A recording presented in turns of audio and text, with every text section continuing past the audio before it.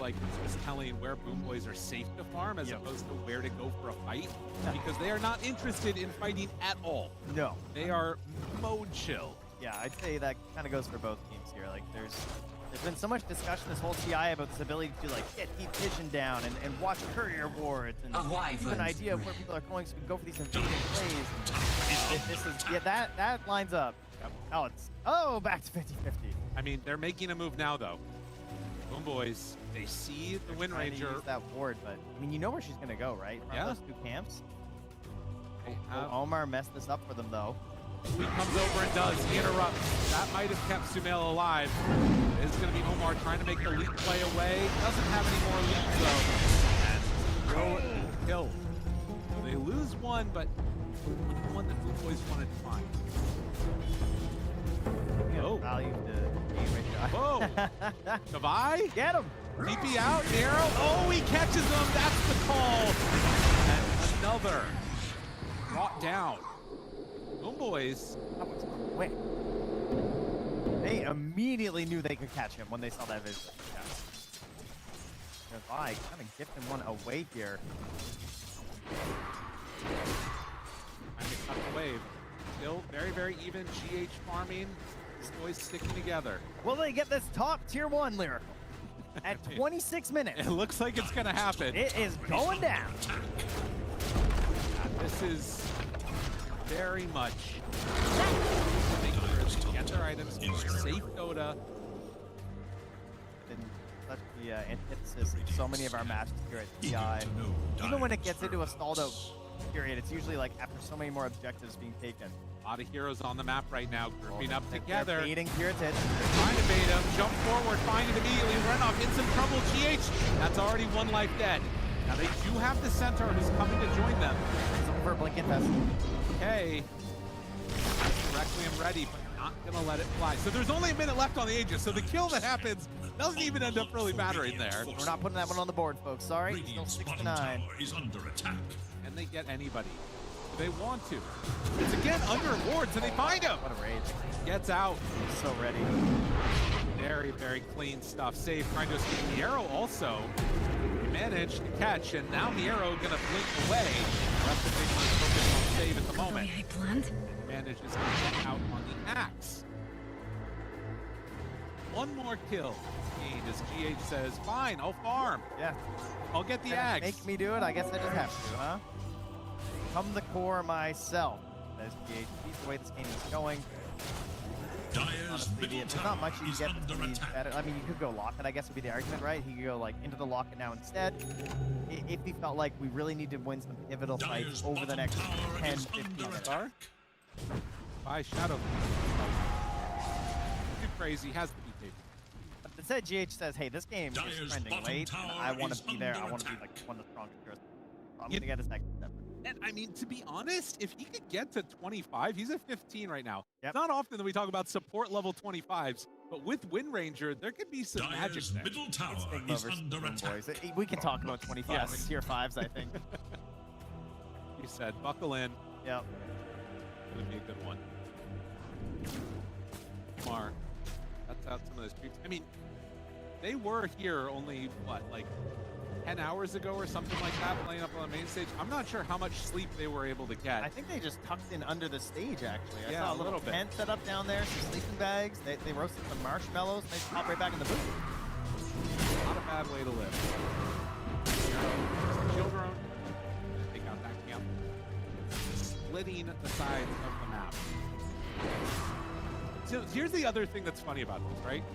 This is a game where it's like, our late game is the best, we just need to farm. The other team is like, our late game is the best, we just need to farm. Somebody's wrong. Somebody is going to look a little silly. That's the beauty of Dota. Exactly. The thing is, you're not necessarily right or wrong. Sometimes it's just who plays better, too. That's fair. That is an important thing. It's not really draft. That's done. Sacrificial lamb left behind.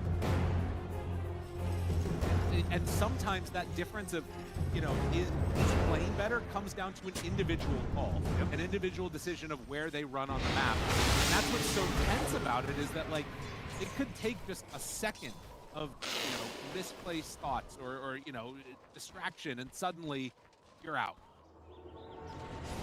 An entire year How it feels to be a player. Yeah, exactly. There is a journey, there is growth, there's good things that happen, but that's not how you feel up here on the stage. The second that throne falls and it's not in your favor, it just falls crashing down. Okay, hoping to avoid that here. As I love this idea. Get a little more defensive on the hero. Make sure that he's kind of a little aggressive, a little defensive, picking up this Lincoln Sphere. Wants to utilize a lot of his magic damage. In order to do that, he needs to be free. An MKB done for life stealing. Have they farmed enough?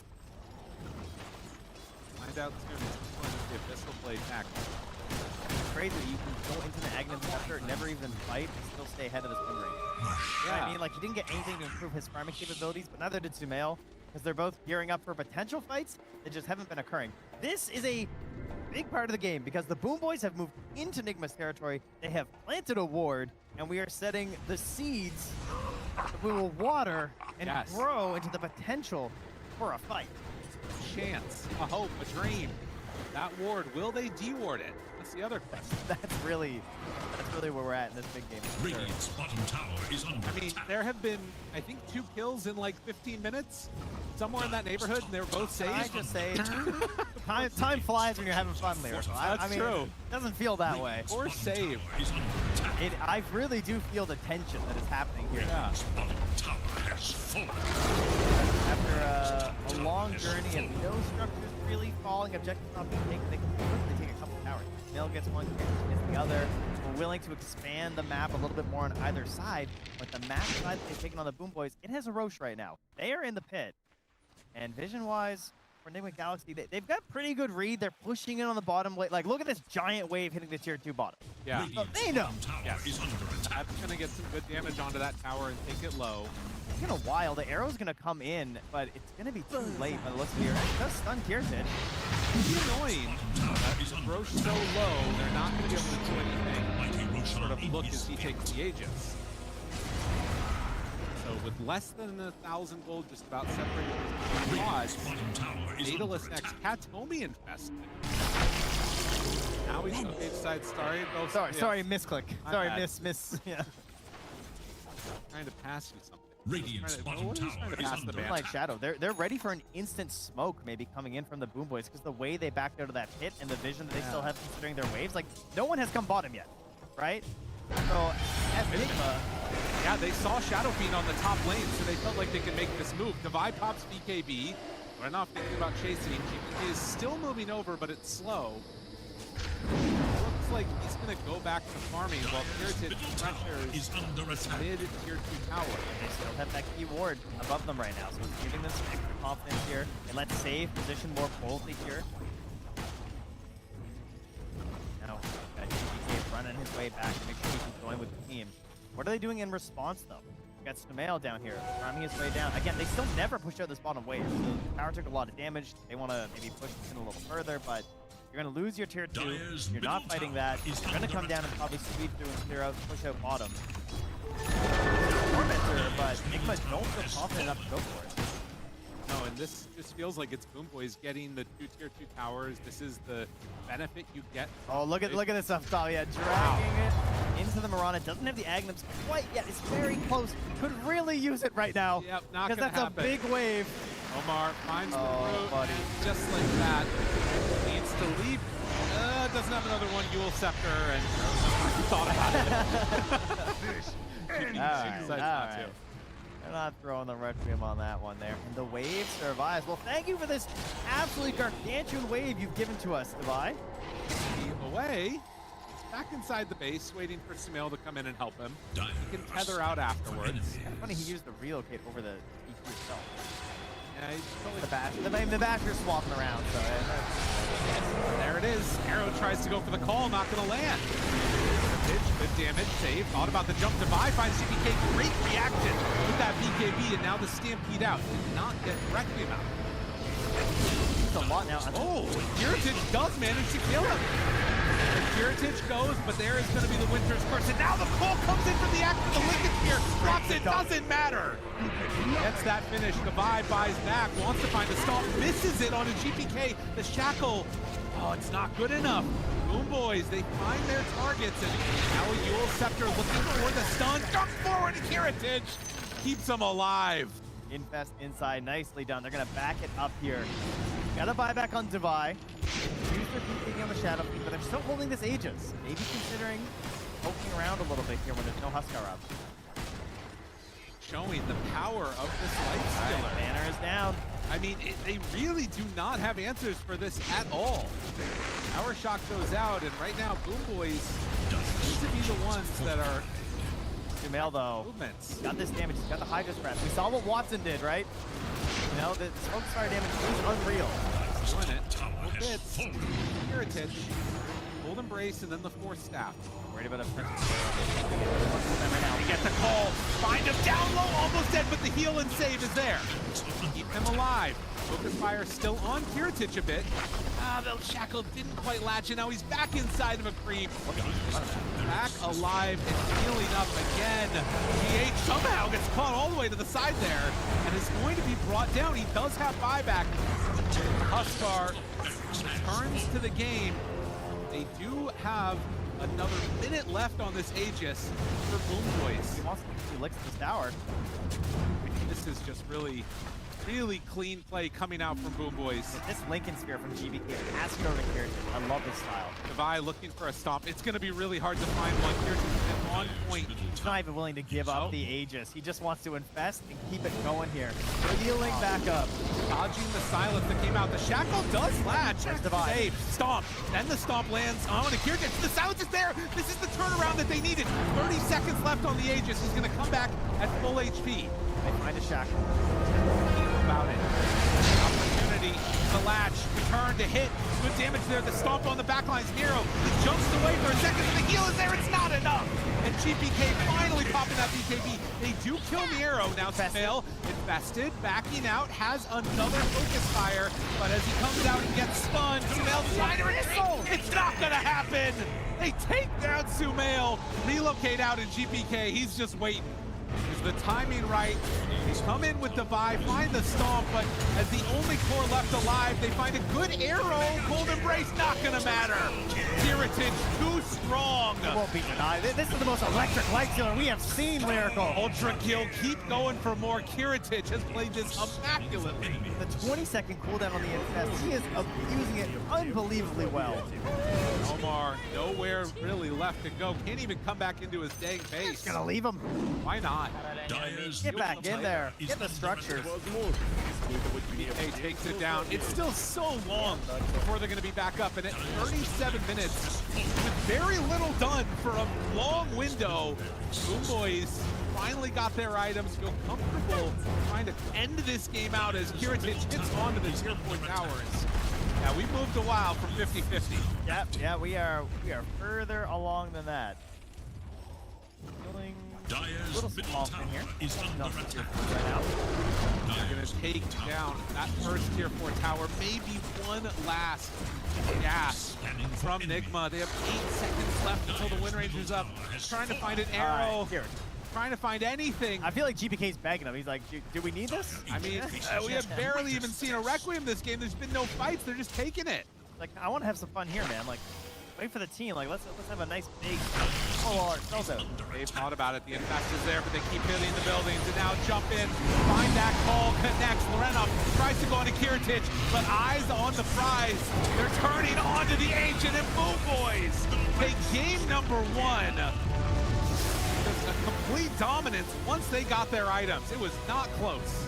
The way they play this high ground is something that we have not seen so far this run as well. Like, this has been the real struggle, is that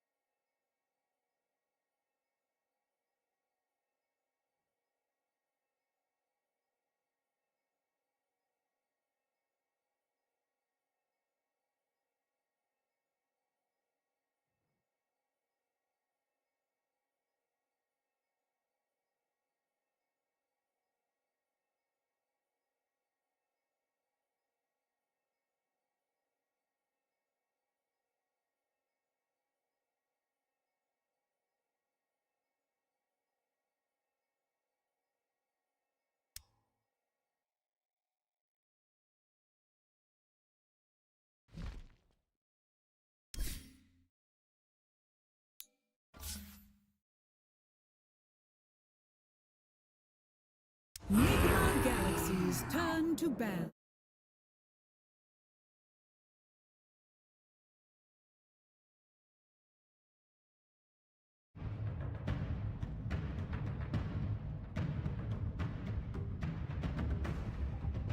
Nigma Galaxy's turn to pick.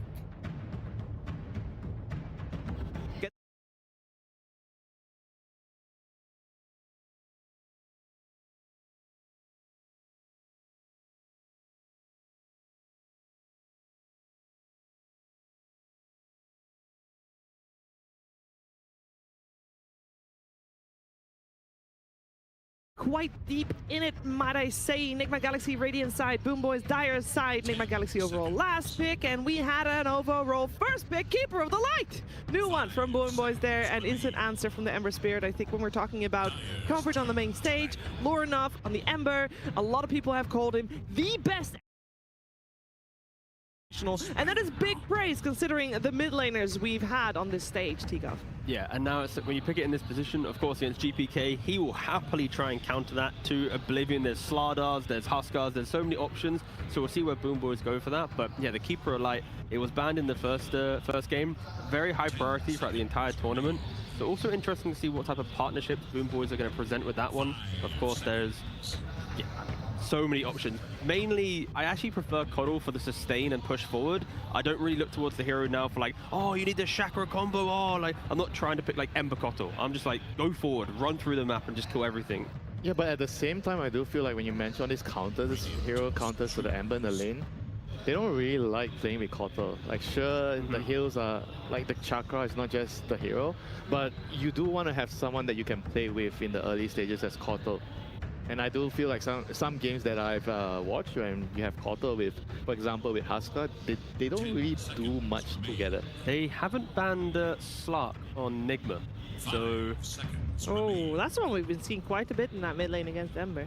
Yeah. Successfully so, of course. And also it's the same draft that happened before where BoomBoys first picked Coddle, Aurora picked Ember, then BoomBoys picked Slark +1 as a response. Mirana. Personally, I've only enjoyed seeing Slark with Io. I think otherwise, the hero, it doesn't necessarily ensure you're going to win your lane. Like, if you play Ember versus... +1 as a response. Personally, I've only enjoyed seeing Slark with Io. I think otherwise, the hero, it doesn't necessarily ensure you're going to win your lane. Like, if you play Ember versus Huskar, the Ember has to do gymnastics around the mid lane to try and like drag waves and stuff, right? But even when I've seen Ember face up honestly against Slark, sometimes it can still go even. Envision game 1 against Spirit in the upper bracket. No one put on a bit of a clinic at shutting down the Ember. Yeah. But the laning phase, I do feel like it's not really the be-all and all. As long as you have a draft that can allow you to play later in the mid-game with your support, your Ember has something to do.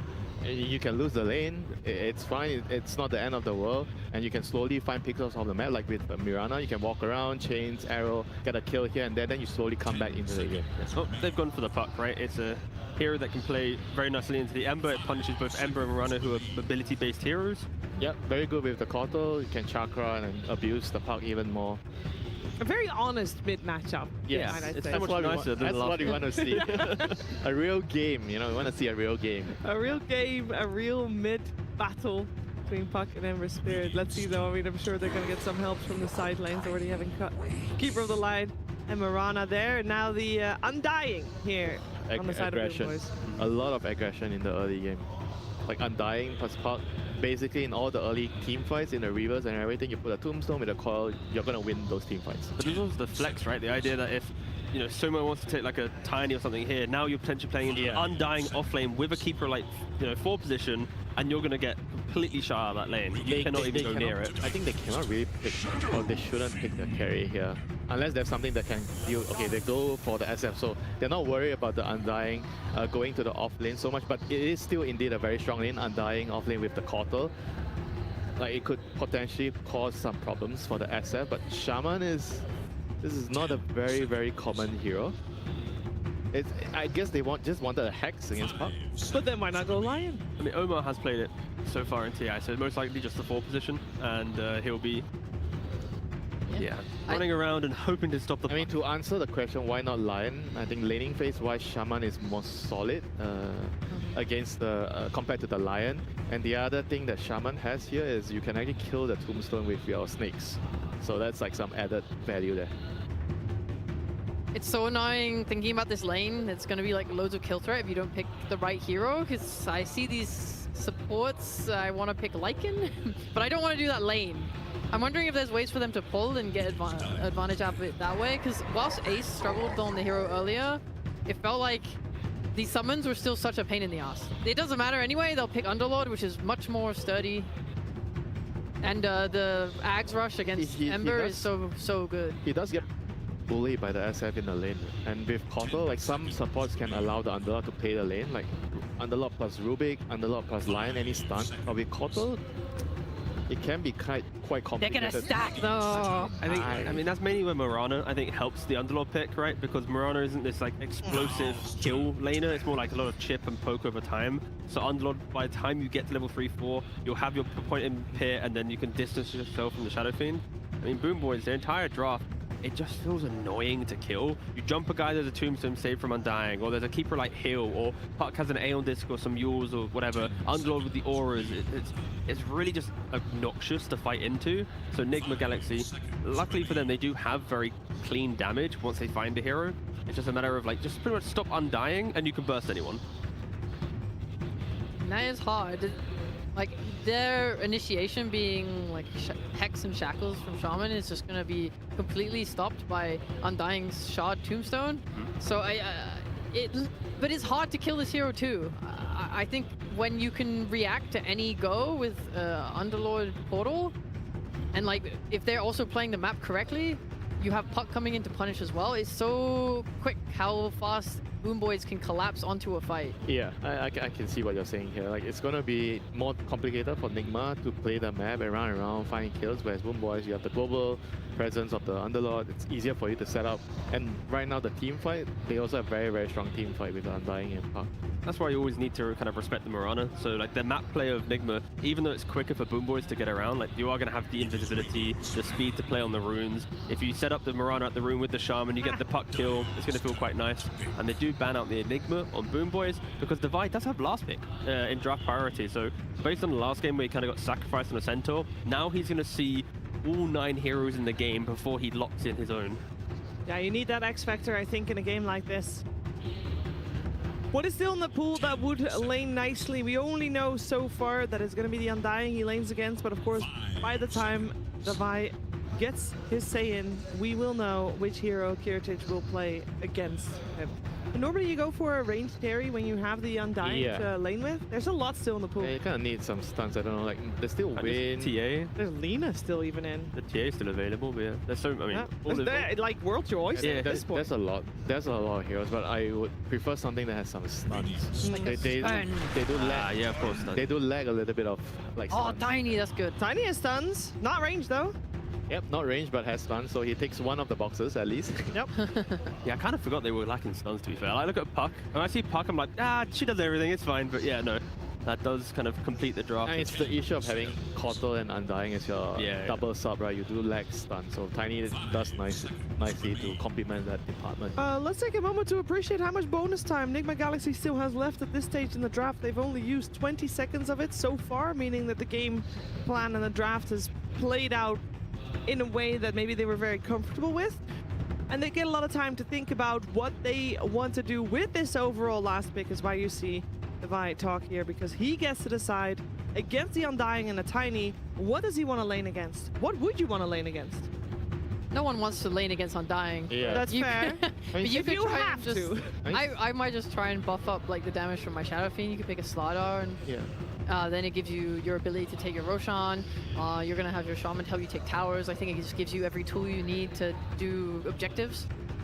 Yeah, I mean, the thing with Divide is like, you can Slardar or you can like Night Stalker for like the meta, or you can do like, actually no, to be fair, I think I like Night Stalker a bit, just for like the Puck and the fact that Undying Coddle, just you look at them. I would love that, genuinely. Yeah, and you just keep chasing them down, and then you give this like insane vision for Shaman to find the jump. So it's like Divide will then complement the lack of like clean initiation from Nigma, because like one player, he can fix it for his hero.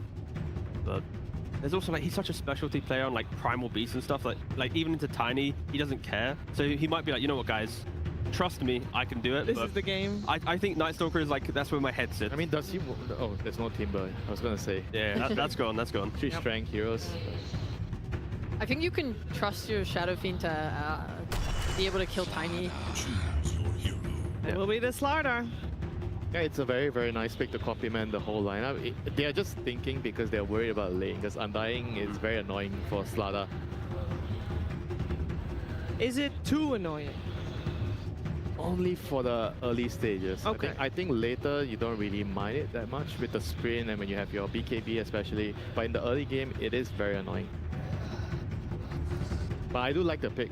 I like the overall setup here. I think it's back to basics for Enigma Galaxy. The last game, it was maybe a little bit too cheesy for me. This time, they're trying to play normal Dota. They have the SF minus armor, Slardar minus armor, a lot of damage. They have some team fight with the Shaman. They have some good stuns with the Ember Spirit and the Mirana. I think their draft takes a lot of boxes, and I like it this time. No, yeah, I agree with Winter. I feel like Nigma has just improved their draft immensely. Like, you look at it and you go, yeah, that can play any stage of the game. It can play for Roshan. It can take towers. It can end the game in 30 minutes. It can win a game in 90 minutes. Like, it feels like it can do everything, and that's what you want to see. Because, like, we didn't watch a game of Dota in the first game. That was just, you know, BoomBoys farming and then just tripping over the Ancient, and suddenly we're here, right? So yeah. it is a lot better from Nigma this time around. Yeah, I really love Nigma's draft. If they're going to win a game, I do believe that it can be this one. That said, I do want to give a little credit to BoomBoys. I think GPK on his puck is a force to be reckoned with, and I think this coil kind of breaks apart Nigma's entire lineup. It's so hard to play into this route, and they have so much combo with it. The Tombstone on top, the Tiny can toss out. I think that they have a lot of things to play with on BoomBoys' side. But yes, this game should be a lot more fun. Want to touch upon that Puck versus the Ember, though, because this is Lorenov's best hero. So we got GPK Puck versus the Lorenov Ember. It's an absolute treat with those two on the mid lane.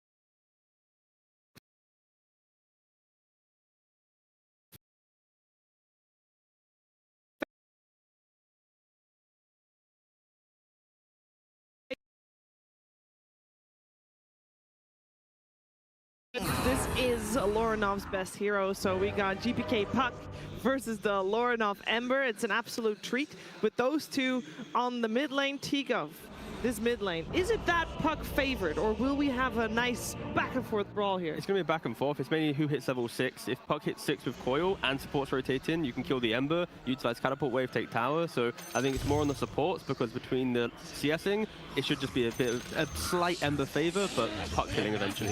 Slight Ember favor. I think that's all Lorenov needs maybe to propel his team into victory. Can this be a 3-game series, or maybe BoomBoys will take this one in a 2-0? I know someone who would really like this to be in a 2-0, and he's standing by with Slacks right now. Let's head over to Bull. Absolutely. I guess I'll ask that as my first question. Would you like this to be a 2-0, or do you want these guys to put up a bit of a fight? Хочешь ли ты, чтобы это была серия 2-0, или пусть они посоревнуются с вами? Я хочу, чтобы это было 2-0. I would like a 2-0 for sure. I thought you would. All right, well, let's talk a little bit about this team. Enigma Galaxy is a team that a lot of people, you know, maybe don't respect enough, maybe don't research enough. It seemed like you guys were extremely ready for this match last game. Did you prep a lot? Were you ready to come in? Многие недооценивают Нигму как соперника. Подготовились ли вы к ним специально в этой серии? Мы больше фокусируемся на своей игре. We are focused on our own game more than preparing to some particular opponent. Oh, so you don't care about them at all? То есть вам все равно? Да? Yeah. God damn. Okay, no problem. Can you talk to me a little bit about Puck? We're seeing a resurgence in Puck now. Nisha Puck came back. Not as good as GPK. But what do you think about this hero? Why are we suddenly seeing it again? Много пака в играх. GPK на нем играет, Ниша на нем играл. Почему мы так часто его видим? Хороший герой. Just a good character. Just a good character. No other reason. Никаких других причин. What is your favorite color? Какой твой любимый цвет? Green one. Green, it's great. We got an answer, ladies and gentlemen. Let's go ahead and get into the game. Slags tries to get anything at all he can up. It's just not gonna happen, Trent. Man, he really did not want to say much more. Good character. Yeah, I mean, his favorite color is green, but it's red for now. They're on the Dire, and they got first blood. So BoomBoys already off to a hot start. As he said, focused on their own game, and so far that worked out very well for them in game number 1. Enigma Galaxy maybe a little too focused on their own game, going for that Huskar draft. Didn't quite pan out the way they'd hoped. They've gone for something a little more even keeled in this game number 2. And it's worth noting again, like we talked about a little bit in the game itself, it was BoomBoys understanding like the single-mindedness of the Enigma Galaxy master. When it was that they wanted to make moves and then just dodge, they backed away, moonwalked out of there. There's no issues at all. This time around, though, you have a little bit of a different dynamic. Obviously, Slardar being played out of the off lane. This time for Devi, going to be looking for how early do you think we're going to be seeing a Blink Dagger from?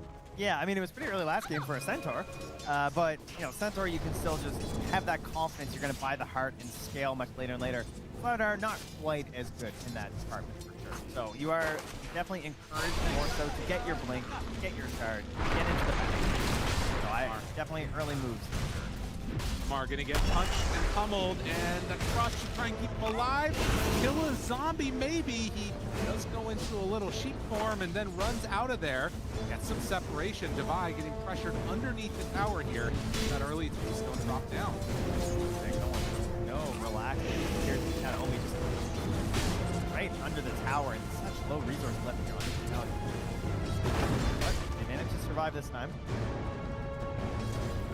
Will not have that foul play again for another minute and a half. Be a little bit more cautious in this one. Mid lane already off to another good start here. Of course, for this puck, because that first blood game to be able to use the resources a bit more, better trades, faster levels, something Lornov's going to be doing the entire time. But Lornov, you know, a combo hero this time. He's going to have this Ember, and he has the Mirana on his side. So often, it's already in trouble though. Forced to leave out. You know, it's interesting too because you know they're talking about the 2-0 dynamic, wanting to get it early. The other thing to keep in mind is that for BoomBoys, if they win this, they've got to play another series later on in the day. Would love to be able to go take a little bit of if that happens. There is still going to be one more lower bracket game to be played on elimination. Devi finds a crush. Trying to keep bullying the Undying. That's not going to work so well. No, this is still the best 5 in the game right now for securing a lane. That is Undying gameplay here those first 5 minutes. Constantly in your face. It's like very happy to die oftentimes just to get your resources back up, right? Like you'll see these the mangoes just buried out to the Undying. They're happy to get a positive trade. Even if they die first, I feel like Undying players don't care at this point. Keeping the enemy cores off the farm as much as they can. For now though, they're doing fine. Nice and fine. 15 CS, it's alright. A little bit ahead of Kieran. And a really nice looking draft by and large. They drop down the tombstone now against Katomi. They decide to go for the Undying, but deny to the neutral. Very good. Miero on the other side of the map goes down to Sumail. Now Kiritich takes some more hits, and they have another round of the shackle. They will indeed. A few more punches, and Kiritich, the menace of game 1, is going to go down. Yeah, finds the position there for the body block. On the other side, yeah, we had a full-on other battle happening. We had a double kill picked up by Save on the bottom half of the map. So action all over the place. We settle at 3-2 right now in BoomBoys' favor. Not playing it very low against GPK.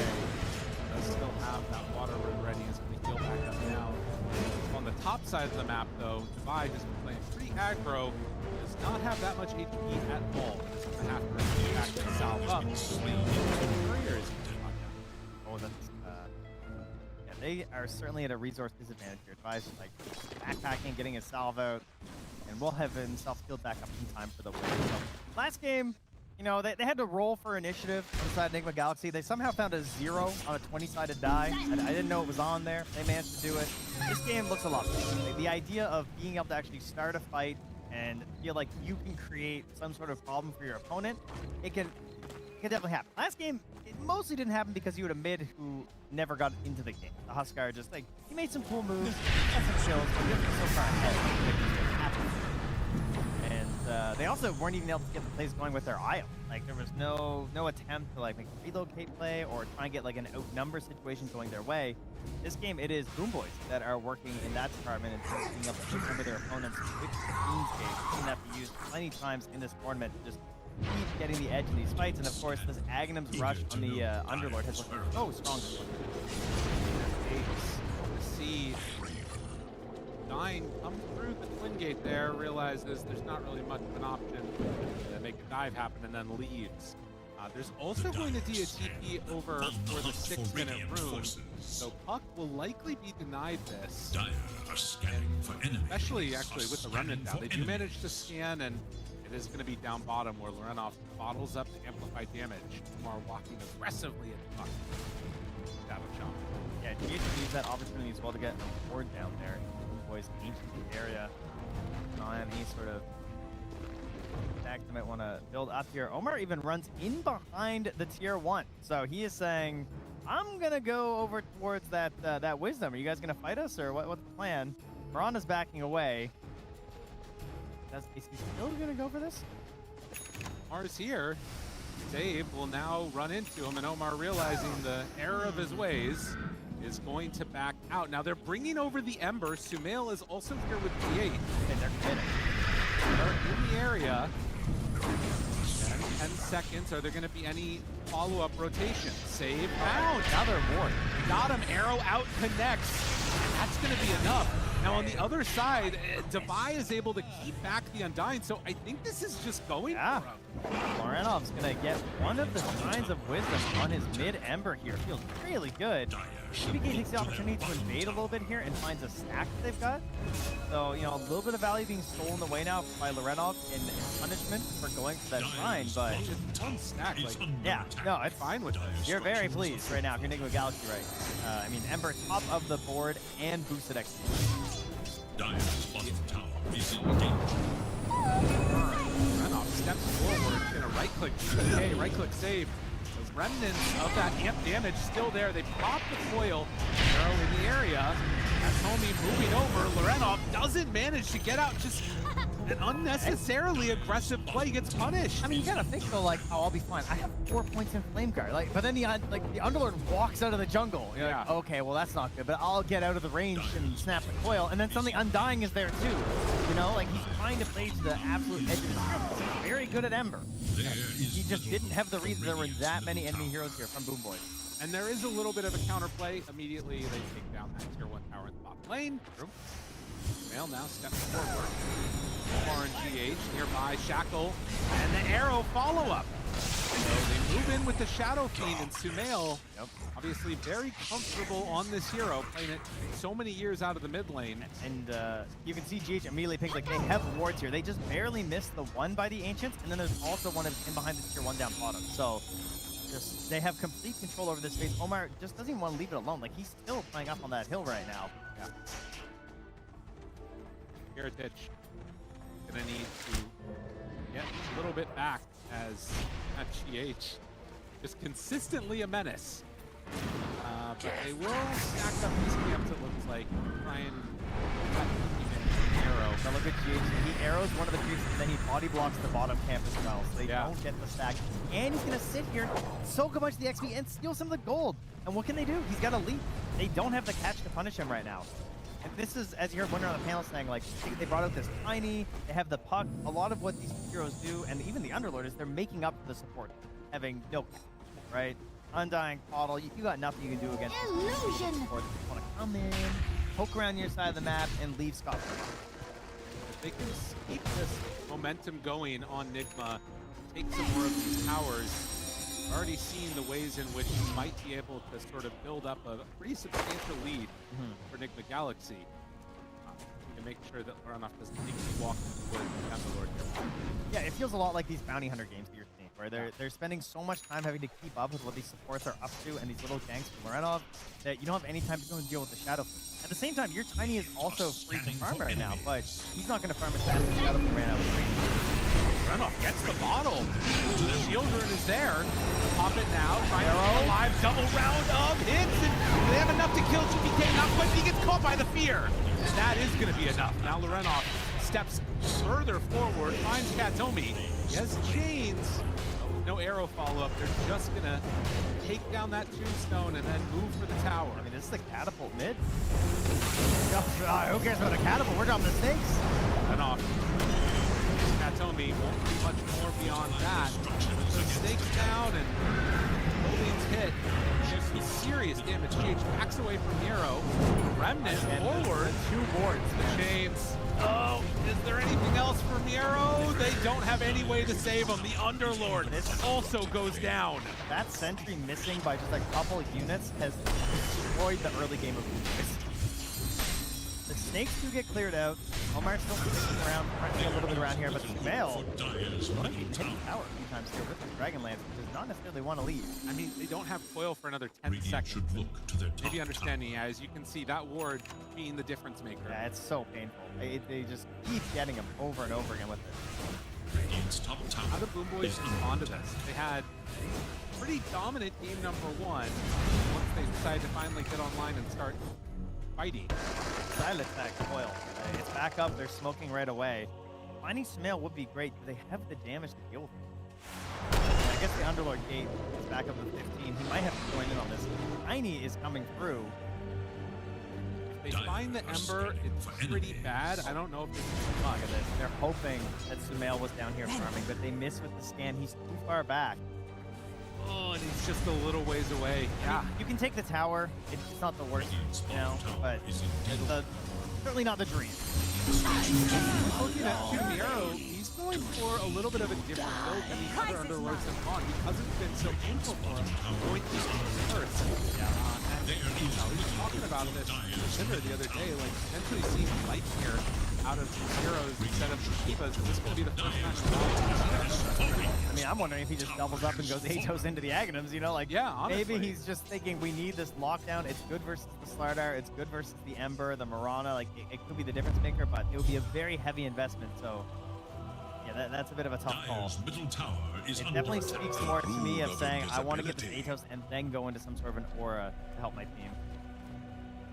Off will at the bounty room. Here it's taking the same walk that Sumail did, but up on the top side of the lane. The scan hits onto Katomi. So not who they wanted, and as the smoke breaks, Undying found 1600 HP. Yeah, are they? Okay, they ward trap him, so they decide we're going to take this kill. I was thinking, you know, he's kind of healthy, or the power rather, because you can't maybe fight for him, but knock him down. So the surge means he can move back up, but that also is a very long cooldown. So trying to feel a bit weaker while if they successfully take Dire's top tower is no more. All tier 1s down across the map for BoomBoys. Dire are scanning for trying enemy. to get into their next set of items. For Omar, it would be pretty huge if he can get into the Blink Dagger, but he's decided to go for the Interlens. Look to their top tower. a little bit more consistent on the Shadow Shaman. Obviously, all of your spells benefiting from it, but very good on the hero. 14 minutes this time there. Wow, they're really making sure they get their wisdom, huh?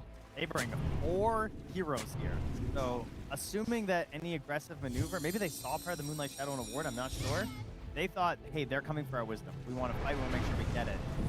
Not end up being the move made by Enigma Galaxy, and perhaps seeing, hey, they didn't come for the wisdom is why you're seeing Kiratit way back here. Farming near his base, too worried to go anywhere else. I mean, it's a good read of the map, right? And recognizing that there's just not really a safe place to be in your own for now. And these, like, very deep wards, he's going to walk into them at this point.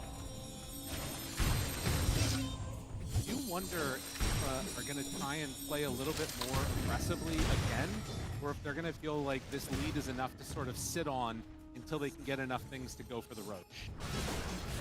How quickly do you want to play with this Shadow? There's no real rush. I think trying to secure the area around the Tormentor would feel very nice for them. I mean, they've obviously already pushed down the tower. I'd like to see them keep pushing that wave out. Tormentor with a Slardar, very easy thing to do. Having that available 5 minutes from now would be great. Atos finished up, but also the Jewel down here for GH on his Marana. Had a great game so far. All of the supports. 0, 1, and 5, providing a ton of vision and just uncertainty. his opponents. Remember, they drop these Moonlight Shadows, forcing him to group up, waste TPs, slowing down their farm.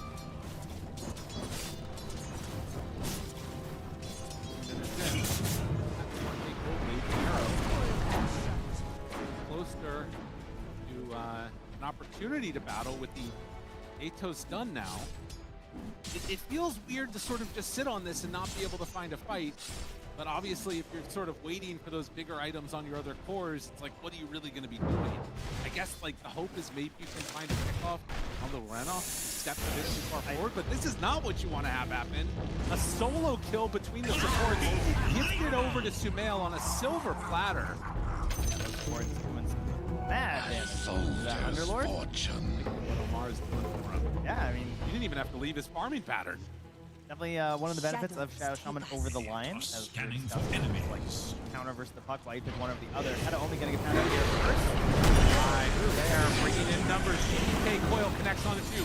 Tombstone down. Are they out a bit too far? Actually, didn't get the coil onto the Ember, so only Divide is found there. But with the Ava toss, now Lorenov Silence in trouble. Not able to escape. BoomBoys strike back.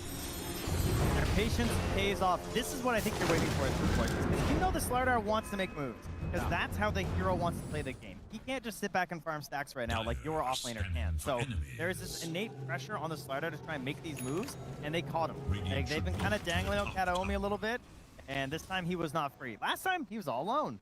It was totally fine. We can just kill this guy. This time, the backup was there, instantly punished on the Lorenov, and it's going to slow down his BKB.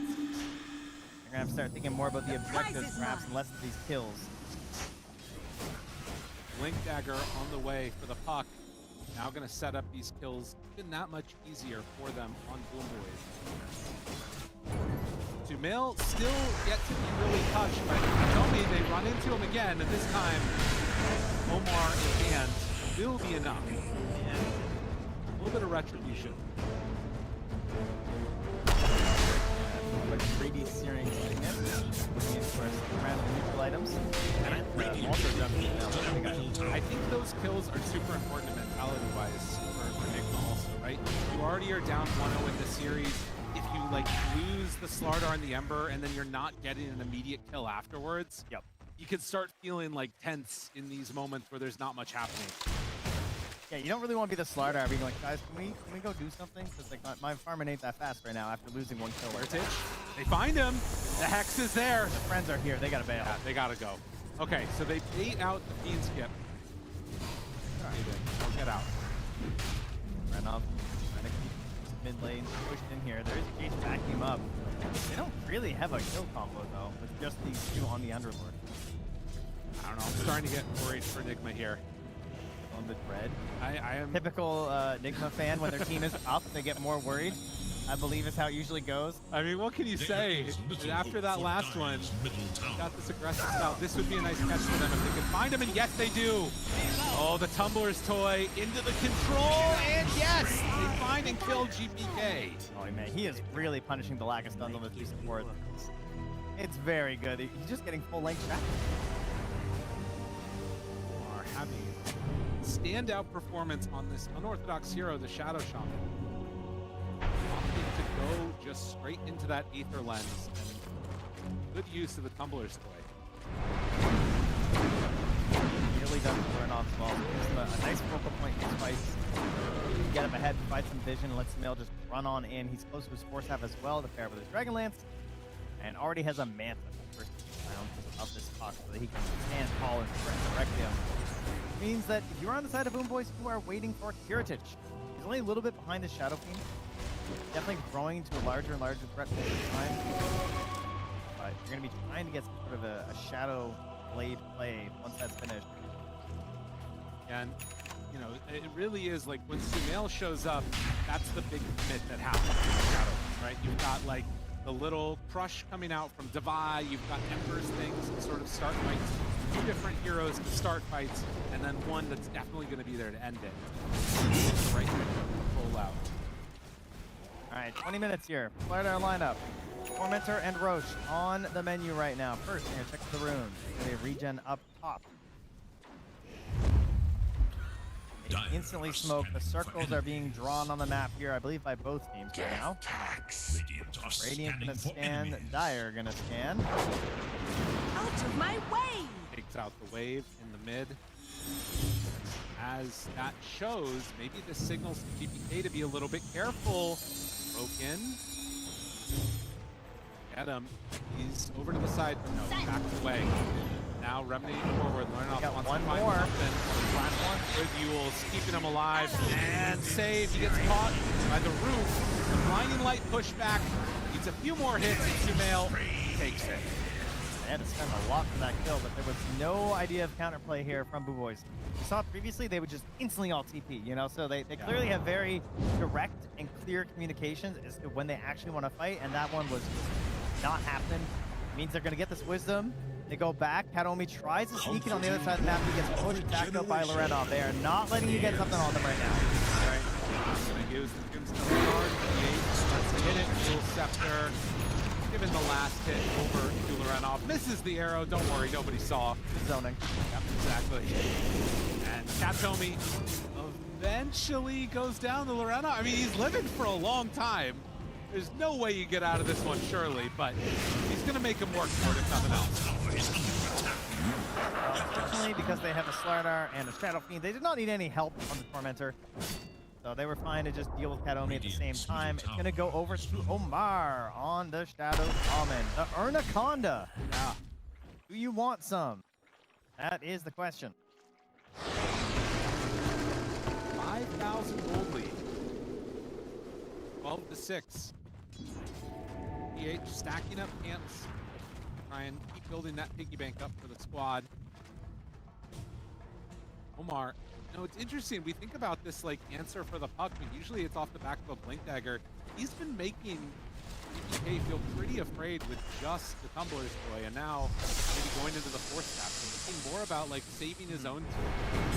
I think part of it is that you already have some other tools that are causing like a mental stack issue for the puck, between like the Slardar Crush, the Slardar Punch, the Ember Searing Chains, so he doesn't necessarily have to be the first one in. I'll also mention, we keep looking at Miro. The Atos has not felt like it helped.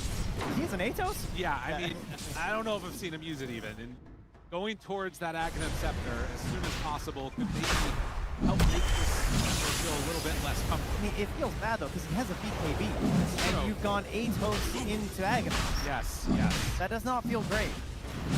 Well, Omar there to try and help take down Roche. So the first Aegis of the game is going to nail. The two heroes and players in this.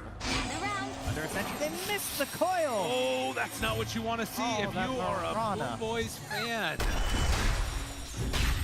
Now Defy getting closer to a BKB as well. I think this game too seems to be going Nigma's way. It is a very balanced lineup. Did very well in their lanes. Maybe they have relaxed into an even further state of nirvana, thanks to Kuro, do you think? A Zen state, if you will. Yeah. I mean, Lerna looks pretty relaxed now. He's chatting up a little bit here. Radiant's top tower is under attack. See if they can keep that going. Aegis here on Mail. Radiant's top tower denied. No BKB for the king. Not need that as a crown. What is a satanic? It's like an axe. I always envision it as like a mask. Okay. But you know how you just have this idea of what the down item looks bottom like in your head? They find them one. Yeah, the save is just gone. Mask? Yeah, I don't know. It kind of looks like something goes on your head, kind of like the mask mat. You know, I feel like it's a similar thing here. It saves deaths last game. Great death. I think Ray brought up on the panel as well. I was thinking the same thing. Like he had some fantastic feed last game. He was always in the right spot to prevent any sort of like a comeback kill from Nigma. This time, Dire's bottom tower they're more of deathly. You know, they're just like, okay, well, that's unfortunate. These speeds aren't quite as good, unfortunately, because they're more force speeds of like, I'm just trying to delay things, you know? Whereas before, it's like, I'm getting a good trade out of this. Up down Snake. Shadows take Heritage as they step up and smoke up. All right, here it is. See the double roots. How many roots does Miro have? He's an old gnarled tree. Atos, Aghanums. Gonna be going going for the Crozier next. But as they see GPK on this ward left behind, I realize we're not in danger. They're not chasing right now. It's an amp damage puck. Okay, the Crozier could go kind of crazy though if he catches Kumail with the Satanic. That's his defensive mechanism right now, right? Oh yeah. Right? It's Manta Satanic, so True. that could be beastly. That could really turn things around because he sees all this magic damage from BoomBoys and he just says, all right, well, I just Satanic. We don't have enough to save this. We have clearly seen that in this game, so I'll just heal through it. BoomBoys just need to keep farming. Just keep farming and everything will be okay. That's what I'm hearing here. Is that? I don't think that's what I said at all. The Crozier. I was describing it the Crozier. Oh, I see. Okay, yeah. All right. Oh. Okay, up on the high guard, he Anacondas and just finds him. Oh man, understanding what was happening, and they take the tier 2 tower. Dire's bottom tower has fallen. Don't worry about it. Got blink in a second. 5K gold lead. This whirling dervish of damage that is going to be Sumail's Shadow Fiends. And BoomBoys do not have an answer. No, I mean, trying to go back to that fight right now is not so great with them Aeon disc available on your puck. Gonna retreat back here. I mean, that sucks, right? Because you're going for this big play with an amp damage. You've got your new item, and then now they are all under a ward, but okay, not any longer. Omar, he's on it. Great game from Omar. Yeah, he is definitely stepping up. Dire's Bit middle of a tower comfort pick is here, under and an attack. excellent laning stage, and consistently finding them these fights. Look at the way he's like linked up with Divide. They got the M click on each other, just following each other around right now. Dire's middle Next tower stage They are hunting. are scanning for As enemies. Nero may be in a little bit of trouble here. Dire's middle tower is under attack. And they end up having the banner. I mean, that paired together with Shadow Shaman is super nice. Radiant's top tower is under attack. Drop the ward to get out. Omar, he's got the read on this. They kind of saw the way that GPK's been playing this map right now. He does not jump to that orb. Oh, GPK, Just he phase sees them and shifted. they find it. The Hex is there. Miero, you are not going to save your puck, sir. As they get that kill, Aeon Disc 15 seconds away from salvation. It was too late. I didn't think they had a ward down here. That was purely based on how the puck played up top. But they managed to find that. They figured that he had pushed their top and gone to the swing and wanted to farm those camps. So they tried to make pincer in between with the two heroes that both, like whoever finds him first, will chain into the next. But he still had 20 seconds left on the Aeon disc. Really well played and well coordinated here from Enigma Galaxy. Feels like that last game and all of the frustration long forgotten. This team, they have looked like an entirely new roster without Huskar. Hero is terrible. Did not work well from the previous game, it's true. Things much brighter this time for them. And the bright side for BoomBoys, you would think would be this Tiny. He is still very farmed. You're just a big piece this game, but he's not have any way to get involved whatsoever. He is 1-1-1 with 399 last hits. The creeps fear him, but the enemy team don't even know he exists. Not wrong. It's just been basically nothing out of the Tiny so far. And Dire's bottom tower about this game, under attack. It's still very possible that any high ground push that gets made there, as you can see, 3,300 damage for the Tiny. At any high ground push, this could all turn around. One toss back underneath towers. Okay, on this again here, perhaps. Close by. Sumail gonna realize, oh, I believe there might be two. But it also speaks there underneath an entire ward with Puck right next to them. They don't feel like they can fight. Dire's bottom tower is And under off. attack. Got the forward, the silence is there. No follow-up. Maybe either. That would have felt like. I think he was throwing a fuse. They might have attempted to try and beat up BKB. Tries to hit the pit. Takes too long. That ward untouched. Picks up his Hyperstone here, but they're close by. Kataomi's backing him up with the shard. If they go for him, oh, but he's out.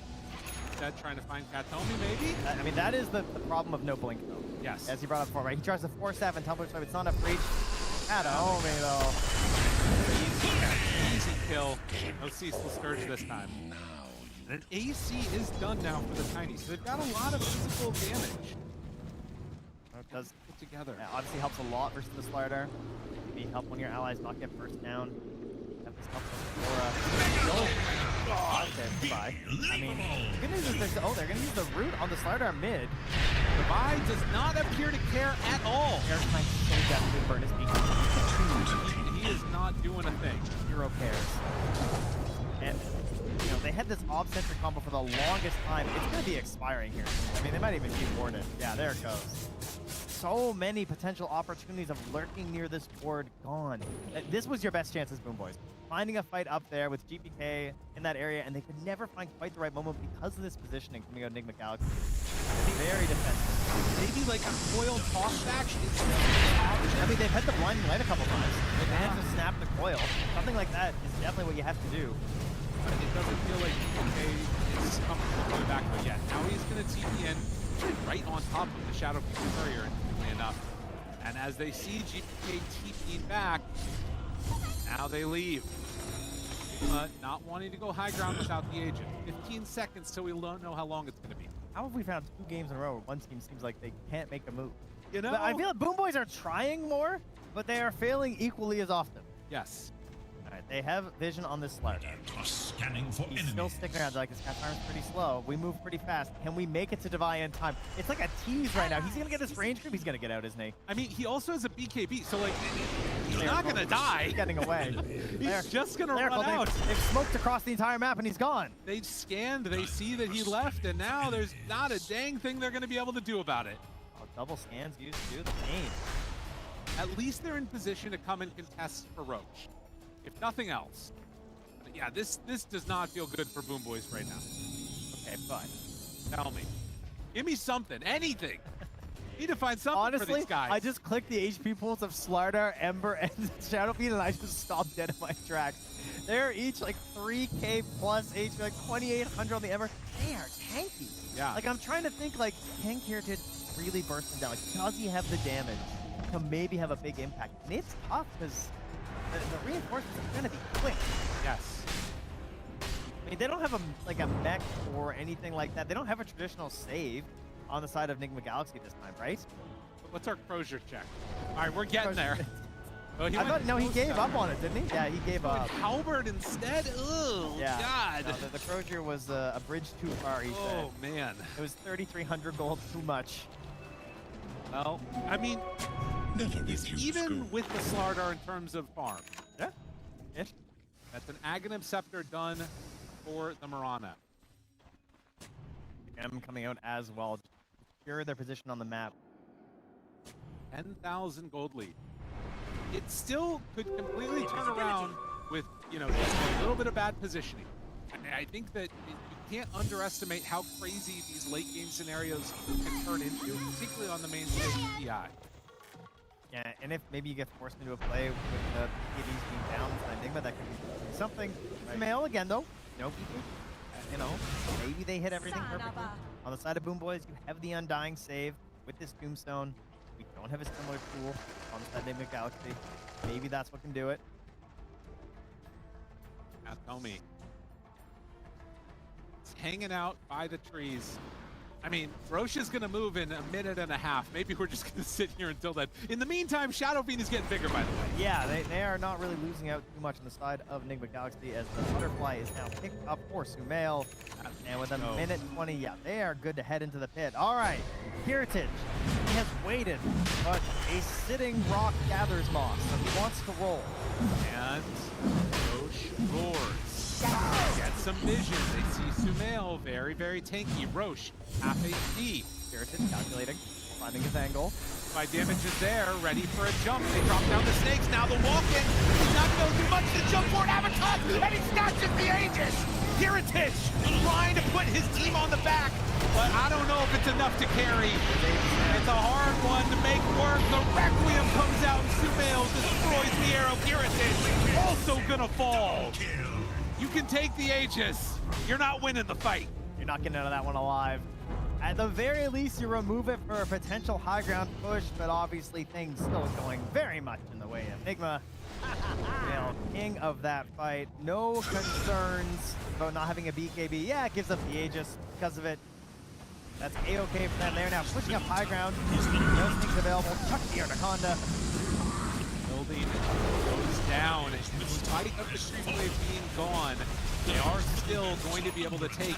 Look at Divide down entire bottom. set of racks. He's stalking GBK. The hunt wants him. Jumps forward, crush, bash, damage, trying to get out of there. He's nullified. They find him here. He's just gonna watch him farm. Yeah, I mean, he's waiting for his blink dagger to come back up again. Wants to chase this guy down. Okay, over to the side. GH is there. Arrow out, and hello, there are more friends. GH finds that kill. Another set of racks taken while all that was happening. I mean, what can you do? There's no option, right? You're just dead. As we have seen many times, it appears that this TI is for 3 games on the big stage, barring some type of miraculous comeback for BoomBoys. One would certainly be a banger of a comeback, but I mean, they had their moment. They tried. They set something up. Did their calculations what the best option Jamil's was. completely alone. Okay, well, what he gets This is what they need. They've got to get something here. Can they blow him up in time? No! Satanic turned the disarm. Well, the Halberd not doing what he wants. As the fear is there onto the arrow. A couple more punches. Saved by the tombstone. But Sumail, the king, he's strong. A triple from Renov. And GG is called. Nigma pushes to a game 3. They don't have their tools available. They're not going to be able to win that fight. They needed the coil snap there. Everything else was set up, right? They got the big toss back, but with GBK being dead, they don't have enough to take them down.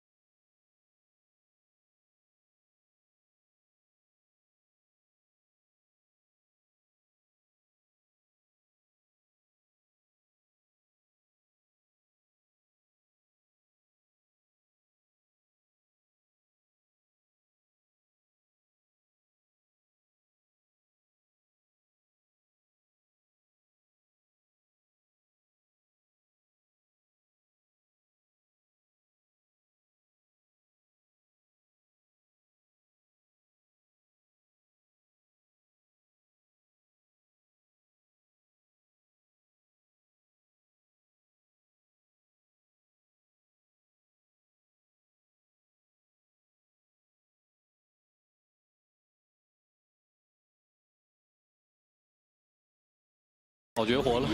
他上把也很自信，他有一波是带着盾，然后一个人在 A 上就是中路。 Was because of this mindset.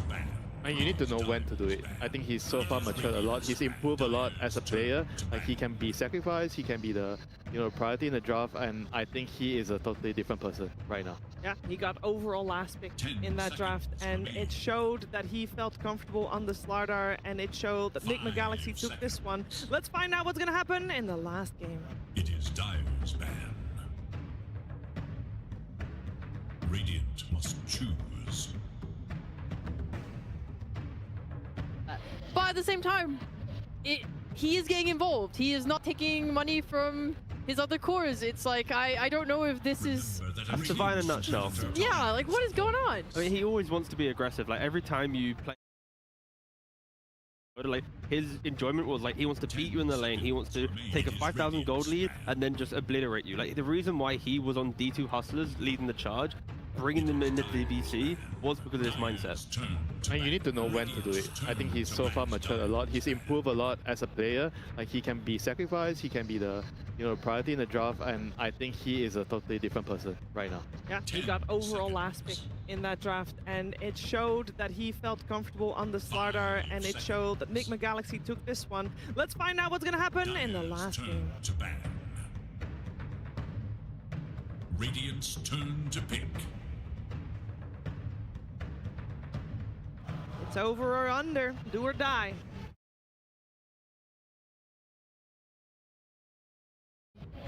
Getting eliminated here. Still top 6, still not bad, but of course, making it top 4 at least for BoomBoys would be rivaling their same position that they were last year. For Nigma Galaxy, it would mean surpassing that same result they got last year. And I know you didn't like the Keeper of the Light first pick, but we get it again anyway. Book says that was not the problem. Oh, they left through Earth Spirit instead. They did. Woohoo. I think maybe they want to put Lauren off on it so he can't play his like Embers and Yeah, that is pretty much the kind of the bluff BoomBoys are playing. We've seen your Earth Spirit from yesterday. We don't think we're very impressed. And they don't fall for it. Exactly. Well, they also don't care. Yeah. How does Ember do against an Earth Spirit? I would imagine actually we're gonna see Nigma Galaxy banning out their Earth Spirit in the next phase.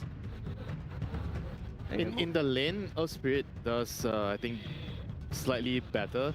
I think Ember is kind of good against the Earth Spirit maybe later in the game when you have the chains to catch him and when you have the Mage Slayer. But in the lane itself, I think Earth Spirit is a little bit happier in the matchup. But he just has a lot of damage, so he can win the lane. Again, for me, I just don't want to see BoomBoys early pick their hero here.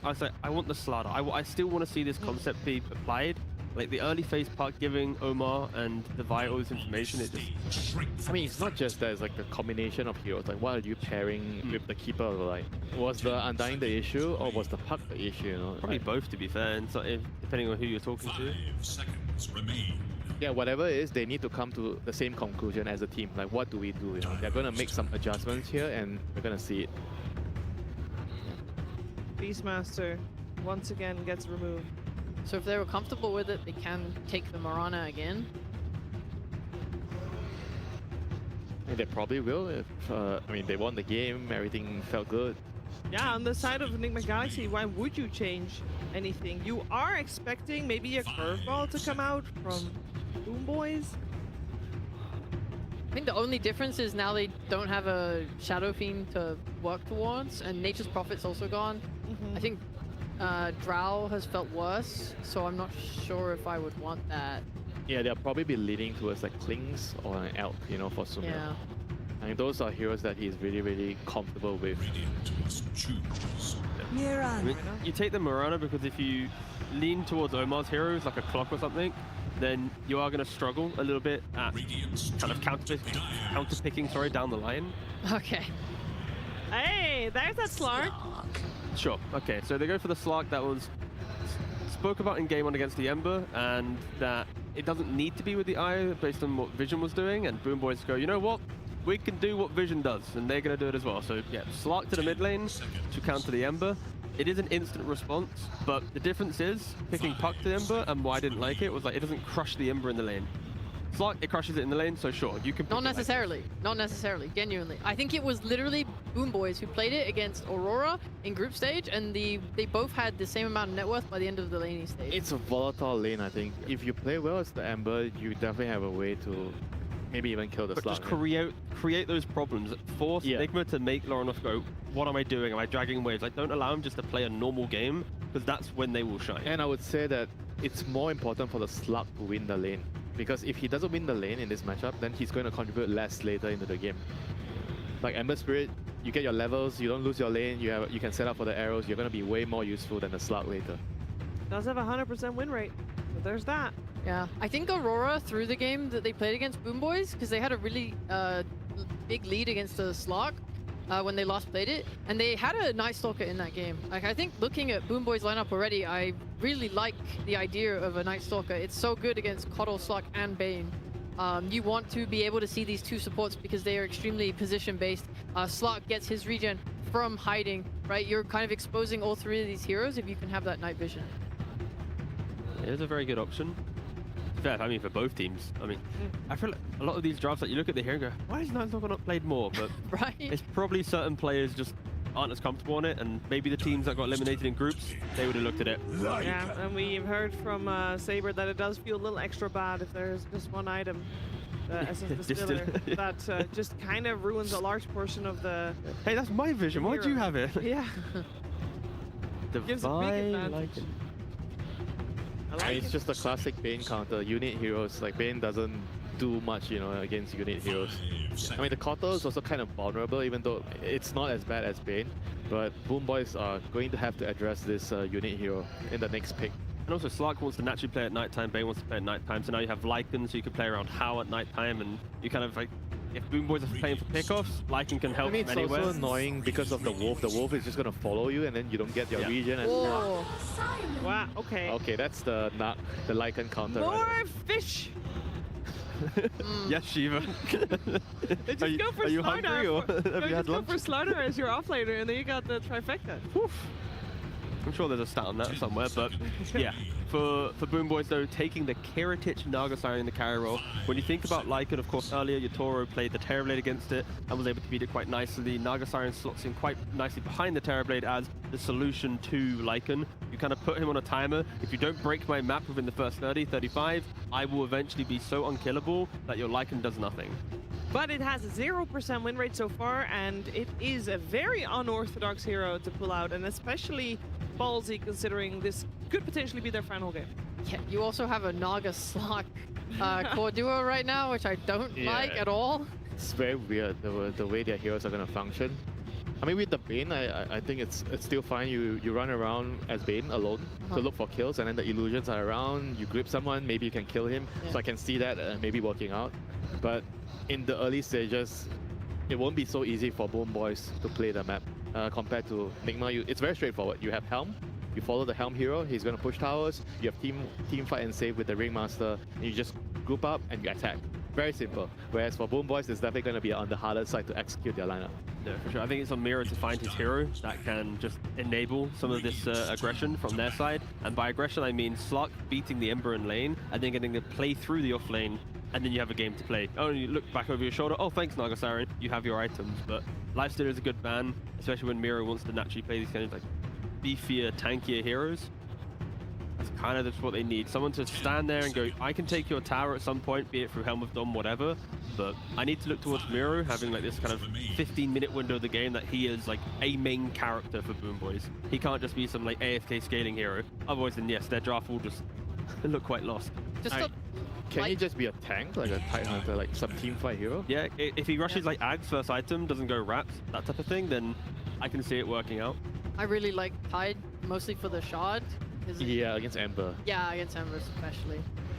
I do want to lightly touch on the Lycan again, is that even when Ace played it earlier and it didn't look too hot, I think the number one thing it was able to provide was vision. Like, I was looking for a Night Stalker, something that could find the supports. Lycan does the same thing. Even after getting horribly stomped in lane, this hero has 2 wolves that are invis, and you can set them to follow command on heroes, and they will just you know, follow them until they die. And this is something that you can use to scout supports in fight. This is something you can use to block ancient camps. It's something you can use to have impact even when your lane is bad. And the Tidehunter that was mentioned is now eliminated from the draft, as Nigma Galaxy had the same read on the heroes as you would. Actually, you know what? Tidehunter is also a big fish. It would have also fit. That would be nice, but no. He eats the fish. Yeah, but he's like also a creature of 10 death, seconds remain. sort of. Oh, definitely. So the only thing remaining definitely has to be Slada. Yeah, there you go. Yeah. No, which other heroes are coming to mind? Because we want something with the stun. We want something that is allowing BoomBoys to be active early. I mean, so Centaur isn't like crazy active, but you buy Helm of Dome, you can play on catapult waves and take towers, and then you eventually have this like Heart and Crimson Guard. How do you kill anyone? How about an unpicked hero, Bristleback? Counter Bristleback. Bristleback is great against Lycan.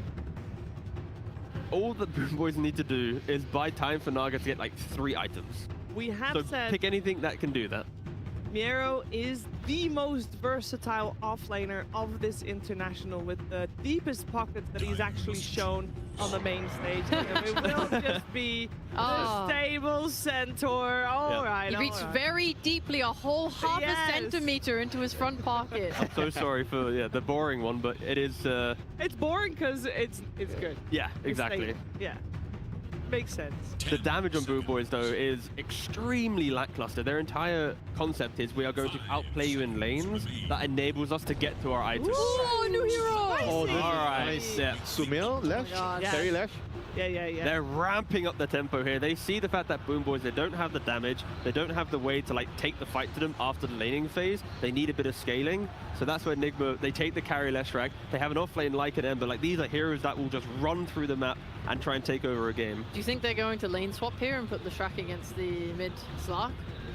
It is possible. I mean, the way that Enigma lanes is like, they can technically do anything because all 3 cores are willing to do anything for the win. So if they see the lane matchup and go, yes, put Lesh into Slark mid, we will win that lane, they're gonna do it. Guys, the stars are aligning. The stars are The stars are seemingly aligning. They're so cool for this, honestly. I think Lesh is it'll be so fun to watch. It's such a great pick. It's really good against Naga, it's really good against Slark. It works with their lineup, there's a save. Like, whenever you play Lesh, you want to have a save so that you play aggressive and you can always be built up. And I love this combination here from Nigma Galaxy. If the Lesh goes mid, is there any other lane shenanigans that BoomBoys can do to try and, you know, move their Slark away? Because it's not just bad, it's pretty horrendous, no? They don't really have the same fun and flexibility as Nigma does.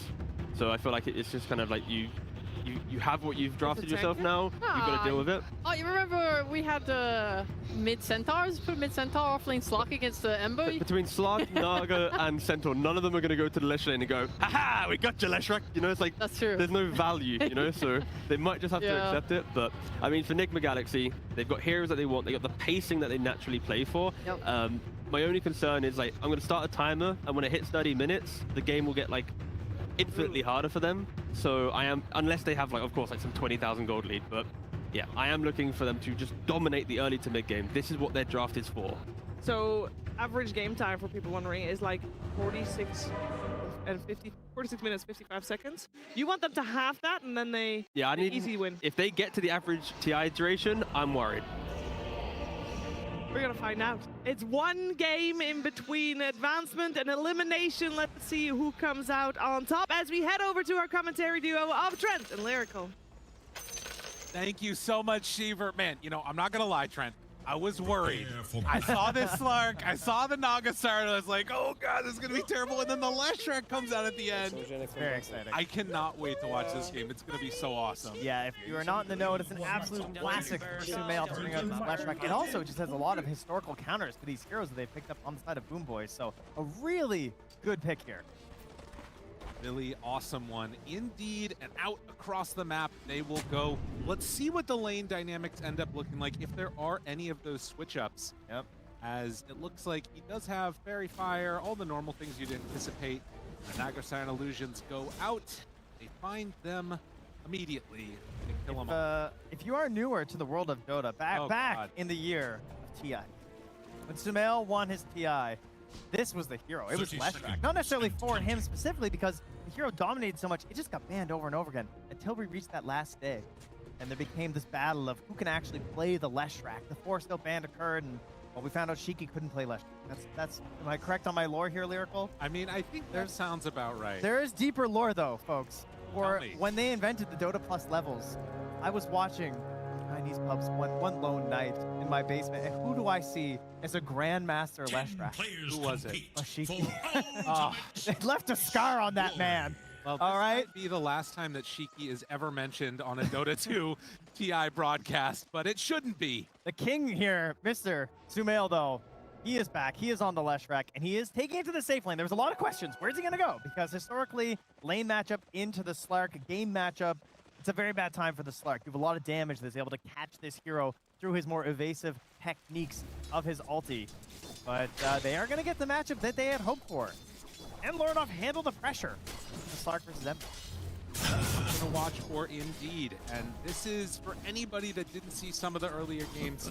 I mean, I'm seeing people all over Twitter and just like all over Reddit saying like, just ban the freaking Slark when you're playing Ember. Just ban! Just get it out of here. What they sound like? Apparently. Okay, yep. And I mean, we're not feeling like, you know what, we have what it takes. We're going to be able to battle off against it. We'll see if they're correct. Because down in that top lane, there's a lot of pressure already being mounted onto Piero and saved. But of course, this is the other thing about like Ember as a hero is you mainly just need to get those levels up. Yeah. As long as every creep isn't being denied out, like GPK is doing, things will be fine. Yeah, get a better time here. They've got their heroes. It's locked in. It's game 3. It's elimination mode. Lyrical, we got to lock in. This is potentially the end of the road here. Right. And I mean, if Mel is to believe, potentially the end of the road, that player as well, who's to say? We will get ourselves into this match, and GPK already good start to this 7-5 versus the 3-0. With the wave coming in, this is looking like the counter pick so far is doing a good job. He gets a dignity deny on Lornoff, but boy, it costs you half your health. Does not feel good at all. Level 3 already on GPK. But this is what they sort of knew that this at least was possible. So what have they gotten in return? They have the Slark versus the Ember, but what are the problems that exist in this map? Aside from that for the BoomBoys, I think part of it would be the Bane, to me, I think is pretty heavily countered this game. He's laning into the Lycan, which is a bit of a classic counter because you can deal with the Nightmare. You've got summons, so that's always a very handy tool. He's going to be trying to roam around at nighttime, trying to set up these kills like you heard the panel mentioning. The Wolves are going to be keeping an eye on this guy. They will be stalking him through the jungle, and Bane's value oftentimes in the mid-game is almost entirely roaming around setting up teams. So if you have your own pool of vision on the enemy team and you catch him going for these plays, especially when he doesn't know that he's been caught because there's an invisible wolf following him, suddenly he can be wasting minutes at a time. They're having a good time as up top they're moving on to save. GH chasing around the tree, and Miro keeps his buddy alive. That was very close to a kill. Grizzly GH backs out from Centaur. And passing them a tango. Beautiful stuff there. Also getting a little bit low here with the illusions following. A lot of summons hitting away. You know, Lycan definitely a hero that we have not seen a ton of at this tournament. We did see during earlier stages WS play a couple of really good Lycans. Are now being chased down by the Naga Siren illusions and gonna maybe hope to back out, but they do have a Nightmare here.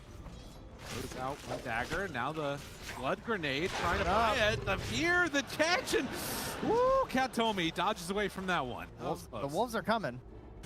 And they eat him alive. Katomi, you gotta run the Wolves. Got a tango. He has a brain sap too. Doesn't want to have to use it, but they're actually blocking him all the way in and almost Omar's back. managed to find it. And yeah, the dagger comes out. Katomi needs to run away. I mean, he has no resources at all right now. Omar had a whip there, but was a little low on the mana, I guess. And probably in season now, but maybe felt like the dagger was just going to get the kill. I think he could have ran into the whip too. All right, lanes.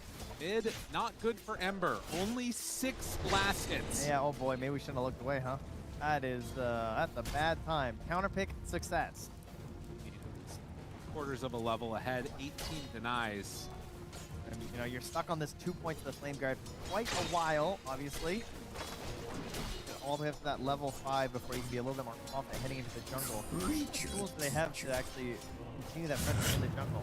Bane, maybe a little bit later on. I mean, the Coddle's position 4 isn't that threatening, so maybe he'll get a little bit of space. Wouldn't mind seeing those camps get blocked out if they find an opportunity on the side of BoomBoys, but seems a little unlikely with the lineup they've got.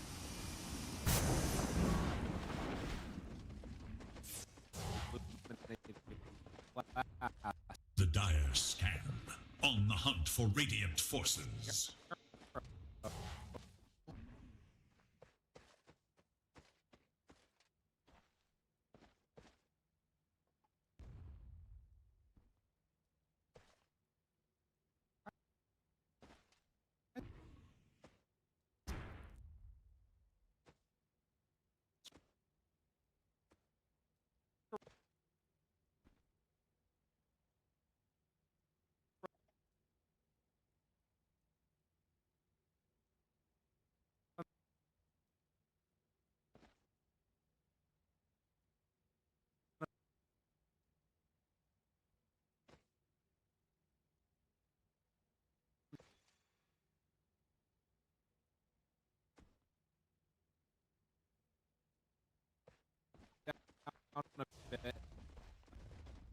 Not gonna. There, it hasn't leveled up the arrow actually. All Starstorm for the ammo. And you can see they don't have any vision on Kataomi for a while. They start scanning their twin gate on the side of Enigma Galaxy. They're worried about this Bane rotating through. He's gonna drop a ward down. This looks like a Bane rotation. So they're gonna try and set something up here on this mail or not. Back he goes. As must be. Just setting it up for later. Yeah, if he's thinking about it. I mean, it would be appropriate that we're 5 minutes into this and no first blood with the way these two teams have played. Yep. It's been very chill. Oh, this is an opportunity. They're trying, hoping maybe they That force was a a dark pack burn. or something, but I mean, he's 2 points in the Slight and 2 points in the Flame Guard, so Lornov doesn't have a whole lot to offer you right now. Just the hope of a rune would be great. Because it has been, no, only 11 has lids to the 24 denies of the Slark. While Kataomi takes out the Observer Ward. So this was the plan. BoomBoys, move in, shut down that mid-Ember. Check. The second part of that plan, get Kiritich items, make him into this, like, impossible to deal with force. How long does that take? Kind of a never-ending journey, really. You know, as all Nagasarn players know, there's no, like, end to the farm and you know, consuming that the Zero wants to do. But in terms of being like a full-on force, I think you want to flex that force once the objectives start to come out here. You know, first Roche, first Tormentor, maybe you're not quite there. But heading into the second Roche, that's when you really feel the power of the Nagasarn and be like, oh wow, if she just left alone, we can't. He's hoping to take over the game around that like 30-minute mark, I'd say. Slow burn. Towards the mid. Hey, gonna pop the ulti, chasing Loren off. They force out a TP rotation. That pressure on. One of the tower taking some damage as the full wave is going to go into it. In the meantime, some battles potentially have ruined. The arrow goes down. Sumail takes the first blood here at the 7-minute mark. And in the meantime, Kataomi comes in to try and sneak in. He body blocks him off. Oh, wow. That was so well done. So Kataomi able to dodge away from that. But now GPK comes in. Omar, where you going, sir? Tried to get denied, not gonna happen. The body blocks. And Devi, he wants to escape, but there's nobody there to help him. The TPs are not coming, sir. As GPK makes the move around, the lane bleed has started. Although, it's Sumail moving in, and with that TP, it's enough to force BoomBoys back. There is bring your carry all the way down here. I mean, there is some farm nearby. I guess no one else on the team can take it, but he's not even level 6 yet. He is just going to straight up run back up top. Feels bad. Yeah. Not what they were hoping for. This is what you got to do is run off. Like, don't give them an easy way. Cut the waves. Try and find something for yourself. Find a better life. Got to get a little bit creative here. Net worth-wise, not the worst, but yeah, that one really hurts. That's how you get back into it, right? Picking up some of these runes. Obviously, the mid-Slark, not having the bottle, not as concerned about runes necessarily, so bottle happy just to make sure that you're feeling that rune away from the end. Out there, I save. How do you feel about Save being back on the Coddle again? I'm not the biggest fan, to be honest. I really like him on either the save heroes or something like his Rubik. That's starts to feel pretty good. But so far, it appears to have been working. And setting Miro up for a good time. Also building up those stacks. I think Caudle is very Rubik-esque in some ways, in the sense that there's a lot of items you can build on this hero, and the Aghanim Scepter some games as well becomes this like dominant team fight. Cool, especially paired with the AoE security that they can have in one space, pretty ridiculous.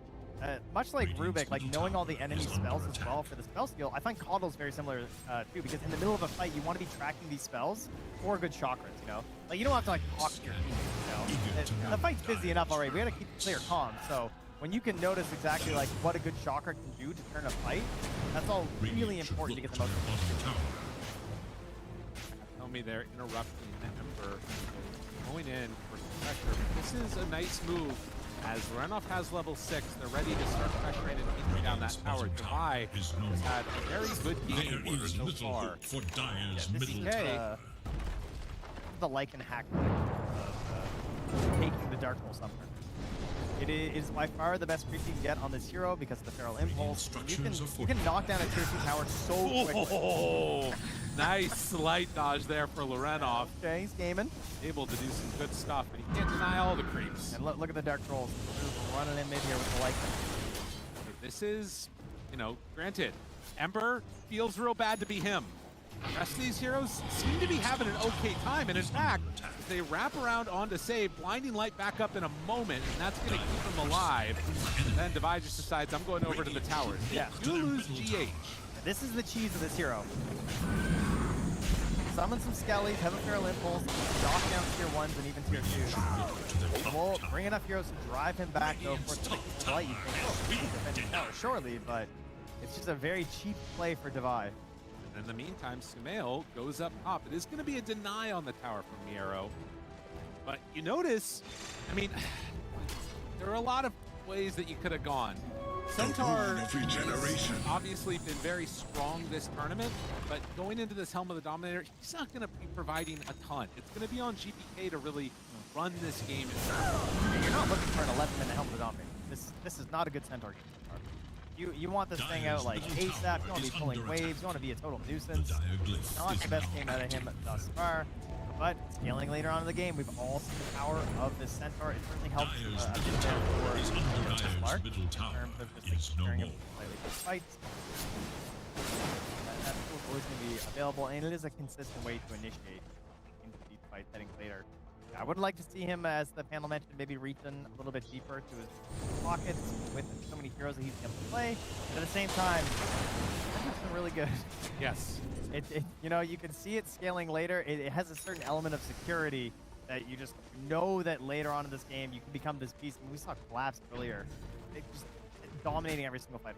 Radiant's top tower is And you know, in there is another element to this, the psychology of like the last game potentially of your tournament life for Enigma and playing on this timer and like the pressure to keep things moving, to keep trying to take objectives.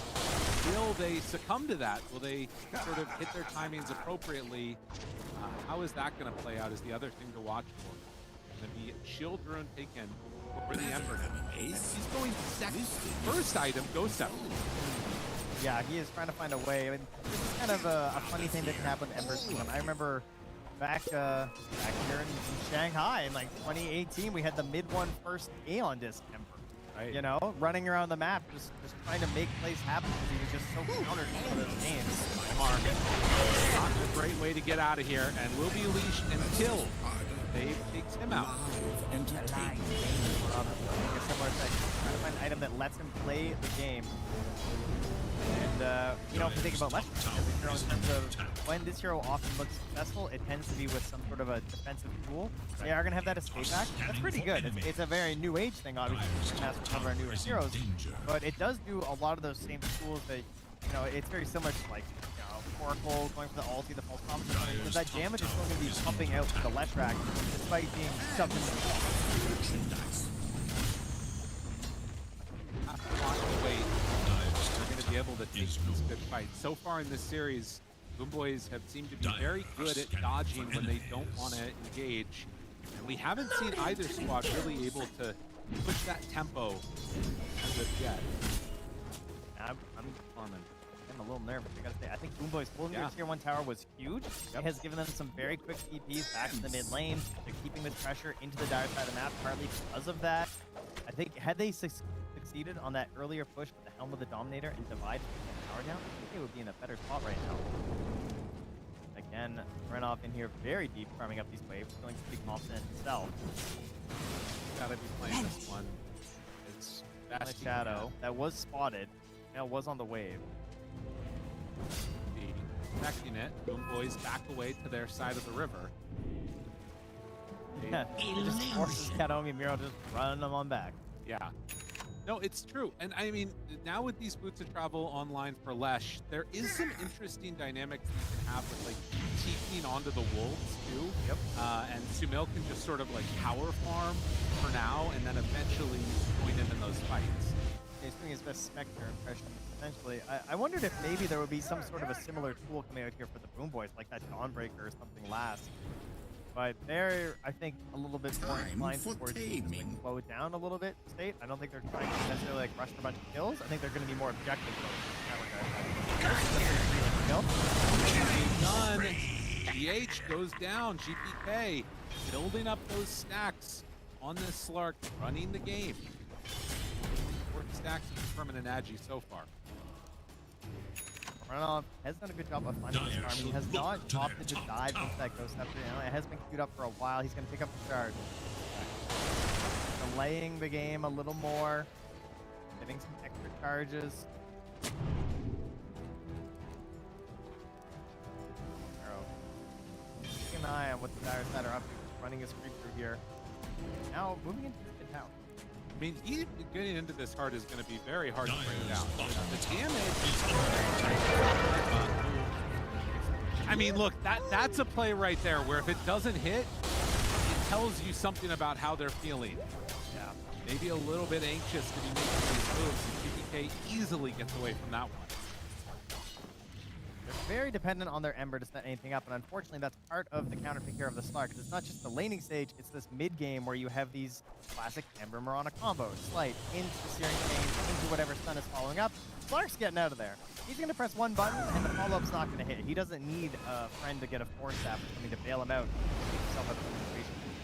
Kataomi finds another, and this is just a little bit of a bait trying to force him to rotation rather than cancel.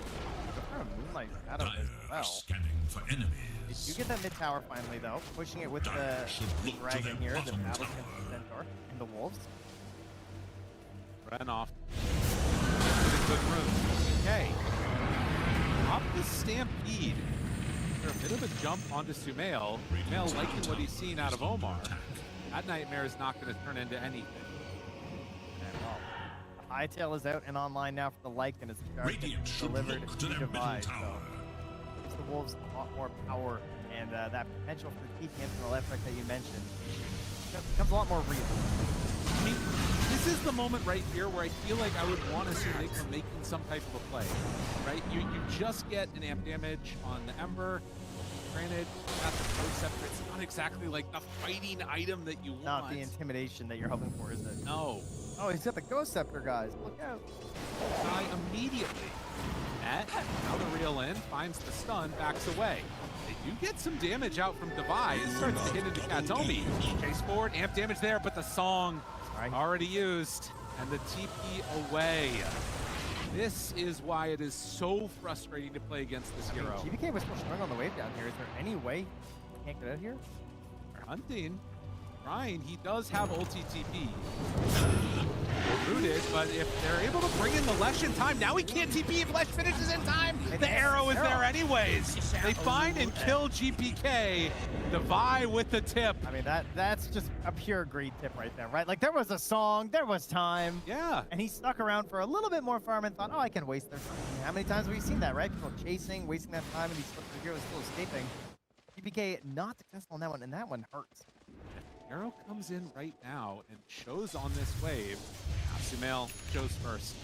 Can't make any play there. There is has little the hope for Dire's middle tower. done. Omar is trying to build into a blink. Again, elimination games. Invisibility. You're safe on the Slark, not so. 5 minutes, 15 to 20 minutes of this nighttime has been so pivotal in this tournament because it's where you can get enough of an edge that makes it so the enemy can't play you with a Tormentor or can't play you with your throat, or you find the little holes in the vision to get in and drop some wards.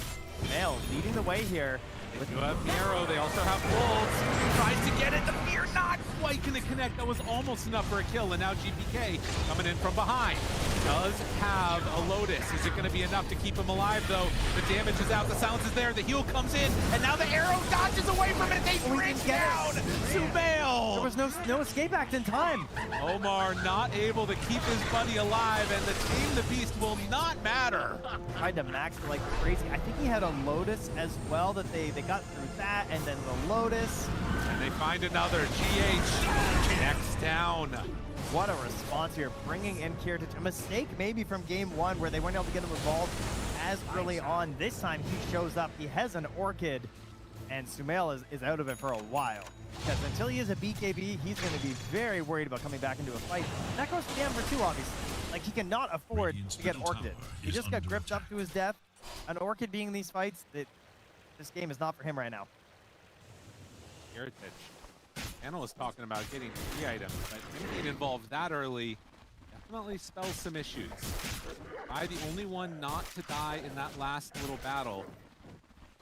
2 is trying to, after the Helm of the Overlord, go in for a BKB, then the Nullifier.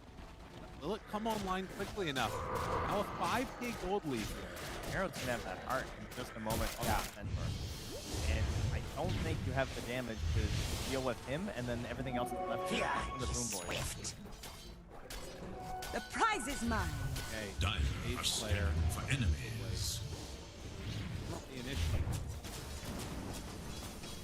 Nearby, GH. Back out.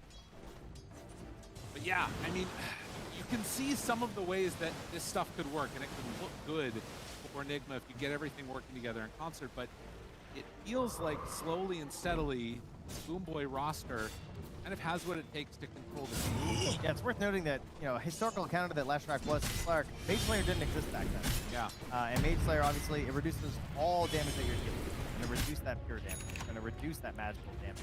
Just by sticking on top of that Lashrak. And that's where the escape act really comes in too.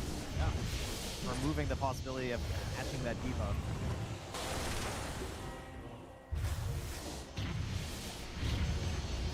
And I think right now, it's tough, right? Because like on the one hand, for Enigma, you want to go in and fight. You want to try and sort of punish this Naga Siren, but you know if you make that move, you're missing out farm on the map.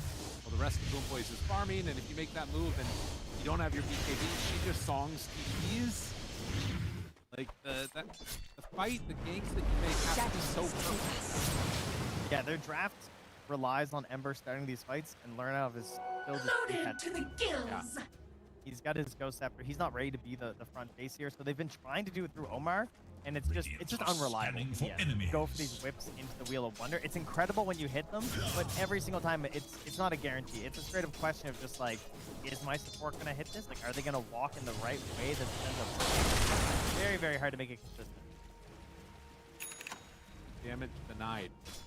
Thing that makes the game a little bit scary at all. BoomBoys are going to try and shut down, not give them the ability to take that fight. Now, this is going to be a completed BKB on the way for Dubai, and when BKBs are there, that is another way to make sure the Naga Siren does not TP out. Radiant are scanning for enemies. Really tough. Else is being there as well.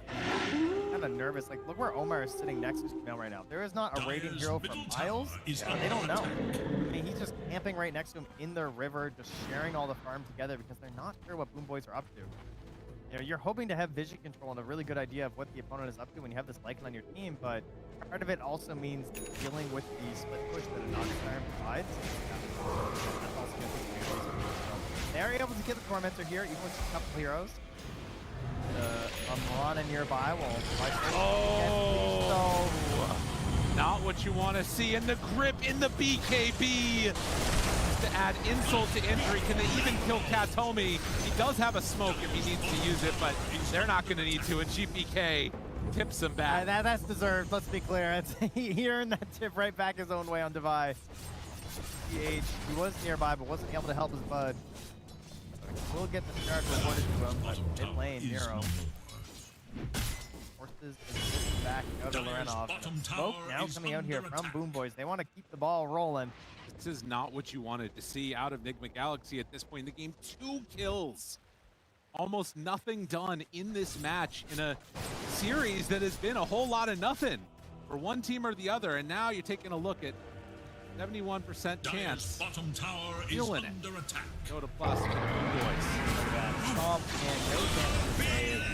Adamgay gets the last touch. Tough stuff indeed. This Slark pick, it did exactly what they had hoped. It has just, like, Lorenov is 24 minutes in and just still trying to find some place in this match.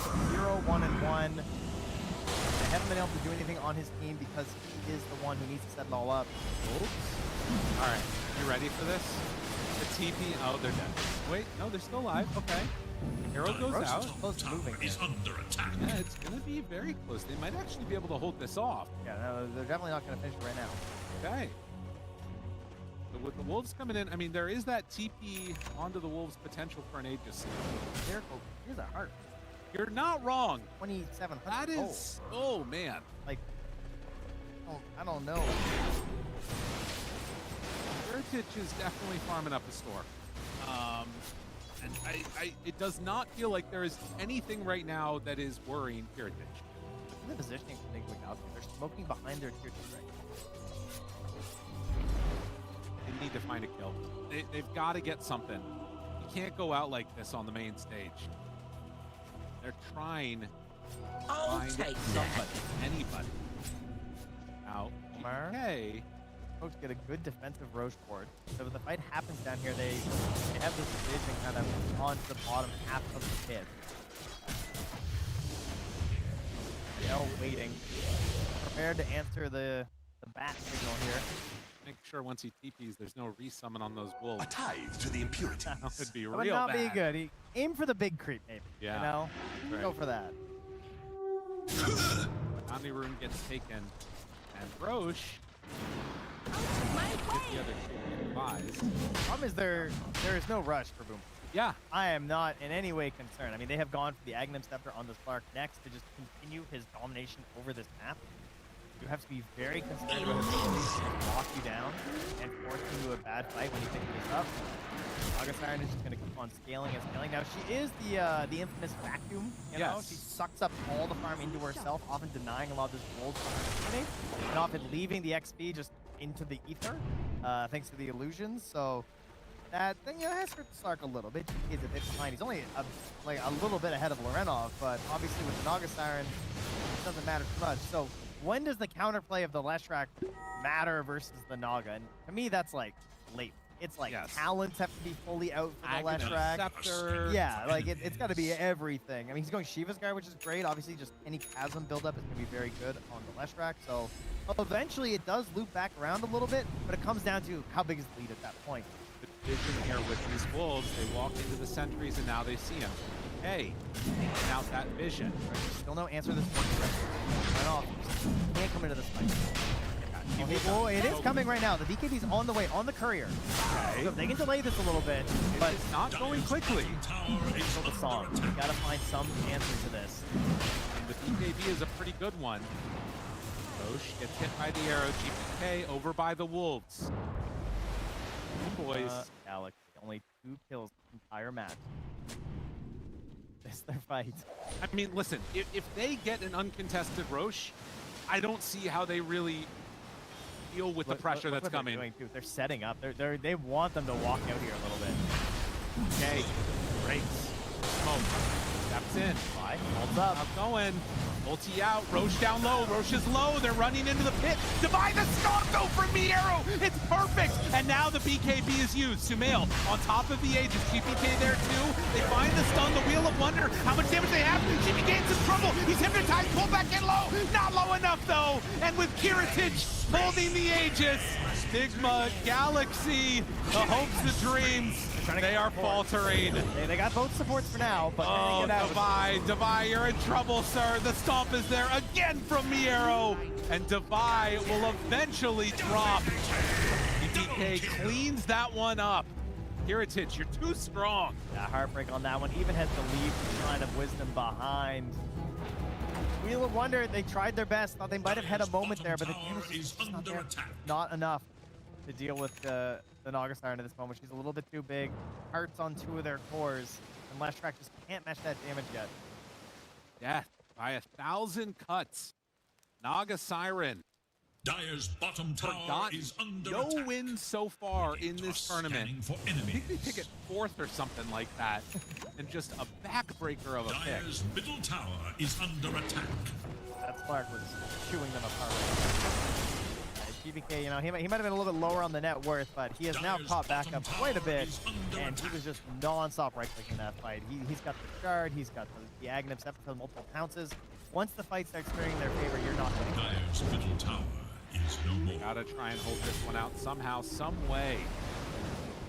For Enigma and for BoomBoys, don't throw. That's the only thing you gotta be worried about. I mean, how's the high ground? Spark, real bad. He don't like hitting buildings. Centaur, Naga Siren, it's a little meh. You know, the illusions obviously are not the big power pushes they used to be. However, they're very good at killing here. And it's really easy to take the enemy base when there's no particularly if you get like a Blink Dagger play into the Naga Siren later on.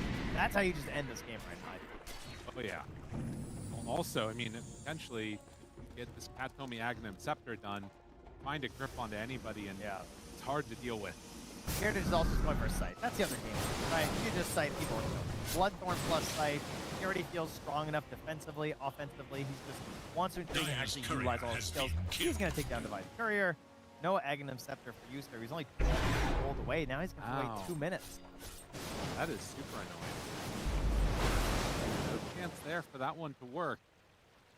To be honest, it's not even like the greatest heroes in the world to go for the wolf fight, though. It is interesting. I mean, the movement speed is pretty good. Yeah, but the lifesteal aspect is not very fantastic with Ember or Electra. I mean, so Sumail getting this Bloodstone, it does make a difference. I think that eventually that late game Aghanims is going to be there too. I'll also say one of the things that has been at times BoomBoys sort of failing has been really putting the pressure on and trying to end games. There have been times where they sit back, they wait for the next stages, the next stages, the next stages. If they give too much room, there's a chance that they could potentially pull things back in that super late game scenario, but as of yet, not seen that from BoomBoys. I mean, they're getting some very good securing the game items right now. We're hitting like level 20 talent on the Naga Siren, the BKB is done for the Centaur, the Scythe is coming out soon as well. They look like they're aiming to put this one to bed. They want to be done here on the main stage for today. I mean, this does not look like a lineup that wants to have to deal with going super duper late game. Tame the Beast is not going to happen. And Kiritich hits. The silence is there. Diffusal Blade saves for a moment. No, stop throwing out something there. They kill off Catapult. Good man to dodge. Backs away into the stomp. Sumail lives through it. Lotus Orb out for a moment. Kiritich continues to hit buildings. Devi creep is forward. Now Devi getting punched and pummeled by GPK. Renoff rooted for a long time. All right, the Greeks are coming back into the moment. Backdoor now down. Couple more slights. They slow down, but again, eyes on the prize, taking down these melee racks. They finally get the Aghanim Scepter done. Again, put into the box. GPK backs away. Now the jump. They find no stun. All right, fighting the Ember. Here we go. Let's see some slights. Ember wanting to change. I mean, this just does not feel like it's going to be doing enough.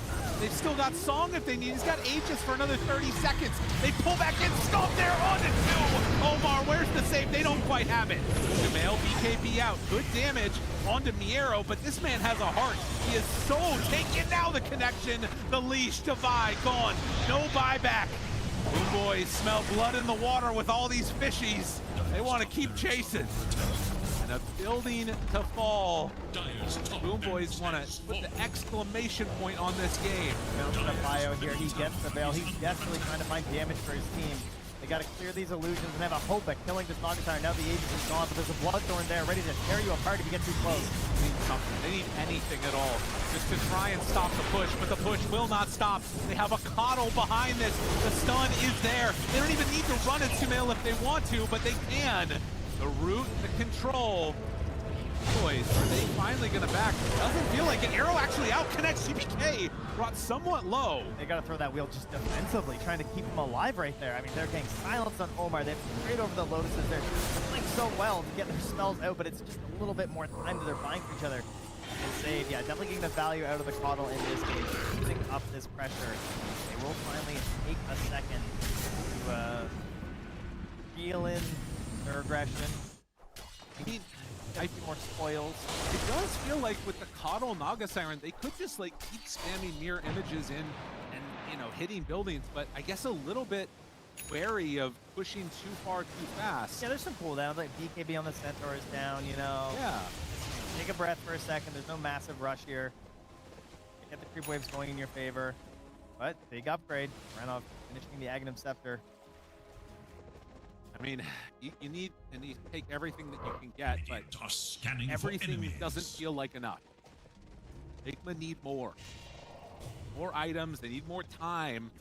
They need different heroes, it feels like, the way this has been going. But level 20 there for Sumail. That's big. Is this going to be enough with the Bloodstone almost done? It's definitely the spell you're trying to boost, obviously, is your Edict, right? That is the compared to the Edict. So trying to deal with all these illusions, this is one that can really pay off for you. Haste! But obviously, this is not just one of those games where, oh, as long as I clear the illusions, the fight's gonna be fine. I mean, the Naga herself is still a beast. The Slark is a second carry, who you also are just struggling to handle, and essentially has 2 lives with the ulti and the depth trap. Has that saved the Naga Siren too. And they've also got the save from the Centaur. Aghanim Scepter completed. It's a lot of layers to get through, even some of the harder ones there, like the Nightmare, maybe saving in a clutch moment. So many tools available for BoomBoys. Vlad's backed up as well on save. Items ready to end this game. Prophet Pendulum to boot there on Carriage. If he wasn't hard enough to kill already, that is really going to be a struggle for Electric to handle. I mean, again, all these things in a vacuum seem good for Enigma Galaxy to try and get these items and hope for a defense. I mean, I know Actually taking a fight. I know it feels bad. I feel like maybe the Shard on Leshrac would be good too here. You know, Yeah. This idea of it's so good spending high ground, creating opportunities in these fights, but obviously he really wants to finish that push. Sort of the Spellcaster Satanic, a lot of damage and as well. Dire are scanning Of for course, enemies. too, for the Mirana trying to get into that Aghanim Scepter. Yeah, have a chance of pushing out these waves. Make the damage in these fights. Already having the Aghanims though for Lorenov means that the refresher next gives him the ability to jump to the back line, try and create some issues in general. Sumail would also love to get to his tier 4 neutral. If he can get Conjurer's Catalyst, that has proven to be one of the more insane things to get. But it's just hard enough trying to deal with these illusions. See if he can make his way out to go and farm it up, though. They do get a Timeless Partisans brand, so a little bit of damage amplification from the Ember. Bad. Back to Omar, we'll keep him up. Bloodstone done.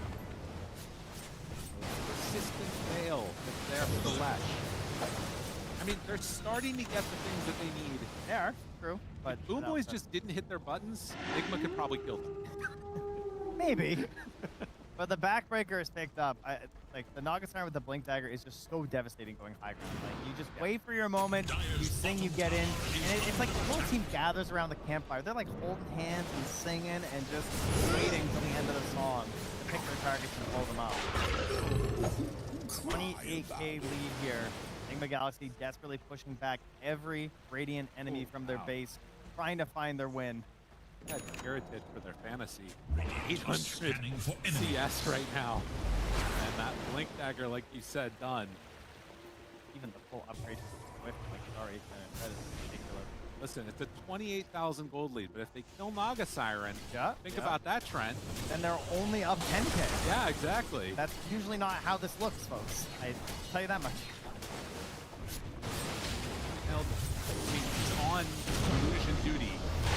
Really would love to be able to get that tier 4 neutral. What have we here? He's got Bloodstone. He's going for the shard, so he's figured it out. Yep.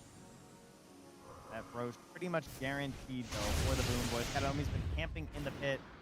Sees it spawn now. GPK comes on over, brings Heritage. So this will go down quick. They have an Arcane Rune. Now with that, be able to finally finish it. Omar standing very close to his buddy. There is a buyback here on Ember. They're going to try and go for the steal. They're going in. They need a wolf fight first, though. Give him the bite. There, it's not going to happen. They actually give the Aegis to GPK. I mean, they still go for the bite. Or running around here. on the lane. Just trying to get onto the map, I guess, to go farm the other camp. On GPK. No Conjurer's Catalyst for the Lesh. They're cutting the waves.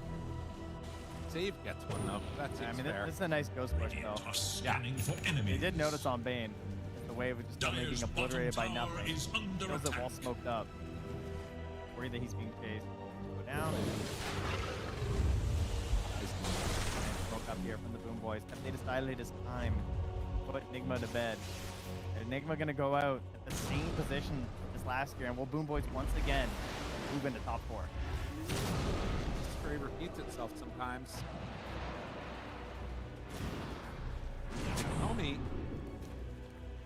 see that ward plays down. Snail starts to build up the stacks. Split Earth. Big jump. Stomp is there. Catches him. Where's the save? They need it right now. Right now. Nullify. Hit. BKB still sitting pretty in that BKB. Now, BKBs have been expended. The stun connects onto GPK. Another one is there. The ulti wears out. The root comes again. Get the banner knocked down. Good start. Okay, they hold their high ground for the moment. All right, they dangled at their Leshrac, but they have that nullifier, so there was still a lot of layers happening there, but they keep the Aegis. BKB down on the Slark for a minute. But we're going to push back that next push. BKB's used for Lesh should have to use it. Sharing off, Scary Hound. Are still nearby. Okay, the stun connects. Now the Tame the Beast of Fear, the arrow it hit! The Force Staff trying to keep him alive, they don't know. It actually gets saved by the cart too. Now they run in, try and use Naga Siren illusions, try and kill those off. There's also an instant back that's coming to the Naga Siren. That lockdown. It's so much damage. It's really hard to stop this push. It keeps coming in. The arrow there finds the stun onto 2. Catapults. Stand strong. Finally, they're going to be able to force him back. But look at Kiritich down on the bottom. The arrow is out. GH throws the arrow to connect. Now the follow-up stun. The fear immediately keeps him away. GPK onto Sumail. A lot of mana. GPK hitting these ranged racks. It feels impossible to find a fight into this lineup. He's all alone. There's nothing to do here at all. Enigma Galaxy, they have been stuck on 4 kills for so long in this game, not even finding a way to take a fight. And GPK continues to hit away on the melee racks. Where's the answer? There is no answer. They get the root control onto Lesh. Now finding this Ember. Lernoff, he goes in the wolf fight, trying to find the backlines, but there it is, the grip, but still managed to kill off the Bane. Okay, the first signs of potentially a decent fight. Sumail still getting focused and taken low. Miero chased down with the Naga Siren to the side. GPK gets hit by a freehand arrow. What a connection from GH, but the buildings are gone. The mega creeps are coming. They find their man. Nowhere to go. Omar is gone. They have only taken one more kill, and the TP away not gonna happen. Supports pairing together to bully back this Ember that just has not had a prayer. Got a buyback here. They're approaching onto the throne. GPK hasn't given up yet at all on this push. BoomBoys, they know what's coming. Although, if you lose this, well, Slark, it doesn't matter. There's the silence that comes out onto Sumail. Tries to find the stun timing, doesn't connect. Nullify there, onto the Slark. He backs away. Nero finds the stun. Kiritich onto Sumail. The GOAT taken down on the GOAT as he is gone. No buybacks on any of these heroes. Enigma Galaxy, there is no salvation in the well because they are taking your tier 4 towers. Lorenov tries to find a moment. He remnants away. But as the Ancient is exposed, BoomBoys, they get the grip. They get the triple kill. They go into the fountain. GG is called. BoomBoys, top 4. Congratulations to them. Another game where it felt like one team just figured out how they were going to operate, how they wanted to play this game. The other team just didn't have an answer. We had 3 straight games of that, where one side just knew what to do and the other could not find their moment. Issues in the draft.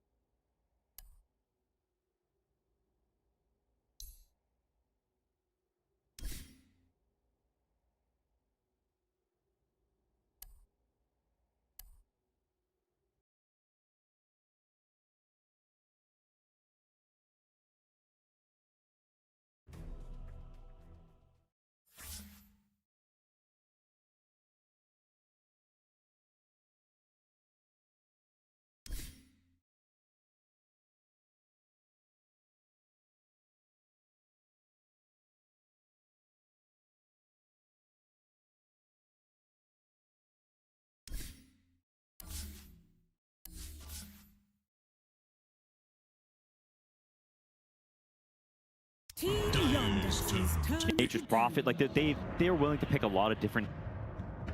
Every moment when you're here to realize you've made it to a top. There are a lot of players in the world again. Yeah. And he's also talked about his growth as a person too, and I feel like that's where a lot of players can start to feel themselves excel a little bit more. When you're here for the journey, when you're here to take in every moment, when you're here to realize you've made it to a top 3 of a TI, that you could potentially be making it to a grand final. 10 seconds. 5 seconds remain. Now it all starts with a good draft. That's what everyone knows when it comes to competitive Dota. And we do have our Game 1 draft coming up on our screen very soon. It's going to be Vision having the first pick. So pivotal for these teams. You want to be able to open up with a strong foundation, but more often than not, we've seen what that foundation look like change. Some teams love it to be a support, and others want it to be a strong core that could potentially be flexed.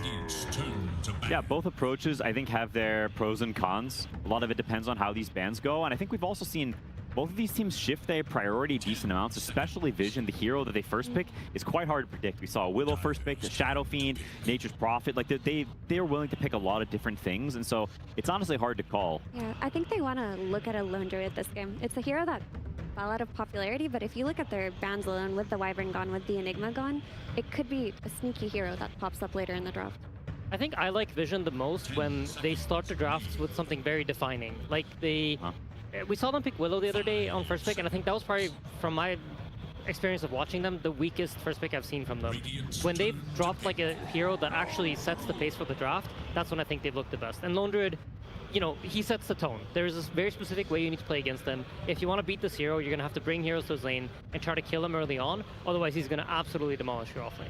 Yeah, I think this also illuminates the Enigma ban. It's a hero that we haven't really seen them ban, or many people banning its Yenex early on in the draft, but I think that is why it was banned here. It's a hero that they prioritize very heavily against Lone Druid. It gives you a chance to fight him in the lane. You've got 2 units, well, I've got 4 units when you spawn the other ones, and even more when they multiply. And we've seen them use it to pretty good success against Lone Druid in the past, so it's sort of a setup ban saying, hey, we're calling your bluff. If you don't ban this, we are going to prioritize it, and you need to have another answer. Satanic, to me, has been the most, if not the second most impressive Lone Druid in this tournament. A lot of teams in the group stage tried their hand at it, and it didn't look so good, but Yatoro and Satanic had pop-off games on this hero and made it seem like a main stage menace. It just changes the way that you want to draft, it changes the way that you want to play, and it's going to put Yandex in an uncomfortable position. I just want to quickly mention that Yandex do have a very good track record against Lone Druid, though.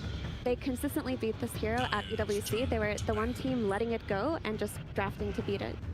Yeah, I do think Vision is one of those teams that they thrive off of having pressure. Like if they have 3 pressure lanes, then that's when they feel impossible to play against, because you have some of the strongest core players in the world and you're being attacked everywhere, and you can't do this game where you can bring numbers to one side because there's so much pressure happening all over the map. So for that reason, Lone Druid fits perfectly into their playstyle. Yeah, it's a disgusting hero in lane. You just, he walks past the wave and he just hits you relentlessly. He keeps rooting you over and over again. And so I think a key part of how you fight back in those lanes is you have to be able to fight back. There's no hiding. There's no, honestly, even really pulling waves that much. So I think that's why they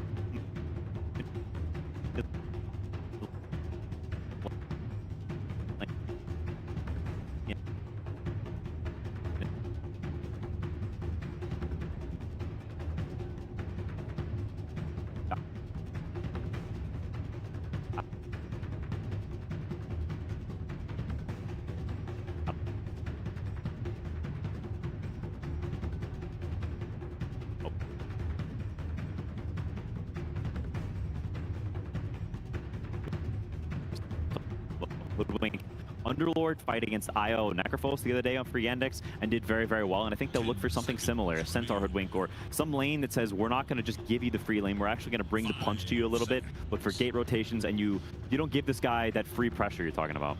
And in order to get those rotations, I think it's important to have crowd control in your lane, right? You need to be able to buy enough time for your heroes to connect. So having like stuns on the lane sets that up for your team. Even though maybe like Centaur doesn't do super well on his own, it provides the opportunity for supports to come in through the gate or the mid laner to rotate over and set up that play that way.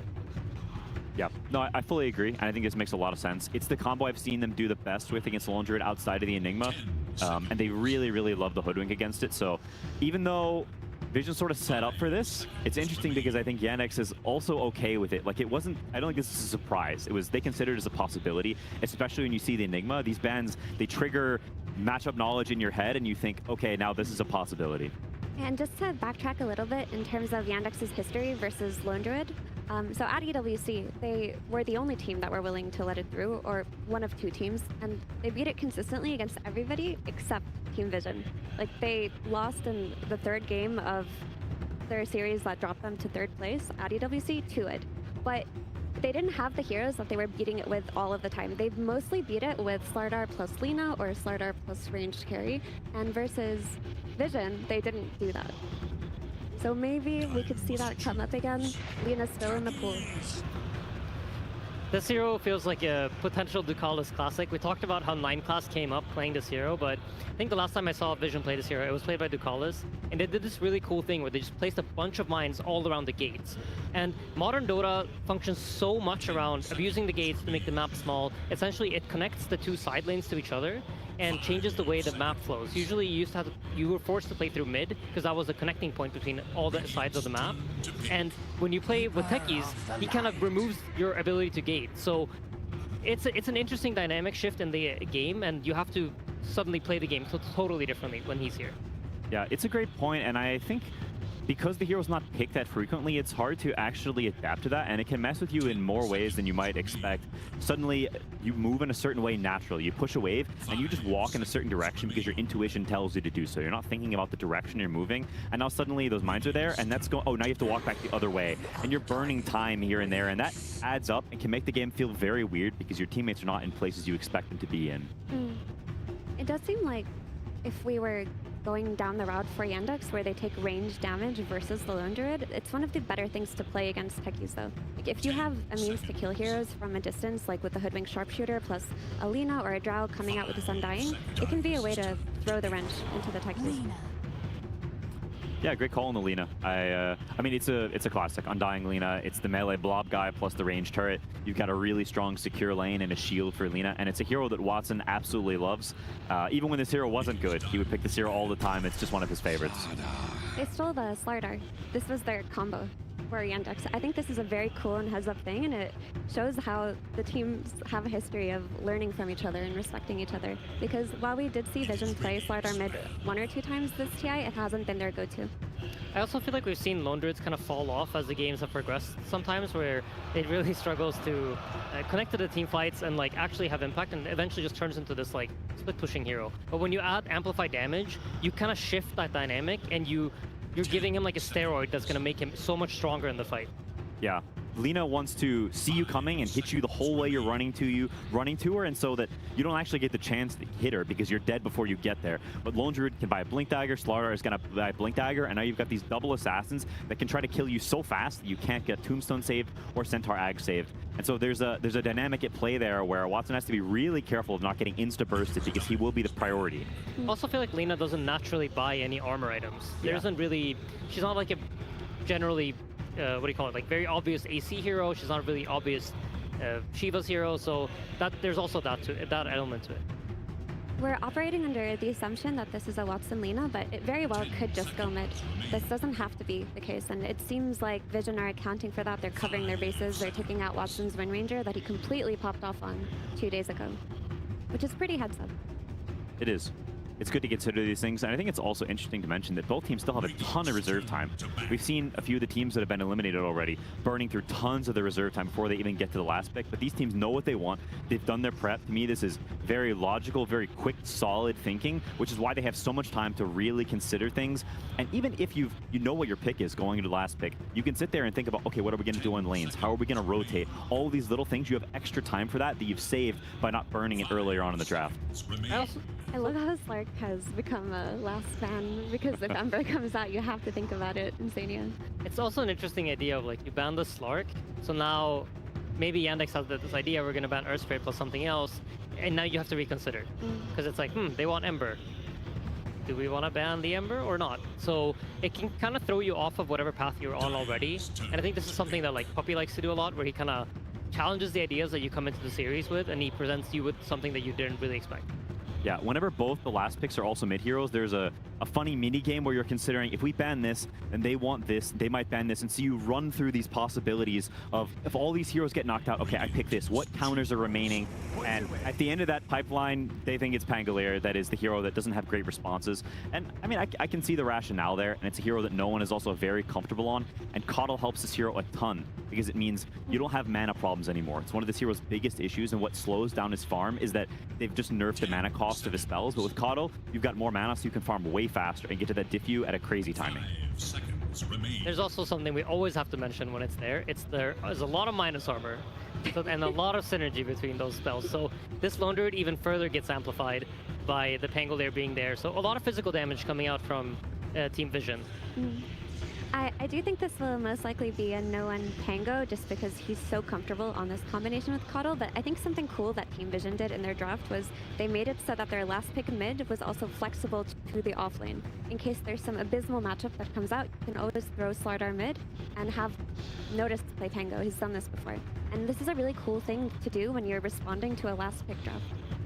Yeah, it is. It's definitely very solid, and I think Vision is happy with what they got. Yeah, and I still have the choice of where they put the Lina, and I'm not exactly sure. I think both things are valid. It is a little bit weird in that you have Undying, and Undying wants a ranged hero in his lane. So if you put Lina mid, you're sort of compelled to pick another ranged hero in a lot of instances, which then means, okay, we've got double turret. We've talked about that before. There's a lot of strain on your draft and a lot of pressure on your Centaur to be the one guy who can go in and start things. And the heroes that kind of can fill that second turret role, like I think both Nature's Prophet functions a little bit different than something like a Drow Ranger or an SF or something like that. And Wind Ranger, I would say, falls into the same category. Both have been banned out. So I think for me, I'm leaning more towards the Lina safe lane, but Watson seems to be talking, so... Is Muerta a dead hero? Because typically she's a really good... Okay, Terrorblade. Because she used to be good against all these physical damage lineups, but so is TB with his very high armor. Yeah, it's interesting, because I feel like... So Vision, they were amping up the physical damage, right? And Lina kind of, as we mentioned, doesn't really have any nice ways to deal with that kind of situation. And Yandex also mentioned before, they really are all about Watson. So this is their way of doing it. They decide like, okay, you know what, this Lina is gonna have a tough time carrying this game and staying alive. So you know what, CJ, it's time for you to tank it, and we're gonna pick TB for Watson, which ultimately has like, he's gonna be the raid boss in this game. Yeah, I think they're asserting lane dominance for Yandex, because this Lina versus Pangolier lane sucks for Pango. Like, you have to play extremely well to even do okay in this, and because of that, I think the Terrorblade will have a good lane against Slardar. So you're looking for early towers being taken and early map pressure, because if you don't get that, well, suddenly there's a Slardar blinking on you and a Pango blinking on you, and these squishy dudes who don't buy armor, like you mentioned earlier, they will explode. I really like this last pick from Yandex.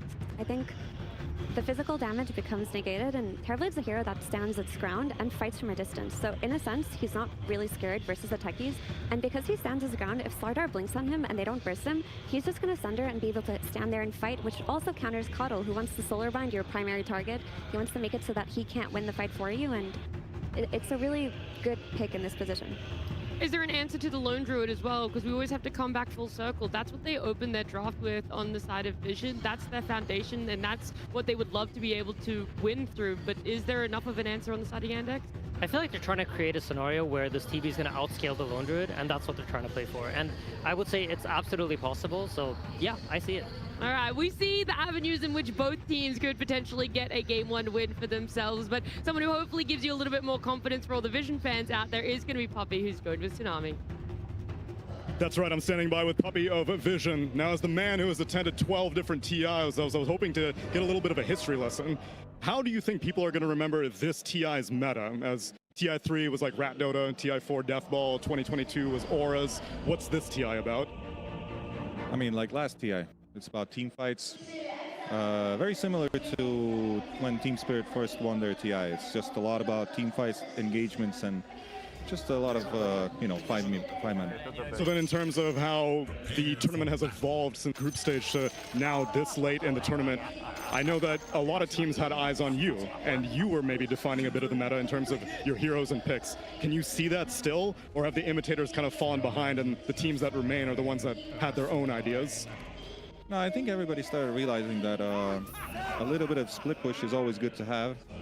And as you can see, like in these games, we have Lone Druid, they have Terrorblade, they have some Centaur Dominator, we have some Coddle pushing waves from afar. So it is true that people are getting the concept of what's actually going on. And then for this opponent specifically with Yandex, what do you think is so unique about this team that's allowed them to get this far in the tournament so far?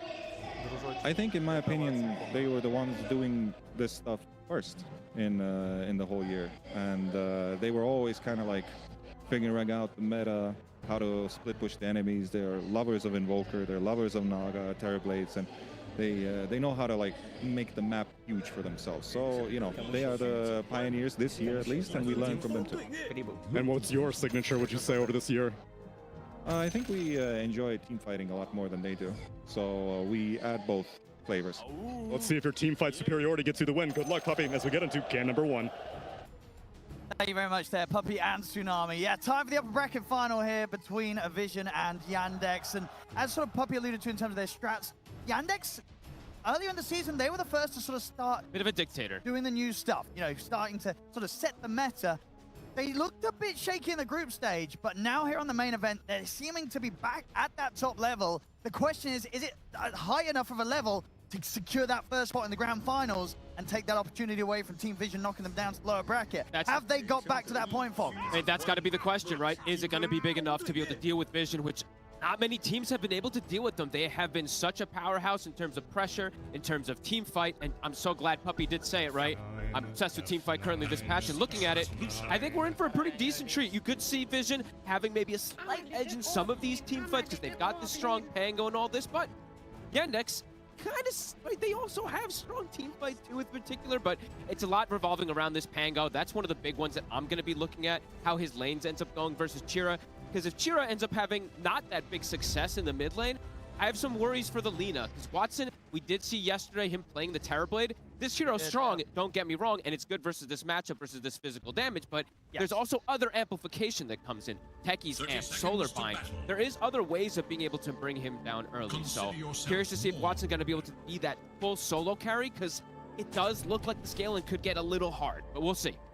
Because overall, how would you say things look for both of the carries? Because both picked in very different positions, right? We had the Lone Druid coming out for Satanic as the first pick of the draft, whereas on the side of Yandex, Watson was able to save that TB for last pick. He got his pick of the litter, right? He sees, okay, they're going for a semi-minus armors draft, right, with the Pango, with the Slardar, and he is getting to see his lane immediately as this Terrorblade playing versus that Slardar, so he does have a bigger benefit, but I'm not sure how well the address Lone Druid is going to be, because so many times I've seen Satanic when he plays this hero, even if it gets addressed a lot, he ends up having a really good game. So curious to see if it's going to be enough in this game, since he does have the backup of maybe not the most ordinary support, but to call us with the techies, it's a hero that just prevents you from getting aggressive onto a carry at times. The taser, you know, blast off. He always ends up being that kind of protective hero, but also a very good aggressive hero. So let's see how the lane goes. I think this top lane for Yandex has been so important for them so many games. How much Saksa can do. Have to say his name probably 100 times in this game. Oh, yeah. Because he's the one to watch. We saw, well, the other day, right, that, again, just the first 10 minutes of play, you can expect big stuff from Saksa, and if it's not there, you know that the opponent, in this case Vision, will have done a hell of a lot to stop this Saksa hoodwink being able to make those sort of early plays. I'm just going to be looking at top lane for the start of things here, right? Because, like you said, Saksa has been so instrumental, not just what he's able to get, but how much he sets up for DM to have a good game. And DM's been having some really solid ones for the team. Yeah, let's see how this lane is. Saksa just continuing to just harass Satanic. Does have to be a little careful with his positioning not to get rooted. He should be just fine. Let's see how this mid matchup goes. Chira should have an advantage versus No One in particular, but looking at No One too, the Pango, I'm glad we're getting to see this one a bit more because the win rate has been insane, and he's got a Coddle, which is one of the best combos. Absolutely. I mean, you know, roll back kind of a few months, that would have been a combo that wasn't being let through the draft a lot of the times, and maybe the fact that Pango in a... Oh! He's going to be all right, only just. He's out of the tangos, so we'll be sitting pretty low. What's he got coming out in the courier? He does have the bottle on the way. Well, let's make sure he doesn't get clipped by another Dragon Slave. But yeah, maybe the fact that Pango's sort of been forgotten in a lot of the drafts that we've seen has sort of just benefits it in this sort of situation. That you're actually able to get it through with such a strong kind of 1-2 combo with the call. Malady getting low here. There's another bash. Illuminate won't connect. He's sticking on him. Got another crush. And a decay. A crush. I mean, Malady will get the tombstone off. First blood. Yeah, they'll get it, but Watson will be able to make sure they get the trade, taking notice down in return. You take that as the Slardar there. You're in a matchup where you're playing versus a Terrorblade Undying. This is like a double counter pick versus the Slardar. His CS is looking rough, so he just like, screw it, I'm committing for the kill. So you'll take that all day on notice. Watson also will say the same though. He'll be, good job, I got a kill return, but I think the Slardar is quite happy because this lane can be tough. Watson, of course, being left pretty low, just down to the last tango. Very far on 1 charges. A lot of good chakra combos. Have to mention the Slardar as well, too, right? 9 class can do quite a bit here. And these blasts are connecting. They're adding up. Watson is starting to get a bit low here. Doesn't have Soul Rip. Does he have extra regen coming? He doesn't. So that was the last tango he had. That actually is going to be very dangerous for Watson now. Notice is going to be able to free farm perhaps in these next few waves because of it. I mean, if you get caught in a crush of the blast, it's going to be pretty painful for Watson. Mid matchup, we're seeing that disparity. Chira is playing it very nicely here, shutting down no one, getting these extra denies as well, as he needs to in the matchup. Bottom. Bottom. The cross, into the blast, not quite enough. He's got the 1 charges, but continuing to just sit on incredibly low HP down on this bottom lane, Watson. He is not having a fun time. I hope he does have a salve coming out. He really does need it to be able to reset that HP. But noticed, after getting first blood, he'll be able to get this extra CS secured for him. Doing a good job down there. Already seeing signs of the 2 supports of Team Vision being suitably annoying. Oh, yeah. 9 class down here on the Cottle blasting away, and the same's going to be said obviously for Takalis on the top on his techies. 2 supports that you don't want to mess around with. And Malady, he's got the tombstone. If he can survive. Looks like Notice doesn't want to try and chase underneath the tombstone to finish Malady off. Respects the fact that Malady is holding the stick charges. Class really wants to try to commit for the tombstone to kill it, but has to be careful himself for a second. Now he's actually going for the blast onto Malady. Malady's going to be able to chase him off pretty safely. Won't really line up another blast, even if he did. Unlikely to hit. Watson! Malady makes a mistake, but maybe indeed Watson's going to be the one to take the hit. No, not quite. Angle's not there. They're able to dodge it. They're doing some decent work down here. These blasts are very annoying. Seeing more people go for this skill build on the Cottle recently, at first people were just always skilling the Blinding Light, but in this lane matchup can absolutely see the reasoning to just go for this Illuminate with the stuns. Honestly, gotta say though, considering how much Watson and Malady are having to dance around, look at the CS. Good. Yeah. 16 and 8 on the Terrorblade. The amount of pressure that's being put onto Watson is high. They're trying their best Vision, but they're not massively slowing him down. He's keeping his cool throughout it. Still able to find the CS. But it's a lane where he should be, like, on paper, right? This is the design to have total free farm. So the fact that they're doing this is pretty big. 9 class gets the catch there, of course, onto the Undying. We'll be able to get the D-ward as well. And looking on the flip side, too, right? Satanic, he is getting it. So it is that 25-8. They're not able to pressure him as much with the Centaur and the Hoodwink just yet. But that mid lane. Look at the CS. Chira's playing it beautiful. Yeah, this is a painful laning stage for no one. But you said, well, not necessarily a surprise, or not a surprise. Even to this extent, you're still kind of signing up for this. Maybe he could have a couple more CS on the Pango, but this is to be expected. I think these Linas have just shown they can dominate. But the Lina is not the safest in this hero, as we were mentioning. She can be super fragile. Yes, you can be, speedy and all this, but there's so much damage that's coming out from Vision that Chira is going to have to be careful in the mid game of his positioning. It has to be perfect. He's got saves, he's got Stampede, he's got the Tombstone eventually, but in the early game before those come out, He's going to take a lot of damage here. The Tombstone's down as well as the Blood Grenade. Bushwhack. It's going to connect. Saxa, he don't miss. Yandex bringing in the numbers mid and ensuring that Chira Jr. around that Laguna Blade taken down. The blast not enough to finish Chira Jr. Will lose his courier to 9 class. He's got another blast. Is he going to get this connection? I mean, that would be pretty crazy. No way. It hits him. Oh, what? Nice. All right, 9 class. All right. Quite the moves there. He's been annoying down bottom lane, and now he's come over to mid, and he's only just gone and helped take out Chira Jr., who was having a fantastic time in the lane. You want to have a little fun one? Look at the net worth right now. 9 class is ahead of his Pango now because of these 2 kills that he's been able to find. And honestly, Not the worst support hero to have this sort of boosted net worth on, right? A Kotl, there's a reason why we see Kotl core as well sometimes. This hero can do a lot with the money. He can do an absurd amount with this Holy Locket for sure. It's crazy how much potential you have. And as you said, has great chakra targets in this game. And all this meantime, too, the Undying had left the bottom lane. Notice is able to get that active arm. He's matching the farm as a Slardar versus the TV lane and Undying. So very good start here for the side of Vision. But Lina, as we see Chira still at the top. All right. Yeah, we all love to see this. Gonna do the classic bear things here around the Wisdom. Yep. And this is because, I was actually just speaking with Arteezy in the backstage too about this, but it's because he's won his lane. He's able to just play, farm, send the Baron, has no threat right now since they have the backup to go for that Wisdom. Pretty even on the numbers though here, but it is this Pango, right? No one. Very tough entry into the game. He's gonna need some help. I mean, where's that help gonna come from? 9 class. Just 9 class being constantly ready to swing over the mid, throw out a few blasts. It's a chakras, blast, and then it's just stacks, right? If they can get some of these stacks in order for him, that can also be really nice. Of course, Kotl being one of the best ones to be able to set up those stacks for something like the Pango. So I'd like to see some stacks being formed from Vision to get no one back into this. Stacks up. It's on the mid again. Swashbuckle forward straight away. They come in with the burst. The Laguna. No one is dead again. Jira, another connection. Won't get the haste rune. 9 class will be able to get away, but the pain and suffering continuing for no one here in this mid lane on the Pango. It's going to be very early boots of travel here for Chira to get involved around the map. And the tower, too. It's going to be gone here. 8 minutes in. Kyle is trying for the deny. They know he's there. Oh, nearly gets it, but I think rolls a little low there on the right click. 0 damage.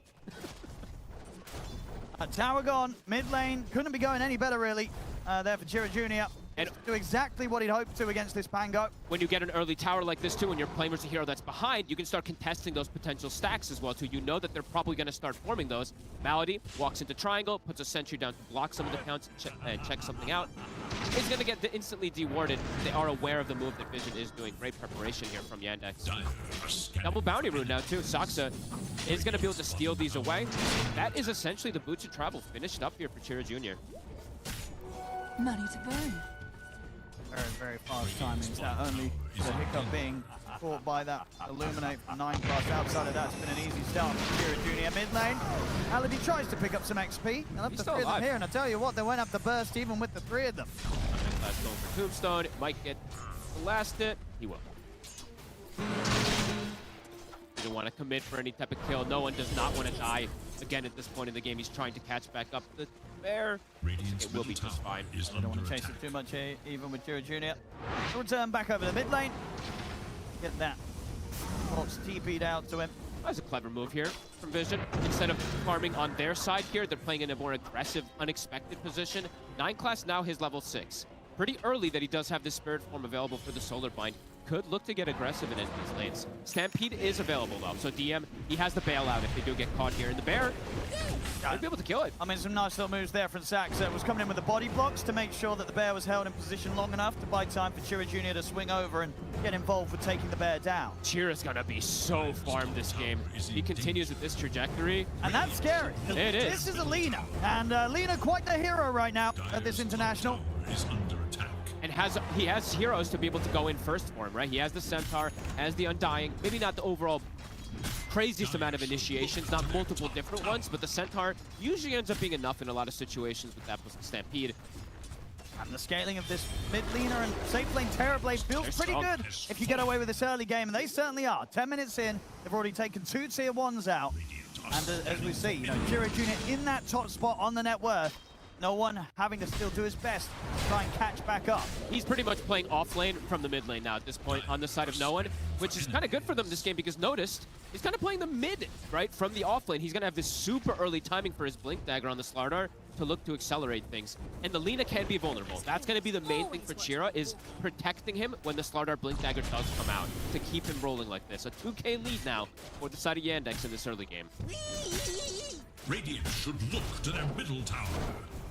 Dire's bottom tower That's is at least under being able to keep Satanic out of the danger. He's outside of losing that tier 1 tower in his safe lane. Still able to farm pretty safely without any threat to his own life. Got the Maelstrom done, so his timings will start to accelerate. But Watson also, now at this point, is starting to accelerate himself. These two early towers are very important for Yandex to continue this pressure, to continue shutting down Vision's early game.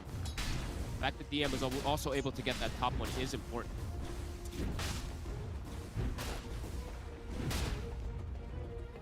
It's just with these creeps.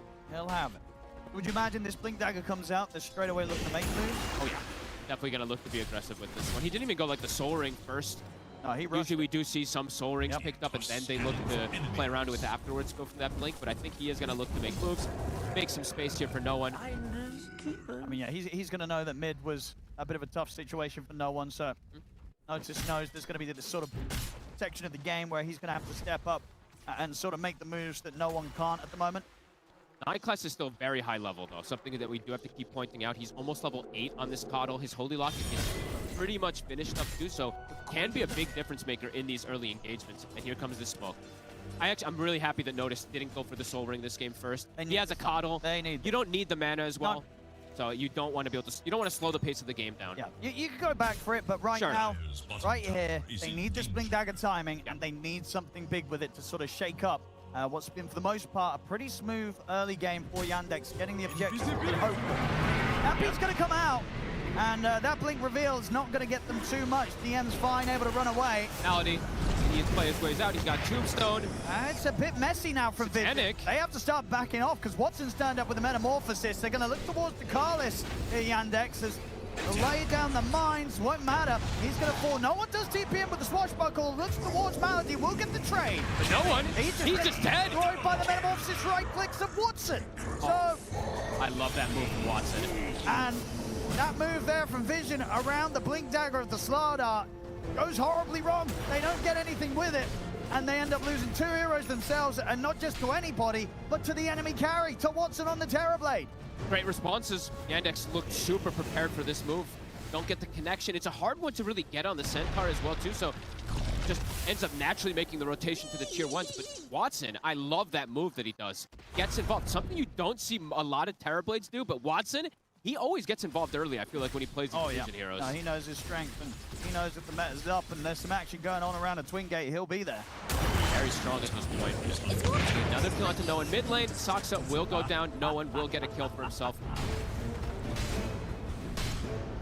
What's the pressure onto the tier 1 tower themselves at Vision? It's a big root. No One does find the amp damage. Stampede still on cooldown for about 15 seconds. DM getting into a more careful positioning. Radiant's middle tower is under attack. Like you said, now it's fine for Notice to go back for the Soul Ring. It's such an effective, efficient item. On the Slardar, we'll have that one finished up, and is continuing to beat on the mid tower. It's surprising that they're not reacting to Notice. Slardar being able to get, he got like 500 extra damage onto that tower there. Nobody wanted to swing over for a moment. Axa and Chira Jr. will turn up. Make sure that Team Vision don't get away with a full push in the mid.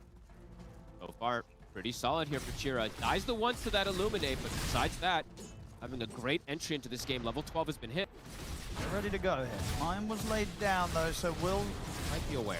Suggest that there's something going on in terms of a movement from Yandex, so Vision should be careful. See how greedy Noticed is as he tempted with the wave.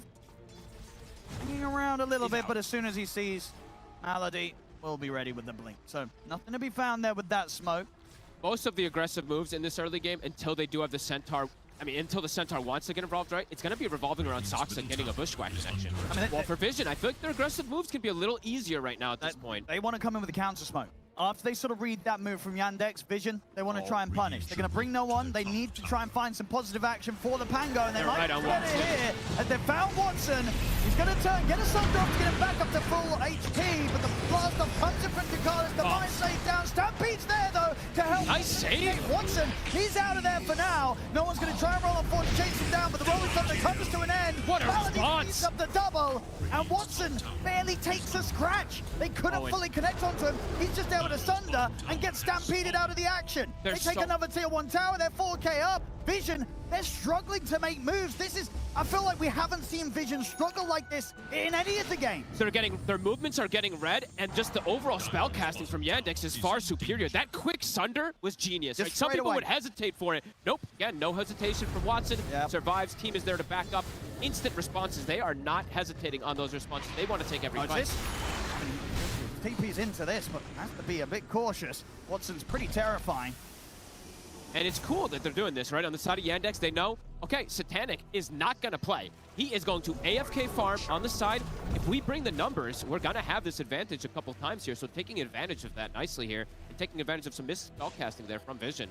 Not coordinated perfectly. They didn't have Notice connecting at the same time while the Pango comes in and get that finish up onto Watson.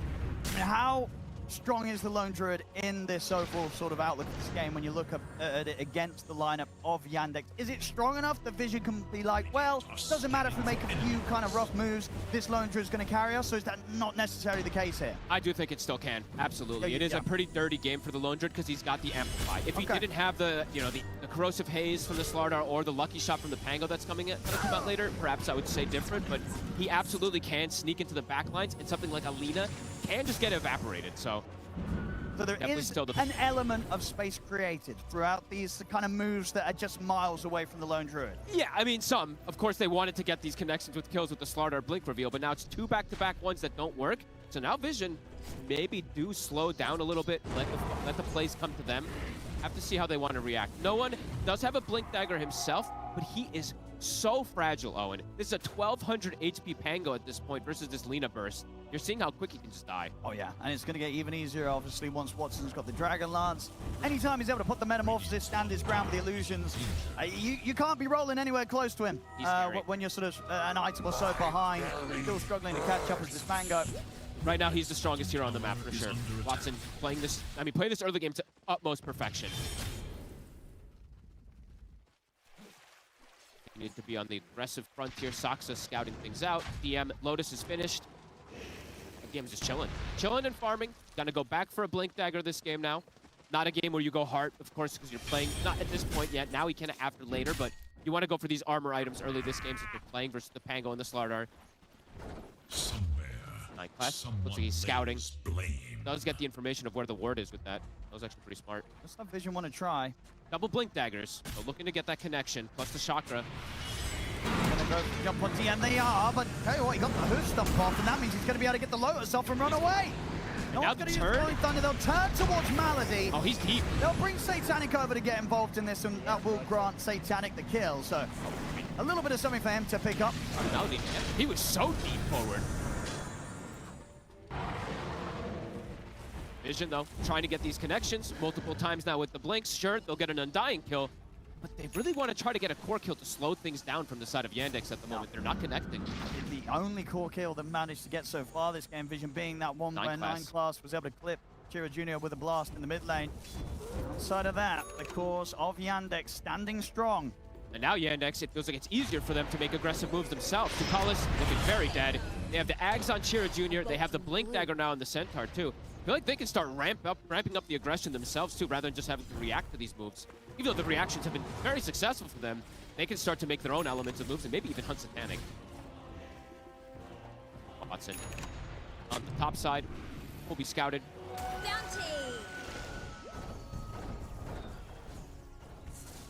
Satanic.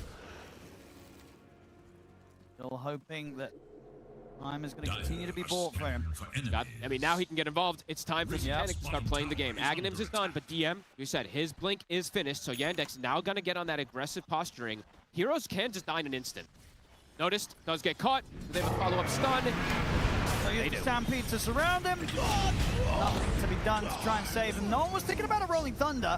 Scared to go into the full squad. Watson is there with Meta. I mean, yeah, that's the thing, right? He knows that if there's Terrorblades around, he can't really roll in. Yandex, one step ahead, it feels like this game. Tower as well. 20 minutes in. One for tier 2 here. Does Satanic want to get involved with the bear? He's just farming for the moment. Doesn't look like he wants to send that bear toward the mid lane. Meta, halfway expended. Cool to get them off the tower. Unless Satanic wants to get involved. Tess is trying to get the blast from the angle, but too many illusions. This tower's dead. Relatively early. 21 minutes in, Watson able to finish the tier 2 mid. He did warm up yesterday on that Terrorblade. He ended up not winning that game with it, but he was an absolute beast. And it was a close one, and it was one that they nearly did win. Bear being hunted, a blood grenade. Looking to sneak itself away. Now Malady. Gonna go for the jump on Malady. Malady will be able to get himself into the tombstone. Looks like he's gonna get left behind though. He denied the tombstone? I think he actually turned and denied it before dying. That's actually pretty heads up. Doesn't give that extra gold to them. Instantly respawns, so can't look. They want more. They want more. For it. Diving in between the tier 1s and tier 2. They're going to jump onto DM. They've got the full chain control. They'll take the Centaur out. Chira Jr. though lines up the light track onto the two of them with the Laguna. The Bushwhack as well. Catches the both of them. Chira? Taking down Noah, but notice he's in on top of Chira Jr. Is there anyone here to bail the leader out? There's not. Now Malady potentially dead. They're on towards him. They'll not try and push it too much here, Vision. They're more than happy with what they got there. Sure, they lost no one, but no one's already having a tough game. The job's done, though. They get both DM and the big kill, getting Chira Jr. It's Stampede. Vision, notice, another catch. Look for more, get the jump on a Malady, they get another. Oh, they're starting to get the ball rolling. They're finding their footing here now. The Stampede seems to be the biggest answer for them, and during that whole entire situation, it was still on cooldown, so taking advantage of it perfectly, getting the double core kill sandwiching. It looked nice from Chira. He does get the connection of the double stun to bring down no one, but Vision will take that all day. Satanic now able to get involved, gets himself a kill. He almost has that Shadow Blade finished up, and that's really the biggest scare for Yandex, is when the Lina can just start getting hunted even easier. Just a bear hiding behind. Yeah, the bear's going to be scary. Not that there was ever going to be any doubt when it's in the hands of Satanic. 0 deaths on him. And honestly, very, very few times that the bear itself's actually been fed. Satanic's been very careful with that. Watson going for stats, going for the Scotty again in this game. There is some healing that is going to be coming in, of course, from the Coddle, the slowdown also versus Slardar, and versus Pango is good. The stats, too. Going to be a strong pickup for him. Maybe goes for the Butterfly next, since he is playing versus these physical cores. Could be an option for him. Yandex straight back out with the smoke. DM, Zaxa, ready to lead the charge. They've got Chira Jr. coming in to provide the burst right behind them. Feels like every time Yandex, they have Stampede at the ready, they're in a very good position to either look for aggressive or defensive plays. But if they do, if Vision can bait the Stampede, they can always look for these aggressive plays and get these kills. Yeah, because at this moment, outside of that, not the easiest ways to get this Lina out of the fight. No, not yet. They have the Tombstone, of course, right? They do have that shard that was picked up from Malady, but gonna be quite some time until there's an Aghanims for the Centaur, so really is just that Stampede to bail him out at this point. Panic. They're on the hunt.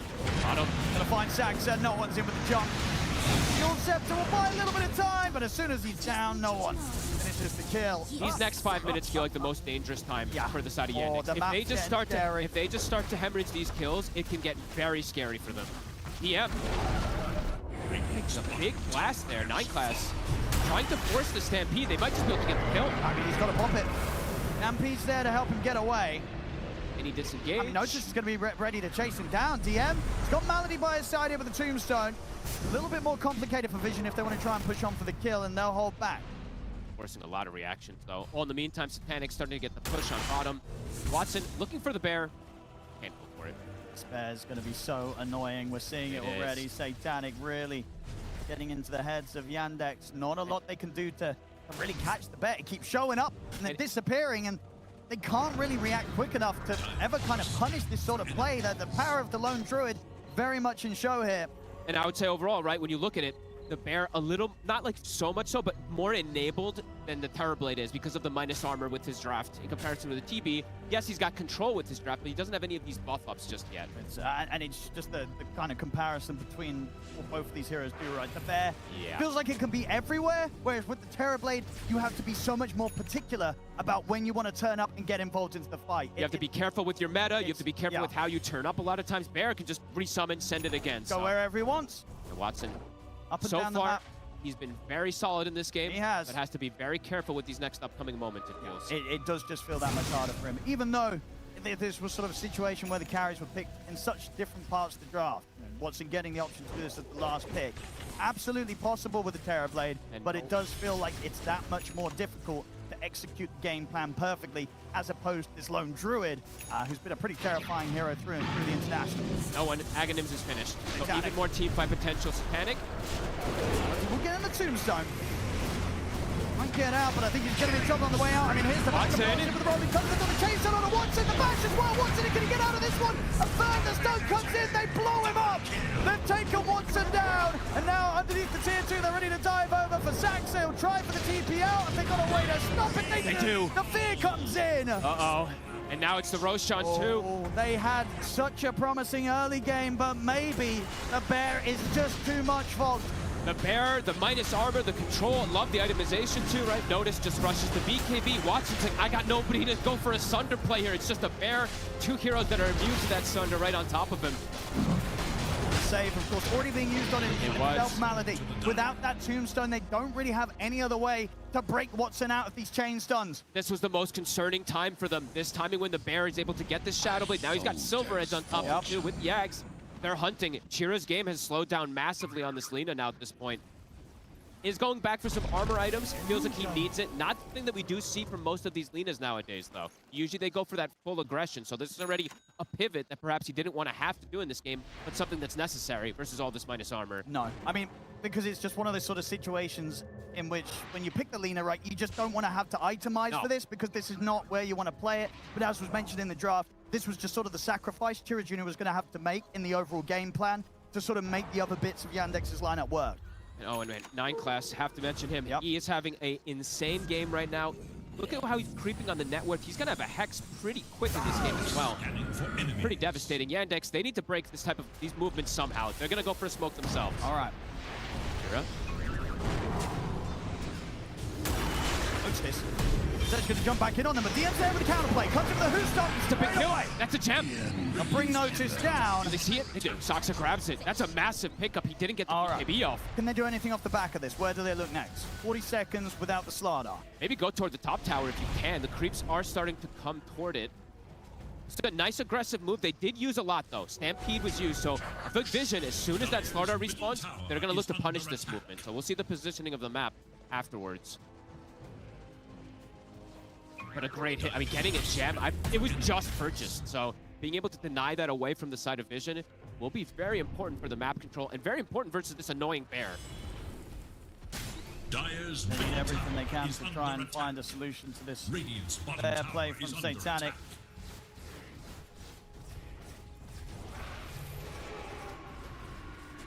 And Chira, even though he, have to mention, right, he is going for the Shivas, which will protect him a lot versus this physical, but not having a BKB early, of course, you don't want to versus physical damage, but the control is still annoying. So we'll see how much he wants to stall out for that one too. He said going BKB, it does suck in this game, but versus that Vision lineup, you don't really want to have to do it, but could be something necessary because they have so many ways to just get on top of him. No one. We'll get that connection. About BKBs, it's going to be Satanic's done here for that. Kind of having this like triple BKB now for the side of Vision. It's strong. Not allow Watson to get the Sunder off. If they get all 3 of those things collapsing on top of him, that is just going to prevent him from getting it. How's DM doing? He's going for the Krellas this game, so wanting to steal some of this healing, but that does mean it's going to slow down the timing of that potential Aghanim that, you know, could be very useful for both of his turret heroes. I love this item. You know, not saying it's a bad choice, but it does mean that it's going to slow out that potential. Yandex ready to meet Vision here. Still 2 minutes or so under left on the Aegis for no one. They have a full Hex on 9 class. This could catch them off guard.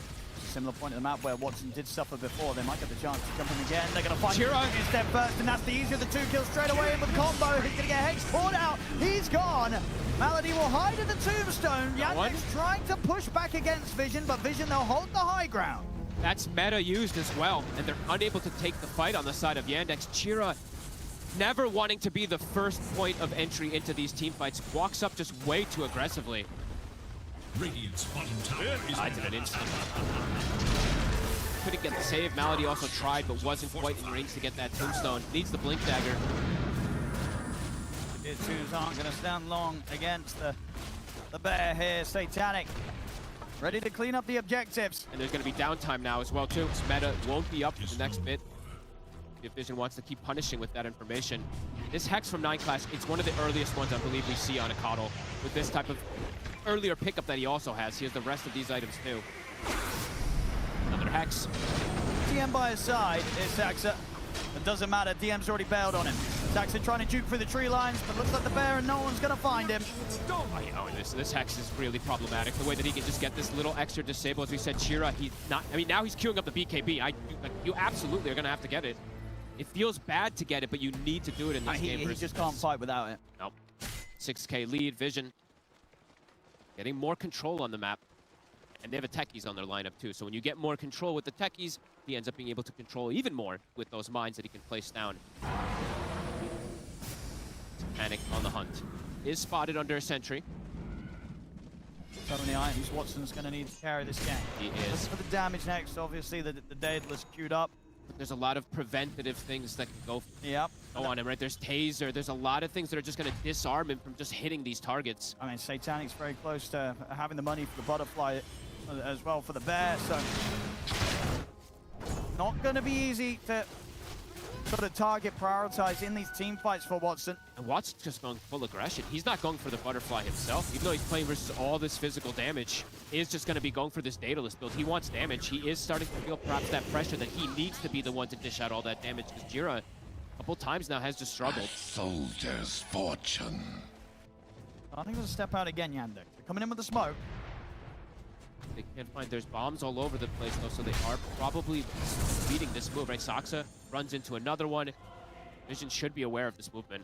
They need something big, they need to find Satanic, but it feels so unlikely with the way that Satanic's been positioned throughout this entire game. Yet to die still on the lone druid. Scan will connect, Jira trying to sneak forward. I know that they're coming. Vision, they're set up. DM's gonna go for the jump first. We'll find the here with the opening, but the Bears ready to push back the rest of the team. 9 class ready to control DM. He'll put the stampede, but Jakala jumps in with a blast. He'll get him off towards the tombstone, so a bit of safety. The Bears ready to take the tombstone down, kill off DM, and now can possibly turn towards Maladi's Malady left very low. No one's got the angle to fully control Chira Jr. Take the leaner out of this. They knew it was coming. And Watson, he's just got to step out of the fight, go for the jukes away. Are they going to see him up and not in time? Oh, what a play with the illusion. All right, he gets that out. was actually a nice little individual play, but the rest of his team... It's not great. The other two cores are dead. Oh, Saksa at least does find a courier kill, so will, I believe, finish off the kill off the butterfly that was coming out from Satanic. But Vision, they knew this was coming. The mines, the techies just reads it, puts these down. They see it coming perfectly. Great force staff. I believe that was 9 class to disengage the techies. They get the chain stun follow onto DM. It's such a disengaged, such a split up fight there from Yandex where Vision can just capitalize on it massively. No one just zoned everybody. I mean, it's seeming that... Now, how do you make these sort of moves when there isn't techies on the other side of the map? Yeah, it's really hard. Is just getting so much information off the back of these attempted smoke plays that are coming into his minds that, you know, what do you do if you're Yandex? You know how much I like this hero. When you start to play ahead with the techies, it really does feel like he's going to read every single one of the movements if he does have these mines in these smoke-catching locations. So, back to back to back. Now, Vision, a 13K lane. The game has exploded into their favor. Level 20, I mean, 9, I keep mentioning him, but 9 class is having one of the most insane Coddle performances I think we've seen. Nearly the same net worth as the Centaur, as his cores. He's going to have a BKB for himself as well. Yeah, Chira's game, it has slowed down completely in this one. Just so vulnerable.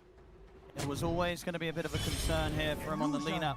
Had a great lane. The lane was fantastic, but that is nothing more than a long-distant memory here as gap's been closed. No one, he's taken over. Now having the lead is the Pango, and so much more easier for this Pango to have impact as opposed to the Lina right now. Yep. And he gets Shivas now too for no one. The only real concern for him in this game was if Watson was able to just play that turret and hit him during the Rolling Thunder. Now at this point with the Ags, with the Shivas, the barriers that he's getting applied, now Watson can't focus fire him either. So no one, his job in these team fights is just get on top of Watson and just fully control him because they didn't go for BKBs. MKB is done for Watson, as you said, full aggressive build. I think he has to. He has to play for the situation where he will get the chance to hit them and sort of be able to stand his ground. It's going to take a lot from the rest of his team to set up the fight in that sort of manner, but he's going to trust in them. It could get pretty sad for him though, right? Because it could be those situations where he literally does just get chain stunned, so we'll see if they can protect him. Yeah, DM still not queuing up that Aghanims. Did go for the Krullas early on. It's been countered, as we saw the Nullifier was picked up pretty early for notice. It does have the answer versus it as well. And now they don't have that bailout for Watson or for the Lina. The double turrets are not safe at this point.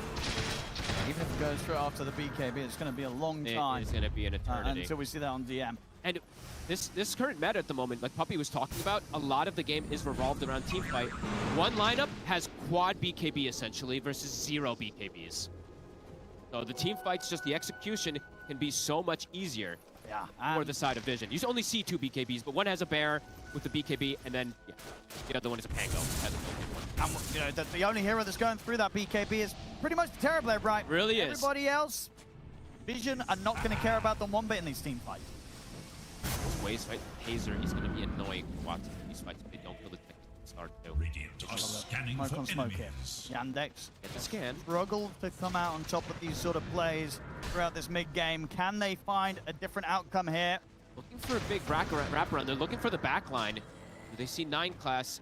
Don't quite see him there. At the moment, seems like Vision don't expect this sort of move. Making a good sort of angle. Ducalis is checking. He does expect it. He will see them. They're going to know something's up now. And in fact, you know, Vision, they're not scared of Yandex. Notice might just be ready to make some sort of blind blink in soon. Bring in. Any of the 3 men done! The 3 of them noticed, opens up the fight. The rolling to the follow comes in. Watson's going to try and react, standing his ground over the Metamorphosis, but they've already lost the Centaur. They've almost certainly just got to try and get out of this one. Yandex, the fight not going their way. Chira? They'll be stuck on the low ground. Chira Jr., he's got noticed. Back in with a close on a Malady. Malady will fall. They'll lose the techies, but they'll get so much here as 4 heroes dead on Yandex. Even a 5th as the Crush from Notice comes in from the low ground. They get the team wipe. Vision as this game just looking more and more impossible for Yandex. They just cannot make a move against Vision. They're reading every movement now at this point. The techies, Ducalis runs in, gives full information. A 3-man crush from Notice. You couldn't ask for better. Chira again, he can't do anything in these fights. He just gets completely followed. Look at this, gets stunned, tries to run away. His teammate tombstones him, but it's still at this point nothing that he can really deliver. Too much damage, way too many ways to sandwich on him. Just an awkward spot for Watson as well. Only able to try and get some, a few right clicks in, but pretty much from low ground situations for the entirety of the team fight. It's just not the position Yandex wanted to go for, even though they were the ones to try and set up this play. They're feeling desperate now in this position, and it's really starting to show. Vision's got all the answers now at this point. Great itemization, great ways to punish just lack of BKBs, lack of ways to prevent these stuns in particular. Baiting the Stampedes time and time again. That's double Raxes. And even more items now going to be picked up here for Satanic, who did not die in this game. 3-0 and 14 so far. Flawless performance. 600 blast hits on this pair. 340 minutes. Another Roche. What do you sort of take away from this game if you're Yandex? It's getting very close to that territory where you can only imagine they're considering what to do in game 2. They had such a hopeful looking early game. They were able to outplay Vision in some of those early moves that Vision were making against them, but as we mentioned throughout all those moments, Satanic was having the space, so maybe those moves that looked a little awkward for Vision weren't that awkward at all. Sure, it didn't go smoothly, but space was being created. Satanic's getting out of control, and now everything's falling together as a team, and just constant back-to-back outplays here from Vision. Chira being stalked. Notice is on him. He's going to see him. As Chira Jr. finds him again. Nobody's going to be able to come and help him. He'll try and TP out, but the Hex is there. He'll be dead again. I mean, my biggest takeaway really is that Chira, his game it completely fell off a cliff off of one death, it feels like. 1 or 2 of these deaths, and then it was like, he can't really do much of anything. He should just have all the answers. So. Especially when you look back to what he got from the lane, dominated the lane matchup, took the enemy tier 1 tower down, 8 minutes in, didn't matter. That sort of lead fell off so quickly. Yeah, but... Gonna try and stampede, but the Bear's in on top of him, he'll get the blink off. They're able to live this time, DM, but only just. Doing this to a lot of teams throughout this tournament, just knowing they just know exactly when to take team fights, and their lineup, it is insane to be able to take these team fights with this Pango, just be able to get on these targets. So tower is under attack. Maybe it will be some type of draft adjustment, maybe something along those lines, but we'll have to see. Gotta go for the potential end of the game here, Vision. Tower is under attack. And honestly, maybe you got to even just look at the support duo, right? I feel like... yeah, 9 class was insane this game. This is going to be the most terrifying support duo to let them have. Already in zones at the base, the jump's being made as Malady's out for 50, no buyback on him. And no one ready to roll in for more. Straight in on top of Watson, holding back the Terror Blade, allowing space for the Bear to tear apart the tier 3. Qualification will come out. Shira Jr. back up in a few seconds. DM trying to start some sort of defense, but they just jump straight back on him in return. He's gone! He made the jump in, but he didn't press the BKB. He's dead for 60 without the buyback. He's had a really rough game as well, too. Besides Shira, you know, mentioning Shira having a bit of a difficult one after his deaths, but DM, too. Quiet game. I do think some of this itemization could be looked at for the next game, too, because like, just playing into so much team fight. Yes, okay, there's physical damage, so it does feel bad to get some of these BKBs, but being unable to move, being unable to play also feels bad if you don't get the BKBs. Multiple times now, they've just been able to completely control these targets. Ready to go again with the push here. Still 2 minutes left on the Aegis for no one. Try and hold the Bear back. Look to burst forever. Again, notice he's able to get the stuff straight away on top of the two of them. The buyback will come out immediately from Saxon. No one getting taken out a bit low, but the rolling thunders up. He's looking to get the angle to get back in onto Watson, of course, still relying on the fact that he has that second life if it's even forced out of him. Malady gets caught out by the fear from Satanic. He backs straight in. The Undying, but can they really push them off these barracks? Top set. Final one. Taken away. That's the Mega creeps out. Shira. Exxon and Shira Jr. DM's going to come in with a jump, but the BKB's already out from Night Class and Satanic's Bear. They surround Watson. The fear's there. Into the root. They'll try and force Watson back to safety. He'll turn with a little bit of a thunder to heal up. They'll bring no one down the once, but he's going to be back with his second life. Zax is gone. 80 seconds. No buyback on him. Vision, they still have the full 5 of them ready to go. Notice this. Rolling Thunder's back up in 2 seconds. They're not moving. Sees a chance to jump, he'll go for it. Notice coming in with some fantastic blink plays this game. Watson has his meta at the ready. Can he somehow bring down any of these cores? Yeah, coming up to a 40k lead here, 43 minutes in. He's got his BKB, so he can start to actually stick onto some of these targets, perhaps. No one's in. There's a catch Watson immediately with the first connection of the Rolling Thunder. He'll turn over towards Shira Jr. instead. They're being respectful though. Vision, not trying to push it too far. They'll play it safe. He popped meta. They can back up, reset, wait for the meta to go down, and look to clean it up right afterwards. Playing it very smart. This team has been pretty perfect of how they pick and choose their battles in this game. I don't think we've ever seen them let this sort of a lead slip away. Unlikely to do so here, but you never know. On the main stage, maybe something crazy can happen. We've seen some crazy stuff. This would probably be the craziest, especially against a team that's 40k ahead. Mega creeps in their advantage. Light Class is level 25 also. Even more heals, even more damage.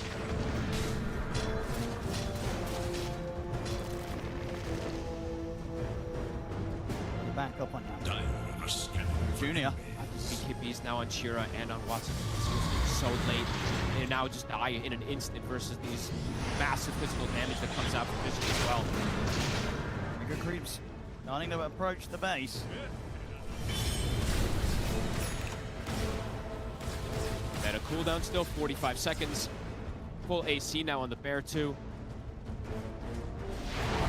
Absolutely massive on Satanic. Has not been addressed in this game. The first pick gets away with 0 deaths.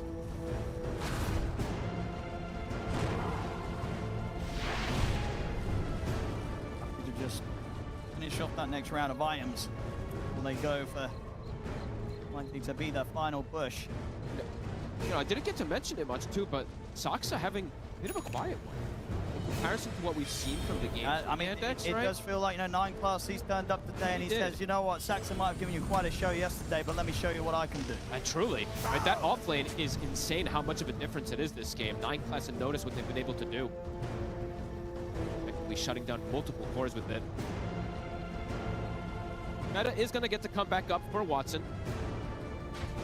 But looks like Vision's not in a rush. Chilling back, they bottle an Arcane Rune. Octarine also for no one was picked up. Disperser, starting to get these super expensive items as well too. Full Constriction, putting all the wards right outside the base too, so Yandex can't even get outside. What is it they're going to fear the most after this? Out of the heroes the Vision are playing with? I feel like it might just be the techies. It just seems like it's so? doing so much on the map. Anytime they get a little bit of a lead, your map closes in upon yourself, and you're just seemingly unable to get it back against Ducalis. It's tough to point at one thing in particular. Sure. I think it's so many cases things. for all of them. Yeah, because it's also right, like in a lot of these situations, Vision they weren't falling too far behind in a 4v5 situation, and then Satanic was able to get involved. So there's a lot of things to look at for the side of Yandex to improve in this next one. Gonna get found now on the map. This is On the bears in. absolute perfection from 9 Kira Jr. looking to get the BKB off him. Use Tombstone as well to try and save him. With the rest of the Stampede, he'll get back to the fountain. Melody's gone. Has buyback available on him. Dax, of course, still does not. Vision. Continue to very carefully approach the victory. Standing in with the bear. Trying to come in with the burst. See if they can take the bear down, though. Once they can, that's the bear gone. But now, gotta resummon, send it back. It's gonna take a little bit of time for it to get there.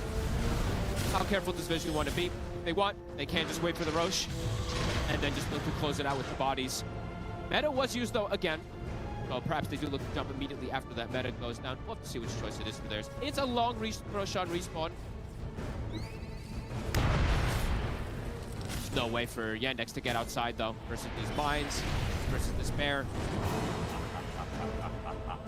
very, very difficult game for Watson to sort of be able to carry from this point. We've seen him carry, you know, against some pretty hefty net worth leads, but this coming up to nearly 50k. Definitely, I don't know what sort of item pickup can sort of save him from this sort of situation. Lot's already filled up. I mean, they also don't have the similar control, right? The BKB piercing control, like the Slardar has too. It's limited ways for them to get the catch versus quad BKB lineup that has built up Vision very early in this game. Mines now controlling absolutely everything. Ducalis.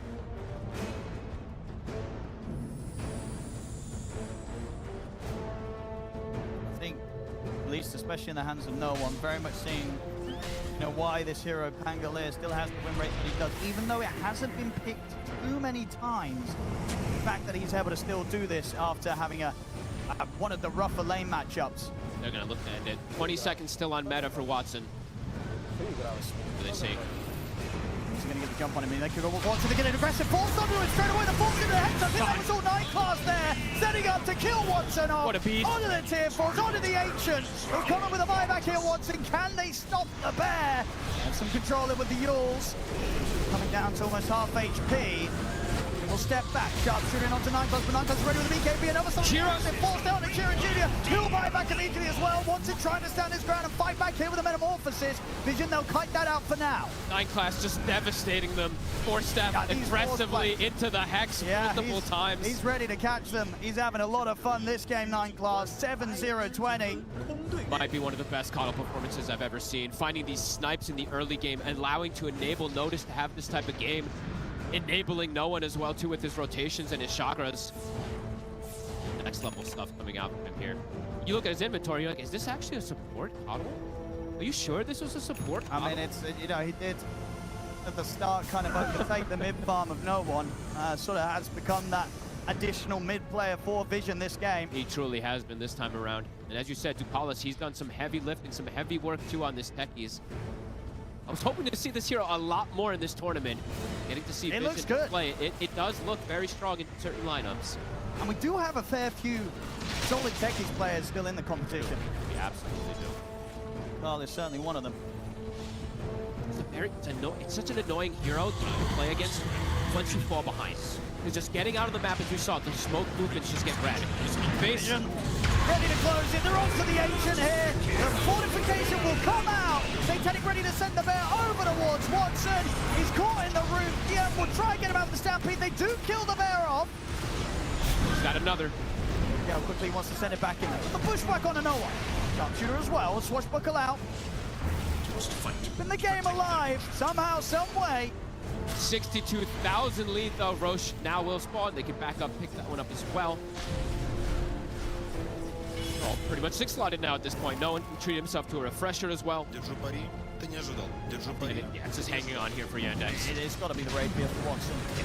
But again, not always the dream hero to have it on, but it still does something. He has done some miraculous stuff. We did see that one win Ranger game that he was able to crazy turn around, but this one would be even harder. I was going to say, if that was extreme difficulty, this is nightmare difficulty here for Watson. If he's at least able to get the courier out and get that purchase, it's not going to be easy with the position that Vision's in. He'll have to sell something for it as well if he wants it for this final defense. There's no one. Full refresher for him. Back up, picks it up, resets his mana. There we go. He's getting the courier sent out to the shop. We'll see if Watson's going to be able to get that Divine Rapier picked up here for the hold. I mean, they There's see a lot of heroes around. That courier ain't making it. It's not. There's no way. Satanic's ready with the bear. If he wants to make that pickup, he's going to have to get out on the map himself in the next 2 minutes. That's not rather unlikely. You'll have to run through 1, 2, 3, 4, 5, 6, like 20 mines to do so. And then a whole team, of course. Not much growth has been here for the side of Yandex. The other two cores have gotten literally nothing. It feels like in the last 20, 25 minutes. Only Watson growing. All Vision, it's essentially, I mean, it's 4 cores. And Satanic's pretty much got the bear 8 slotted. He's ready to pick up a moon shard next for it. And he's got 1, and he's 2, got the refresh 3 bears. Yeah. Got the shard.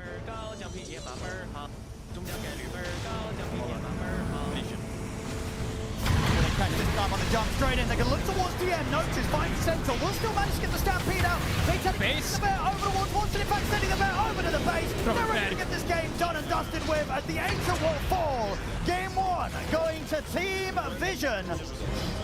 It looked like at the start that maybe there was some hope here for Yandex, but my goodness, for the majority of this game, it became very clear there wasn't.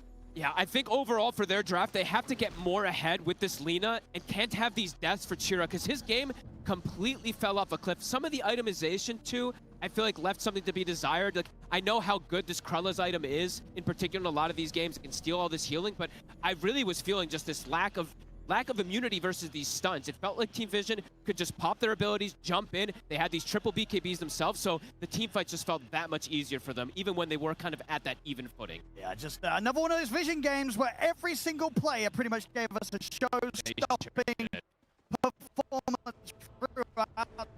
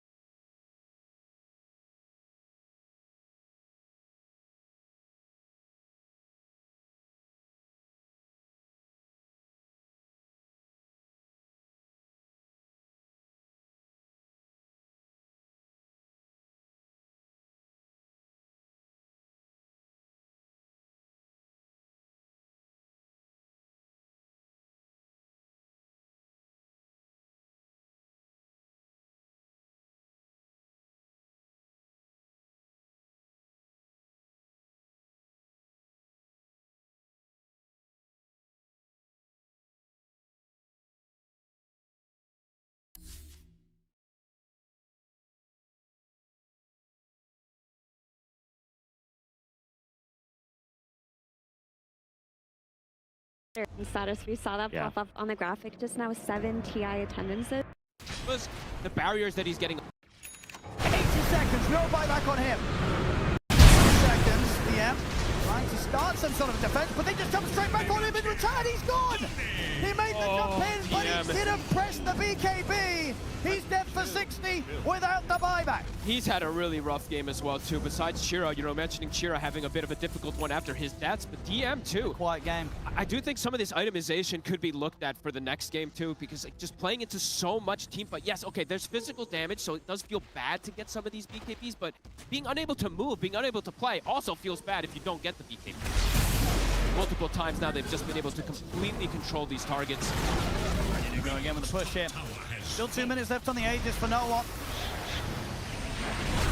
Try and hold the bear back. Look to burst through. Again, notices them to get the stuff straight away on top of the two of them. The buyback will come out immediately from Saxon. No one getting taken out a bit low, but the rolling thunders up. He's looking to get the angle to get back in onto Watson, of course, still relying on the fact that he has that second life if it's even forced out of him. Malady gets caught out by the fear from Satanic. Back straight in. The Undying, but can they really push them off these barracks? Top set. Final one. Taken away. That's the Mega creeps out. Chira. Exxon and Chira Jr. GM's going to come in with a jump, but the BKB's already out from 9 class and Satanic Spare. They surround Watson. The fear's there into the roof. They'll try and force Watson back to safety on toe with a little bit of a thunder to heal up. They'll bring no one down the once, but he's going to be back with his second life. Zax is gone. 80 seconds. No buyback on him. Vision, they still have the full 5 of them ready to go. Notice. Rolling Thunder's back up in 2 seconds. They're not moving. He sees a chance to jump, he'll go for it. Notice coming in with some fantastic blink plays this game. Watson has his meta at the ready. Can he somehow bring down any of these cores? Yeah, coming up to a 40k lead here, 43 minutes in. He's got his BKB, so he can start to actually stick onto some of these targets, perhaps. No one's in. Does it catch Watson immediately with the first connection to the Rolling Thunder? He'll turn over towards Chira Jr. instead. They're being respectful though. Vision, not trying to push it too far. They'll play it safe. He popped meta. They can back up, reset, wait for the meta to go down, and look to clean it up right afterwards. Playing it very smart. This team has been pretty perfect of how they pick and choose their battles in this game. I don't think we've ever seen them let this sort of a lead slip away. No. Unlikely to do so here, but you never know. On the main stage, maybe something crazy can happen. We've seen some crazy stuff. This would probably be the craziest, especially against a team that's 40k ahead. Mega creeps in their advantage. Light class is level 25 also. Even more heals, even more damage.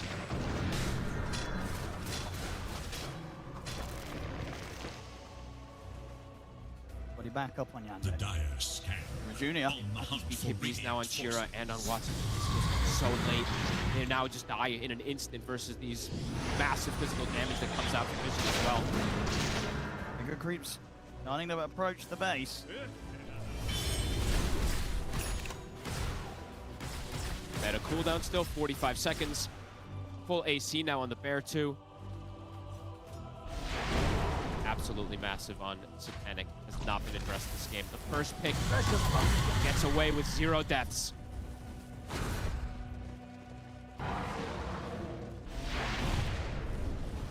Happy to just finish off that next round of items before they go for likely to be their final push. You know, I didn't get to mention it much too, but Saksa having a bit of a quiet one in comparison to what we've seen from the game. I mean, it does feel like, 9 class, he's turned up today and he says, you know what, Saxon might have given you quite a show yesterday, but let me show you what I can do. Truly. Right, that off lane is insane how much of a difference it is this game. 9 class and notice what they've been able to do. Effectively shutting down multiple cores with it.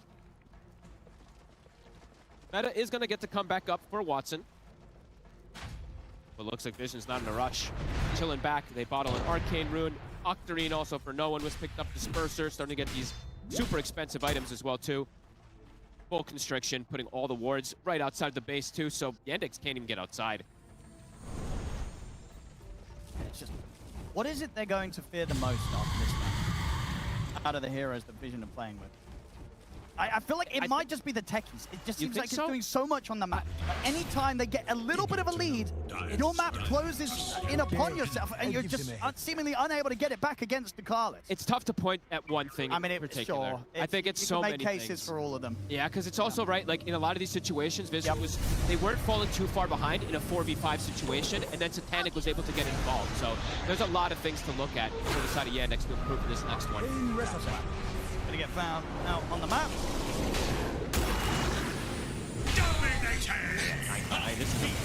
On the bears in. Absolute perfection from 9 class. Kira Jr. lucky to get the BKB off and used Tombstone as well to try and save him. With the rest of the Stampede, he'll get back to the fountain. Malady's gone, has buyback available on him. Dax, of course, still does not. Vision. Continue to very carefully approach the victory. Standing him with the bear. Trying to come in with the burst. See if they can take the bear down, though. Once they can, that's the bear gone. But now, Gotta resummon, send it back. It's gonna take a little bit of time for it to get there. How careful does Vision want to be? They can't just wait for the Roche, and then just look to close it out with the bodies. Meta was used, though, again. So perhaps they do look to jump immediately after that meta goes down. We'll have to see which choice it is for theirs. It's a long Roshan respawn. There's no way for Yandex to get outside, though, versus these mines, versus this bear. and a very, very difficult game for Watson to sort of be able to carry from this point. We've seen him carry, you know, against some pretty hefty net worth leads, but this coming up to nearly 50k. Definitely, I don't know what sort of item pickup can sort of save him from this sort of situation. Lots already filled up. I mean, they also don't have the similar these control, right? The BKB piercing control, like the Slardar has too. It's limited ways for them to get the catch versus a quad BKB lineup that has built up Vision very early in this game. Mines now controlling absolutely everything. Ducalis.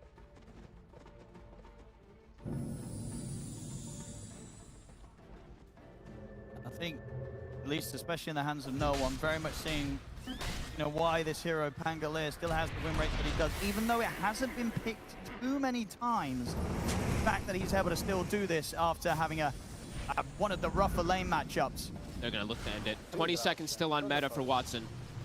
What do they see?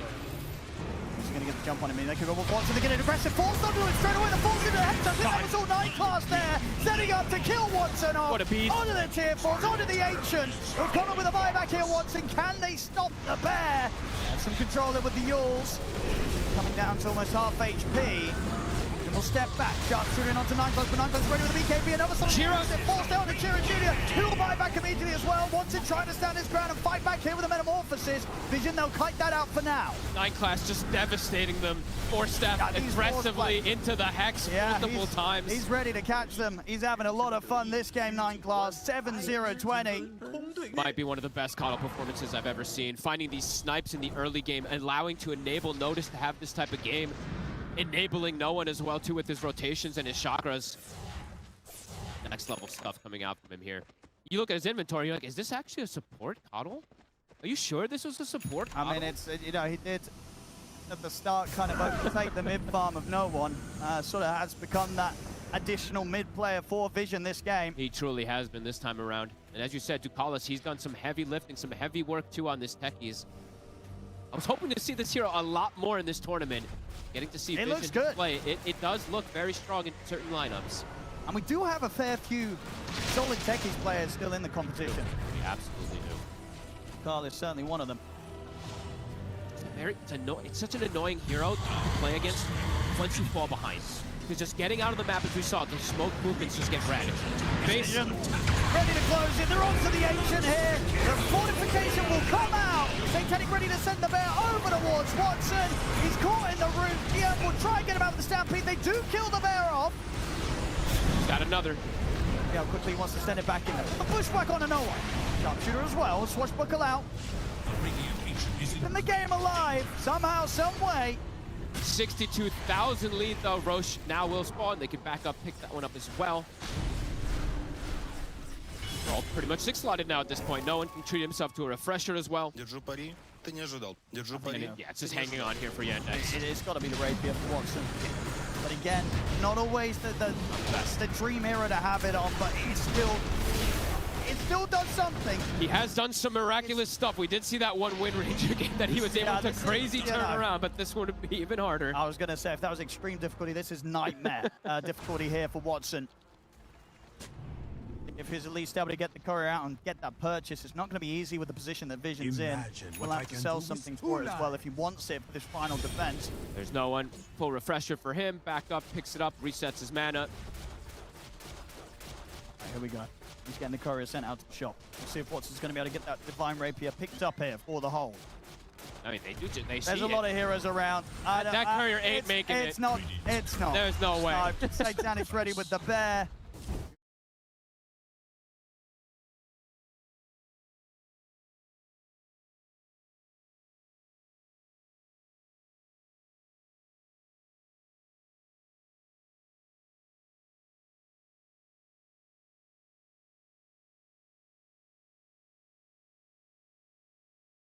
In the last 20-25 minutes, it's only Watson growing.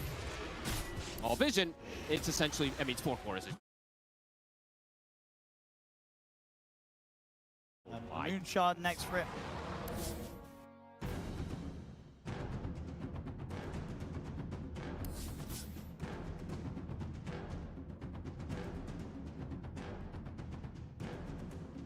Team Vision's turn to ban.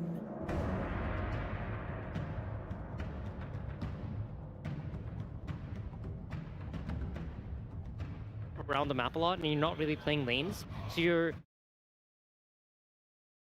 set things up. How do I actually make things happen? And Saksa is the guy to do that. He can talk, he can make sure his team is moving in the right places, finding those right moves in the early game. Bounty Hunter really fits into what TI is so about in terms of we didn't really see him much during group stages. Everyone felt like they had an idea coming into the international, how it would play out, the heroes that people would prioritize. And we get to a main stage. We've seen him 7 times now, and he's won 6 of those on this stage. The fact that he's only lost 1, it's just a true testament to what this hero is able to do, but also a testament to the teams and the players that are able to get their hands on it. Yeah, it takes people out of their comfort zone, and I think it's also an interesting risk Vision takes picking Nature's Prophet into it, because traditionally Bounty and Invis heroes that sneak around and set up on you are pretty good against Nature's Prophet. He's TPing in random places and farming in corners, and if suddenly someone sees you, scouts you, gets sneaky wards on the sides of the map while the team can, set up on you and kill you, can have pressure coming through the gate. There's a lot of dynamics to this Bounty Hunter that are pretty good against Nature's Prophet. And I think they try to match some of the dynamics that you talked about with Vision of their own in Slardar. He's one of the better heroes to play against Bounty Hunter, especially in team fights, and it amplifies a lot of Nature's Prophet's objective taking. Like, he will TP around early and get kills in towers, but when it comes to things like Tormentor and Roshan, he does need a little bit of an extra boost, and Vision feel very good about it after that game 1. It's also a flex, so you don't have the easy counter pick. It could go mid or off lane, so when Yandex is coming up to the next core pick, well, Nature's Prophet is most likely to carry, but this Slardar, it could go either place, and so it's not as easy to just straight up one-to-one counter someone. I also feel like this, I see the Vision, like for Team Vision, they're trying to build drafts where they amplify each other. It's the idea of this like triple core is going to match up against whatever you present to us on Watson in the end. Slardar, amazing for that. He makes any hero on your team stronger. Everybody that's hitting one target are going to be stronger. And this whole concept that Yandex has been playing of this 4+1 ultimately just becomes weaker against that. Yeah, I didn't think of it that way, but I think that is a great, very important idea, and I think the Tidehunter combats that a little bit, and now I can purge the Corrosive Haze. You're trying to focus one guy down at a time. Well, last game we saw everyone getting jumped. They don't have a hero that's okay being in the front line, and I think this is trying to rectify that. It's saying we want that ease of execution. We want this hero that can just waddle into the fight, a big watermelon, and you just can't crack his shell. Like, that is a very useful tool that makes it much easier to play. And it's saying we want that team fight, right, which they very sorely lacked in that game 1. A team that actually did beat Satanic's Furion this tournament was BoomBoys. They were the only ones to do it, and they did it with Ember Marona. They did it with skirmish heroes. They had an Undying as well, but they just essentially kept running at Team Vision, even if the laning stage didn't go so well. They made it so that Nature's Prophet couldn't sit back and farm. This was how Vision were beating our Nature's Prophet after like our TI win, they kept giving us Prophet, and we're like, oh, free win. Of course we'll take it. And then they would just keep bringing heroes into our lane and just delay that level 6 so much, never allow Mickey to just sit back and farm for a couple of minutes and just snowball the game that way. So it is a great strategy against Prophet. What I do find interesting here, though, is that Vision have a lot of options, right? You mentioned the flex between these two heroes. Prophet could even be a mid hero, and they look for something that actually cracks open the Tidehunter and opens that up too. So it's an early Tidehunter pick. You're assuming it's laning as Prophet. If it gets to be there, great. But Vision, they have options here. Yeah, they do, and it's something you'll have to consider if you are Yandex. I'm sure they have. No one is a player that is very, very comfortable on carry heroes, range type dudes. He can play the sniper, he's played the Nature's Prophet in the past, so it is definitely not out of his wheelhouse. I don't think he'd be uncomfortable one bit. But I also like the Wyvern quite a bit against the Nature's Prophet and the Slaughter. It's more into, I really think they felt that in the last game. We're getting bursted and we can't do anything about it, and they're picking hero after hero that prevents that so that they don't lose in the same way. We've talked about running drafts back, and losing the same way feels very silly and sort of stupid. And I think in the same way, losing to the similar type of gameplay, the same strengths and weaknesses in the draft can feel similar. And so I like that they've covered those over, and they're saying, let's play a different game. If you're gonna beat us, you gotta beat us in a different way. Yeah, that's great. It's fundamentally different with the heroes that we're seeing, but it still feels like it's not enough oomph. Not enough skirmishing, not enough running at this Prophet and making him uncomfortable. Like, Tide is going to be farming for a while, Bounty Hunter will be providing vision, and Wyvern can counterplay a lot of team fights, but there's not that hero yet that's going to set the pace for this game. Yeah, essentially I feel like Yandex, that they've tried to like fix their team fight, they have this Bounty Hunter to play the map, and now we're looking for something, like as you mentioned, Mira, to provide damage, to provide ways for them to actually also kill their opponents. And that's where the genius of Vision's draft comes in, where the hero that would do that can be countered by the Slardar mid. It's typically the spirits and the melee type heroes that CJ plays, right? Slardar lanes against them exceptionally if they flex it. And if they try to do it through Watts in the tempo setting, then you can run the Slardar plus Willow off lane, which is so hard to play into for Watson's hero pool. Wow, very forgotten hero, I feel, in the last little bit. She did get that small change in a recent patch, and so some teams still favored her. There's still good situations for her, but seeing her here on the main stage finally.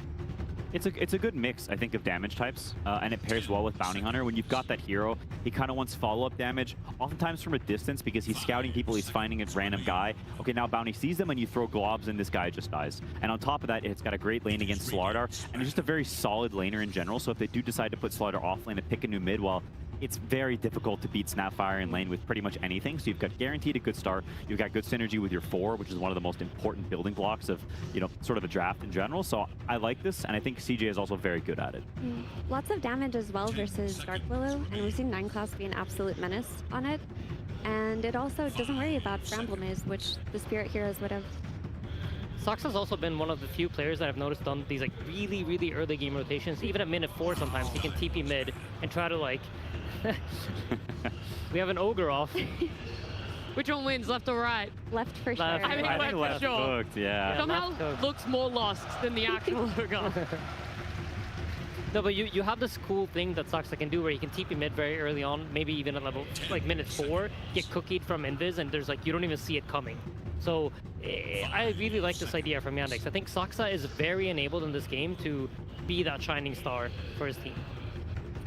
Yeah, and they leave Watson for last pick, but they don't have the absolute last pick. So whatever Vision wants will be on the absolute last slot, which means that Watson may potentially be playing against a counter pick in lane. They do ban 2 mid heroes, so it seems like they think the Slaughter mid is too bad against Snapfire. It's going to be in the off lane, and that's what they're preparing for. That's what they're gearing towards. Sometimes people split their bans, but they're all in on, nah, we think it's Slaughter off lane. I think conceptually that's really smart, because like you decide to counter Slaughter on the mid lane, essentially telling your team that we're going to guarantee that it's in the off lane, and despite not having the absolute last pick of the draft, we now get to ban the 2 best matchups against the Snapfire mid, and also get to counterpick the Slaughter. So you're setting yourself up for a very strong situation, despite the enemy team having a counterpick on you. Yeah, it's solid ideas all around. I think so much of it will just come down to execution, though, and that you can pick great heroes. I think they had heroes that could do pretty well last game. They had a solid early game, but you have to stick to it. You have to keep that confidence, and that's why I look at last game and how it faltered a little bit. You talk backstage, you come back into this, you've got a good draft, you've set yourself up well, but you need to, the play does the talking at the end of the day, and I need to see that from them because it's not a game that you just waltz over. You'll never outdraft Vision so hard that you'll auto-win. They're just too good for that. Yandex are definitely going to try, though, with their last pick here. They're spending a little bit of time because Watson has definitely preferred the Kez and the Terrorblade have been taken out, but Watson's proficient on many different heroes. Is there something specific in a hero that we're looking for here? Probably a melee hero, something that pushes waves. Generally, Wyvern wants to sit behind people, and so you want something that sort of enables that. Luna's an interesting one.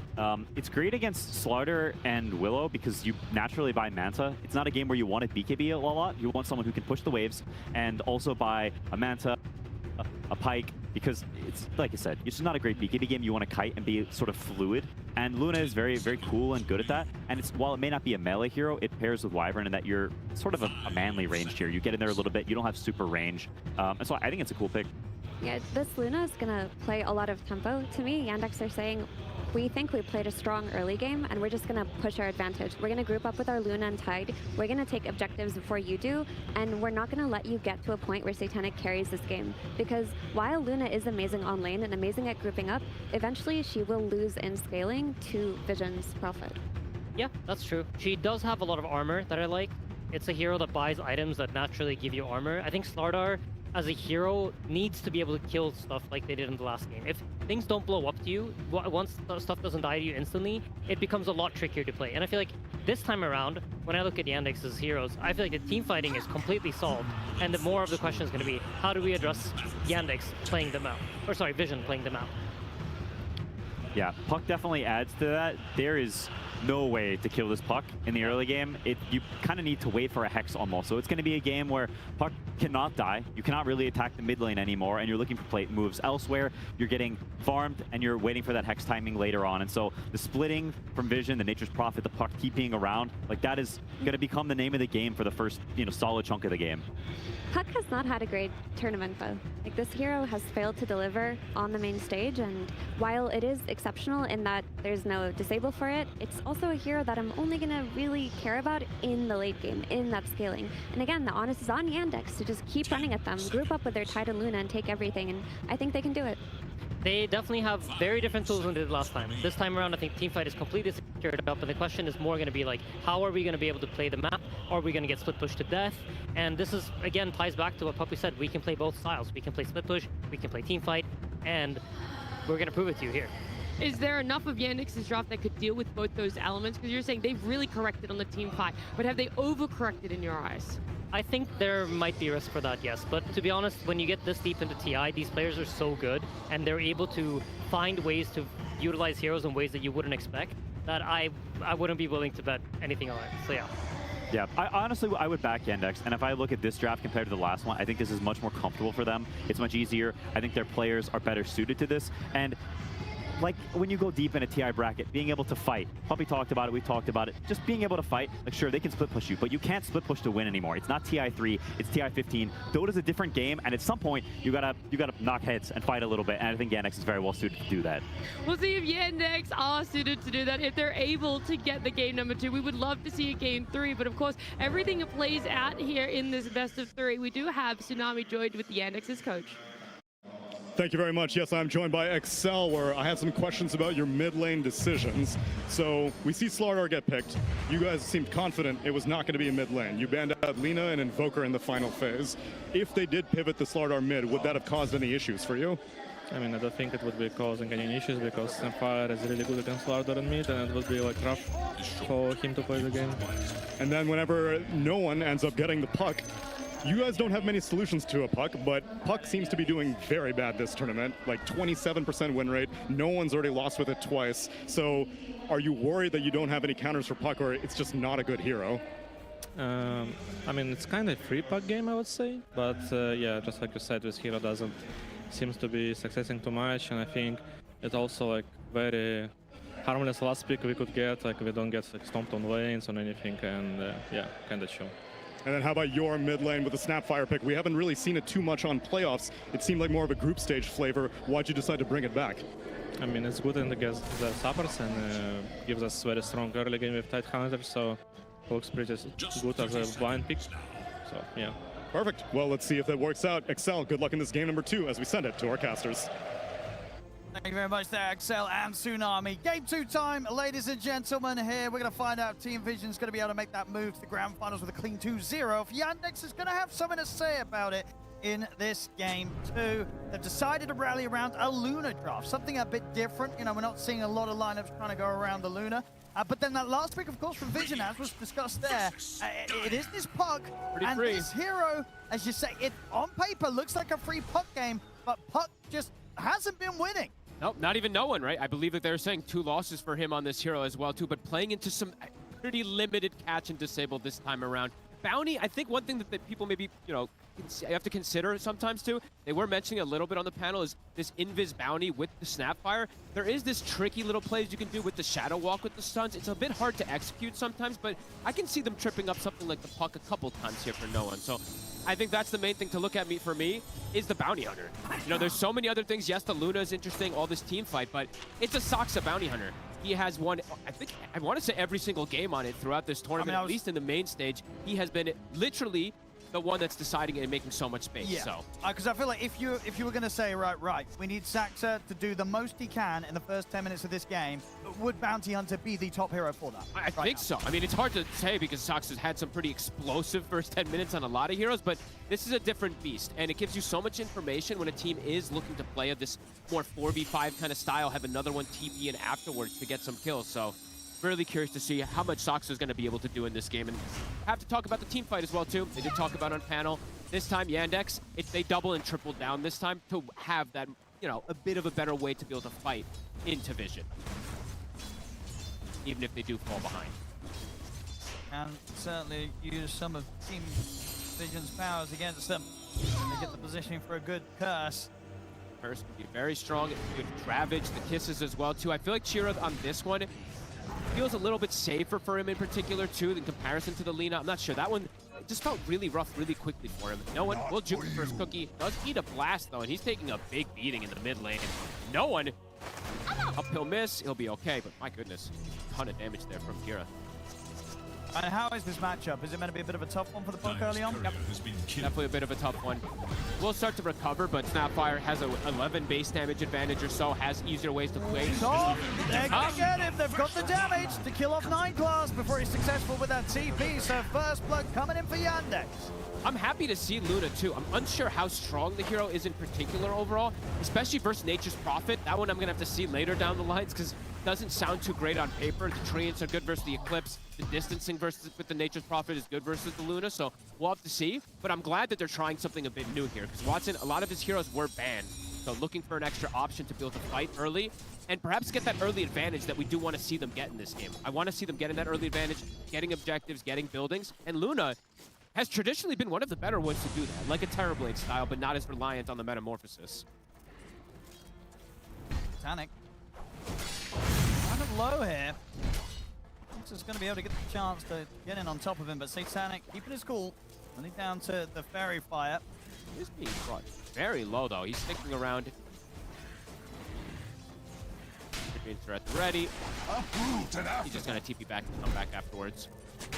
This Tide pick, too, something to talk about versus the Nature's Prophet. Very solid lane, right? Always able to anchor smash the Treants, can just kind of stand there. And this might have been one of the better heroes I've seen for DM in this tournament as well, too. He's had a lot of good ones, but some of his Tide performances have been really nice. He's been a rock for the team. See if he can continue to endure this pressure versus the Treants. As long as he gets the anchor smashed on them, he should be all right. But Satanic, very unlikely to be pressured down here in the lane versus this double melee. Gonna have that free farm, gonna be able to TP and perhaps join it with his allies on these other sides. The lane itself feeling like very similar sort of vibes as last game, right? Whether it be the Lone Druid or the Nature's Prophet. Those extra units, you're going to have a good time with the CS regardless of what they've got against you. something for Yandex, a lot of times I've seen them have success is because of how much DM and Soxa gets out of lane of just outplaying in the lane, right? I don't think I've seen Ducalis and Satanic lose a single safe lane in this tournament. I mean, I could be lying, but I feel like I've seen them win 90% of them at least. So that's going to definitely slow down the potential that Soxa can do on this Bounty Hunter as well, too. If you can't slow down the NP, your movements don't connect, it could be problematic very quickly. We'll find a courier. Extra bit of money. Has been killed.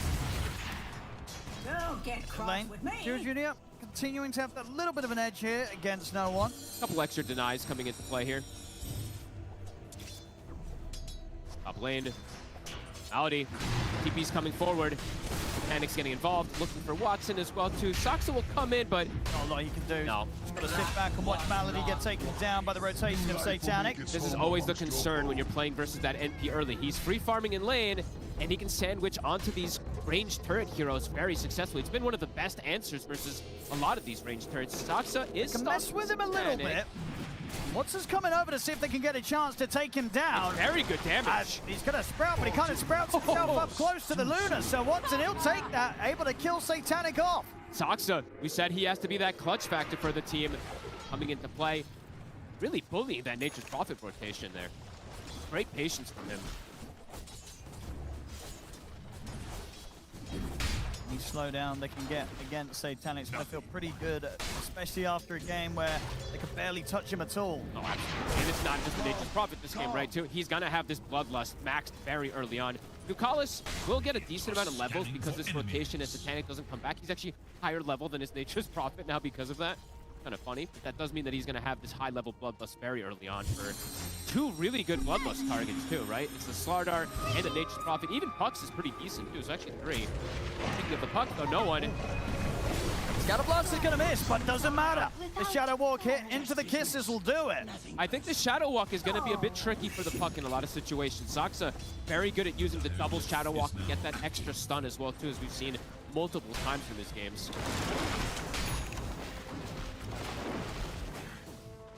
Actor. More. Need to dive in a little bit from 9 class. Chira Jr. stepping up. Doesn't want to combo yet. Scatterclap class. Still on cooldown. Rambles will not connect. Right off the mark there. I think they would have TP'd the Nature's Prophet if they do connect there to go for that kill. Won't be able to punish the movement. No one's still not quite level 6. Chira now having an edge. Definitely getting the feeling already that Sax is going to be able to be much more annoying here in this game too. Already feeling much more than he did that last time on the Hoodwink in this early game. Dire scan. On the hunt for Radiant forces. Cross space. Going to be there for Satanic.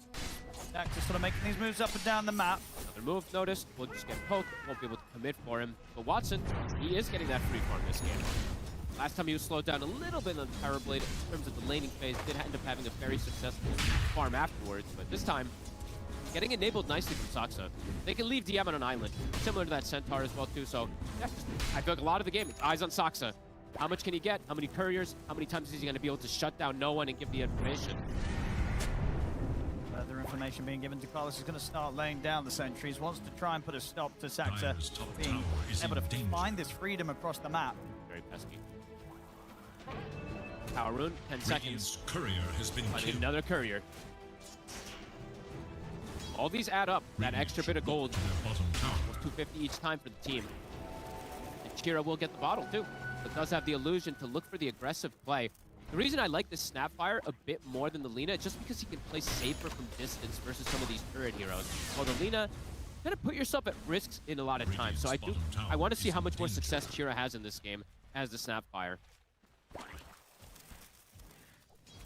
Definitely looks to be much more potential and more of a struggle for no one. Again, if just anything, because Puck just has not been doing well. I mean, why do you think that is? You know, why has Puck got such an abysmal win rate this international?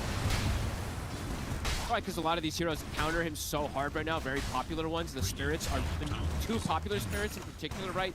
The Earth Spirit and the Ember are very good versus the Puck as we've seen, so I think that's one of the things for me. But the hero has got a nerf as well too, right? That orb cooldown, even though it's 1 second, it hurts. You definitely do feel it when you play it. Teams have also just gotten overall, I feel like, better at playing against it, knowing how to punish it. The scaling from the hero also has, again, been nerfed, right? That 25 talent for some time hasn't existed anymore. It's harder to make it work in a lot of situations. Some of these other mid heroes, they're just better. They've gotten buffs, this hero's got a nerf. Bottom tower, cheer of rotation, very successful. We'll be able to get the entirety of the tower here from DM. Bottom tower is Sounding not interested in turning up for any sort of tower defense right now.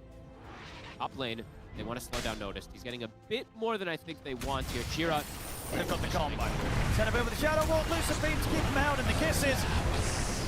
Saksa giving the information for the team, and Chira with the quick TP over and the setup. Chira also this time switching the build up, at least from last time when he's on the Lina. Gonna go for the blink, be able to close that gap, be more aggressive. On the Lina, he just went for the boots of travel.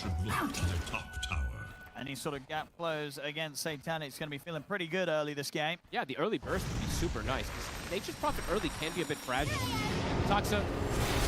Cold Embrace. Unlikely to be able to walk away from this one. Team Vision will finally be able to take Saxer off the map.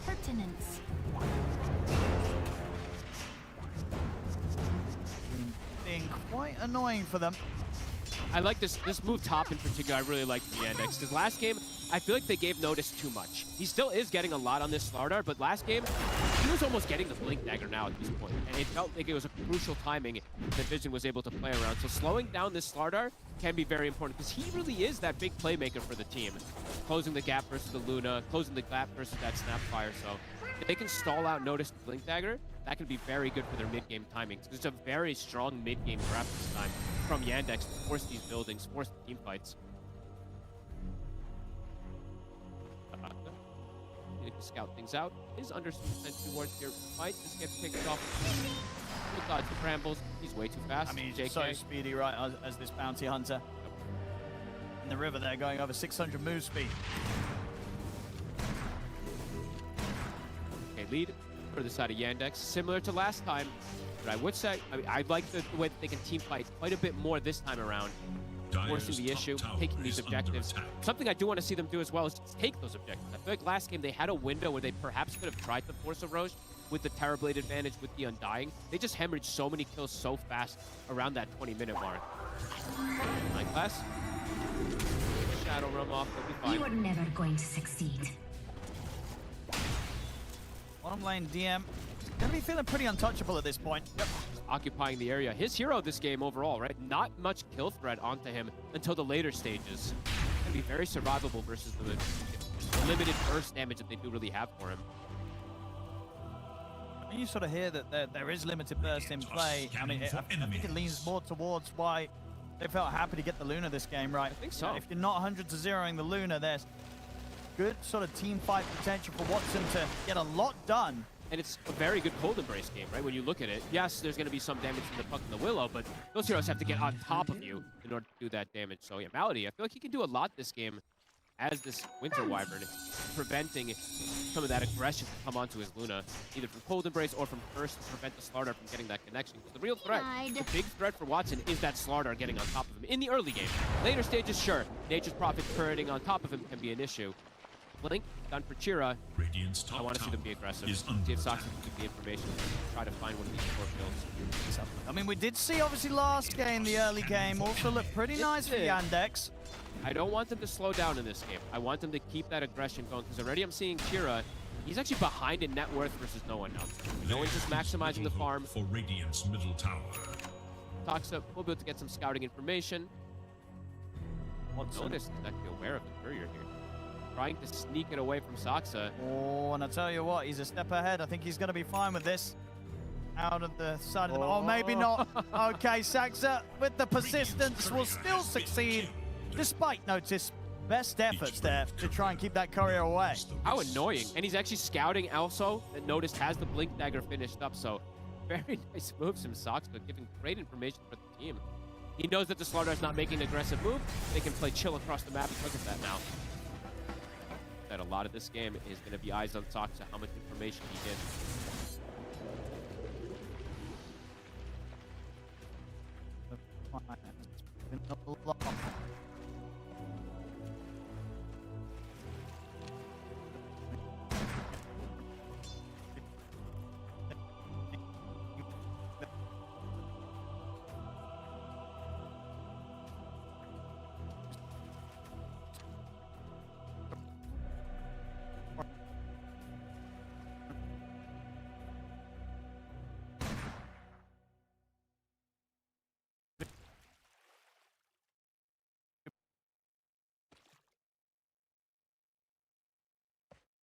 That a lot of this game is going to be eyes on Sox to how much information he gives. It's been a lot.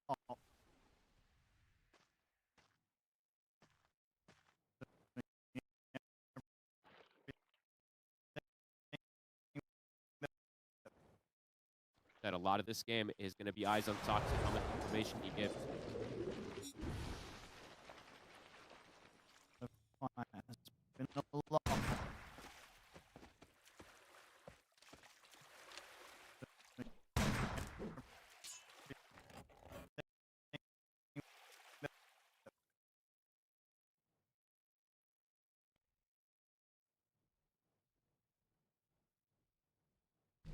Pretty much perfect timing for Watson to get the Manta done too. If he didn't have it there, they might just go for the full chase forward, but not able to get the gap. It's nighttime as well. Luna very good at nighttime, be able to see these smoke movements.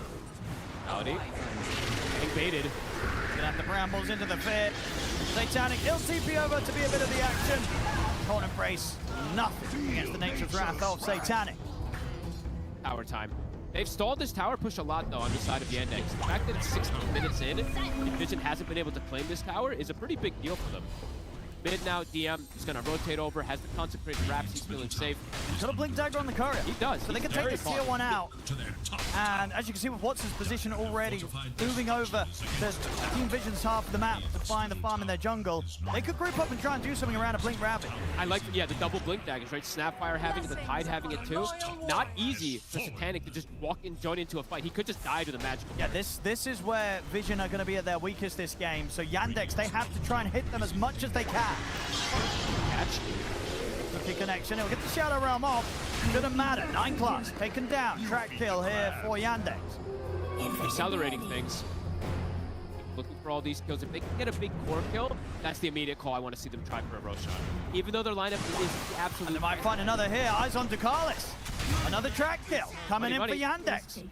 We're going to add up. Nothing committed. No big spells used.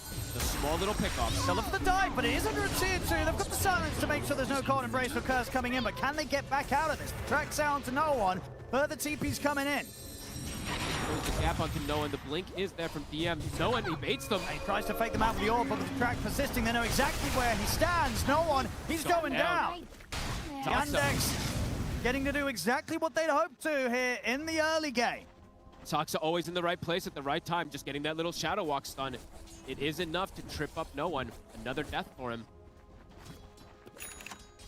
Watson getting that freedom, getting that farm going for himself.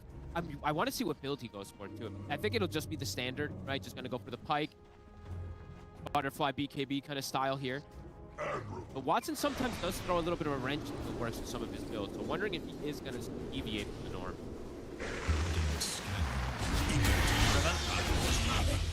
Saxera. You're never cashing in that bounty. Watson's heading over towards them. They do have the curse, and very early timings on these blinks. 18 minutes in, Wyvern they've got the triple blink dagger online here for Yandex. So very much going for those early plays, those early team fights, as was to be expected here with this draft. And playing versus the Nature's Prophet, right? A hero that does not like to get gap closed early on. Satanic is in jeopardy of just getting burst early, but Shira... They're trying to dive him in the mid. Already dead. He's going to come over the counter play, comes in with the Ravage, catches notice. Get a trade. Having to be expanded there to get the kill on that spotter, and they did already lose Shira. They can get more. Comes down, push back Watson, but Saxa and Malady will still close in on Ducalis. Spells more and more of these track kills. This time DM is having a much better game. Last time he was already starting to be pretty slowed down, it felt like. This time I'm really liking the way that he's built the wraps into the blink, going for the Aghanims next. He buys a shard in between. This shard can be very annoying for the Slardar in particular in the early game. If Notice just jumps in, can't just get stuck in the fights, can't just get blown up. They're gonna need early BKBs on the side of Vision. Similar to last time, at least the Slardar will. See how much Satanic wants to delay him. He wants to go aggressive. Get the Silver Edge online after the Mjolnir Dragon Lance. At least that's what he's got queued up for now. Okay, it is into track, so they will be able to see him in some situations versus that Shadow Blade, but he wants to go for that aggression and split push. 10. 4K lead at the moment for Yandex. Night Class. Gets the Round disjoint. off. Cookie not going to quite reach the distance of 9 class, and TP backups come in. And he disjoints the anchor there. They're jumping back now. Yeah, he's able to find the 2 squishies. Gets straight on top of Chira, Jr. and Saxa. Very quick with the counterplay there. Yandex coming a little too close to the tier 2 on that one. That was dangerous for Chira. Last game, he did fall off super hard when he did have 1 or 2 of these deaths like that. This one is reminiscent of the one on the Lena before. It's true. He's already at the bottom of the course on the net worth. Don't want to see him making too many more of these mistakes. We're already seeing the gold start to shift. 9 class, and he gets the Shadow Realm as the animation of the anchor is coming in, so he dodges the dead in the water. Causes that entirely to happen there. Are scanning for enemies. That was a very painful death for Chira, losing so much momentum. He had just picked up the boots to travel to, didn't have them on him just yet. Dire's middle tower This is came under down massively. For no one, he has died twice, but this is a puck game where there's so little disables, and it can get to a point now that he has the blink that he can be safe. I'm wondering if DM switches build, because I know he had Ags queued. He's got Shiva's queued now, but there's arguments for an early Hex for him. under attack. It doesn't sound like this something you always do, but versus the puck, could be something maybe he accelerates into the build as well. Because then no one's game is super hard. Very hard for him to protect himself until he gets an A on this. So, but I mean, the Chivas does feel so it does. It absolutely does versus the Slardar. Nature's Prophet Slardar adds an extra element onto the team fight. Yeah, I wouldn't be surprised to see him consider it after. Panic! Jump! Gonna be an easy jump. DM just goes straight for it, drops the Ravage. That's the carry gone. A little bit of a surprise there for Satanic. He did not expect that one bit, but underneath that tier 1 on the top lane, honestly, one of the riskier positions I feel like I've seen Satanic in. There. Yeah, I'm surprised he was actually farming there. They'll punch him, and they go for the Roche threat. It's only 30 seconds when without Ravage, maybe they're thinking they can't just force it. Maybe just sort of a moment of a lack of focus there, getting caught out in a very unsatanic sort of way. He better go BKB as that next item, though, after the Silver Edge. I'm seeing he just switches to fuse it up. Definitely needs it these games versus the Tide, versus the Snap. We'll just die to the magical damage. And Dex, keeping on this good trajectory with Watson in prime position, ready to go for the butterfly next. Keeping himself ahead in pace over Satanic pretty decently here. He's queuing a couple different items. I also want to still see him get the... I want either... BKB. I want BKB Butterfly in particular. That's what I want to see from Watson this game. It feels like it answers a lot of what they're playing against. Saxa. He's got friends. Dire's middle tower. Not really a whole lot that Vision can do on the aggressive here. I mean, it looks like they're looking at some sort of chance. Noticed in the back lines. Very sneaky Maybe positioning. if they can get the jump on a Malady. Two-man crush will give them a pretty good shot, but is it good enough? Yes, with the Nature's Wrath it is. They're able to throw out the 2 supports, get the sprout on Achira. The backup collapses him very quickly this time from Vision. And there's nothing you can do to predict that. Notice just comes out of nowhere and actually able to set up for the Torment is something we almost never see Vision do in this tournament, but it's so natural for them this game.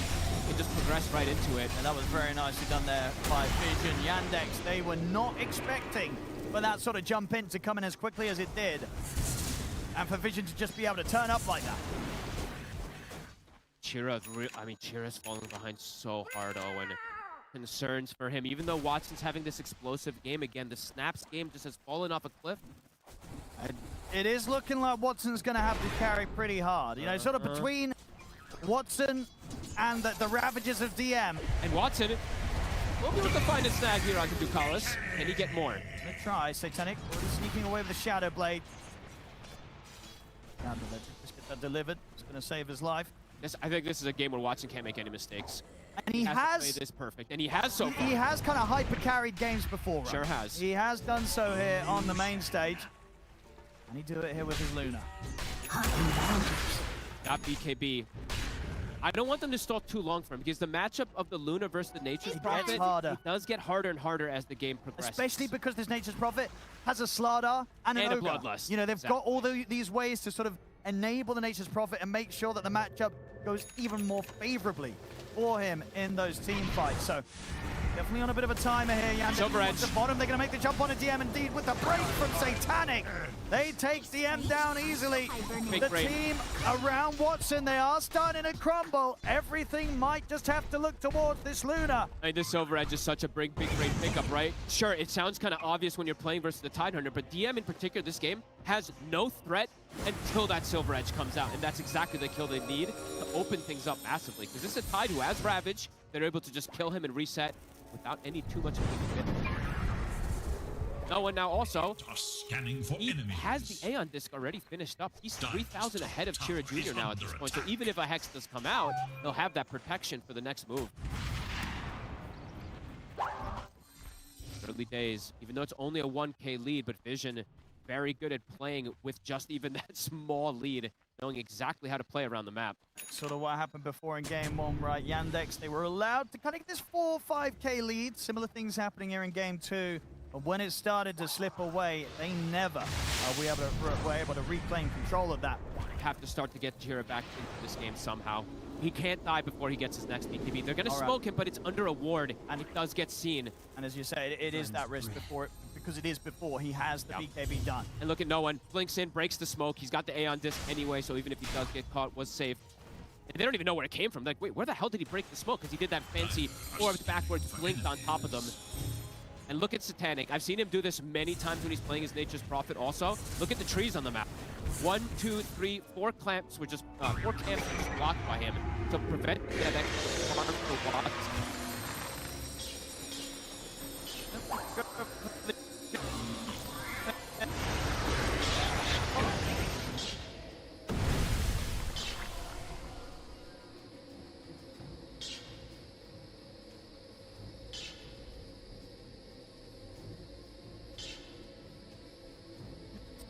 Wars 9 class will make the work through with the Yules. Won't be able to get the fear off. They take 9 class out.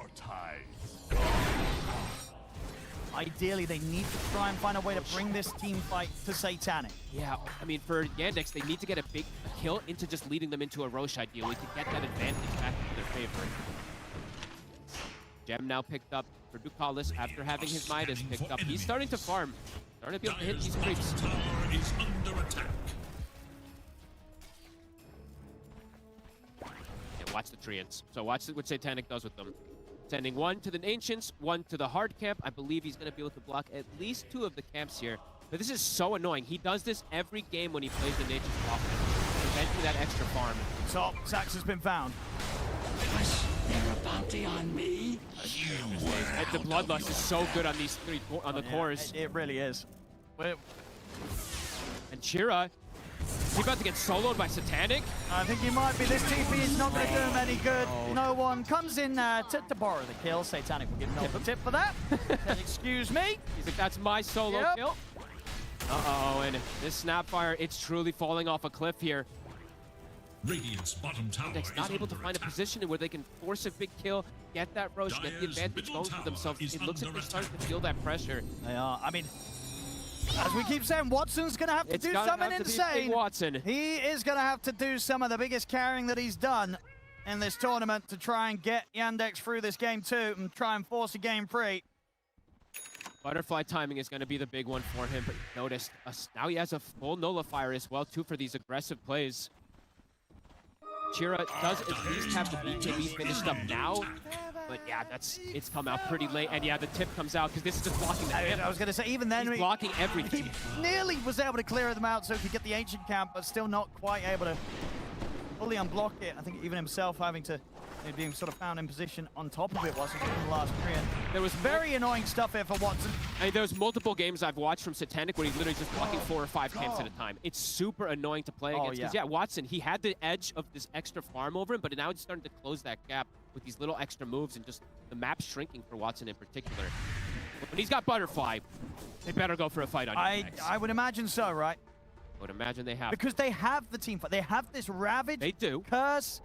Getting, just buying time to get the Luna in position. It's just Chira's fallen. He's level 16. He actually doesn't even have the BKB own. I thought he did have it on the courier. It's still not even finished for him.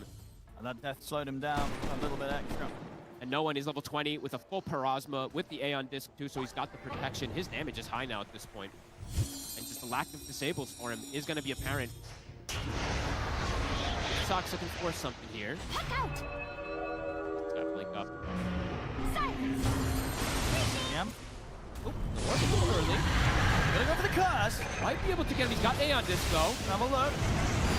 Gets popped. Garlish dying for the kisses. The orb's back up though. No one should. No, he's caught by the anchor. All right, DM That's a able to gem. fully lock him down. Not a bad move at all there. Very nicely done. Gem secured. A bit of a slip up there from no one. The jaunt only a few, just a small little jump there. Is that the option for them to go for this Rosh? I think you go. On Yandex, I think you want to just immediately run to this Roshan, try to get that advantage building for yourself out of this kill. The biggest kill they've found in the last 5 minutes or so. The thing is, they can also obviously push objectives first. Oh, the Rosh is shifting. Sorry. So they're going to have to wait for it anyway. They're going to push first and then perhaps back up. Puck's going to be back in time. Radiant structures are They kill it pretty quickly, but maybe not quick enough to try and force it in that window. We'll see what move they want to try. Playing around Watson with this butterfly, though. Getting that tier 2. They've got a solo press to buff him up, too. I like this formality this game. One side's got a bloodlust. You got to be able to counteract it somehow. Puck.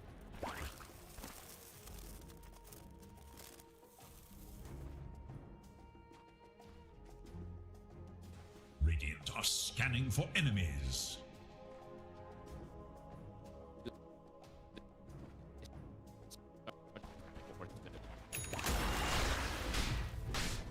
They're gonna smoke instead.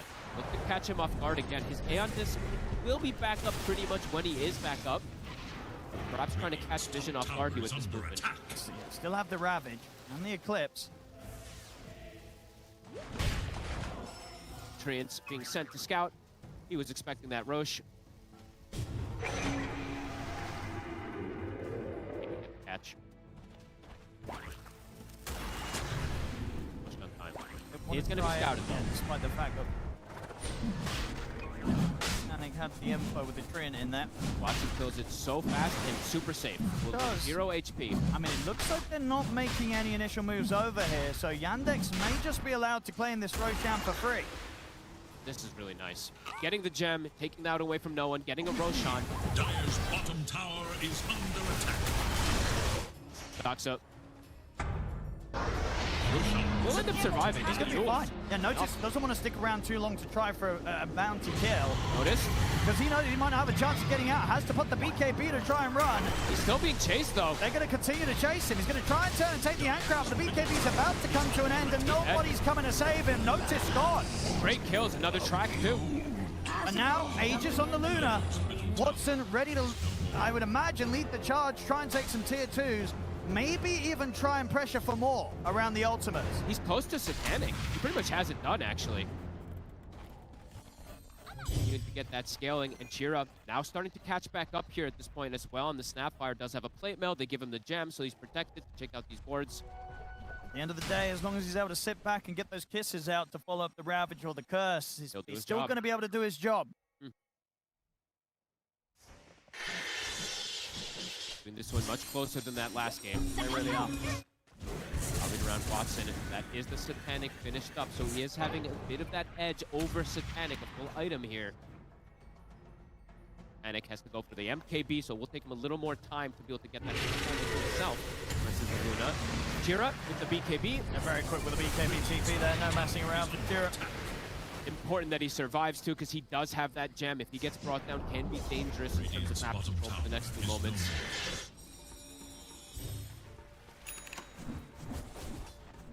Teams matching each other with the moves. Blink onto Collis. He's the one queuing up the Hex himself. Very powerful timing when it does come out. It will take a long time though.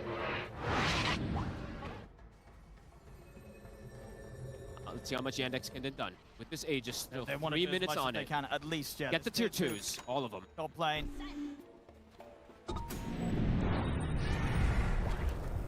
Cannot afford to slow down. Satanic. Still 2,000 behind that of Watson. Doxa is limiting the map a bit for Satanic to play in his usual places, though. That is the thing that this bounty always does in these games. It's invisible impact that we talk about. Is it's not safe to go for these very aggressive. Like, usually that would be safe positions for you to farm in. This bounty is running around looking for somebody. If he does find Satanic even once in a wrong position, could just kill him. And speaking of Satanic, he's looking for something here. Onto Jira. Notice is in the area. They're going to show himself.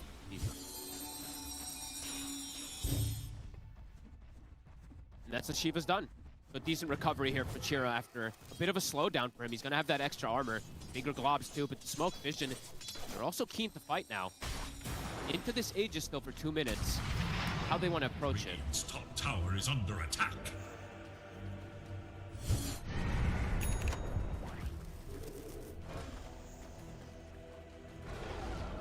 Radiant's top tower has How much fallen. do they want to try and push this high ground? Dire's courier He's going to at least poke. He has 2 minutes on this Aegis here. I mean, just see what sort of happens.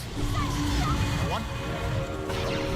Step back there away. They get the break from the DM. DM's getting focused down by the damage of Satanic. He's dead on the high ground. He doesn't respect the Silver Edge at all. It destroys him.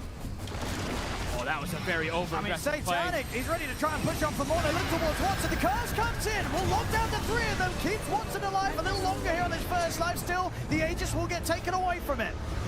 Buyback. DM comes back with a buyback. They haven't got any control for no one. No one's going to be able to orb away back to safety. Comes up to the high ground here with the Waning Rift. DM did buy back for this. Short noticed is dead for 80. Do Yandex still want to try and push the high ground though without the Aegis? They do because the BKB is on cooldown for Satanic. They're trying to force things because they have Ravage still. True. DM has to be careful, but at the same time, if he sees a chance to get him with the Ravage, he will go for it. They can't just full commit onto Satanic because he doesn't have the BKB if they do see an opportunity. He's so careful about how he shows himself. Watson. The barracks, Chira Jr. with the jump, they get the full combo, it was 9 class, that's the dart, Willow gone! Nice nut. Looks like it should be that Rax cleanup. They're getting the objectives here, Yandex. The full set, taken away top, they swing over to the mid. Satanic will show himself, and there's the counterplay, DM's in with the Ravage, but where's the follow-up? Nobody no one with him! goes in on him, and now the 5 blast down on the DM, they'll try and cook him back to safety. Watson attempts to step away with the Eclipse, but 9 class has the control with the Yules. Watson starting to back away, pops the Manta and runs. Notice, in with the crush for the fear. Catching one immediately, DM goes for the ghost. Satanic! Keeping in. Right in the middle of the ball! Watson just turns out to watch it! He's dead! They kill Satanic off! They have a vision on him there. He just TP's right in the middle of it. Very aggressive move there from Satanic. He didn't have to, if he had BKB ready, I could see why he would do that. It was still called out for like 15 seconds. They're making them feel desperate at that TP forward. You cannot TP up this close and personal to the Luna. Watson's just going to be able to turn and destroy you. They used, what, 2 buybacks as well there on Team Vision. But they do not get a whole lot at all. They lose the full set of racks top. And Yandex, they even look at a strike again. Saxa, Chira Jr. seeing if they can find anyone out on their own. DM's buyback ends up being pretty beautiful there because they get a full Rax advantage because of it there. Satanic, a rare, just full TP forward. A very, very risky play. He did not have the BKB backup. TP's into the middle of the fight under the assumption that that sort of position, I mean, I guess he felt that maybe they wouldn't have their full vision on him or something, but I don't know, that's maybe the pressure getting to him a little bit in this game as Team Vision, they're getting tested a bit. Spoke up, 25 seconds until he does respawn. There is no Aegis now for Watson. Scouting out DM. 9K lead now for the side of Yandex. They're feeling very good right now, Yandex, but of course, as they know, against Team Vision, still far from over. Watson now has hit the level 25. His damage is really starting to increase, and I believe he does also have the full data list now for the next fight. Satanic might not be able to stand his ground versus him. They're going to kill him so quickly. He's almost 2 items behind now versus this Luna. Yeah. Watson, as we said, he had to come into this game very clearly coming into the mid game. You know, needed to be flawless from Watson, and so far it has been. Look what he's found himself to, an amp damage in the top side. Carlos caught outside of the base. He's out for 50. Does have the luxury of buyback. Watson ready to move down the mid. And Chira's made the full recovery in this game. He's able to play the backline, follow up with the kisses. It just feels easier to play the snap from behind than the Lina. The Lina just feels very dangerous and very threatening. I think you've had much more success. Push is coming in. One. Jump forward. The Ravage trying to get the jump on a Satanic. Satanic is immediately caught. DM immediately with the Ravage. Puts a stop to Satanic. He has got the buyback available. likely going to need to use it dead for 90. No And hesitation. Yandex, they're going to be ready to push on for another set of barracks here. I love the DM does that. The point blank Ravage. Do not give him an opportunity to get that BKB off. Burst, it's there. Watson just gets right on top of him. And at this point, catching Satanic, that will do it each and every time with these moves. And honestly, it does feel like I'm kind of seeing why the puck's damage isn't there. I don't even know. It just feels like the puck can't really do much. I mean, no one, he's got the farm and stuff, but I'm seeing these orbs flying around. It doesn't seem to do anything at all. I don't think Yandex even care what this puck's doing. It's not the puck of the past that just jumps in and feels like it can 1v5 in a way. Not by any means. The supports are just too strong too. Like some of these times, for Malady, the Wyvern, that's where the difficulty be when you're playing versus this puck. But Malady has gotten the space to get this Aeon disc too. They actually can't even get to the back lines. It's about how strong the front line is of Yandex as well too. These moments, massive for them. Chira now, he has the Hex himself. He's made the full recovery in comparison to no one. Now he's got the lockdown as well to follow up. This next hit could be the end of the game here. Now, we'll make sure he holds on to the buyback gold here on Satanic. Very much needing it. If they do kill him, he's not able to come back into the action. The base will get taken away from him. He's gotten no growth though. Look at that. In the last 5 minutes, he's gotten what? I mean, now he old, so he gets up to 600, but he had like 200 gold gain in the last 5 minutes or so. Unable to get much of anything. And perhaps, yeah, that invisible factor of the bounty. He can't go for these type of crazy plays where he's farming. No teams have been able to deal with Sox's bounty hunter in this one. Perhaps looking like they can take it as well too on the side of Yandex. Ravage coming back up in 10 seconds. Yandex, they'll wait for that before the next fight. Roche in about 90 seconds. You have to just find some sort of way to ensure that Satanic is not caught by that Ravage.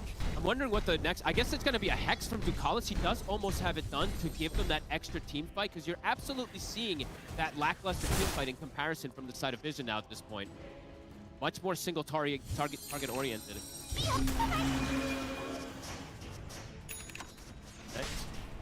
Your approach again here. The ult's ready to press. No one is outside. Be able to jump him just yet.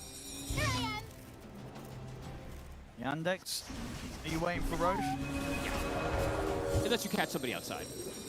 Should just probably wait for that Roshan. Still getting so many gains out of the map. Watson now having a 10k difference between him and Satanic. That's crazy. Watson is, I mean, he has had quite a few games like this where he has been absolutely in his prime. But nobody else has done this on the Luna this tournament, which is very impressive. Not a lot of carries daring to try it, really. Plus, trying to make a bit of a setup onto him. Some reaction. Oh, no one jumps 70 meters and he gets caught by the Hex. The curse, well, to lock him down. He's on. Cookies, no one's out. Immediate reactions there. And the curse dispelling the Aeon disc as well, too. That's why he pops it instantly, just to prevent that ability of the save. Yeah, very smart there. Absolutely, because he doesn't sort of sit back and go, oh, we got him with the Hex, don't need to do anything. No, make sure that everything required is thrown down onto the puck to ensure he is not getting out. Yeah, that basic dispel is very important versus something even like that Aeon disc. Maybe no one could play his way out of that one somehow because of it. Timing. Being perfectly for them here. Aegis on Watson once again. Hell of a game from him, truly. He said he had to make 0 mistakes. He's made 0 mistakes. It does feel like this time around. Absolutely perfect carry play. Watson, and on the other side of things, Satanic, a rare game where a few struggles and a few sort of mispositioning in these team fights. Gotta be careful. If they see him, they'll go for him. He'll get the BKB off this time. The reaction's there. The damage. Watson turns over towards him. Satanic's got to keep his distance. The Kisses are going to zone him. He'll have to head back to the fountain to heal up. Ducalis under heavy fire here from Watson. He'll fall. He's out for 50. No one at the side has been caught out by the stun. He's controlled. Cookie's coming in. Satanic's going to move on to try and help out, but the Eclipse is going to get laid down. Satanic, he's gone. He'll buy back. A Vision, they're going to have to try and defend with just the 4 of them. Ground. Fight going. Oh, his healing sacks are up. No one's trying to finish him off, but no one. Phase shift up in time. DM with the crush, trying to get away from Satanic, but Satanic will finish him. No one is still alive somehow. Sprout out onto Watson. Gets taken down as soon as he comes out of the phase shift, not able to jump over to the orb. He's dead for 2 minutes. There was a dieback on him. In 9 class, trying to bully the support, but the support, they've got backup. DM jumps in. Watson's here, ready to clean up 9 class. Watson ready to continue the push here. Down the mid, the buyback comes out here from 9 class. They're ready to throw out their buybacks as well to try and shut this game 2 down and keep the pressure on whilst no one's out for 100 seconds. Buying a small Vlad even for Soxa to keep the push going. They want to close this one up. 3 minutes still on the Aegis. Trying some sort of way to keep Watson off the base, but it's not working. Watson ready to slide in and look towards them. Noticed is gone. He's out. 9 class to fall. As Yandex cleaning up the final 7 takes on to Satanic. Sheeran Jr. will take him out. GG. This game's over. We're going to a game 3. What a performance As from Yandex, they needed a level up here in this game 2. They absolutely did. They rallied perfectly around Watson, who came in and gave us a show-stopping Luna performance, 13-0-8. You cannot ask for more from your carry. Can't ask for more from your carry, and yet again, the Soxa Bounty Hunter cannot be beaten. The small information he's gathering, just beautiful stuff from the team. Great plays from them, and honestly, also, right, like you said, Owen, the puck continues to disappoint. Yeah, I don't think we'll be seeing that one again this series. I don't think it's coming back in game 3. A tough one there for no one. That 27%, probably 26%, some quick maths, win rate after that one.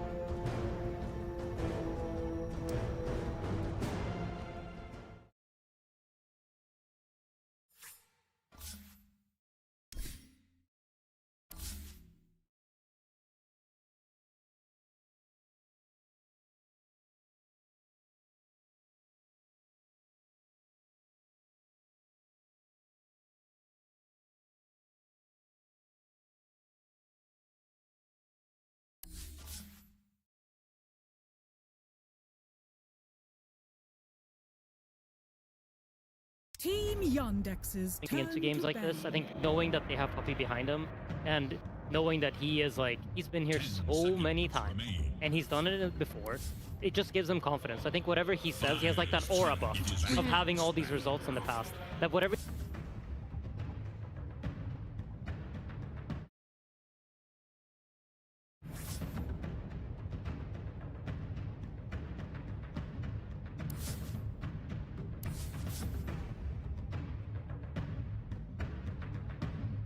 Team Radiant's Vision's turn to turn to ban.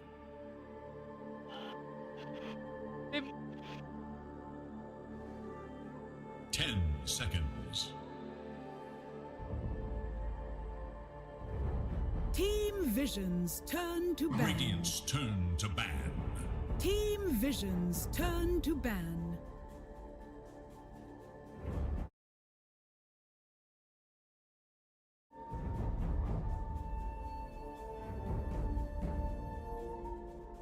Ten seconds remain.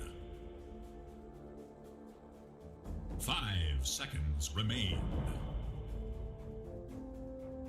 It is Dire's ban.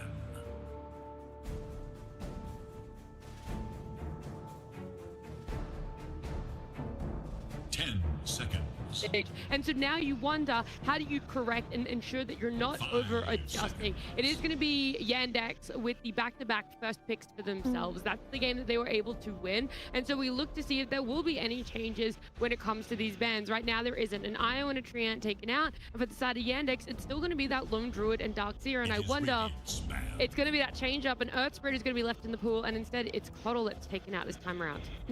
I think for Vision, it's just a matter of responding to the problem that whatever Yandex will throw at them will be. Because in that game too, we saw the Furion, we saw the Slardar. That's heroes that have heavy physical damage and intend to burst, intend to do a lot of damage. Yandex responded with a Tidehunter. They said, we're giving you an unkillable hero for your lineup that wants to kill. What are you going to do about it? And essentially they just choose to not reply to the Tidehunter. And it didn't work out. Yeah, I mean, Tidehunter is one of those heroes that if you don't have an answer for it, he just absolutely takes over your map, and he will just sit on any lane that he chooses and just make your map super small. And it's really problematic to play Dota against heroes that are unkillable very early on into the game.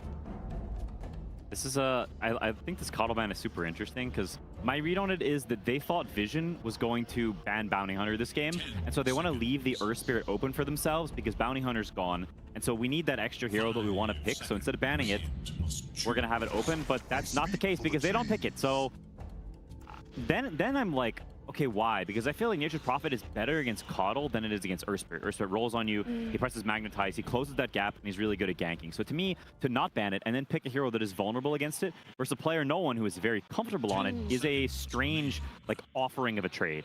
My only guess would be is that they have some hero up their sleeve that they just want to counterpick Earth Spirit mid with, like some old school CJ counter, because I agree with you. I think between Coddle and Earth Spirit has been more problematic this tournament, and no one is one of the best Earth Spirits here. So I don't know what that counterpick will be. Like typically for CJ it has been Slardar, but we haven't seen it come out so much. Could there be something else up his sleeve?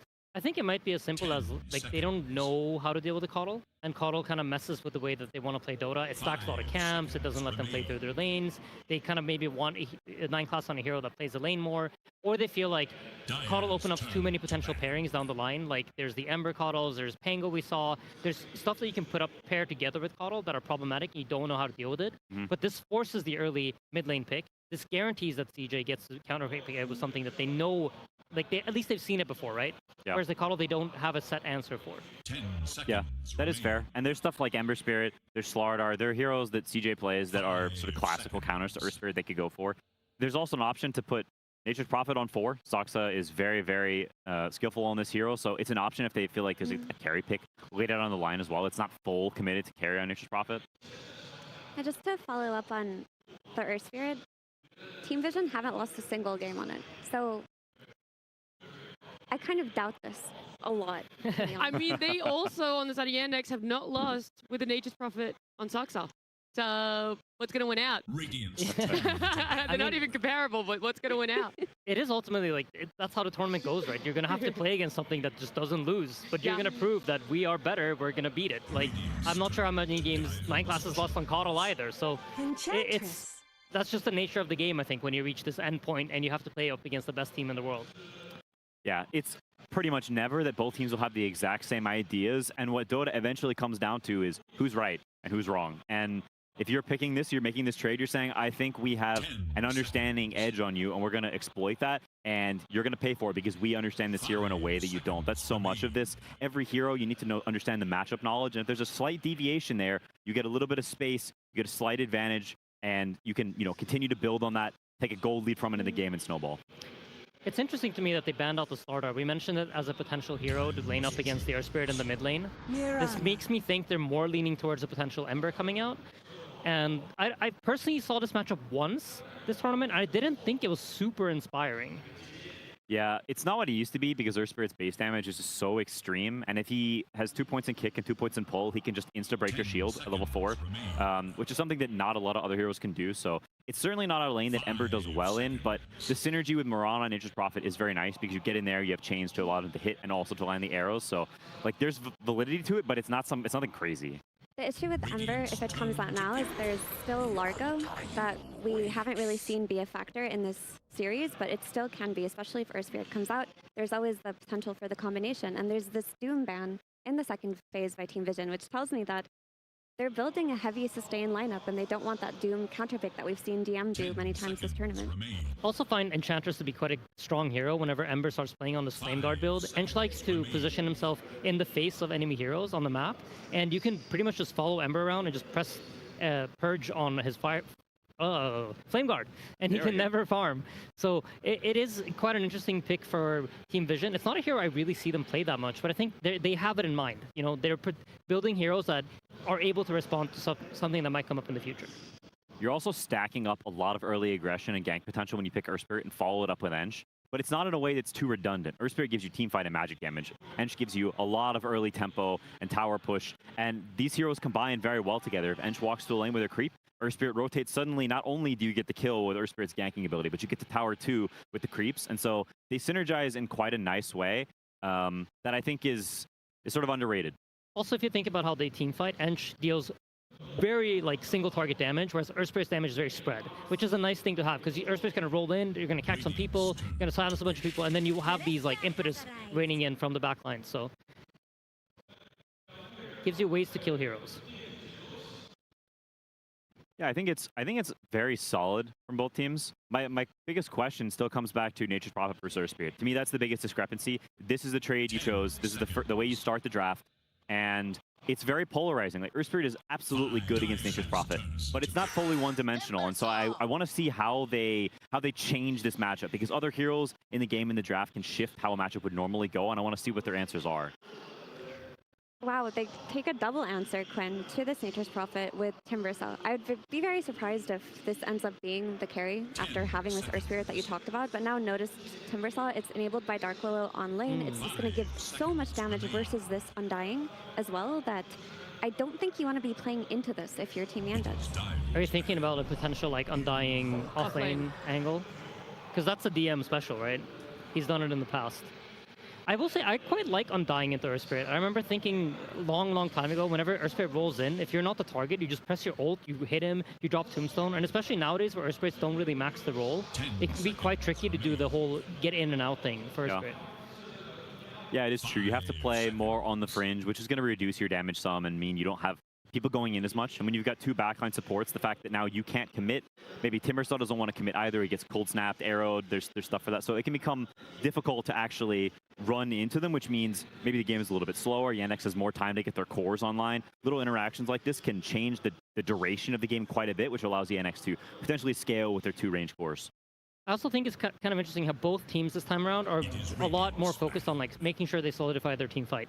They go for the Invoker. Invoker and Undying are quite nice heroes together because you get Tombstone Vision. It allows Invoker to press buttons on the right heroes. Invo has a lot of crowd control that allows them to keep people inside a Tombstone range. So it's a nice way to play team fights out for them. Also, this shot, by the way, we're seeing like the Tundra win that Suxa had back in 2022. It's crazy to see that he's the only one from that lineup that's still playing competitively that hasn't won a second TI, and he could do it this year, which would be right off the back of Skeeter and Stay doing it, which was right off the back of 33 doing it. Like, That's it's pretty wild cool. to think about, right? The script says Suxa has to win. He has to win it. Yeah. What's going to be stronger, Puppy getting first place at his next TI, or Suxa winning right after his other teammates did? That's a good point. Are you guys concerned at all about Invoker, though, in this game? Because I feel like we've seen Invoker versus Earth Spirit a couple of times, and Earth Spirit tends to out-tempo him, especially if you add in heroes like Enchantress into the mix that we know are going to be rotating mid early on. They're going to be playing around it and trying to shut it down. The only counterplay coming out of Yandex is going to be this Undying rotating to the mid lane and maybe a potential counterplay with an arrow, which can always be good, but it doesn't seem like they're going to be the aggressors. They're just going to be reactive. I think on paper, the Yandex trio is slightly weaker. But if you manage to time it right, you manage to catch Earth Spirit on a creep wave with a Tornado into an arrow, with Tombstone and Decays, you can definitely kill him. You also have the Nature's Prophet adding in damage from the other side of the map. So if they can find the tempo on the Earth Spirit and never really let him come online, there are a lot of angles there for them. Yeah, I do think it is an Earth Spirit favored lane, and I think I agree on paper. Vision probably have the stronger 3v3, but at this point, I'm not willing to put my money against Suxa, because this guy has been owning every single early game. They've come out ahead on lanes, in lanes we thought they had no chance. I can't remember the last game they weren't ahead in the early game, and so for me, I look at Yandex. Yes, they may be a bit weaker, but I think whenever you're such a good laning team, you can pick weaker lanes and abuse your skill to give you better matchups in the game, and I think that may be something they're trying to do here. That, yes, I agree, this is a weaker 3v3. They're accepting a weaker start to the game. Maybe they think they're so good at early game that it doesn't matter. So interesting, they banned PL and Lifestealer, and on the other side they banned Centaur and Axe. Radiant must choose. Trying to see if there's any obvious heroes. Okay, they just go back for the Tide. Is it one of those things that running it back in this situation does make sense, and especially added that extra bit of comfort? I generally like Tide against almost all the spirits, because he's one of those heroes that just doesn't die to them, and he also gets a shard down the line, which is problematic for all of the spirits. Yeah. Once you get the anchor put on you, you're not moving around, and all the spirits rely heavily on mobility to play their game. Yeah, it's very true. You're obviously against Timbersaw, which is not ideal. He cuts through you and makes you not unkillable like you were last game, but they needed a hero that front lines, right? They've got 2 ranged cores elsewhere. They want setup. They want someone to help them around, to land arrows, and so I think all those strength tanky heroes are going to tend to suffer versus Timbersaw, and so that's just how the draft goes sometimes. You have to have bad matchups on some heroes. Not all 5 heroes are going to have good matchups. I would say within the range of strength heroes that play against Timber, Tide is in some ways one of the better ones, because the way Timber deals damage is he reduces your strength, but Tide purges the debuffs off of him. So for that reason, he's kind of tricky to kill, even though you have the Timber against him. I understand the reasoning that both of you mentioned, but I do feel that it's still a little bit disrespectful towards the Timbersaw in this draft, because I think Timbersaw has the potential to do a lot this game, and we did see Notice in a position where he got an 8th pick Timbersaw and lose, but he was playing against the Doom, so he was essentially erased from every fight. This time around, that's not the case. I think that when he gets a Blink Dagger, this Undying will be food. This Nature's Prophet, if the Earth Spirit rolls on him, will also be food. And Tidehunter can just be ignored. I mean, Enchantress won't die easily. Dark Willow has Shadow Realm. And now that this Tiny's come out for Satanic, it feels like you're not really worried about that either. Like, if you're a Tiny, you're not interacting with Tide much. He's not killing you. You're not killing him. You're killing the rest of his team. It doesn't inspire that much confidence in me personally. You also get a Silver Edgewire, and I think that's the big thing. You have a way to eventually crack the Tidehunter. I would say, I really wish Quasflex Invoker was viable, because looking at this draft, I feel like old school Quasflex Invoker with a Spirit Vessel would absolutely demolish this game. Yeah. It would. It's true. But I think it's just not good enough to go for. So he's going to be the typical Quas Exort one, farming, Sunstrikes, and I think because of that, I like what Vision have. I think both these past games have been defined by who has the ease of jumping in and just bursting people, of taking the fight to the other team. And if I look at Vision, I think it's much easier for them to do that. They've got a bunch of big, tanky, beefy boys who can run in first, and it's not that easy for Yandex to jump them. Whereas the inverse, if they see Nature's Prophet or an Invoker or Morana, Tiny jumps them, they explode like that. And so if I'm Vision, I'm very happy with what I've got so far. I agree with that. I mean, for the reasons that I mentioned at length, But I also just think No One Earth Spirit, probably the best in this tournament. He's 4-0 with it, and they let it through. I feel like I would agree with you guys if this wasn't so similar to the draft we saw yesterday from Nigma against Yandex, where, you know, swap out the Tiny for Alk, and it kind of looks like a similar thing that they had going on. And Yandex proved that they could beat it yesterday, so I have hopes that they can do it today. To be fair, do you feel that the Tiny could join the fights a little bit earlier, though, and so another tempo being pushed back by Vision could be that break, despite it being, in your eyes, almost a similar run back? I mean, to be honest, I think the drafts are really even, and maybe even would give a slight edge to Vision. But Yandex has proven that they can beat this kind of lineup before, and I think that matters a lot more than you think. All right, it does matter a lot, right? Especially the fact that we get the joy of a game number 3 here to decide who goes to the grand finals. The fact that our drafts are split 50-50, there's only one last thing to do. That's to get into it, to see who comes out on top, and to take us through that, it is OD Pixel and Pog. Thank you very much. Now, yes, game 3 time here between Yandex and Vision to find out who's going to be going on to the grand finals at the International this year. Bog, we did see, you know, game 2, some sort of like breakdown.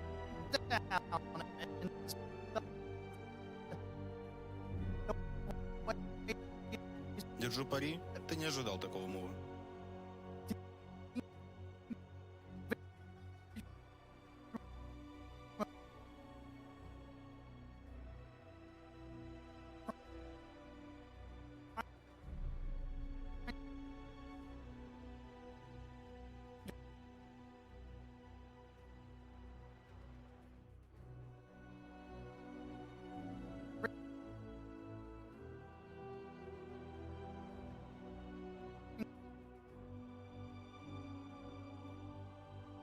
Find out who's going to be going on to the grand finals at the International this year. Bob, we did see, you know, game 2, some sort of like breakdown in some the ways that Team Vision were trying to bring fights together. Do you think they're going to be able to recover from that going into game 3, or is this an opportunity for Yandex to maybe strike whilst Team Vision has been weakened a little bit? I think these two do look like that 50-50 probably in terms of the drafting, but there is this Earth Spirit this time, right? We did mention a lot about No One in this last game. Even though he kept up in farm, he was able to actually be ahead in farm in pretty much the entirety of the game in comparison to the snap. The impact, it just wasn't there, right? The puck, we really did feel the problems for it this time.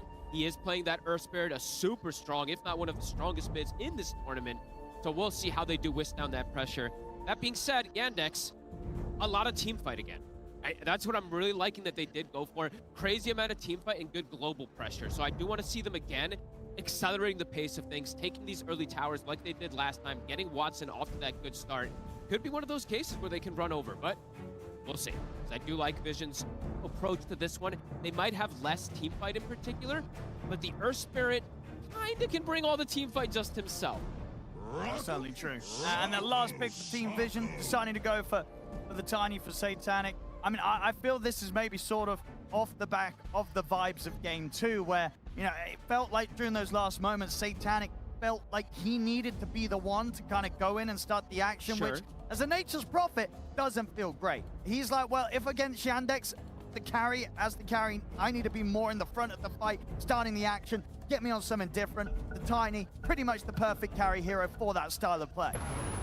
Well, let's see whose early game is better, because in both games, even the first game, even though Yandex did lose that game, they were the ones setting tempo, right? So an important thing to look at in this game is how much tempo there will be. And I always have to say, eyes on Saksa. How much can he actually do? This time, he's not his broken bounty hunter that he has literally been untouched with. He's playing a Mirana, but in this game with the Mirana, can make some interesting rotations and connections. It's not the one that sounds the most obvious, but I know we saw it the other day. The Invoker plus that Mirana, they would get the combo. Yeah. Tornado plus the Cold Snap into the arrow. There's ways to shut down, go for these kills early on something like an Earth Spirit. So that's for what I'm looking at least in this early game coming out from Yandex to set that tempo. And for the off lane of Team Vision, noticed on the Timbersaw. One of his best. I mean, and one of those heroes that not everybody's playing, but when it is picked in the right situation, it pops off. When you look at Yandex, against the Timber? Like, how good of a Timber game is this? How many answers do Yandex have if the Timber gets out of control? It can be pretty problematic. Yes, they have the Invoker, the control, he's got some dispels, they have the damage amplification, the Undying, but overall, looking at the Timber, he's going to be off to a good start in this game because of the lane matchup. He's playing versus the Nature's Prophet, he's playing versus an Undying, so he is set up for success in this game. So I would say it's eyes on notice. He could potentially become out of control in this game. There's Yandex. Deep here with the smoke. Maybe see if they can catch out Satanic, but Satanic will be on the high ground. Won't get caught out by this move. Does end up being the 3 bounce runes going here the way of Team Vision to start things. And to mention with Notice, right, he's going to have this strong support with him as well in the lane. They're actually maybe want to keep me down here. This is I guess this is the lane that they're going to end up setting up with here. They're going to have the Willow paired up with the Tiny, and then the Enchantress paired up with that Timbersaw to just grab one of the Treants probably and get that extra bit of control, just beat on the Undying from a distance. Interesting that they do this. Maybe just feeling that this one is just a bit better. Both feel pretty strong, to be honest. The Willow or the Enchantress down there. Maybe feeling that the Willow is going to have a better time versus that Mirana. Sunstrike, it gets kicked. Now we're love it. Seeing these Spirits do this against the Invoker players. So I think every game, no one has done this versus these Invokers. He boots it. I think the other game when he was playing a Largo, it was the same thing, right? You see that Sunstrike, you kick that range creep. You don't let him get that CS.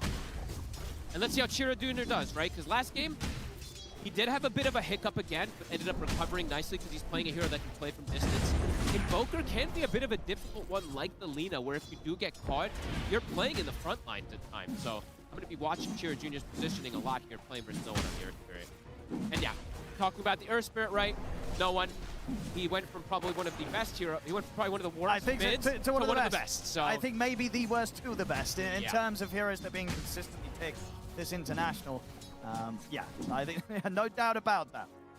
And the matchup in particular, right, the Earth Spirit versus the Invoker, but also versus that Nature's Prophet, this gap pose, it's going to be very strong for no one.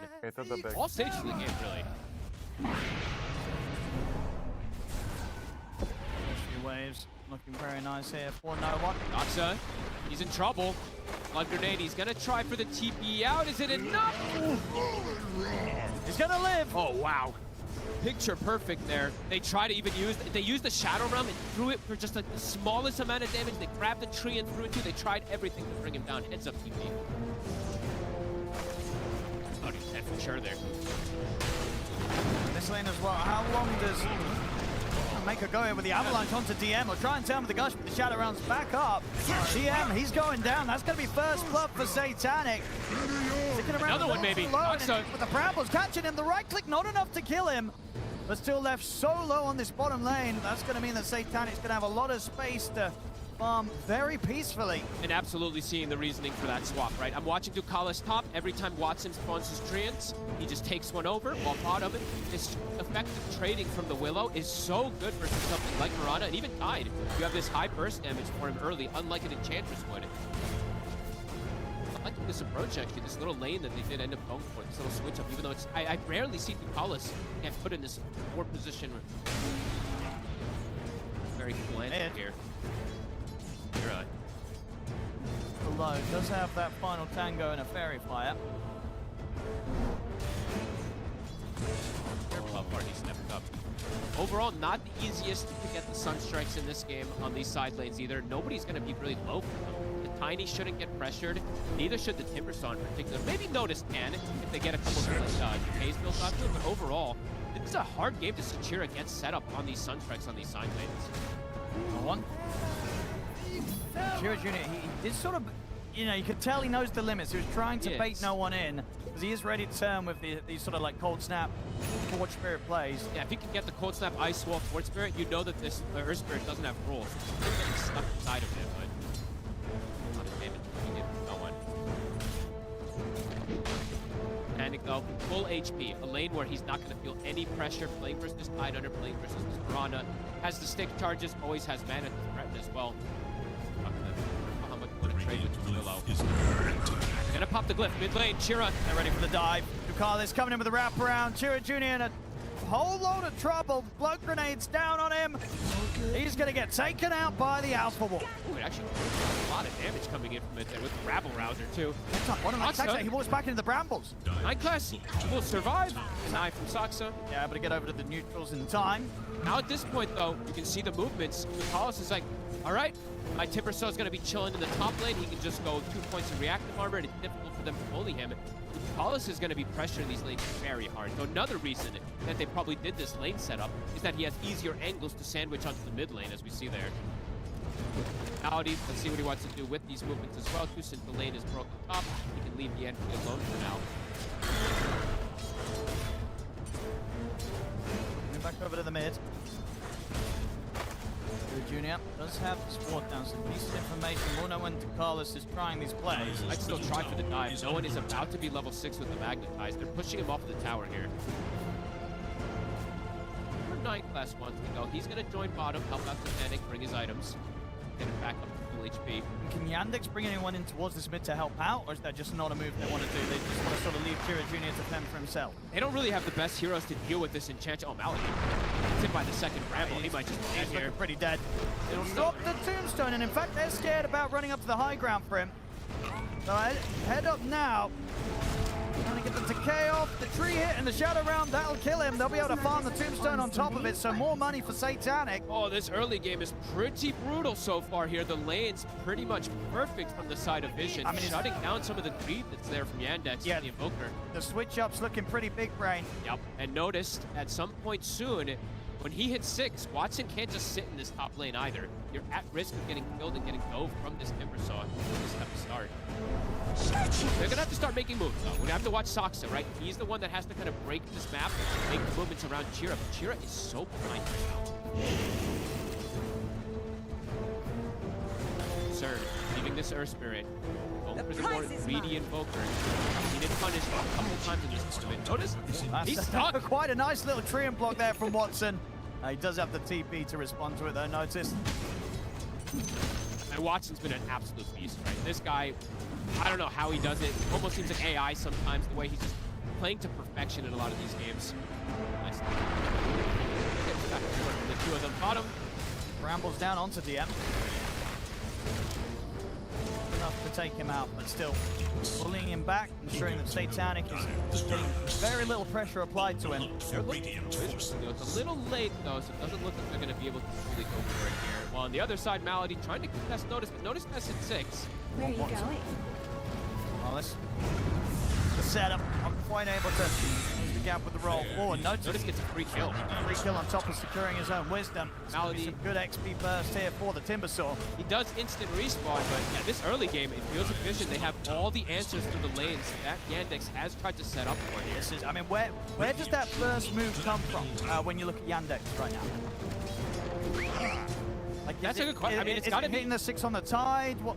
I guess so, right? That's probably the easiest one to see. Besides that, it is going to be the Chira Tornado Cold Snap play with an arrow, but damage is going to be lackluster from Yandex early on in this game. Watson, I don't know how much he wants to get involved. Sure, you want to on an Nature's Prophet TP in, but this is a dangerous game for the NP to TP into. He'll TP in at a Tiny, an Earth Spirit, or a Timbersaw will be there. These are not easy targets for Watson to bring down in the early game. Harry just innately tanky, all 3 cores, and just see Falcon fast with 3 strength cores essentially. And honestly, it feels like any game where there's a Willow, it's always a nightmare to sort of TP in and make a play against, right? Because especially once the 6 is there, whether it be the Fear or the Bramble, so many things that can get idly thrown out your way as the Nature's Prophet and disrupt the attempt that you tried to make with TP in. And there's definitely damage problems in the early game. They should be able to get 9 class hit. It will get found. Trying to scout out Watson. Watson at the back of the Malady. Getting themselves a kill on the board, Yandex. Chira not getting damage onto his tower, so just stick in the mid lane, waiting to get his Meteor Hammer to try to pressure. He can just sit mid, right? Every time the Earth Spirit makes a rotation, doesn't have to react. Try to keep getting as much as he can out of the map. Watson is very careful. No one is they're ready to dive pretty deep here around the tier 2. Carlos is coming in to help out. The Magnetize down on a Watson. There's no saving him, and they know it. Nobody's even bothering to TP over. Watson will die under the tier 2. These movements from Bukalis are beautiful in this game so far here. Sandwiching on the Invoker, now sandwiching on Watson, allowing no one to dive without even losing HP because he's got the creep there to tank all of the tower hits. No one. It's a difficult early game for Yandex. They have ways to come back in games always, right, with all this massive amount of team play. But this early game is the first time in this series, at least, that Vision has the advantage out of these lanes. And with very strong heroes to pressure the map as well, too. Satanic, probably going to just go for that rush of the Echo Saber into Silver Edge this game because he's playing into the Tide. They have good ways to initiate the fights naturally already from the Earth Spirit, so he probably doesn't feel forced to go for a Blink Knife in this game. So many ways to start plays and react to any that Yandex dare bring the way of Team Vision. The start is very dangerous here with the way that Notice is also coming into the game. Top 2 net worth out of these lanes. I mean, because there's not that much damage in really online. And it's just already a lane right where nobody can really go up and sit there to soak up the XP in the farm. Like, none of these heroes want to sit anywhere close to this Timber right now in the lane. No, you'll have to bring his numbers in particular to just kill him. But you'll have to bring a lot of those numbers to get Invoker in. Hero, like, really out of the thing. They need to... Again, it just feels like they need the Rabbit to make some sort of a move. DM, he does have the skill point ready to drop on it. Sees a chance to make the play. Slower. It's probably the slowest paced grab that we've seen from Yandex in this series. Oh, Vision, it's the fastest paced one that we've seen. Playing around this Earth Spirit, playing around wasting with the power early with the enchantments. Reason.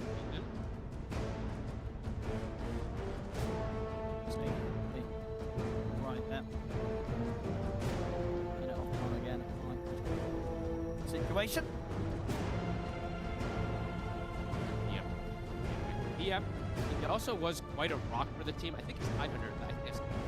But I think his Tidehunter overall, it's been one of his best heroes in him just coming out of the lane in a good position and then having clear entry into the game to be able to get these setup Ravage, just occupying an area where he feels unkillable. This isn't one of those games where he's unkillable. He's playing into the Timber Saw every single time that the Timber comes to the threat. Certainly address some of the weaknesses that were getting punished last game. Seeing already, they're deciding how they want to itemize this game. The DM, he had the Wraps queued up, but I don't like the Wraps in this game. It's not going to save you versus the Timber. This Mage Slayer could be an interesting one, though, right? Playing versus triple. It's pretty nice. Playing versus the cores that are kind of spellcasting. 3 melee magical cores. He's still debating, but we'll see which one he does end up going for. But I think I could like to see the Mage Slayer, even though it's not the most traditional nowadays. Let's see what he can do.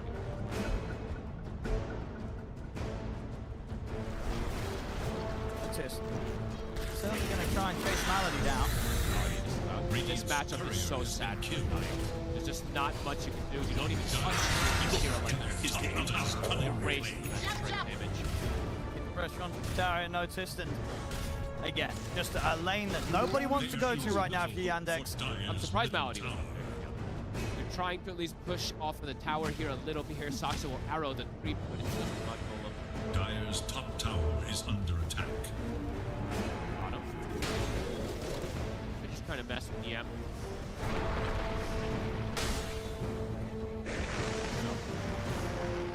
Rambles with a little bit of extra damage on him here. No one will not get the luck. Radiant's middle tower is under attack. Will continue to be fleet evasive. I mean, say that he is looking towards top, Kira Jr. Set up here, nice tornado. Do they have an arrow? They do. Into the meatball. That's not enough. He's able to tip check down low ground. The deafening blast will reach and take him out. I mean, that's a well-needed kill. That's the way they got to do it. It's got to be the tornado, cold snap, arrow combos. And we do see if they bring the numbers, they will be able to bring down Noda. Nice move there from Kira. Instantly with the haste, I love that, right? Just runs across the map. Usually not a hero you see do these type of rotations. Dire's middle tower is quite under early attack. here. the Echo Saber alone. 9 class, ready to move him over towards the mid. Looks like no one's eyeing up the chance to dive Chira Jr. and wants to have the backup with it. They want to get this mid tower. They even lift the wave to keep the catapults alive. Chira expect. He's in trouble. The Brambles is there. We'll be able to put a stop to Rolling Boulder with a cold snap. But Satanic's coming in with a wraparound. Avalanche is there to set up for the silence for no one. They take Chira Jr. down, and they'll be able to look towards his tower. Malady also spotted by the ward, has to immediately run away from Notice here. That was a heads-up move there from Vision. Immediately when they have the glyph, or when they have the glyph and they have the catapult wave hitting the tower, they already preemptively make the smoke move to ensure that they can get this tower. Really smart there from Radiant's courier has been killed. Doxa, even though he's not bounty hunter, will still be able to find some of these couriers, delay some of this timing for the best of the packs. Got that stat item. He gets himself out of it. Gonna try for the TP.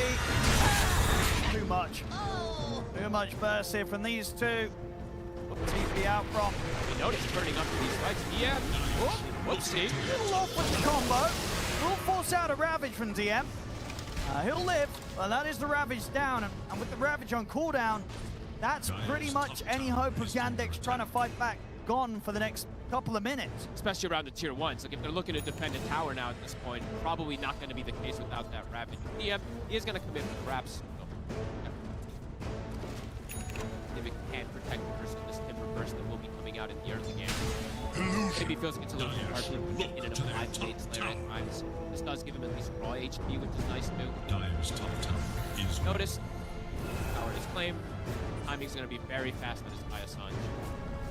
A lot of times I've seen this Timbersaw when he's struggled in this tournament, and even before this tournament, it's when you shut down his lane. And this is not one of those games where his lane is shut down. So he has this great farm, and he even has ancient stacks to go back to.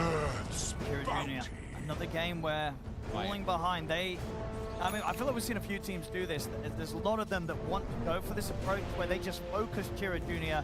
very heavily in the early game, knowing that he's going to struggle if they keep him behind at the start. Especially if he's playing a greedy hero, right? Ogre can get punished quite a lot here from these moves. Look at the catch up the Notice. Tornado's off the mark. Over the TP from Watson. Hold snap. The right click to the Deafening Blast. Don't have to hit everything right now to be able to bring Notice down. Meanwhile, in the mid, 9 class finishes off Malady. Chira Jr., despite the tough start that he's had because of how much focus they put him in the mid, he's the one that's actually doing the most for the team right now. A couple of moves, he's managed to set up for them to actually take down Notice twice in a very difficult early game. In a very good position to kill him too, right? Because he does go for Kaya-Sanj. He's got to go back to and they're looking for him. Now he doesn't. I mean, Vision, they really know that Chira Jr., he is the one that can potentially be a threat with these setups in the early game, and they are doing everything to make sure that he doesn't find the momentum to get out of control, despite getting these small windows to make moves against Notice. There's the will be 1v1. Yeah, the Invoker overall, right? That's why this matchup is so difficult versus the Earth Spirit. If he just gets on top of you, you're dead in most of these situations until the much later stages of the game. And now Satanic, his timings are accelerating also. He's got a Shadow Blade Malady. Yep. Sees him, but can he run? Off the ulti. The burst. Got backup coming in from Watson. Satanic's caught. And Chira Jr. is there again with the cold snap to make sure the TP out will not be successful. Again, Chira Jr. continuing to do a lot here with quite a little. And Malady with the bait too. Very nicely done. Gets the ulti off, which means he tanks long enough to allow Chira to get the time to get there. Now they can get power out of it. Nice move from Chira. Radiant's bottom tower has fallen. Okay, leak still for Vision, but punishing that first timing of Tiny. As soon as he gets the Shadow Blade, that's his first death. Promising signs from Yandex being able to make these plays despite the net worth lead and early advantage the Team Vision got across the lanes. Takes them a lot of rotations to break down these tanky strength 4s, but at least able to get them and get Chira to a spot. Night Class also, will not connect on him at all, but he's still gonna get him. Some up top, Malady. Yet again, he's suffering quite a bit. 6 deaths already here on the Undying. He's back though. Ceaseless Dirge. He'll come back and die again. Adding up I mean, it does feel like this is the best way for Yandex to sort of get themselves back in the game, right? Chira Jr. is just going to be constantly running up and down the map, looking to make these plays. Which usually isn't the case for a lot of these invokers. It's a bit hard to do this before the boots travel. You're pretty immobile, so if they can't get the setup here. Maybe Malady is just going to be that bait time and time again. The prize is mine. Vision, though, time to back up, farm a little more here, especially for Notice. If he gets BKB, then he's pretty much on. But they'll have to get the chain stun before he gets the BKB off. Otherwise, he will just survive those later stages. Setting up this top lane, but Chira Jr., he's got the backup of DM. They've got the Rapid. Made a setup here from Chira. The front, the fear to try and push them back, but already the combo's dropped down to Carl. It's gone. And again, Chira, one making the move.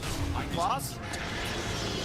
Shadow Realm off, but Yandex looking for an angle to make this fight happen. They'll drop down the tombstone. Satanic was thinking about entering it from the side. Dust gets dropped onto him. The Ravage is there, catches a few of them at the tip as well. Satanic will back away. Should be able to get out of this. Does get hit by an arrow, but they will not be tempted to chase up to the high ground. The cause to get out, but still, I mean, again, Chira Jr. He's being so clutch. I don't think I've seen an Invoker that's just been sat at the bottom of the core net worth do as much as he had. You know, they really went all out to shut down his early farm, but despite being the lowest net worth core in the game, he's had the most impact in the last 5 minutes. Titanic having a bit of difficulty entering as well, too, as we're seeing. Even though he has the Shadow Blade, walking into this lineup, they're prepared every single time, it does feel like, with these sentries, so.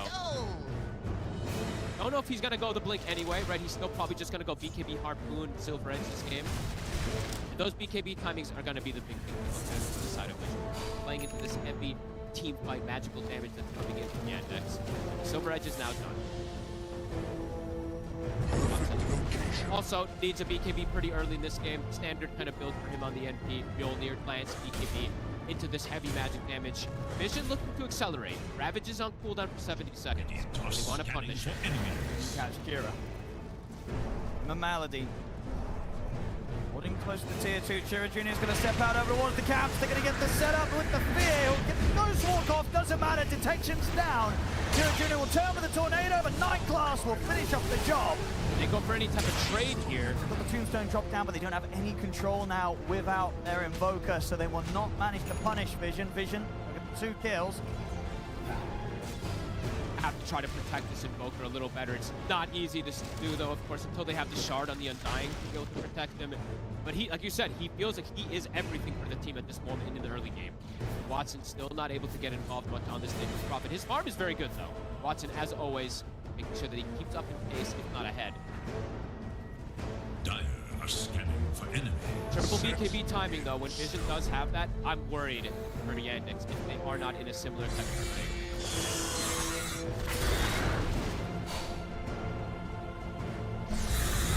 5K lead now for Vision. They are getting that much more out of the map. Even though, as we said, Chira, he's making the nice moves. It is only Chira making the moves for Yandex. Vision, it's much easier for other heroes to really look for this setup. I mean, when are we going to see sort of the team smoke come out from Yandex? Is it around the shard timing for DM? You know, what would you imagine they're waiting for? I think they can do it now. He has Blink. They're on a bit of a timer. Yeah, I think they can do it right now. Whenever he has Blink Dagger, whenever he has Ravage, they can look for these plays. Here we go. BKB number 1 is done already, though. So Notice does have it. If they don't get the chain stun, he will just survive. Oh, actually, 2 BKBs done. Uh-oh. So they have the response. Vision has the answers versus this Blink Ravage. This could be a pretty dangerous moment here. Yandex has to execute it perfectly. Yeah, got pretty impressive Ravages last game. Did. Gonna have to be a good one here. They're setting up with the Moonlight, approaching in towards the mid. The 9 class is gonna kind of tank the initial jump. DM will now use the Ravage, but he's in a bit of an awkward spot. The rest can't really connect to him. And now Vision, they can just turn with the BKBs, take out Malady. And they run. Chira Jr. and DM will retreat back under the tier 2. They get BKB charge out here and there, but there's just no one who ends up pressing his right. Yeah, Notice still able to hold on to his. But that was the Ravage play. Just a little too split up. They didn't really have any direct follow-up to that Ravage in the river. You could, I mean, as soon as they saw the BKBs, they're like, oh God, never mind. We got to get the hell out of here. So they tried to go for this Ravage play, but Vision very ready for it. They'll have the response BKB used, but well worth it. Going to be coming back up in 60 seconds. Good that they are able to disengage, though. Very important for Chira that he's not getting caught in this fight. Has to be able to keep getting some of this momentum. He really needs this BKB timing himself, too, in this game. Both him and Watson, and not going to have it as fast as we do see in Vision.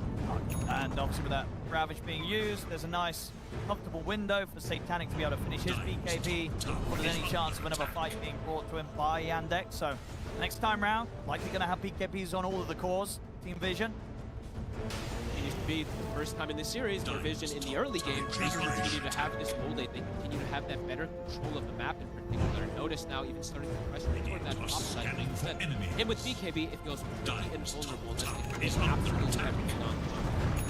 Middle tower is under attack. Doxa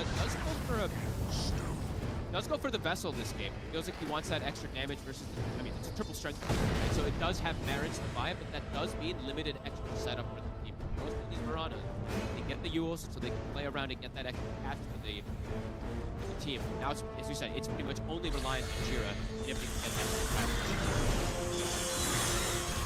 that catch. Ravage still on cooldown. Magnetize is ready. Chira showing himself in the wave here with the cross ghost walk. Turn towards him. Very vulnerable right now. They're going to see him. He's caught. They get the brambles into the fear. Malady's around, but he cannot save him. No way to save him at all. I don't believe he has the shards, though. I think he's coming out on the courier for the Undying. Even when he does have it, unlikely to save him that much. Oh, and they get it to them. Great. Money.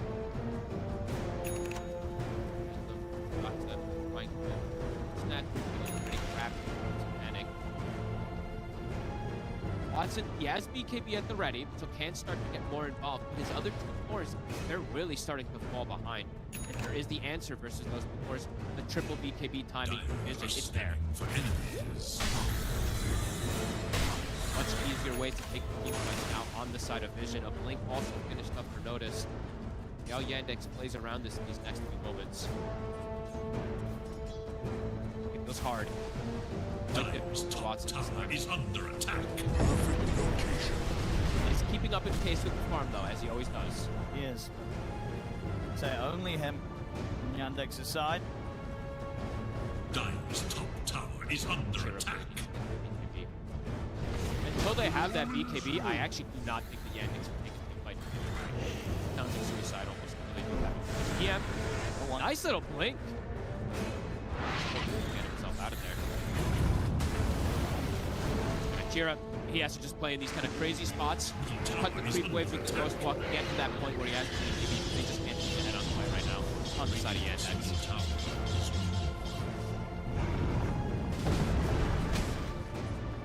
think it's Vision.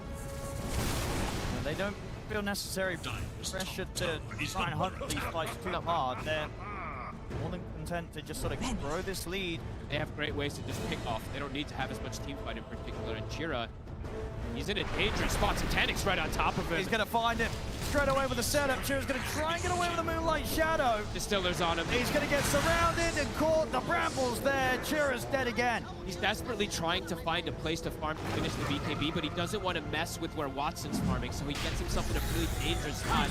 Now it's the Roche Vision. We'll just get away with this. There's no way Yandex can contest this. I mean, last game, Watson had to carry pretty hard. He's going to have to try and do that again here, Fogged. Does feel like it. He does have the backup of the heavy team fight combos with him.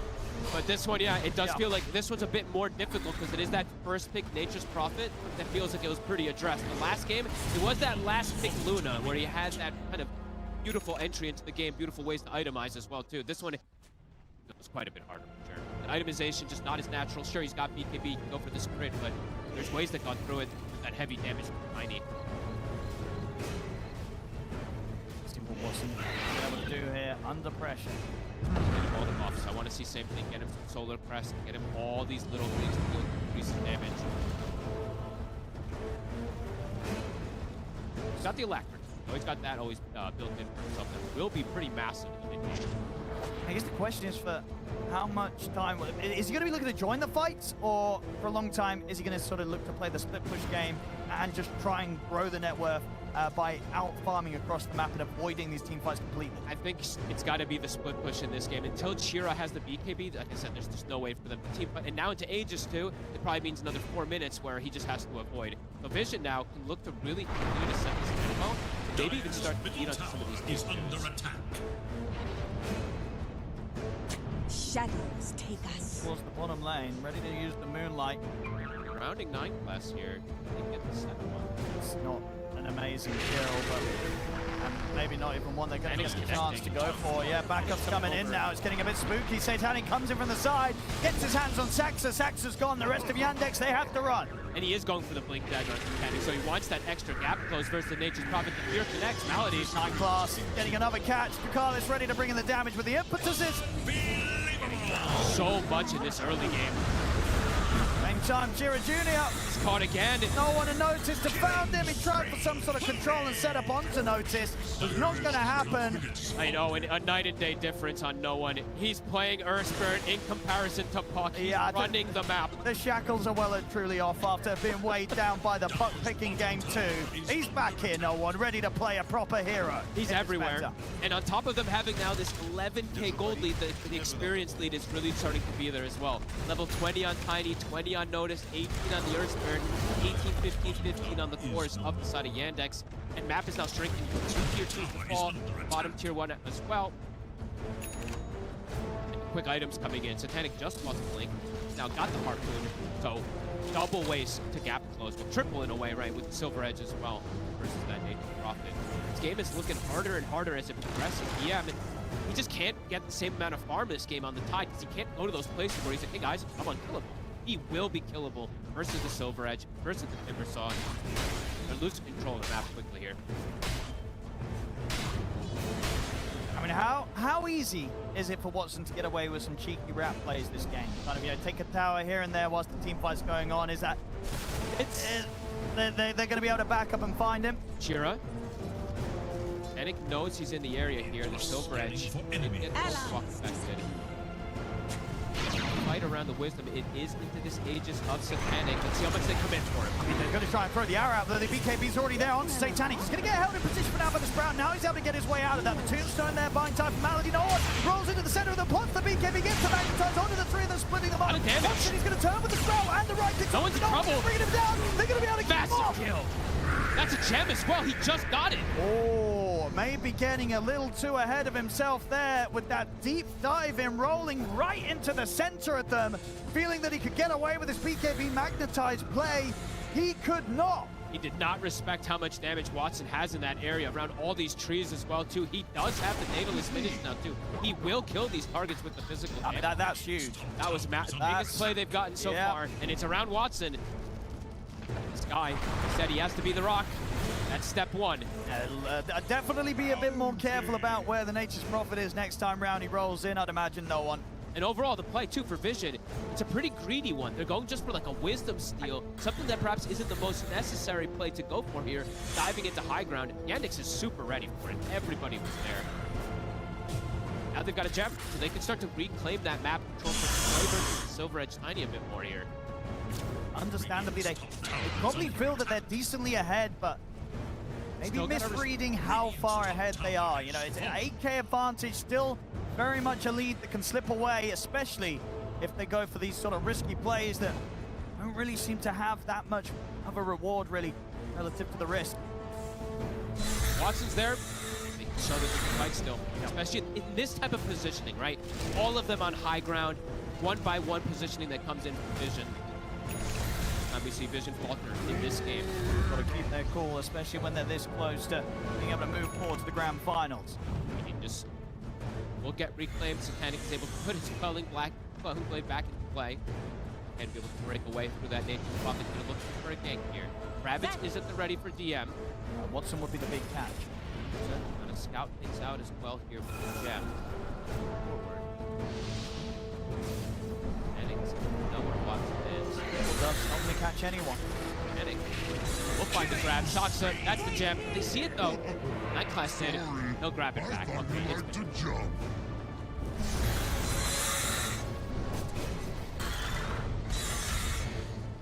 small little hiccup there. Well, small. Pretty decent hiccup there from the side of Vision.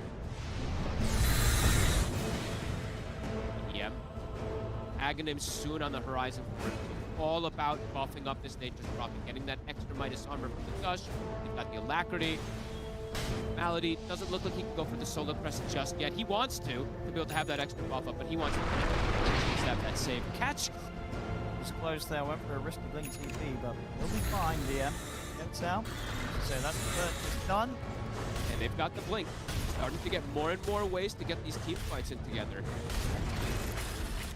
And if they can get the connection, if they can point blank Ravage again, the damage is starting to be there for Yandex. You know, having just the Fiona and the Daedalus alone on this Nature's Prophet, you cannot understate how hard the Nature's Prophet will tear through these heroes. The Timber Saw, maybe that's a bit of a difficult one, but but this the heart other two... and the armor. But yeah, no one rolling in's got to be careful. Satanic, if he jumps in, drops his combo, and the distance is still there between him and Watson, he could still run into issues. Notice, though, that's going to be a difficult cookie to crack. We'll have to see how they do deal with him, because, my goodness, Heart and Shiva's now picked up from him. It's going to be hard. And he's going to be able to give a lot of information, too, for the team, because he could just play in that front line. Down. Have it outside of the base.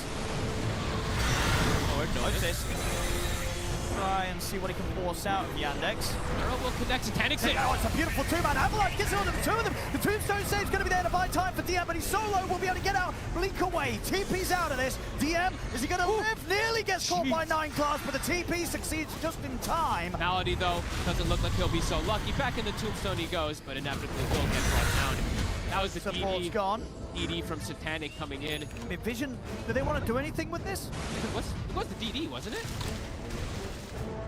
Crazy? He did have a DD, right? I don't think he did. Oh, okay. I don't think he did from the damage. That was just the damage alone. Okay, whoops. Because I saw that one of them, the damage was denied earlier. But yep, there wasn't one since, no. That was just the combo alone. Can I actually see that again, if you don't mind, for a second here? I swear I had. Was it picked up and killed at the same time? I don't know. Maybe just because whatever. The damage looked very high for me. But I didn't think he'd have that burst to almost bring down the tide, but that was interesting. All right. Did drop very low, very quickly for that. We're able to bail him out, though. Here we go. Shadows. Coming in, and no, he's just blue. Okay, I'm crazy. Sorry, but just the damage was so high. It looked like he did have it. Thank you. No, just let's get the BKB forced out of him there in the mid. They're back off. You see, very close. They're being done for Satanic. So as we saw there, already how much burst damage was coming out. It's going to be even greater. GM has to be very careful. You know, there's only so many heroes that Malady can try and bail out with the Tombstone save. And ideally wants to save it for Watson. And Satanic also, not just the aggressive potential, right? The defensive with this AC is going to be massive versus Watson also.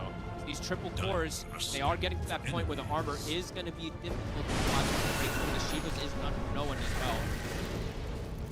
Double Shivas plus an AC versus the single physical core. Last game, Watson was able to do it. This one feels a bit more difficult in particular for EM. He's struggling a lot more than in comparison to that last game.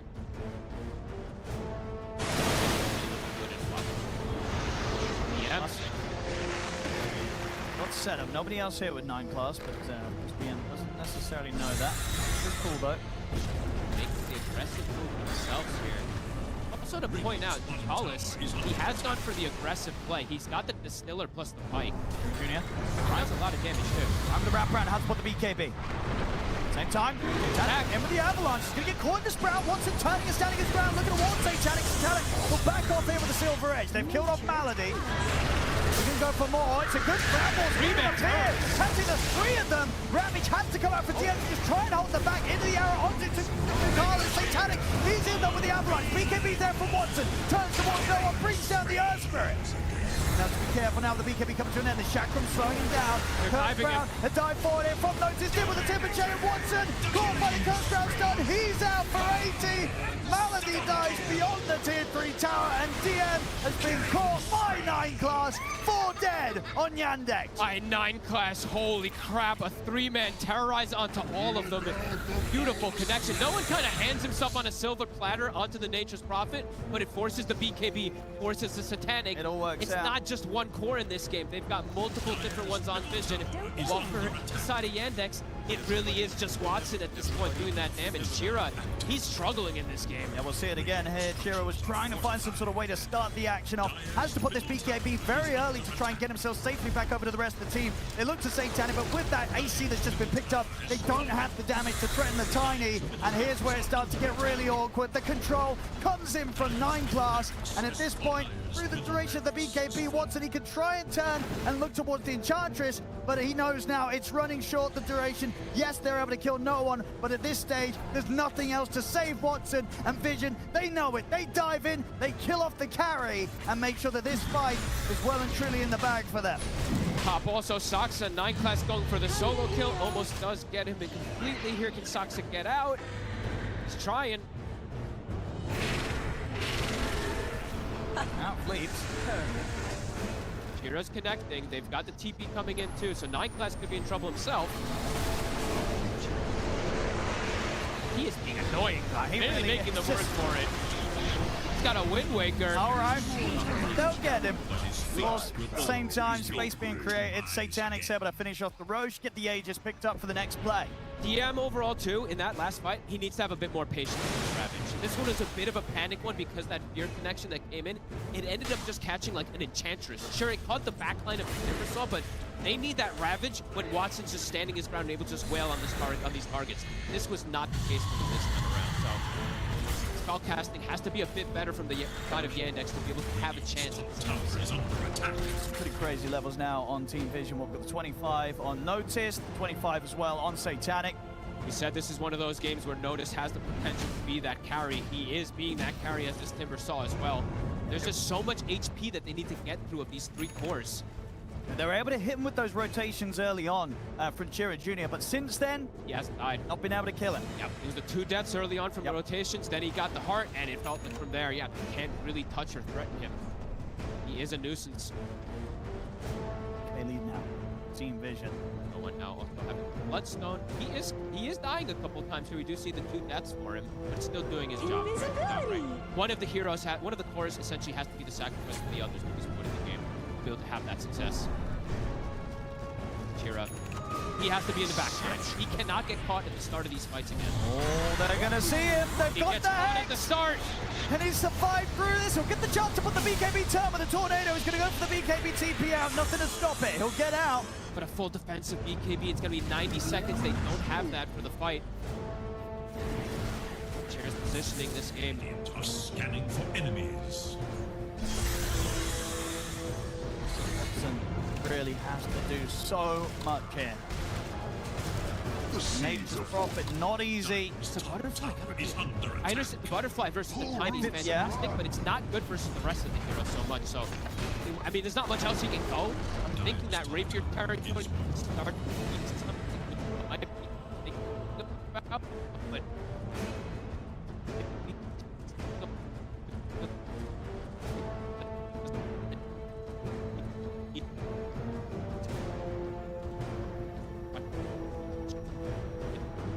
fantastic, but it's not good versus the rest of the heroes so much. So, I mean, there's not much else he can go.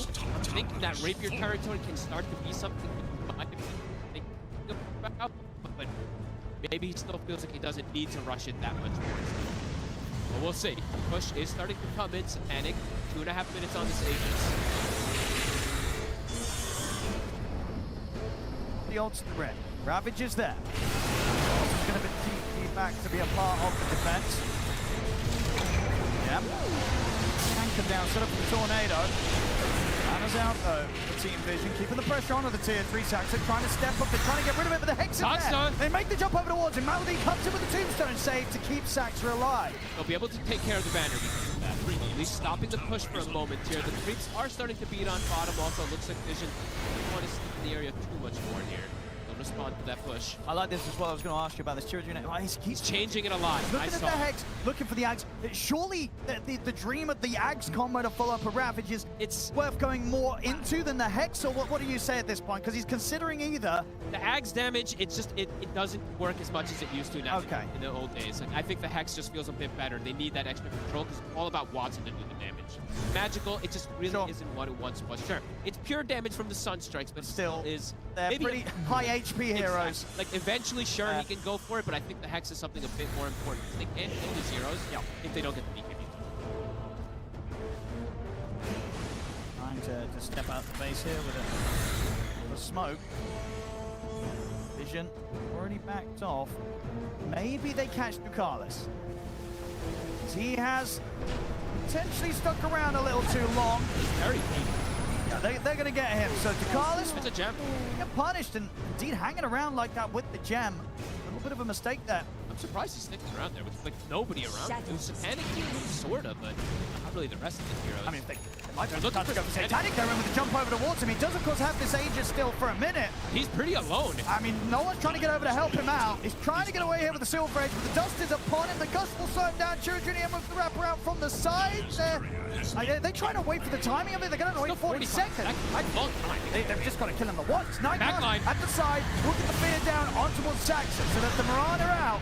No one and Satanic turn with the full combo onto Malady. They deal with the two supports of Yandex. Junior. And it has to be out. You can feel that indecision from Yandex. Do we want to really chase this? It's kind of crazy. But at the same time, I felt like they were going to be able to kill him, or at least take that Aegis out of his hands a little bit quicker, but they hesitated a bit. They're just afraid. Feel it there. The push now coming in again. Class. Still has BKB. He knows that Watson was there in the trees, but if he gets not get the catch onto him.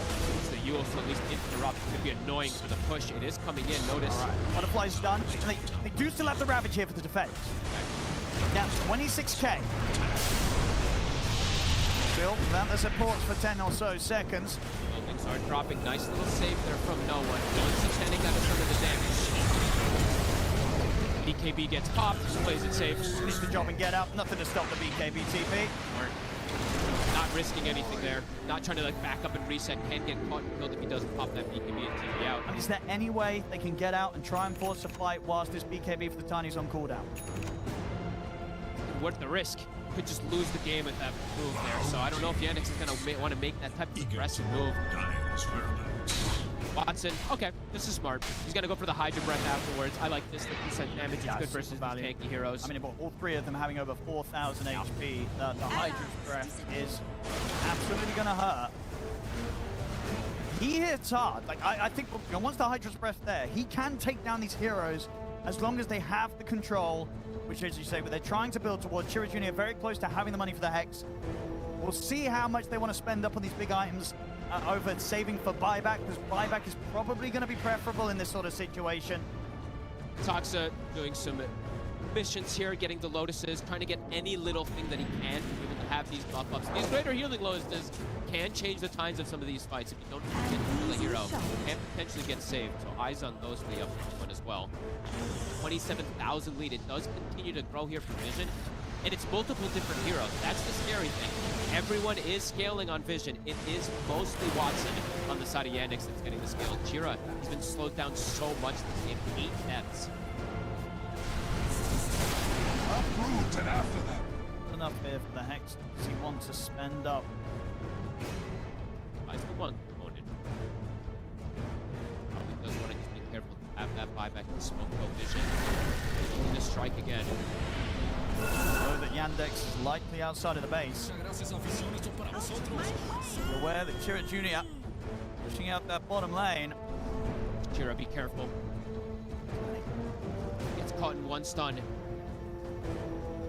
From the side, supports Unclass and Ducalis. Chira, be careful. Sense it just in time. Yandex. More neutrals. Chira. And the Rattle Kid Dimitri did not get the Conjurers, what that tells me. A bit unlucky for him with the timing. Soxo will get it, so some extra burst damage that can come out from Piranha. And yeah, okay, Watson's queuing it up, Owen. The Rapiers, they're starting to get queued. He's feeling like it's not going to be the answer with the Hydra. All right. And yeah, I mean, the Hydra Breath, the thing about the enemy, it's good, but it takes a little time for the damage to come out from it. Rapier, much faster. And it's pretty expensive, right? How much is the Hydra's Breath? It's close to the same price as a Divine Rapier. He does have the Lance, though, so it's not... And that's true. You spend up a little bit. But likely will be, well, I imagine, what's selling the Dragon Lance, right? If he does want to get a Rapier in that final slot. And honestly, it doesn't feel necessary. There is such high HP pool. Well, he's got a BKB. He's got to kill everybody. He's got to kill someone during that BKB. Hex completed. Chira does have that extra control now for him. All about enabling Watson. Level 25 starting to get hit as well on the Earth Spirit. No one now has the OP talents. They also are picking up a lot of these greater healing abilities, as well to point out on the side of Vision. Not just keeping those away. They can wait for the Roshan. They can. Coming up in a minute. Waiting for them to come out. Said it's only really Watson growing for Yandex. More and more heroes on Vision are scaling even the Satanic. He's going to see the two of them. It's an easy avalanche toss combo. So much damage. The BKB's going to be popped by Chira Jr. He'll get up with the Ghost Walk. He's going to live. Very close. Oh, it almost gets both of them. Not quite enough damage to fully 100-0 the two of them, but it's close. That says a lot about how scary this Tiny really is at this point. I think the Lotus maybe even saving one of them. I know that Soxa used one of them that he did have. Yeah, and we'll see after that. Got the crit queued up. If he's able to get the crit, hit those two heroes, next time they'll be dead. Oh, yeah. He's got the money to start doing it. At least can buy the smoke crit, which will be enough to pop them in that next occasion. Roche, 20 seconds. Yandex, they're trying to punish the fact that Satanic doesn't have BKB. This is risky, but it's a risk that's definitely worth a shot. It's 50 seconds without his BKB on this time. Down 28k as a team. Notice he's going to be able to get the jump onto them first. They'll turn with the Hex and the Tornado. Watson keeping over. Here comes the backup. No one rolls in straight away on top of Watson. Drops the back to touch. Watson turns with the BKB, looks towards Noah, but no one's healing up with the Bloodstone. Full HP here on the Earth Sprint. They're bringing Watson down relatively low. Watson is... He's not scared. Gets back in. They get the Hex onto Watson. Watson's gone. Notice tanked everything and he's still alive. And he knew that he could get back in there as well on about 10% HP. Noticed having no fear. He is the rock for this team this game. Even if there's a Tiny on his team, he is invulnerable. Blinks into 5 heroes and survives. And here we go. Yeah, who needs Roshan when there's the carry dead? Time to hit the base. They tried to take an opportunity there with the BKB on cooldown of the Tiny, but Notice says, nope, I will block your entry. Well, the fortification, and they do have the buyback available on Watson. It's going to kill his growth toward that Rapier, though. This damage we're seeing, it's not there without it.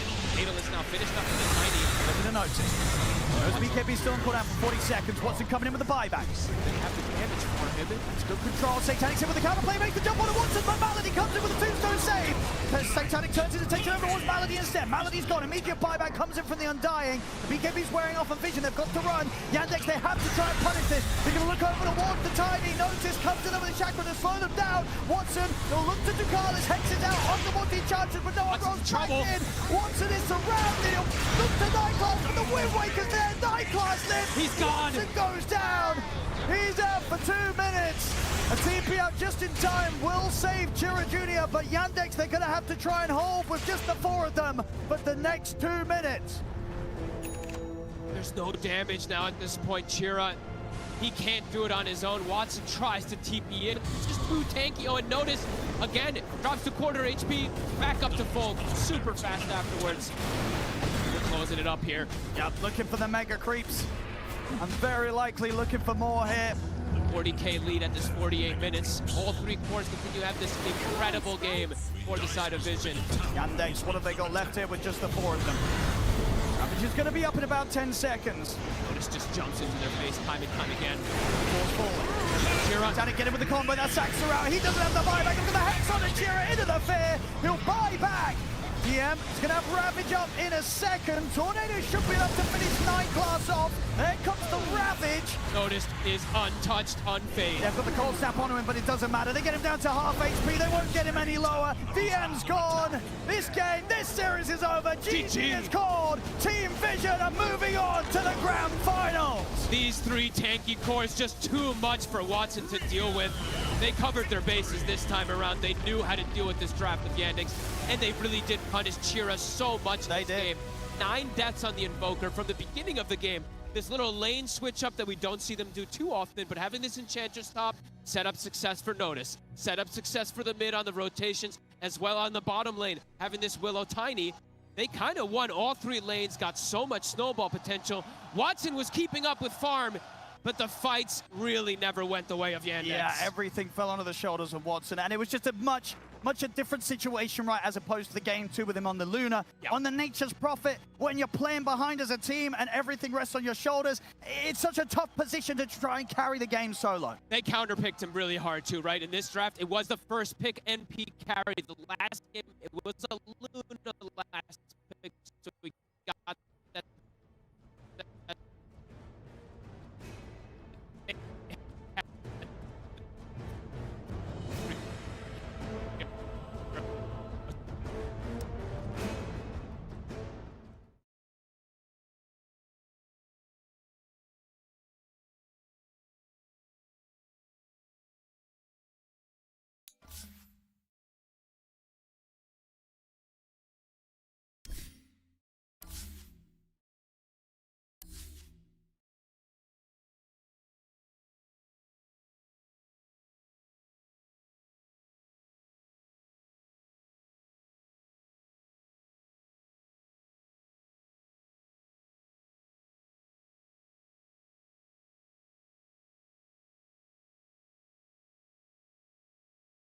Victory. We thought Tuxa would be that voice for the side of The area too much more here. They'll respond to that push. I like this as well. I was going to ask you about the children. He's changing it a lot. Looking at the Hex, looking for the Ags. Surely the dream of the Ags combo to follow up a Ravage is it's worth going more into than the Hex, or what do you say at this point? Because he's considering either. The Ag's damage, it doesn't work as much as it used to now in the old days. Like, I think the Hex just feels a bit better. They need that extra control because it's all about Watson to do the damage. Magical, it just really isn't what it once was. Sure, it's pure damage from the Sunstrikes, but still is they're maybe pretty high HP heroes. Exactly. Like eventually, sure, he can go for it, but I think the Hex is something a bit more important because they can kill these heroes if they don't get the BKB as well. Trying to step out the base here with the smoke. Vision already backed off. Maybe they catch Ducalis. As he has potentially stuck around a little too long. Very deep. Yeah, they're going to get him. So Ducalis That's a gem. Get punished, and indeed hanging around like that with the gem. A little bit of a mistake there. I'm surprised he sticks around there with like nobody around. It was Satanic, sort of, but not really the rest of the heroes. I mean, they might They're looking for go for Satanic there with the jump over towards him. He does, of course, have this Aegis still for a minute. But he's pretty alone. I mean, no one's trying to get over to help him out. He's trying to get away here with the Silver Edge, but the dust is upon him. The Gust will slow him down. Chira Jr. move the wraparound from the sides there. They're trying to wait for the timing of it. They're going to wait 40 seconds. Long time. They've just got to kill him at once. Backline at the side. We'll get the fear down on towards Saxon. So that's the Marauder out. No one, and Satanic turn with the full combo onto Malady. They deal with the 2 supports of Yandex. Junior. And it has to be TP out. I mean, you can feel that indecision from Sure, Yandex. Do we want to really chase this? This is kind of crazy. But at the same time, I felt like they were going to be able to kill him, or at least take that Aegis out of his hands a little bit quicker, but they hesitated a bit. They're just afraid to feel it there. The push now coming in again. Class. Still has BKB.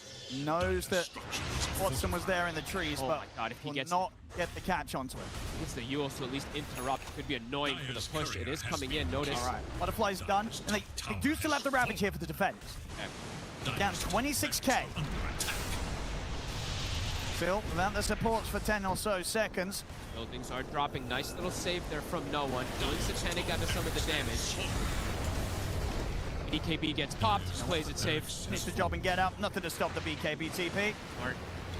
Not risking anything there. Not trying to like back up and reset. Can get caught and killed if he doesn't pop that BKB and TP out. I mean, is there any way they can get out and try and force a fight whilst this BKB for the Tiny's on cooldown? What's the risk? Could just lose the game with that move there. So I don't know if Yandex is going to want to make that type of aggressive move. Watson, okay, this is smart. He's going to go for the Hydra Breath afterwards. I like this. The percent damage is good versus the tanky heroes. I mean, all 3 of them having over 4,000 HP. The Hydra's Breath is absolutely going to hurt. He hits hard. Like, I think once the Hydra's Breath there, he can take down these heroes as long as they have the control, which, as you say, but they're trying to build towards. Chira Jr. very close to having the money for the Hex. We'll see how much they want to spend up on these big items over saving for buyback, because buyback is probably going to be preferable in this sort of situation.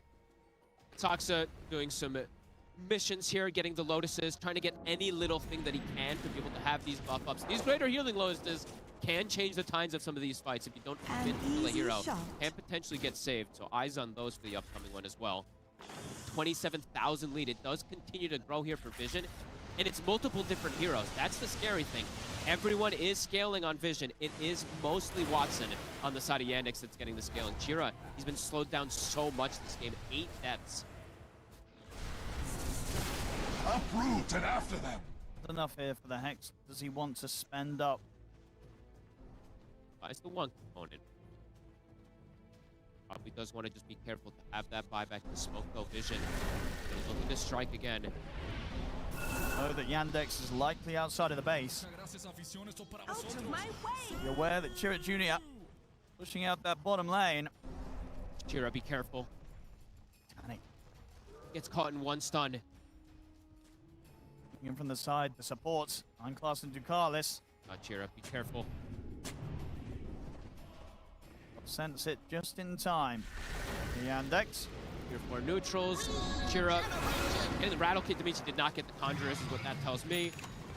A bit unlucky for him with the timing. Soxa will get it, so some extra burst damage that can come out from the Mirana. And yeah, okay, Watson's queuing it up, Owen. The Rapiers, they're starting to get queued. He's feeling like it's not going to be the answer with the Hydra. All right.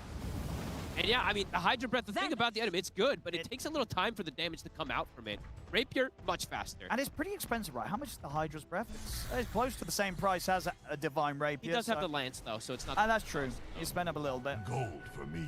But likely will be, well, I imagine, what's selling the Dragon Lance, right? If he does want to get a Rapier in for that final slot. And honestly, it does feel necessary. There is such high HP pools. Well, he's got a BKB. He's got to kill everybody. He's got to kill someone during that BKB. Hex completed. Chira does have that extra control now for him. All about enabling Watson. Level 25 starting to get hit as well on the Earth Spirit. No one now has the OP talents. Set in stone.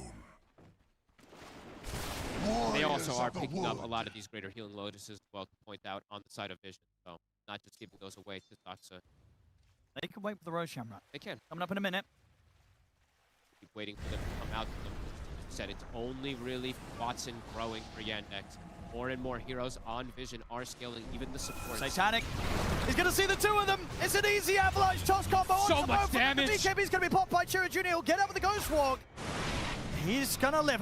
Very close. God, almost gets to both of them. Not quite enough damage to fully 100-0 the two of them, but it's close.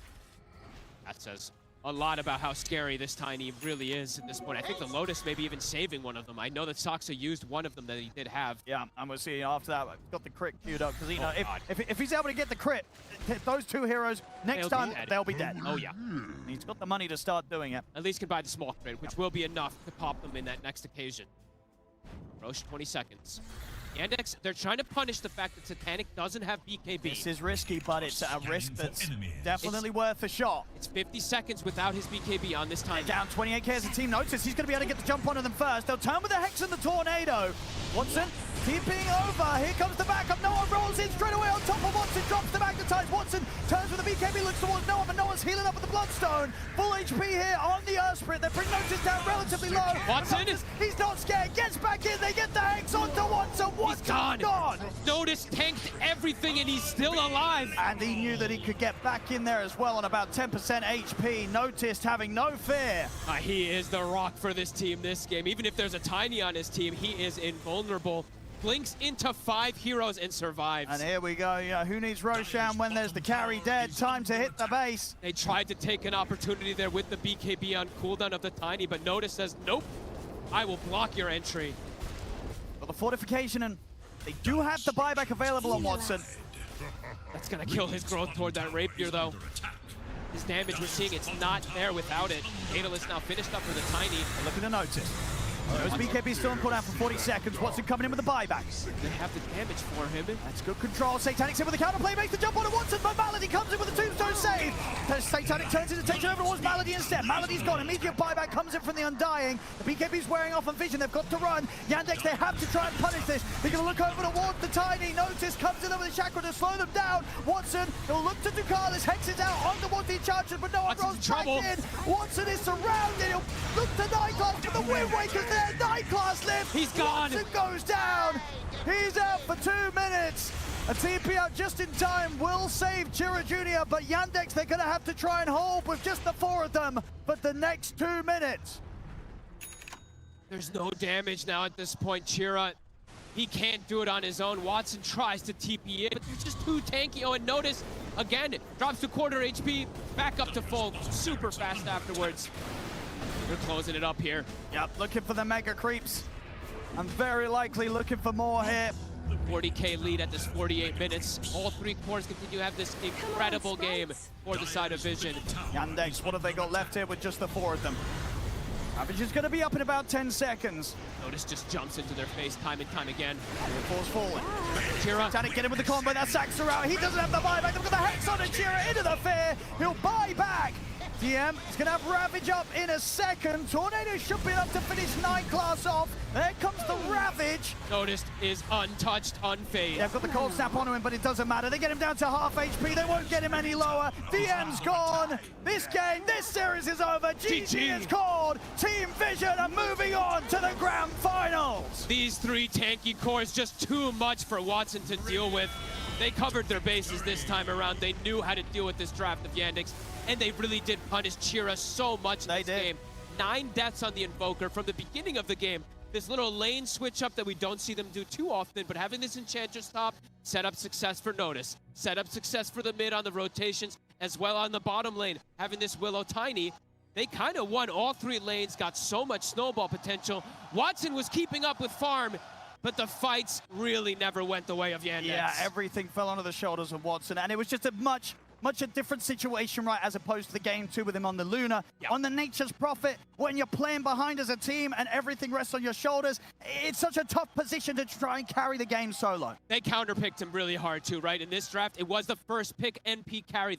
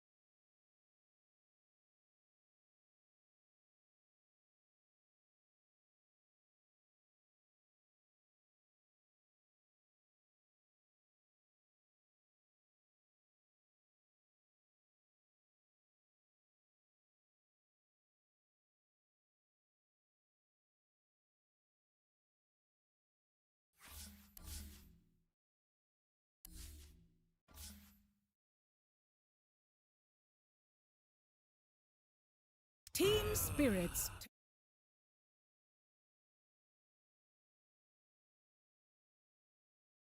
Team Spirits turn to ban. 10 seconds remain.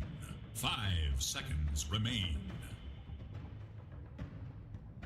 Team sit, and so elimination is also on the line. It's either glory or go home at this point in the competition. And we want to take a step back before looking closely at this draft of how do their play styles match up. We've talked about this new formation of Spirit, but how exactly does that potentially take advantage of BoomBoys or give them an advantage?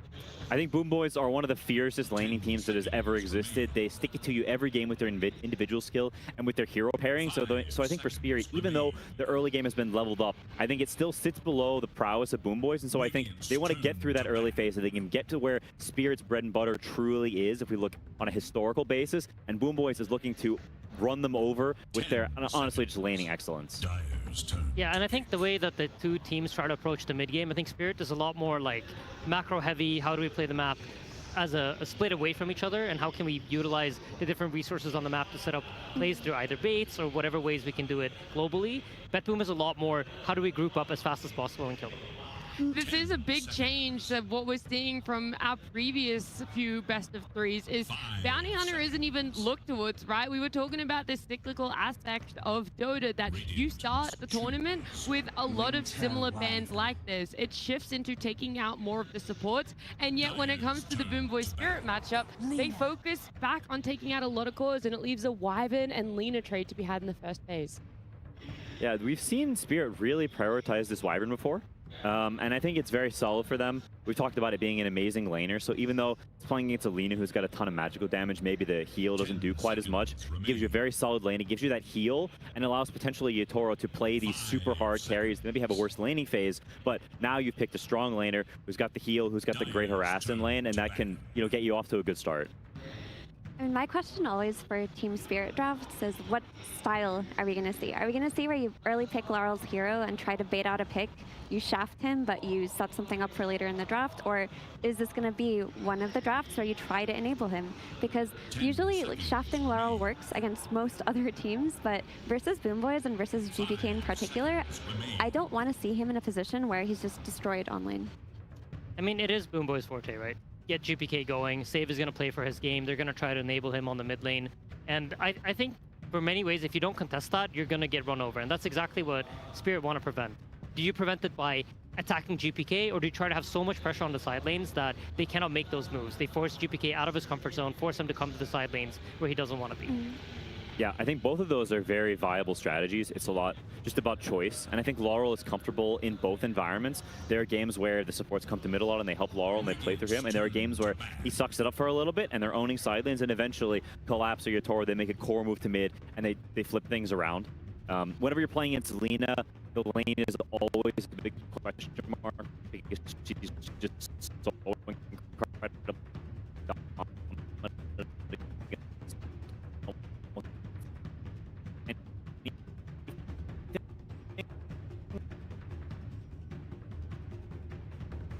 10 seconds. They're owning side lanes, and eventually Collapse or Yatoro, they make a core move to mid and they flip things around.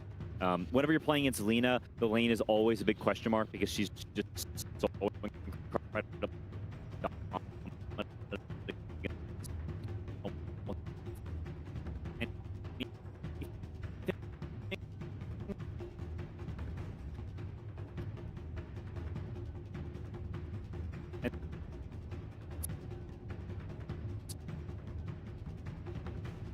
'I think also the coach interview we had with Mihoshka kind of speaks to how Laurel thinks about Dota. He mentioned that he tried playing Slark against Ember and he felt like the hero does absolutely nothing in the mid game, and therefore it's fine to lose the lane. So I think for Laurel, he's kind of looking at a hero that's going to scale well into the game, where he feels like eventually I'm going to have high impact through my spells and it's not going to be through my net worth.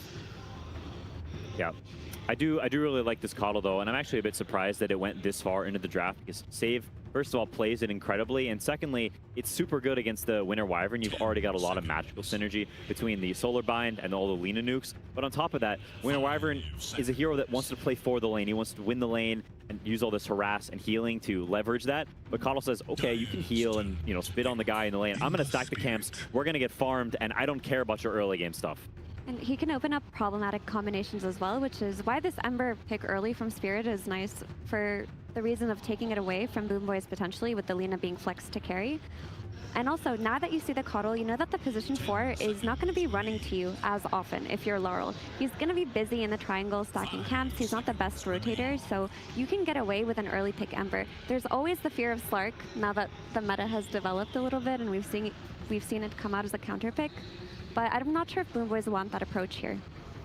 Yeah, it's an interesting pick because I feel like GPK probably feels like he can destroy him with Lina too, you know? Yeah. And I think that's kind of what Spirit are hoping for, because the Slark against the Ember didn't look that nice yesterday. I will say, however, Wyvern is a quite effective hero at killing Slark, because if you get cursed, you have no way of purging it off, and it's very easy to follow it up with any sort of stun. Yeah, it's true. They definitely are he's putting his neck out a little bit. I think this Ember versus Lina is also, like, it's a very brave pick in the sense that, like, it's super good in the game. You have chains, you have the shield, Lina can't burst you. There's a lot of elements that are very nice. But the lane can be very tough, and versus a very good Lina, you can get smacked. And so going into it saying, I know there's potential for this to go badly, but I'm confident enough in my skills in this, high pressure match that I can get through the laning phase and get to the good parts of the game. That is it's a very, sort of ballsy move from Laurel, and I like it a lot. I think in order to make that work, you need to have side lane pressure. That's kind of like the way you make that happen is by making sure that your side lanes are not also crumbling. They need to be stable. They need to ideally be pressuring the sides, forcing Lina to maybe make one awkward move that she doesn't want to do, which then allows Ember to get a couple of creep waves mid that recovers this game. Rubik comes out for Not Me. To me, this is my favorite hero to watch him on. His clockwork's been incredible, but it brings to mind the debut game he had at the Dream League that he joined, and he won a 3v5 base defense. He stole multiple spells. He stole a Winter's Curse into a Ravage and turned the game around. And in this game in particular, he's got Light Strike Array to steal. He's got all of Coddle's spells. I think he can make a lot happen here.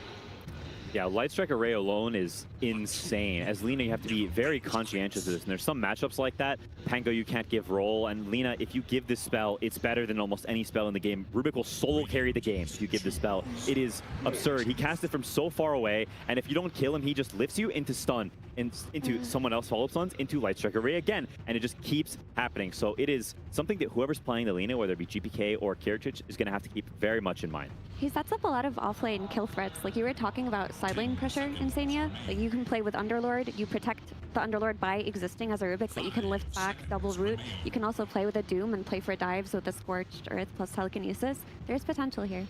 Yeah, no, I think this Rubik can absolutely shine. When I used to playing it against Lina was one of my absolute favorite things. Hoodwink Centaur, it's been a stable offlane combo throughout pretty much the entirety of this tournament. BoomBoys go back for it here. I think for them, actually, it's probably Hoodwink safe lane, right? So, Karaomi Hoodwink, save on the Coddle. When you have Coddle, generally speaking, you're going to want to leave your offlaner alone. I think this is kind of a scary position to be in, because I think Wyvern combines pretty nicely with a lot of really high-pressure safe lane heroes that like to play against Centaur. There's stuff like Kez, and anything like that could be quite threatening here, I think.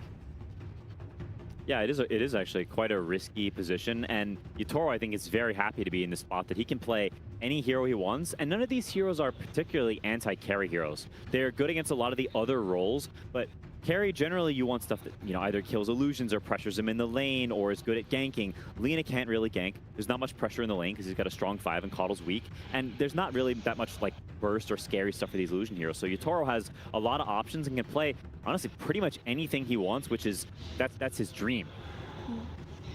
And looking at these drafts, I do feel there is a lot of pressure on Laurel to do a lot on his Ember Spirit, but he's been in these cases before. When I look at the supports on BoomBoys, I think Ember can play a very aggressive game because Coddle and Hoodwink don't really defend themselves. The pressure on the Ember is going to come from Lina crushing him on lane. But if Laurel gets a little bit of help, which I wouldn't mind happening, I mean, I'll always advocate for him getting help, I think this can make Team Spirit actually be the tempo team.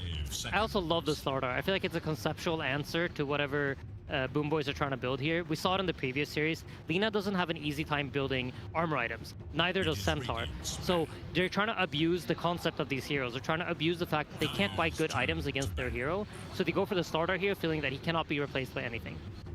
Yeah, it's a great call. I fully agree, and I think it's tough. This is a pretty nasty pick, and I don't know if BoomBoys can fix that necessarily with their last pick, because I think genuinely it's it's rough. The fact that Lina can't buy armor items naturally in her build is sort of an unfixable problem apart from gameplay. And whenever your only recourse is we have to do it through gameplay, we can't do it through items or any of these things, it raises the level of execution to maybe a point that is too difficult to actually, deliver on. And I think it also decreases your impact, right? Because now you're going to have to play around the Slardar. You can't play as aggressively as you normally would want to. You can't cast your spells as freely as you want to because of the Rubik. And this Lina that we're used to seeing GPK absolutely own with, he has like 2 things that he has to think about that in any other normal game he wouldn't. Yeah, no, it's super valid, and it's a big part of how the thought process goes whenever you're playing these high-impact core heroes, is you're thinking of what are the threats that impact my game in some way. I need to wait a little bit for this guy to go in the fight. Well, as those numbers stack up, you're adding things that you have to think about in each fight that I need to wait for this guy, I need to wait for that guy. And then suddenly you're waiting all day, and you don't actually get to cast your spites ever in the fight. And so when you have multiple layers of countering like this, it can honestly render the Lina obsolete without some very good gameplay or very good lanes. Also interesting to see that they decided to ban, Spirit decides to ban out 2 of the illusion carries that could have been quite good for them. They recognize that like our draft is actually not very good at dealing with TB or Naga. And on the other side, Kez I thought was a great pick against the Centaur. They could have absolutely demolished that lane, and BoomBoys recognize the same thing. Very interesting position. Both carries being let to have their last pick. One of them is going to have to do it blind, and that hero pool is a little bit smaller now with the fact that all 4 final bans can go towards those hero pools and a lot of shared heroes between the 2 as well. But I think this is where Yatoro shines, right? This guy is the guy that will play so many heroes. He has probably the biggest carry hero pool of anyone, and just having the best heroes eliminated for both sides, I think benefits him more, because he has more to reach into and grab from. This is cool. We don't really see Yatoro play Tiny very often. Yeah. Like, he hasn't played it at all this TI, and it doesn't really fit his archetype, but it makes sense within this game. The heroes on BoomBoys outside of Centaur are so susceptible to being jumped and burst. If you have your Slardar going in, this Tiny with the Blink Dagger will instantly follow up, burst the Lina, burst the Hoodwink, burst the Keeper of the Light. The only thing defending them is the Stampede, but if you're chain stunned, it doesn't matter. Yeah, Nat mentioned earlier, Spirit potentially watching the teams playing earlier in the day and learning from that. And I think they were watching those Vision games and learned about, how to approach this Lina Centaur. We saw this exact same framework earlier today and with the Yandex series, and it got blasted by Slardar and lots of jumps who are just insta-killing the heroes. They've replicated that in a pretty big way, and I think Spirit, this is a great masterclass in countering what you see. Also, I think it's so cool that they managed to use the fact that TB is considered one of the best heroes against Tiny. It's banned out, and it sets up the Tiny to have such a nice game. But I love TA. This is every offlaner hates playing against this hero, and it's because it's so strong in the early game. It kind of flips the script of like we're gonna have pressure on all our side lanes, and BetBoom are trying to address that by having their own pressure on their own safe lane. Well, I am very pleasantly surprised by the TA here. I'm always a fan of new heroes, especially new heroes at a main stage of TI. So finally someone, Quinn, is willing to pick her, a hero that you've had your love and hate relationship with. I'm a big fan of this hero. It's very cool. It hasn't been a mid hero for a long time, but as a carry hero, it has a lot of potential. The traps are very good against Winter Wyvern and Rubik, these ranged squishy heroes that are staying far back. Well, now you see them. Now you give an avenue for the Centaur potentially jump them a little bit easier. And I think Heritage is very, very competent and solid on this hero. And so I think it gives them the potential to pull the game back a little bit. But I still feel like Spirit have crafted something that more directly responds to what BoomBoys has. And I like that concoction they've created. So I'm a Spirit bear, but I like the TA pick. I would agree with that, but I do want to add that BoomBoys have lost with TA already this international. This hero has fallen off a lot to me in terms of her laning prowess. Used to pick her to crush the offlaner, but she got nerfed so heavily the last year. Like, her meld level 1 sucks. Her innate is really weird, and I don't think you can use it very well on lane. And to me, it just depends on her having set up to do damage, but maybe BoomBoys can pull it off. I feel like Spirit has all the answers. I love the way they've answered the draft. They've answered it as a whole, not just one-to-one hero counter picks, and I love what they've got here. Okay, guys, I needed a little bit more confidence on the side of BoomBoys. Surely one person can give it to me. Okay, Save Coddle is like a legit beast. Okay. Whether it's mid or 4 or I don't even carry, I don't care. This guy's Coddle is next level Lee Sin al-Gaib type deal, so if he's in the game, he can cook. Well, I'm glad you were willing to give me the confidence, but there is potentially another person as well. We've talked about it. Coddle save is so impactful, but there's so much more to a draft, and someone who helped curate that is standing by with Tsunami. It's Bulk. Thank you very much. Yes, I'm joined by Bulk, and Dima will help me translate. So, Bulk, what'd you do for the last 5 hours since we last saw you? Чем занимался последние 5 часов? He was watching DOTA. Wait, you were just watching the games? You weren't prepping? You were just enjoying the TI? Ты просто смотрел игры и наслаждался интернешнлом? Все так. Okay, nice. I'm glad you're relaxing. You have a lot of history against Team Spirit specifically, and over the year, you've actually been doing quite well. You have the advantage against them, but I know that deep down inside, there's something about this team that annoys you. What is the most annoying thing about playing against Team Spirit? Вы много встречались с Team Spirit в этом году, и у вас преимущество по счету, но что-то вас явно в них должно раздражать. Что именно? Ничего, я думаю, что мы с ребятами всегда рады играть против Team Spirit. Nothing annoys us about them, really. We are just glad to play them every time.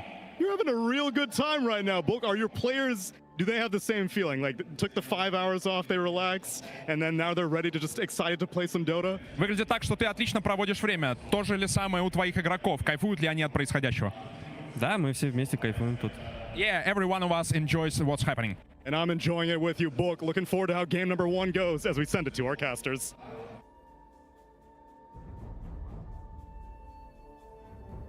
Every year, BoomBoys comes to TI as one of the stronger teams, and every year, TI is a bit of a disappointment, but every year, they've shown improvement. From dead last in 2022 to 4th place last year.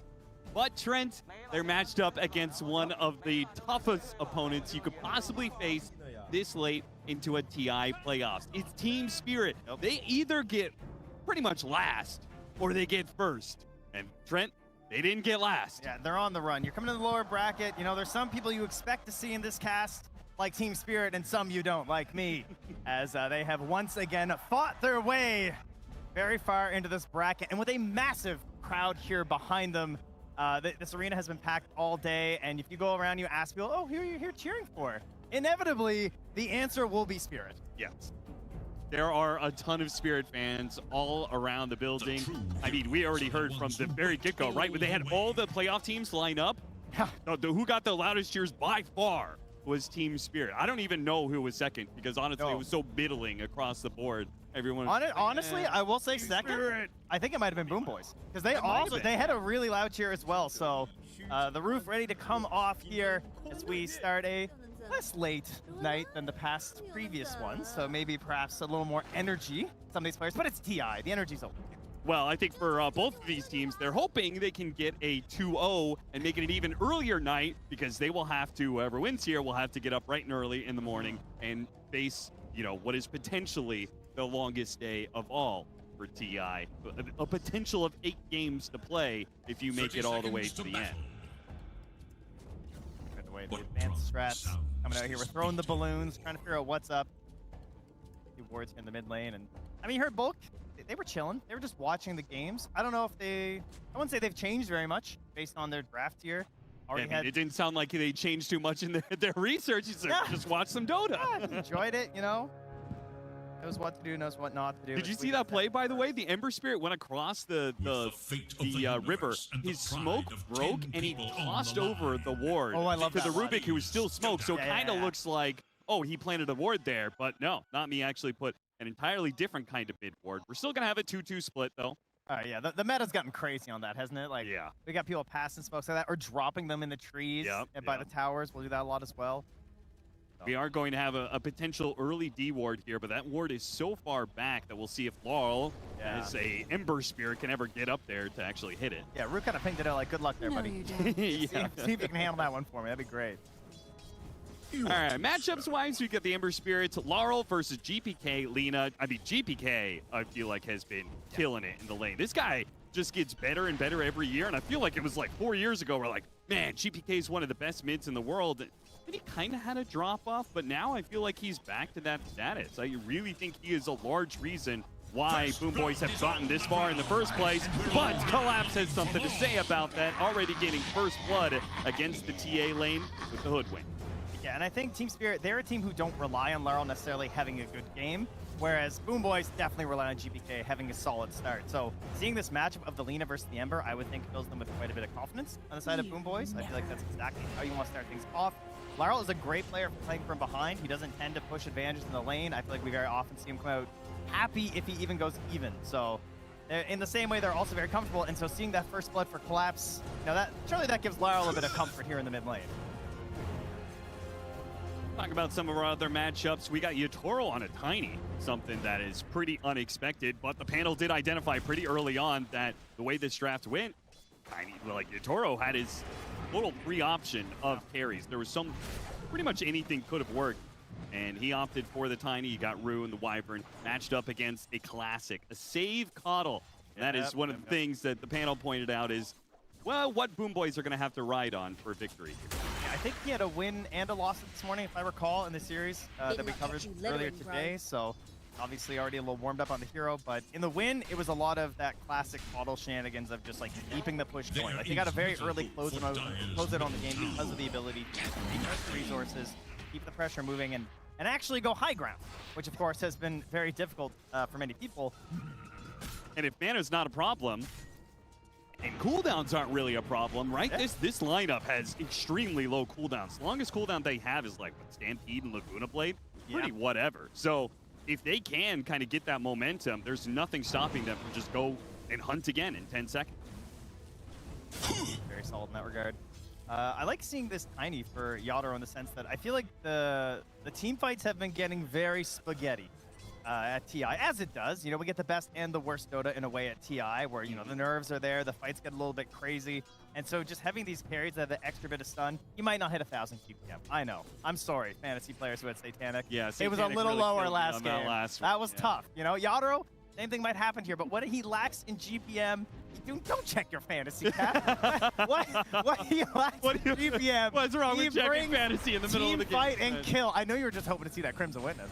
Out here, I know. But yeah, I like to see the ability for the carry to have that impact, right? Just every extra stun just matters so much when we see teams like missing spells that maybe you don't usually see. Yep. And when it comes to TI, right, the team fight spells, but also the repositioning, right? Those are always such powerful tools when everybody kind of clusters up a little bit, everybody plays a little bit tighter. GPK might get punished here. Laurel, GPK was trying to pressure into the mid lane, gets caught by Not Me. Rotation, telekinesis, toss back, save, desperate with the save, but will not be able to pull it off. The turnaround, perhaps. Laurel gets off the slide, and it's almost saved. That's going to die. Laurel dropping lower and lower, commits for the kill, can't get it. He knew there was no way out and probably wanted to die just to get the full resources back up into play. Team Spirit strike first in the mid lane when it comes to the rotation. Yeah, you'll take that trade for sure. Nearly got himself a second one. That would have been pretty fantastic there.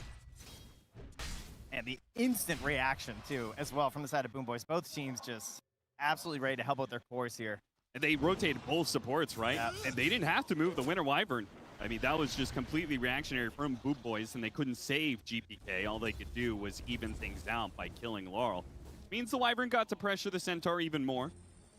Tough to do that, though. Centaur is one of the best offlaners for a reason right now. When your offlane is almost guaranteed to lose, feels like Centaur is just like the best go-to option. Yeah, just throw him in there, especially the ability to catch him on the helm. It's the new age Midas.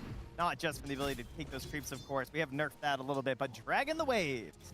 Yep. That's the off-lane life these days. I hate so much that we're watching this, like, they're doing it with the Helmet Dominator. We're watching Lone Druid do it with his bear. This is getting ridiculous, man. Do you think maybe they'll stop leaving the lane at some point? That's too sad. Yeah. We can't kill the creep. I think the further away from the lane they get, the stronger the creep. Okay. There we go. Then we'll just start killing stuff. Give the power back to the people. I like it. Put us on the bound. All right. Where's our level 6 on these mid laners? They're going to clash again here. GPK so close to the Laguna Blade. Laurel's going to try and pressure him out. That's a lot of resource trading coming with the 6-minute rune. Yeah, He gets his 6 first and immediately drops a Laguna Blade with the slow burn. Whew, 15 HP. Laurel barely survives. You can see why Laurel was looking for that kill there. Yeah.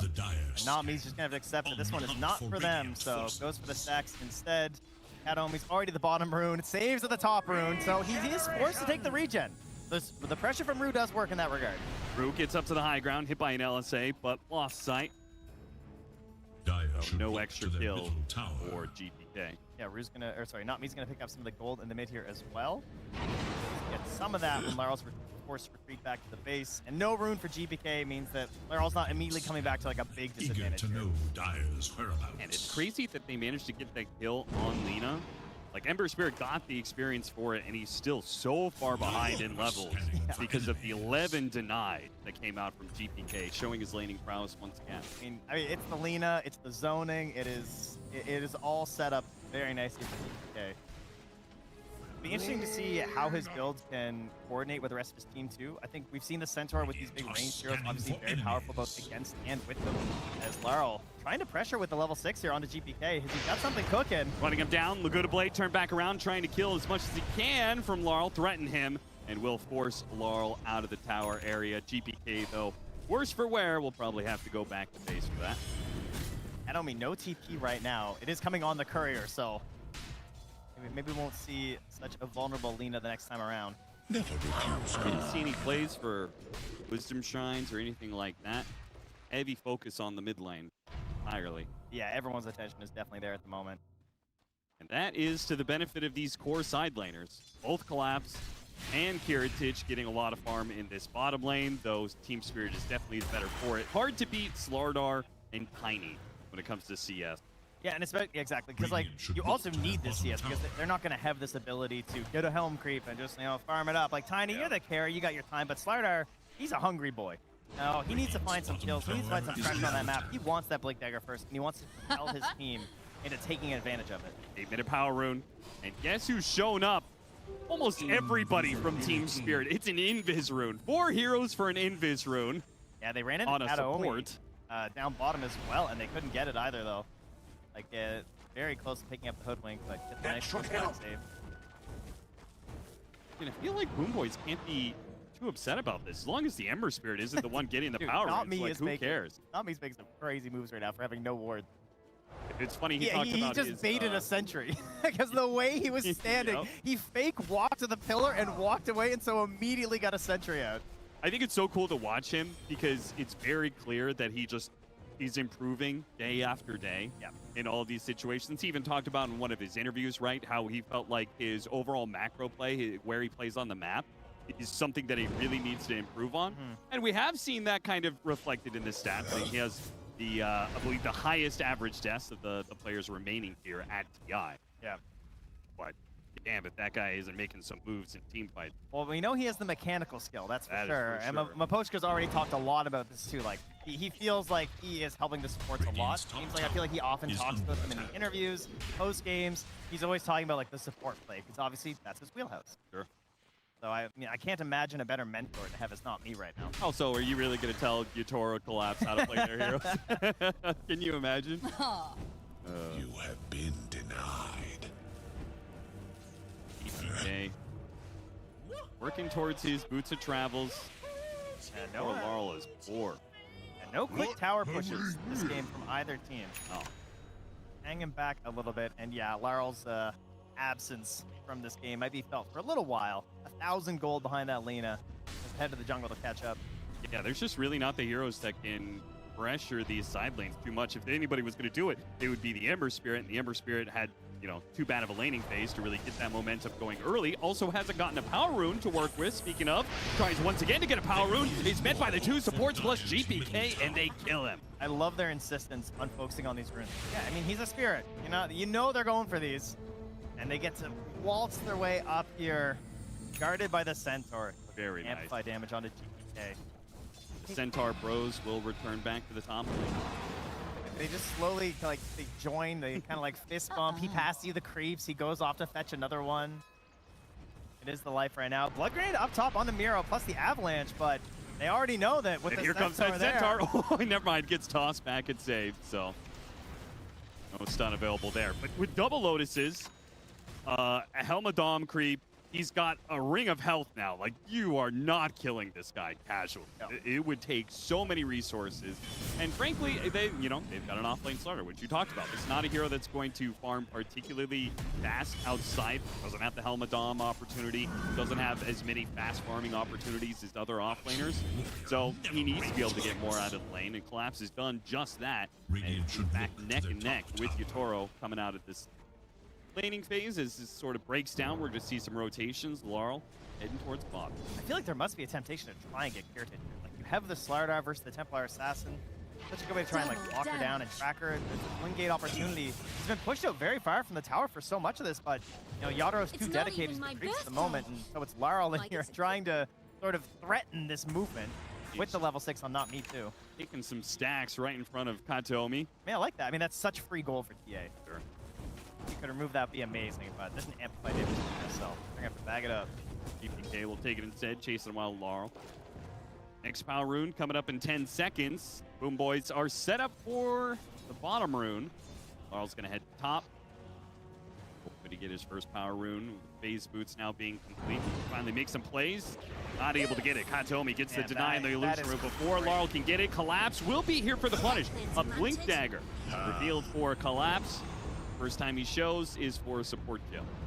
Unfortunately, they have run into the classic Ember lineup of 0 power damage. They hit the stolen bushwhack. Again, that was really nice. Laguna. Collapse push back. They managed to get the blink in, and GPK low enough will be able to get out with the Stampede. So they do save him.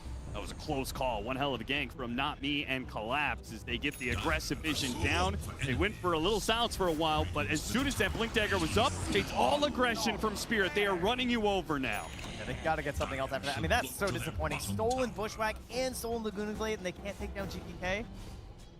And of course, there is this Helm creep roaming around the map. They have the boots of travel on GPK, just waiting for a possible moment. Should look to their middle tower. Now, though, it is that more defensive play. Collapse, he's still hungry.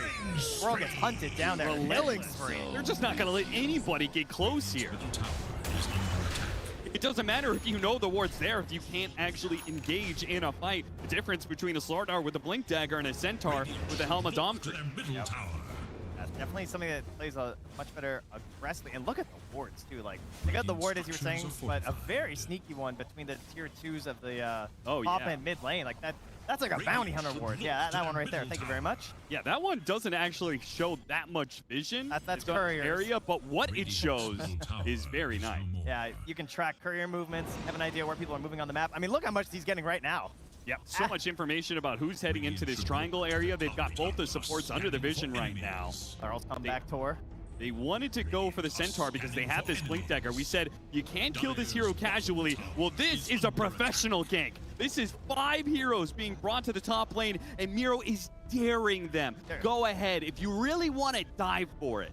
They're in a union. They're so professional. Like, this is, look at this. Smoked up, Not Me leading. As the stolen Laguna Blade still really wants to get a cash out on that, but can't find their moment.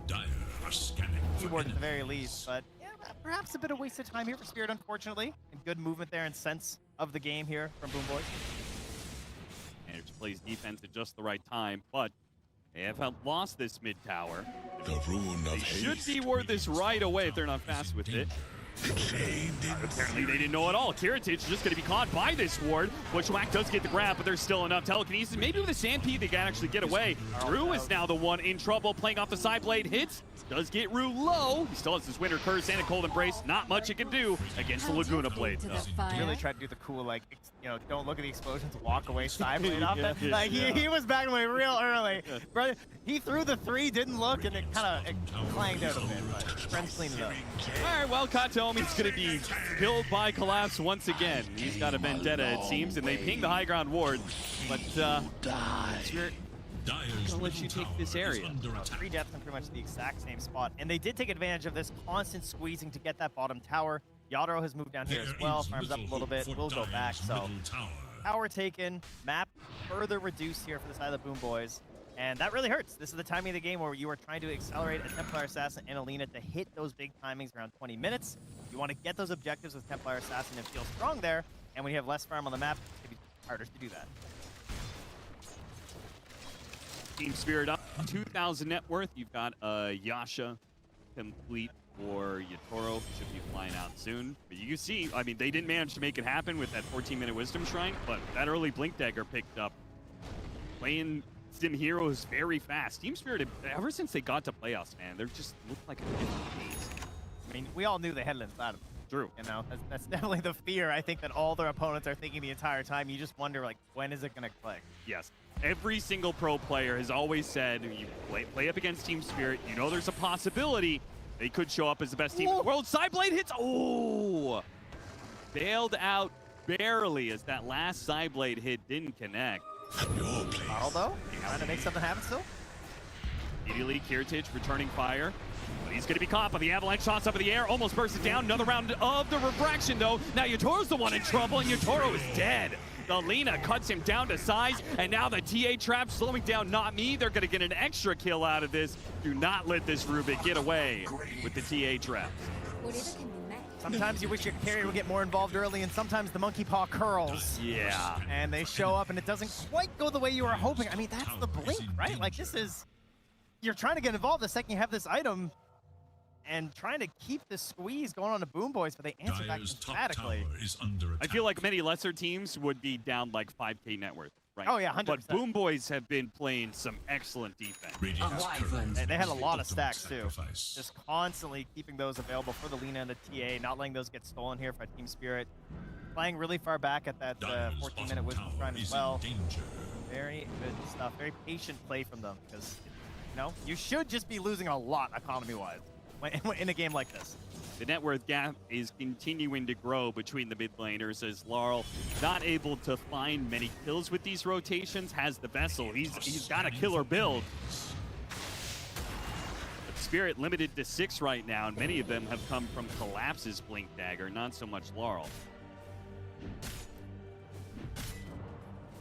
Back it up here. I mean, a Centaur just standing here farming his Ancients. He can stand tall and take it. Yeah, what do you think of this fast Lotus Orb? I think he feels the pressure, right? Like, he knows how Team Spirit are playing this game. There's obviously a Slardar, so that is our big need here for a bit of dispel. Mostly so his TA can play the game. And earlier this morning, it was Save who was dying in a lot of really good ways. I think this game, it's Kato, right? He got handed the mantle of, could you just kind of go out there a little? Yeah, could you just run interference for every single aggressive move the Team Spirit's going to make? And, well, he's been doing that. He is 5 deaths of the 7 Team Spirit kills. So There it goes. Catching up to his last. He's got 6 right now. So we'll see. Is that not a good stat? Is that a pro player award? Is there, you know, because you got the Milk Award, you got the Ake Award. Is there an award for a player who has more deaths than last hit? We might find out today, Cap. Maybe it'll become the Katomi Award. We'll see. Either way, BoomBoys are not in that bad of shape. They're only down 1K against Team Spirit. They weathered through the storm of these double Blink Daggers. This Lotus Orb is going to pay out really nicely, right? I mean, there's a ton to remove. You've got Chains, you've got Corrosive Haze, you've got even small things like Arctic Burn to be able to remove. There's single target abilities you can bounce back, like Burst, as well as Telekinesis, so...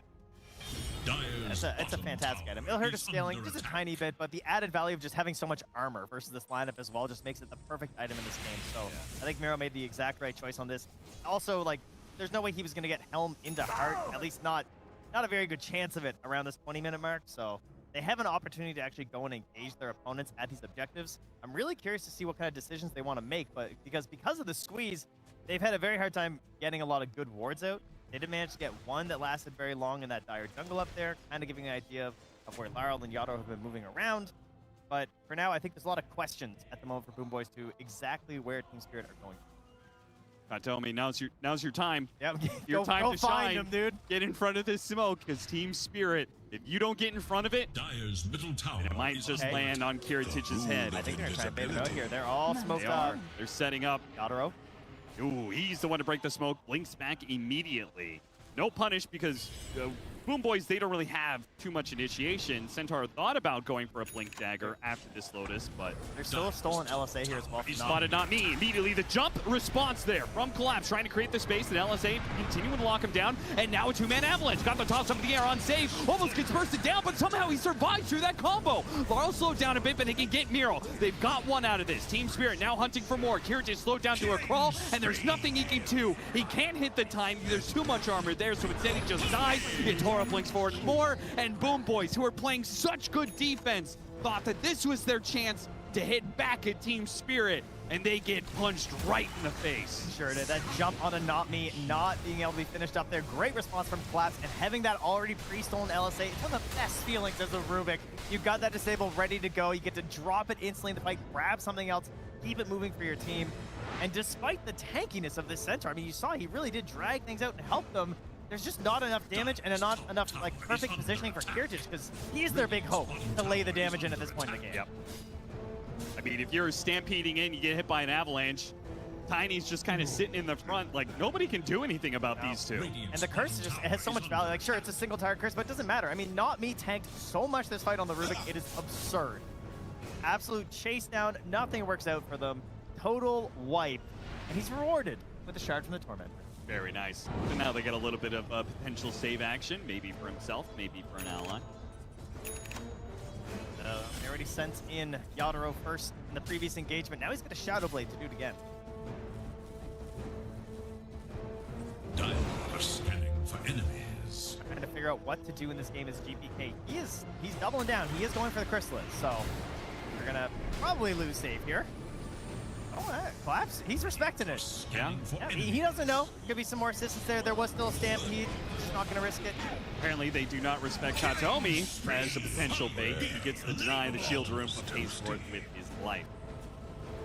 Now, Team Spirit up to a 5,000 net worth lead, and the map is beginning to close in on them. They have BoomBoys have only taken this tier 1 tower top. Mid and bottom tower still available, and all the lanes are pushing in, and Yatoro's on the hunt. Gonna run straight into Kirich, so they throw the sentry out. So are they gonna bait this a little bit, or no? They just blink back and run.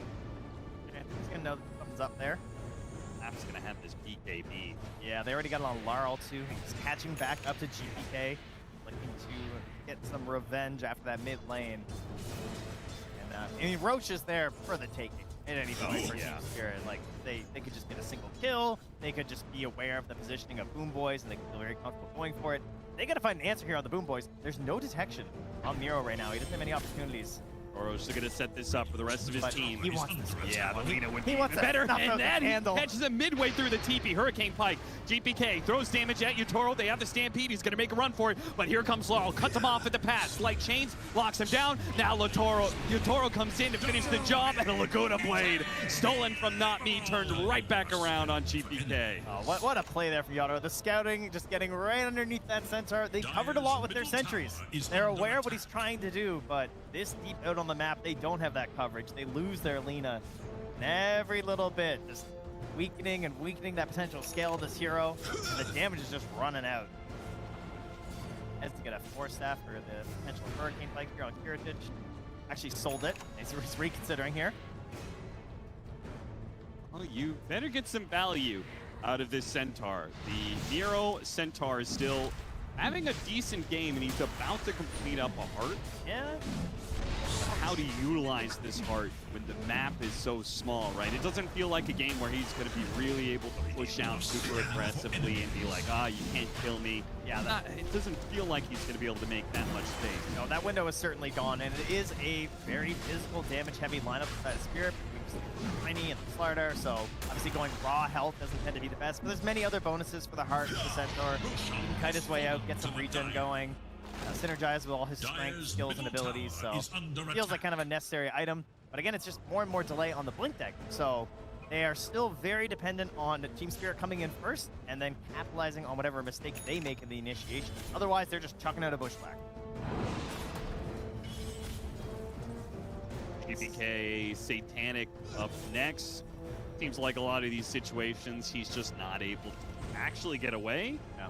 So needs a way just to be able to hand fight against the Zeros. Wish him the best of luck with that.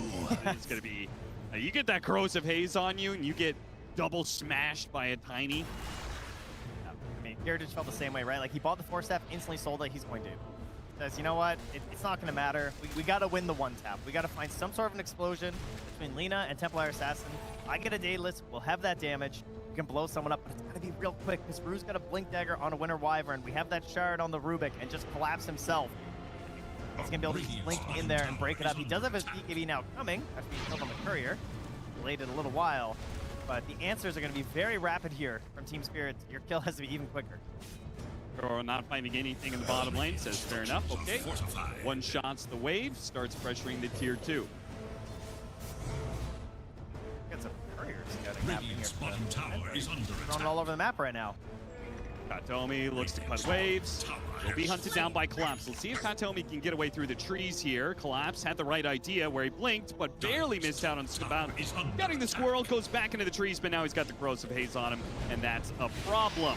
Not me shows up on the other side, shows off the Laguna Blade that he had to steal a Bushwhack. Nice grab there. Massive cast range on the old Rubik. There's Miro trying to create space where he can. Shoving out the waves between his big boy Centaur and his Helmadom. Dire's middle tower spotted is under fourth attack. Sentry combo. No, though, I mean, you look at the net worth change over the 5 minutes, what a handy stat we have here. It's looking all right. Not that the, bad. the lead is not growing. In fact, I think it might even shrunk a little bit there. Yeah. Like, BoomBoys continue to perform very well under this pressure. It's really surprising me because they just do not have, it feels like they do not have that much map to work with. Oh.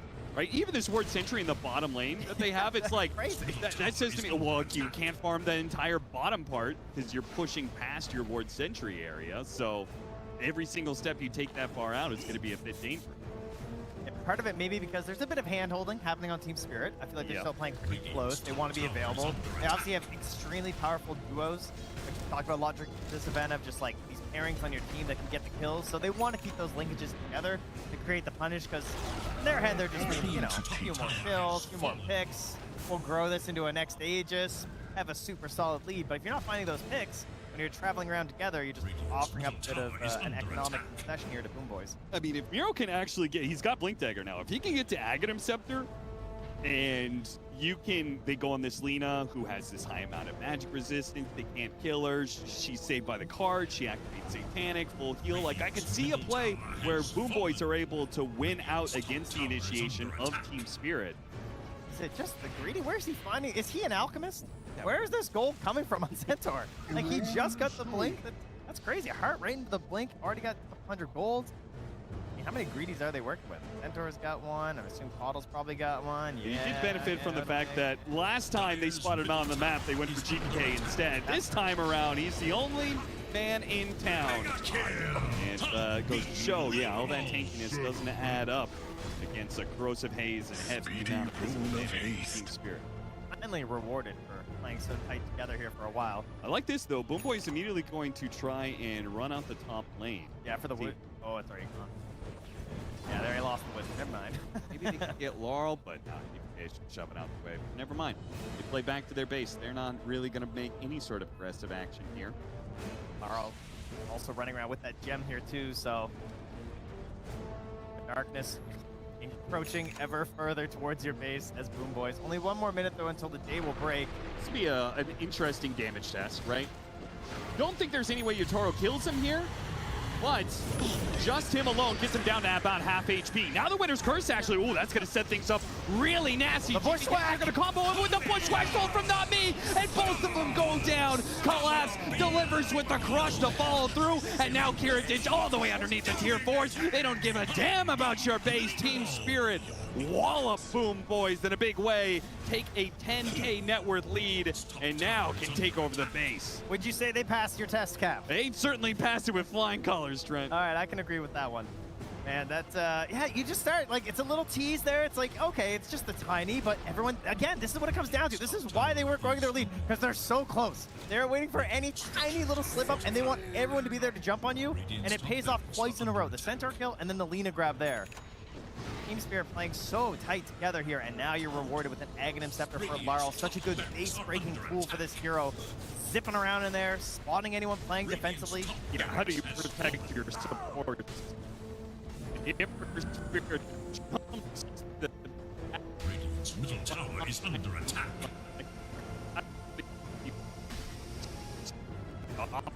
He's just gonna kill the coddle. He's just gonna kill the hoodwink. I mean, you know, Na'Vi will be right there with them too, right? Yep. He's gonna hop in the second it looks even a little bit appetizing.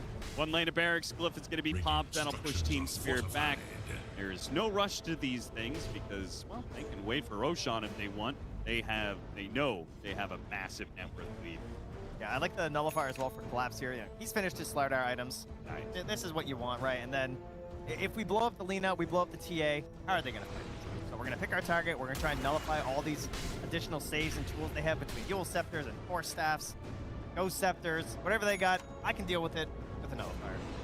Yeah, it's so bad that Miro's like, I've got 3,700 HP. I've got a plate mail. I've got the extra armor, and maybe I need a Ghost Scepter. That is not a good look. Yeah. And it's not even a Crozier game either, so there's not even a vision of like success later on for that build. I imagine he goes Agnum's first if he can. Like, I feel like he's gonna attempt to get there, because that would be massive. Yeah. They will be able to very efficiently take second Tormentor. Scanning for enemies. Oro. Richard here. For enemies. Boys, the only thing they can move out just a little bit. They're under some vision here from Team Spirit. Very hard, obviously, to move it on the map at this moment, so they're gonna have to use a very precious smoke. Yeah. That is a smoke that is completely ruined. I mean, even just getting wards down to the smoke would be great, honestly. Like, they need something, you know?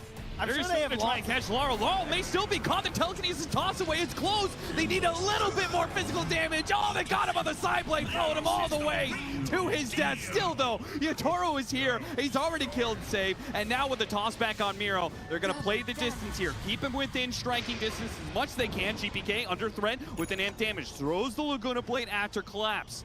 Heritage is here. All right. What's the play? Are we backing it up? It seems like both teams are kind of discussing. They don't, not really sure. I mean, Rue still has Blink ulti. Not me, so has the Laguna Blade. Otaro kind of testing it once again. They still have so much vision here. They got out on the map, but they couldn't do any sort of de-warding, so Yadoro wants to peek his head up here. Not who he's looking for. Gonna jump on a Miro. Laguna Blade, toss back, and oh, that Centaur! A tanky boy, shredded with ease from just 2 players of Team Spirit. Yeah, maybe he wanted one of the bigger cores, but... Look at Yutoro, he's playing fast too. Already teleports to the other side of the map with his Silver Edge, hunting down. Yeah. He might just be rewarded with right a kill on past the Heritage. wave. Yeah, this guy's good. Hey, who's coming? The refraction's almost look, dead. look at the arrows on the map. He's jumped the up, heroes. tossed up in the air. The rest of the team is closing in. He's gonna Hurricane Pike, try and go for the TP away. Collapse, gonna get here in time, Rue? No. Nobody gets there in time to stop the TP away. That could have been a death sentence for BoomBoys. They're already serving life inside of their base. The one time the whole team's not nearby. Otaro really trying to break it here now. That being said, with everything that's occurred over the past couple minutes, we're now up to a 16K lead here for the teams here.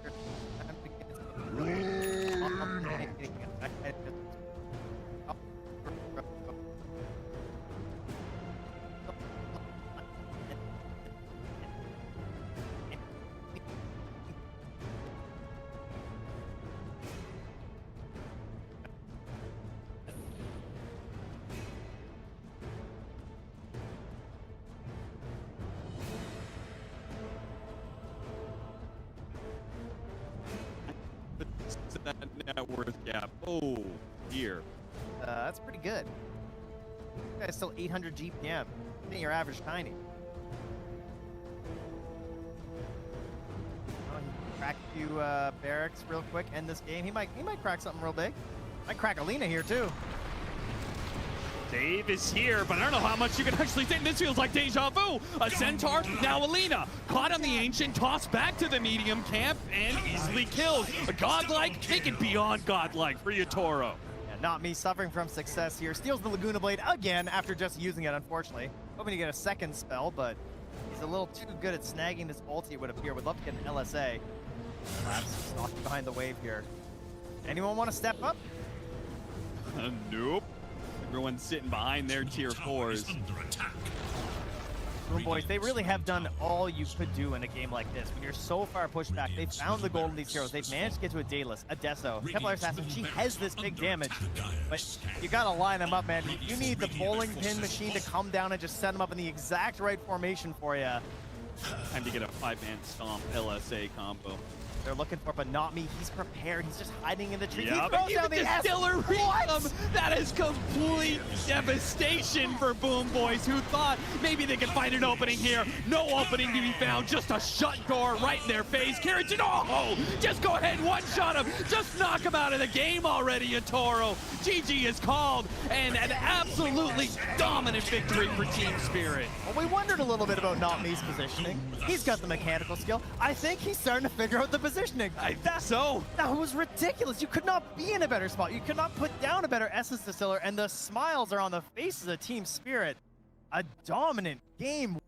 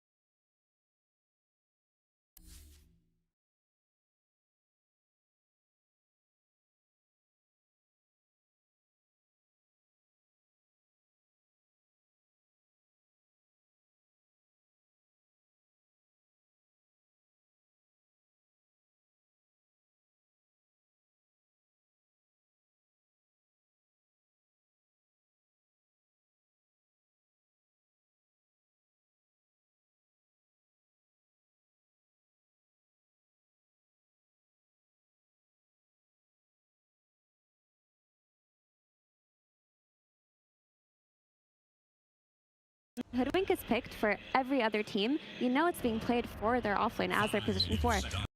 Possibility. They could show up as the best team in the world. Sideblade hits. Oh!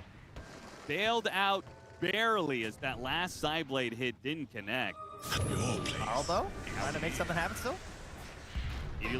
One that lasted very long in that dire jungle up there. right in the face. Sure did. That jump on a Not Me, not being able to be finished up there. Great response from Collapse, and having that already pre-stolen LSA, it's one of the best feelings as a Rubik. You've got that disable ready to go. You get to drop it instantly in the fight, grab something else, keep it moving for your team. And despite the tankiness of this Centaur, I mean, you saw he really did drag things out and help them.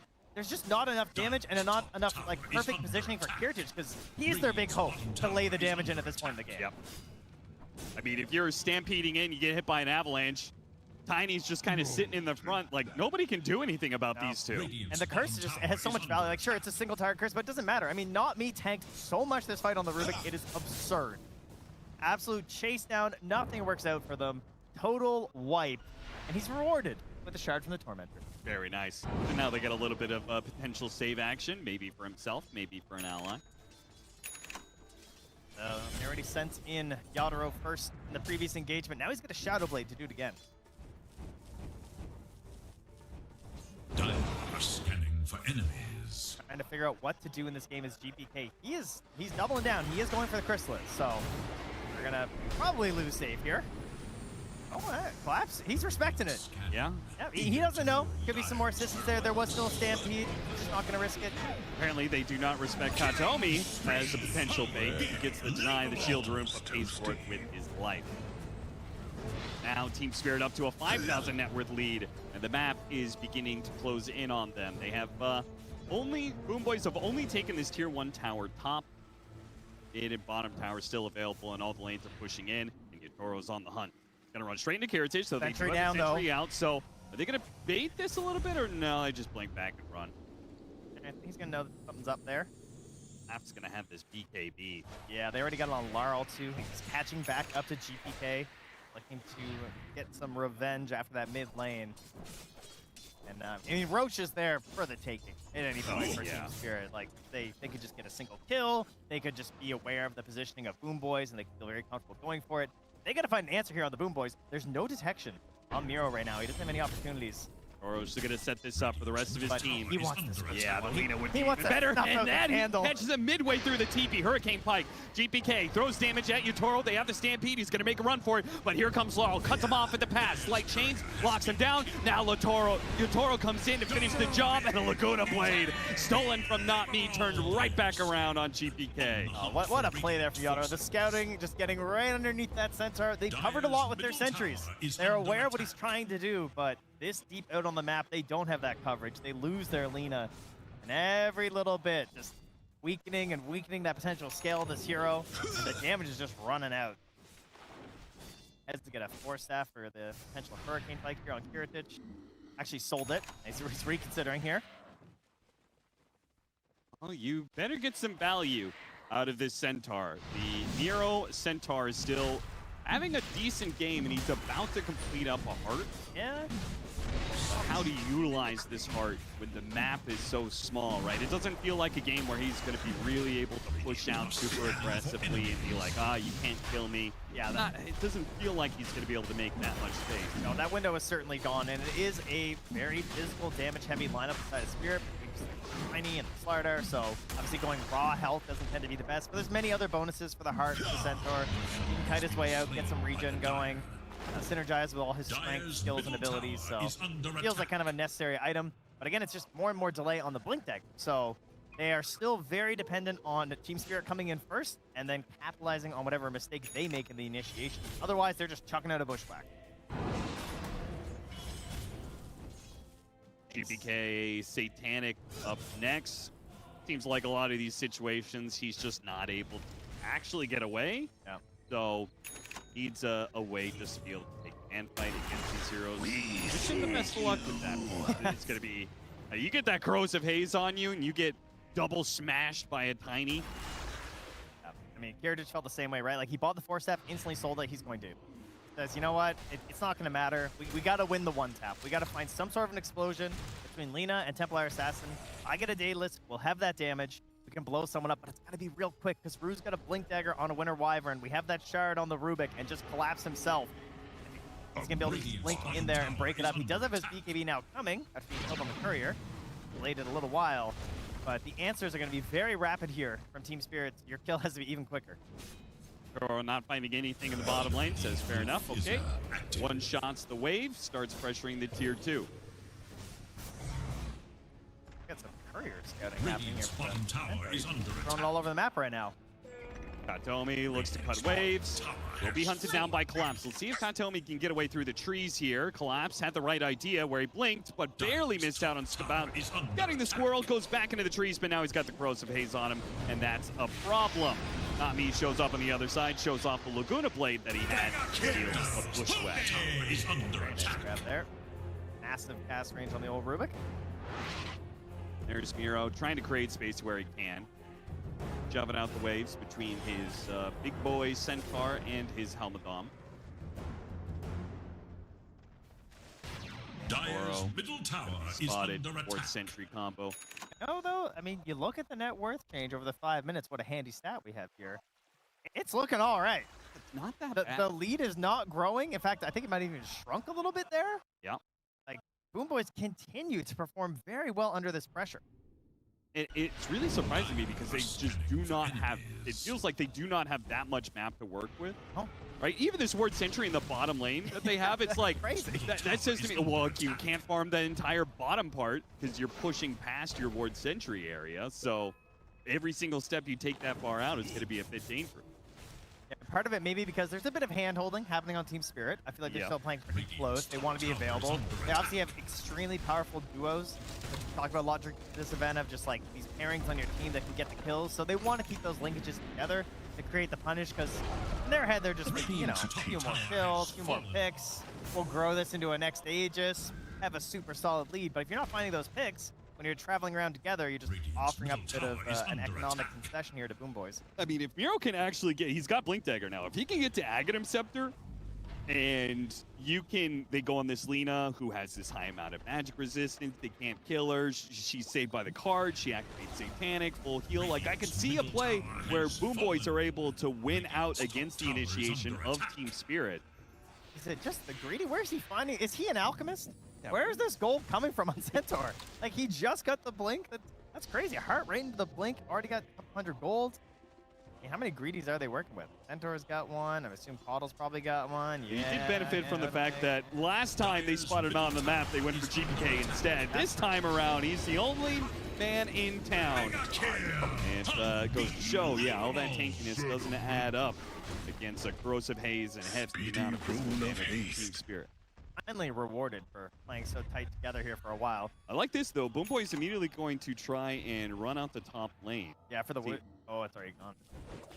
Yeah, there he lost the wood. Never mind. Maybe they can get Laurel, but not GPK shoving out the way. But never mind. They play back to their base. They're not really going to make any sort of aggressive action here. Laurel also running around with that gem here, too, so darkness encroaching ever further towards your base as BoomBoys. Only 1 more minute, though, until the day will break. This will be an interesting damage test, right? Don't think there's any way Yatoro kills him here, but just him alone gets him down to about half HP. Now the Winter's Curse, actually, ooh, that's going to set things up really nasty. The Bushwhack! Going to combo him with the Bushwhack sold from Not Me, and both of them go down. Collapse delivers with the crush to follow through, and now Kiritich all the way underneath the tier 4s. They don't give a damn about your base. Team Spirit wallop BoomBoys in a big way, take a 10K net worth lead, and now can take over the base. Would you say they passed your test, Cap? They certainly passed it with flying colors, Trent. All right, I can agree with that one. And that's, yeah, you just start, like, it's a little tease there. It's like, okay, it's just a tiny, but everyone, again, this is what it comes down to. This is why they were growing their lead, because they're so close. They're waiting for any tiny little slip up, and they want everyone to be there to jump on you, and it pays off twice in a row. The Centaur kill, and then the Lina grab there. Team Spirit playing so tight together here, and now you're rewarded with an Aghanim Scepter for Laurel. Such a good base-breaking tool for this hero.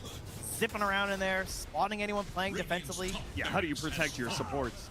The Ember Spirit jumps to the back line. Like, how do you stop him? He's just going to kill the Coddle. He's just going to kill the Hoodwink. I mean, you know, Not Me will be right there with them, too, right? Yeah, he's going to hop in the second it looks even a little bit appetizing. 1 lane of barracks. Glyph is going to be popped. That'll push Team Spirit back. There's no rush to these things because, well, they can wait for Roshan if they want. They know they have a massive net worth lead.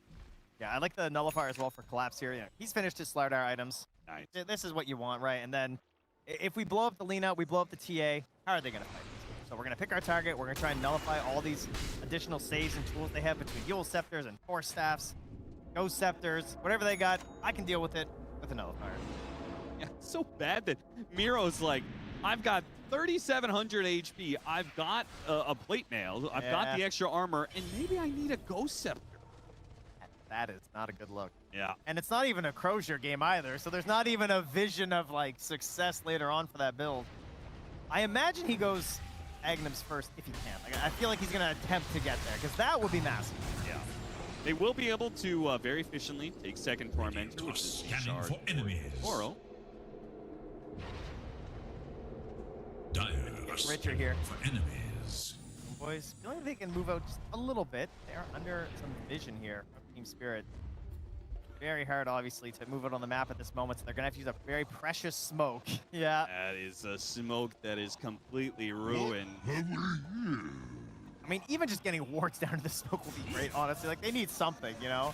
I'm They're sure still they have gonna try and catch Laurel. Laurel may still be caught. The telekinesis toss away. It's close. They need a little bit more physical damage. Oh, they got him on the side blade, throwing him all the way to his death. Still, though, Yatoro is here. He's already killed Save. And now with the toss back on Miro, they're going to play the distance here. Keep him within striking distance as much as they can. GPK under threat with an amp damage. Throws the Laguna Blade after collapse. Heritage is here. All right. What's the play? Are we backing it up? It seems like both teams are kind of discussing. They're not really sure. I mean, Rue still has Blink ulti. Not me still has the Laguna Blade. Otaro kind of testing it once again. They still have so much vision here. They got out on the map, but they couldn't do any sort of de-warding, so Yadoro wants to peek his head up here. Not who he's looking for. Gonna jump on a Miro. Laguna Blade, toss back, and oh, that Centaur! A tanky boy, shredded with ease from just two players of Team Spirit. Yeah, maybe he wanted one of the bigger cores, but... Look at Yutoro, he's playing fast too. Already teleports to the other side of the map with his Silver Edge, hunting down. Yeah. Might just be rewarded with right a kill on past the Heritage. wave. Yeah, this guy's good. Hey, who's coming? The refraction's almost look, dead. look at the arrows on the map. He's jumped the up, heroes. tossed up in the air. The rest of the team is closing in. He's going to Hurricane Pike, try and go for the TP away. Collapse going to get here in time. Rue? No. Nobody gets there in time to stop the TP away. That could have been a death sentence for BoomBoys. They're already serving life inside of their base. The one time the whole team's not nearby. Otaro really trying to break it here now.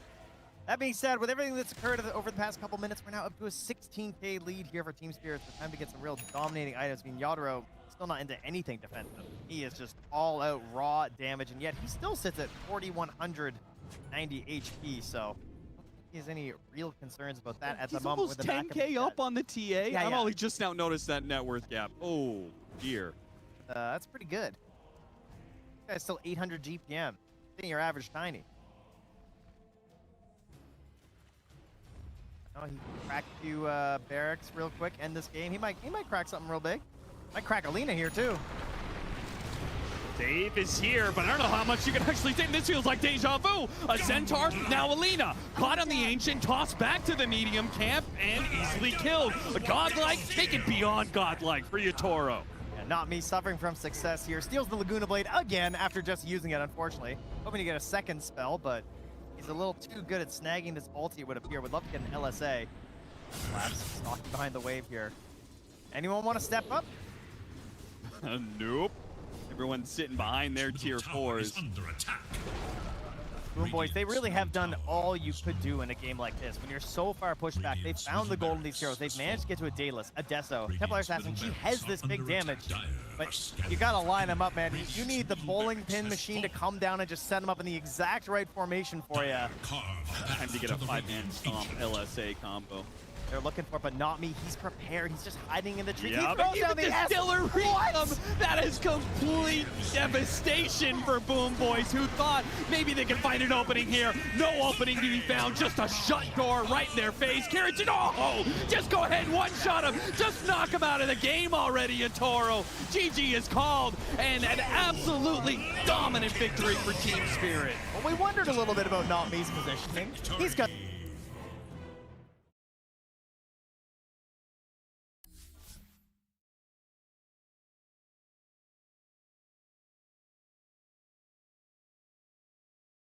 Team spirits turn the to damage, not just your potentially trying to pick this.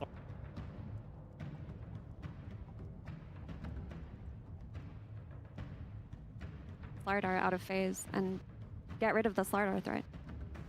It's an interesting idea, and also like Spirit potentially.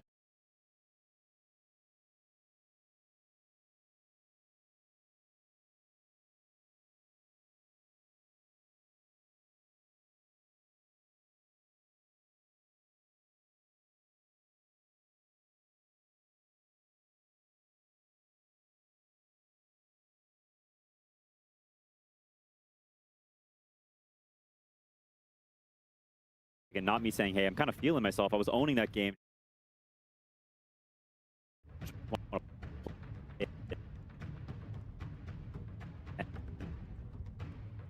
Rubik also just covers for Doom. We've seen this yesterday as well. Like, if you have a Rubik, you can comfortably set up for a Doom later in your phase because you can't give the enemy Rubik. Or an Underlord even. Yeah, I actually think it's very much related to the Underlord that you bring up. Ember hates playing against it. You pick the Rubik, that way you've covered off that angle. And that's one of the best things with Rubik. I think whenever people see Rubik, they freak out and they don't want to pick any heroes.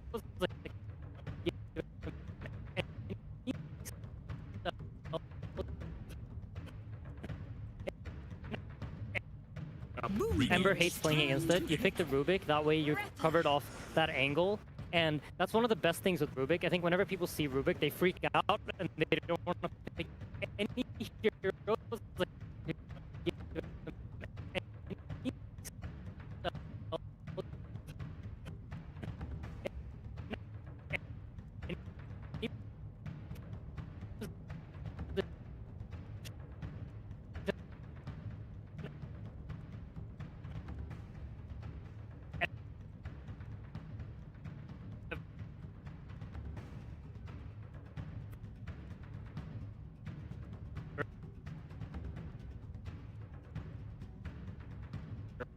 Ember hates playing against it. You pick the Rubik, that way you've covered off that angle.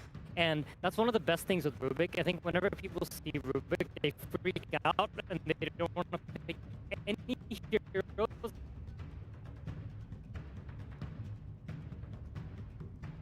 Ten seconds. 5 seconds.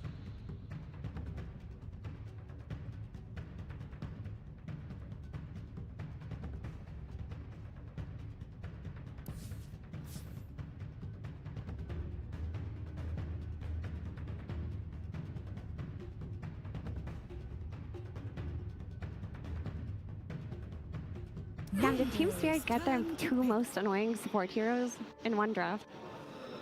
The core to be able to walk away scot-free. Yep.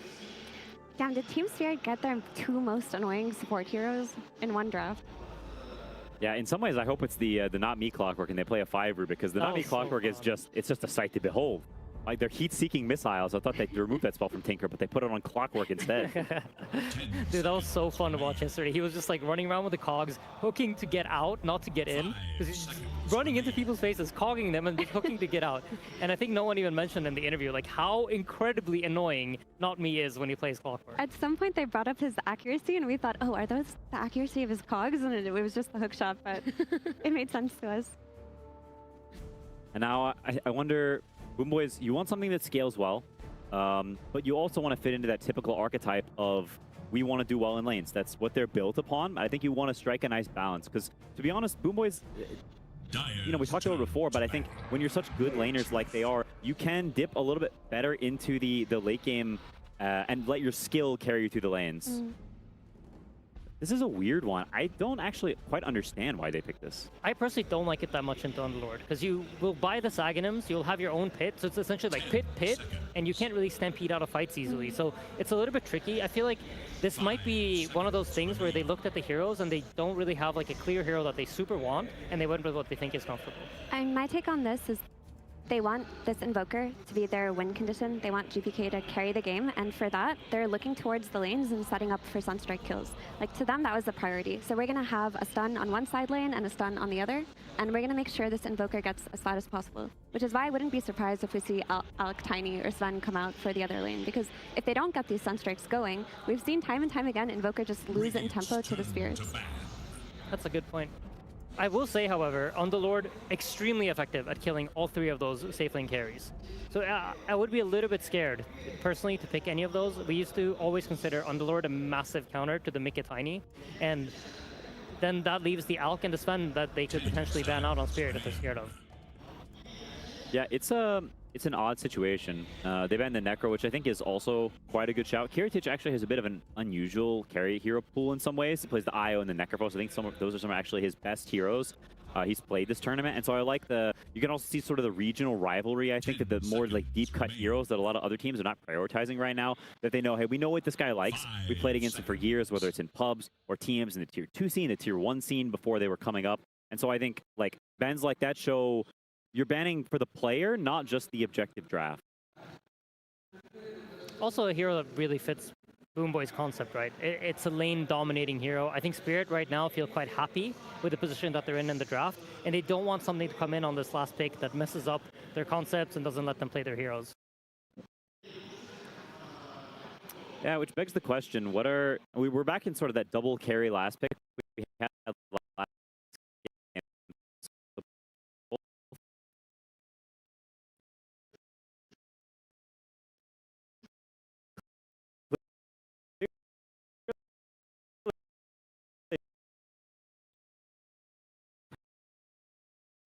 Up their concepts and doesn't let them play their heroes. Yeah, which begs the question, we're back in sort of that double carry last pick we had last game.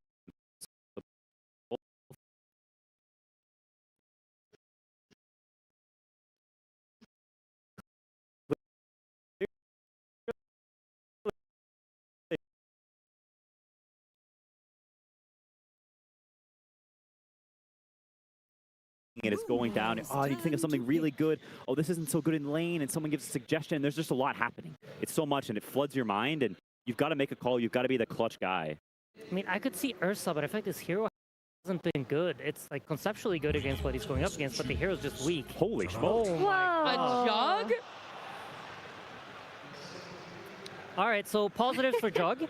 He doesn't really die, so they have a lot of roots. If you look at Team Spirit, Ember root, Underlord root, none of these spells really affect him. He buys Mantha, he has the spin, so he essentially has 2 get out of jail for free cards. The only stun that's there is Hookshot and Rubik Lift, and neither of them are like amazing lockdowns to kill a carry from full HP to nothing. So he has that going for him. Healing Ward is also an extremely effective skill to deal with slow damage, and if you look at Spirit, it's not that much burst.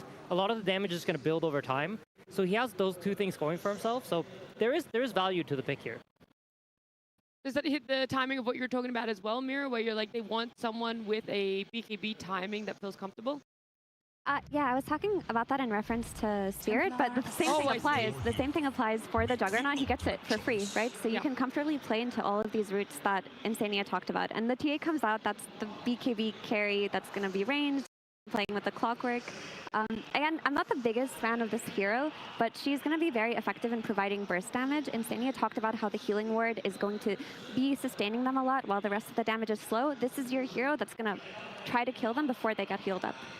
I want to give you guys a fun little stat about what we've just seen, by the way, where we've seen a team or a player play a certain carry hero, lose with it, and then it is immediately picked up by the opposing carry player to end up losing. It has already happened 3 times this TI, and in an elimination best of 3, Yotoro, who was one of those statistics, goes back to it and says, this time around, guys, I promise I will win on it, and I will show you a good TA. Okay, I like it in this instance, though, because if you look at BoomBoys' heroes, they have some heroes that are very committal or want you to clump. They've got a Centaur who's going to blink in and stun. They've got a Winter Wyvern who wants you to group up for Curse. And if you look at Spirit's heroes, look how spaced out they are. Ember is floating around or chainsing you from far away. Rubik is super far away. You don't see him. Underlord is in another dimension, and he portals to you. Clockwork is rocketing you, and Tia has traps. They're not. None of their heroes are near you. We go back to the first hero you pick. Spirit conceptually counterpicks you. This Wyvern is looking at the most miserable draft of his life, and because of that, I like the Tia pick. And I think the Juggernaut is cool and interesting, and I'm excited to see what it can do because it's not a traditional hero, but it can definitely outscale the heroes on Spirit. I think Juggernaut might be too much of a traditional hero, and maybe should not even make any more appearances because he's been left behind in time. But hopefully, you know, I'm wrong, and I would love to see BoomBoys win this game and prove us all wrong. I hope the GPK Invoker makes me think of Miracle and makes me happy to see it. Is there a certain timing that you're necessarily looking for in Sanio when it comes to BoomBoys playing through that jug? I feel like with Juggernaut, if you're able to extract like a lot of stuff from his early game, that's the best way to play it. All right, well, we're going to see how our teams or our coaches are feeling about this Juggernaut, because even though they didn't pick it, I'm sure they have a lot of thoughts about it. It's Maposhka standing by with Tsunami. That's exactly what I had on my mind. Maposhka, BoomBoys picking Juggernaut. You told me before we started the interview, it's not bad. Give me the reason.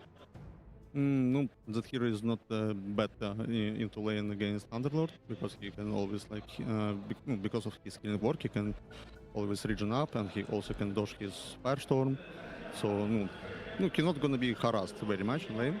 And also, it's healing ward strong against Ember, because our draft is more like on harass, poke, and healing ward just gonna restore their resources after our poke. So, Jagger is okay. It's a good pick, I think, for them. But I'm seeing that even though some heroes can be good picks, they are just not good in general, because we've seen Puck show up on the main stage quite a bit.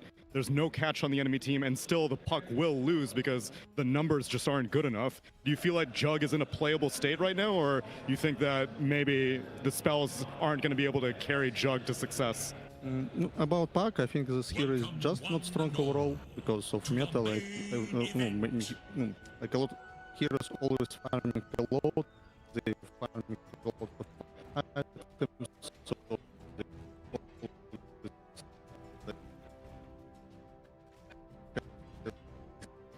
about Puck, I think this hero is just not strong overall because of meta. Like, like a lot of heroes always farming a lot. They farming a lot of items, so they always like has a lot of HP, and it's very hard for Puck to deal enough damage to kill them. They always restore their HP later, and something like that. Also, the hero need to farm a lot.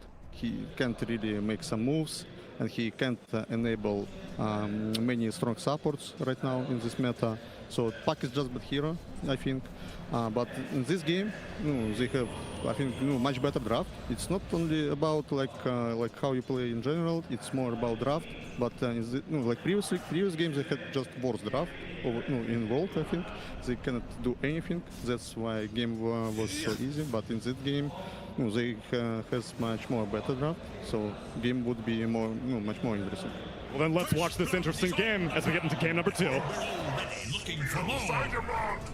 I think Maposhka might have just been biding his time until Team Spirit finally claimed first blood, which they did. Collapse manages to find it once again.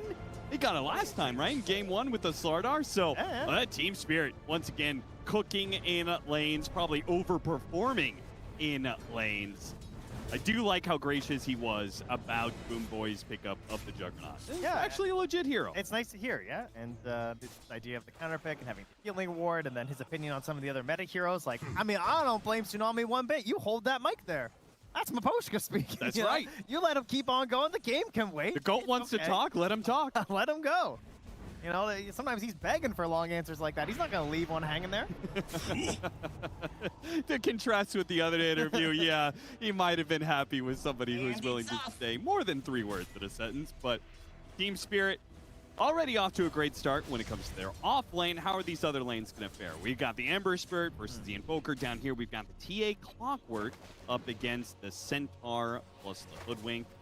Dave rocking something that's going to be a bit more active and a kill combo with the Centaur, which I do appreciate. Yeah, I think this is essentially the antithesis of playing Keeper of the Light.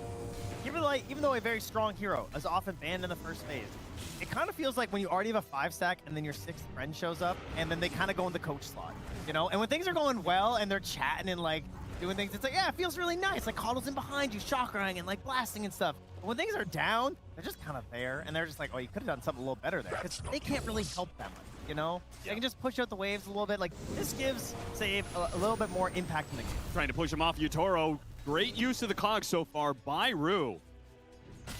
That was quite well done, because Yutoro almost dying there. A combination, bushwhack, stomp, potential sunstrike over the top. Unfortunately, Yutoro did dodge that one, so BoomBoys miss out An equal kill, but it looks like 2 off lanes are going to maybe win. Yeah. Okay, weird. I mean, you definitely know what you're getting as Team Spirit, right? Like, Centaur Hoodwink. This has to be the most common lane of the entire tournament. Oh my god. Well, Laurel and GPK are just pushing it to the limits over here. How do the balloons impact that play, Cap? What's the strat there? I don't know. I kind of got spooked by them. He was just shocking them there. I think he was just trying to mash all his heels and everything with sticks and just flailing all over the buttons there. Pop the fairy fire, pop the stick, everything. Yeah, throw the balloons, you know.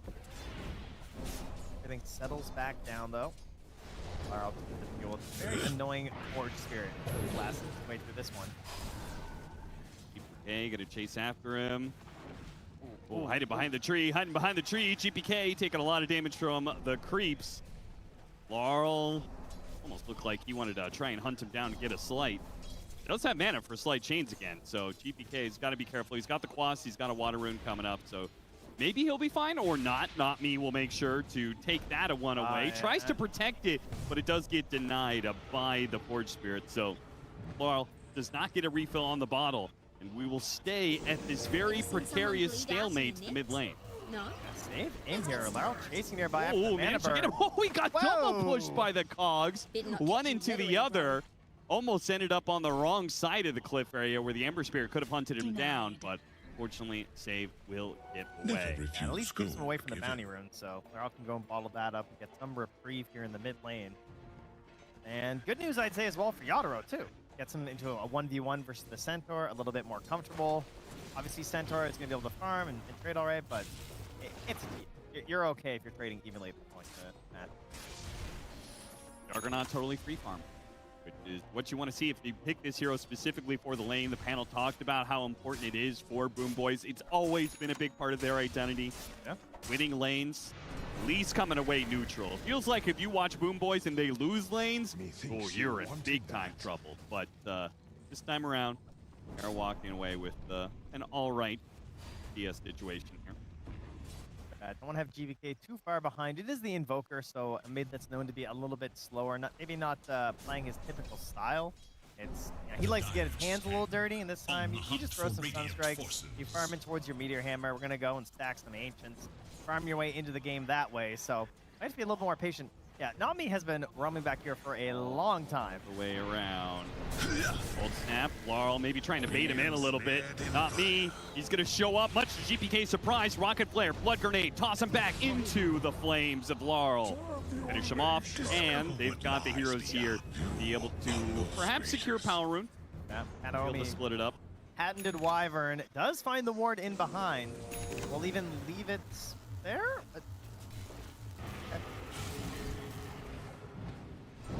Power Rune. Laurel, full refill. It's going to be Haste Rune top. So back to base. Even with the harassment of the Arctic Burn, he'll be full and have a Power Rune to work off of. Something that our Ember Spirit for game one did not really get the opportunity to do. Back over to Yatoro. Ooh, the Bushwhack off the mark there. Sunstrike still going to land, and Yatoro would certainly be dead if the Bushwhack landed. Looks like he'll die either way. No outs in that play here. GBK getting chased down here. Another Blood Grenade. Hits him with one Cogs. Another round. A second Cogs. Lands. Not Me. Coming in from the side. Fateful telekinesis once again. And Laurel zooming all around. You've already used the Tornado. Nothing to dispel the power of this Power Rune. I mean, Nami just never Look at him run. He's going to go for the Wisdom Shrine, too. Ooh, okay, Laurel trying to make something extra out of this play. And, I mean, who's here? Save is nearby. There is Centaur's going to have to come back and try and fight this Ember Spirit, who has Flame Guard off cooldown. Save, all you can really hope for is you Bushwhack pull him off of this with the Vacuum F-like effect, but otherwise, I just don't see how they're going to be able to battle it out. I mean, the Invoker, the Sunstrike can help. It'll get Laurel a little bit low. Maybe that'll scare him away. Cox pushing Miro off of it, but here comes the Templar Assassin and the Collect. You've got the Underlord Gate even on top of that. There was just no possible way for BoomBoys to get this Wisdom Shrine. And look at Yatoro. He's going to push into the side lane area and take the stack. That is so smart. All right, that is definitely an evolution of what has happened at this tournament. These camps have really told a full story for the offlane, where we started with like the constant stacking for the offlaner. They didn't even play the lane. Then we started seeing the sentry blocking every single game from the enemy supports straight away to take that. And now when your carries and your cores, they come to fight at the shrine, they just immediately look for stacks. Like, this is some really good evolution here and just ideas changing throughout this patch, throughout this tournament. Illusion Rune top, Katomi will have to grab it. Fortunately, keeps it away from Laurel. That's the most important thing. Juggernaut's still the biggest winner off of this laning phase. Has just been totally free farming, no surprise against the Underlord. Has forced Collapse out of lane once or twice. Very rare Battle Fury builder. Entering into our game here once again. A common tool we get to see in it. It is a little bit slower paced. Farming into an item that just helps you farm a little bit more. But it does have the safety of the spin TP. Of course, there is the hook shot, but not the most reliable one necessarily, especially when they're trying to do it in the middle of a wave. They generally have a good idea of how they're trying to escape versus the clockwork. It does make me worried, though. It feels like there are some... It's going to be kind of hard to get good on these slashes against some of these heroes. It's going to be kind of hard to always make sure you can spin TP away. Is under attack. Not the freest Juggernaut. And it feels like, yes, he did win the lane. He farmed really well, but were there other heroes that, you know, with how much attention the supports have gone to mid, like, I feel like there's plenty of heroes that also could have had an okay time up here. So you kind of hope that this second half of the game for the Jug adds a lot of value. Dire's middle tower is I under wonder how much this conversation with the TA pickup and everything came about this mid lane. Because Team Spirit certainly came into this with a plan. My goodness, they just swarmed this mid lane nonstop, making sure the Invoker had no game whatsoever, and they were able to do so. You got two side laners that can play solo against heroes, right?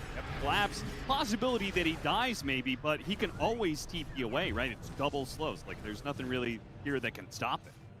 So he can always TP away. Templar Assassin is always kind of a hard hero to threaten in lane at some point. Yeah, she's always whittling you down with these side blades. You're never exactly sure just, how much burst she's going to have on you, so it's always a little bit tense. Later in the lane, your higher levels of refraction are just hard to get through. Yep. Especially if you could pull the supports away. Then what, a Centaur versus a Templar Assassin, there's nothing here to do about that. I mean, how often do you see an Ember get a tower before 10 minutes? This was like 9.5 minutes.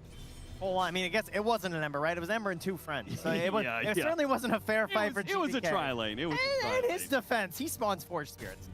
So he kind of makes it unfair. It's a weird 3-on-3, sure. Yeah, I feel like you deserve to have your buds come mid in that case.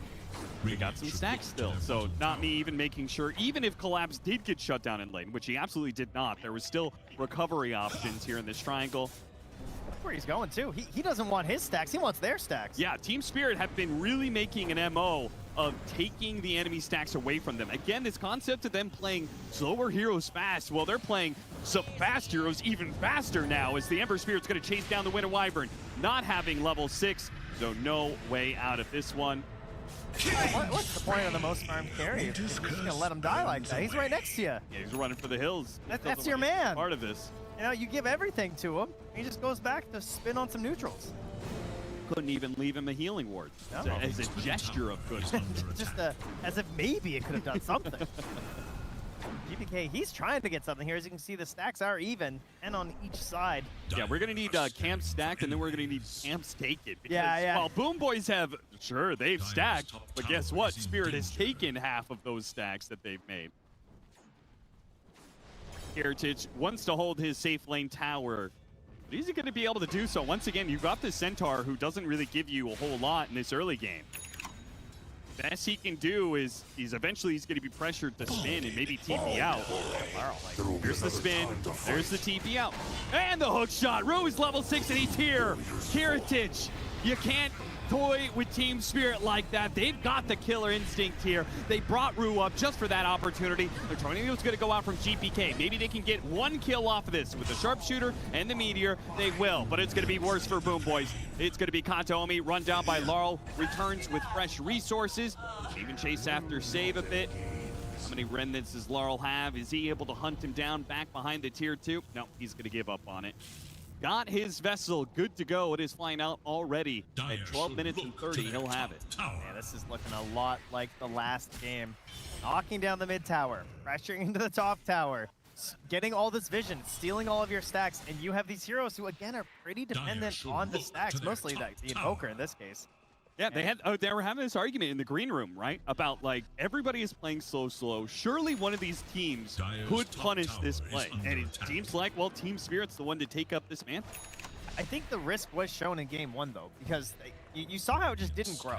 Yeah. Like, they were just constantly pressuring everything, but still BoomBoys were able to keep it relatively close. And so there still is this pressure to, you have to find these kills, you have to keep it up, you can't make any mistakes, because if you suddenly get wiped, then all of a sudden all this effort and harder gameplay you've put in, more mental effort, just gets wasted and you're behind.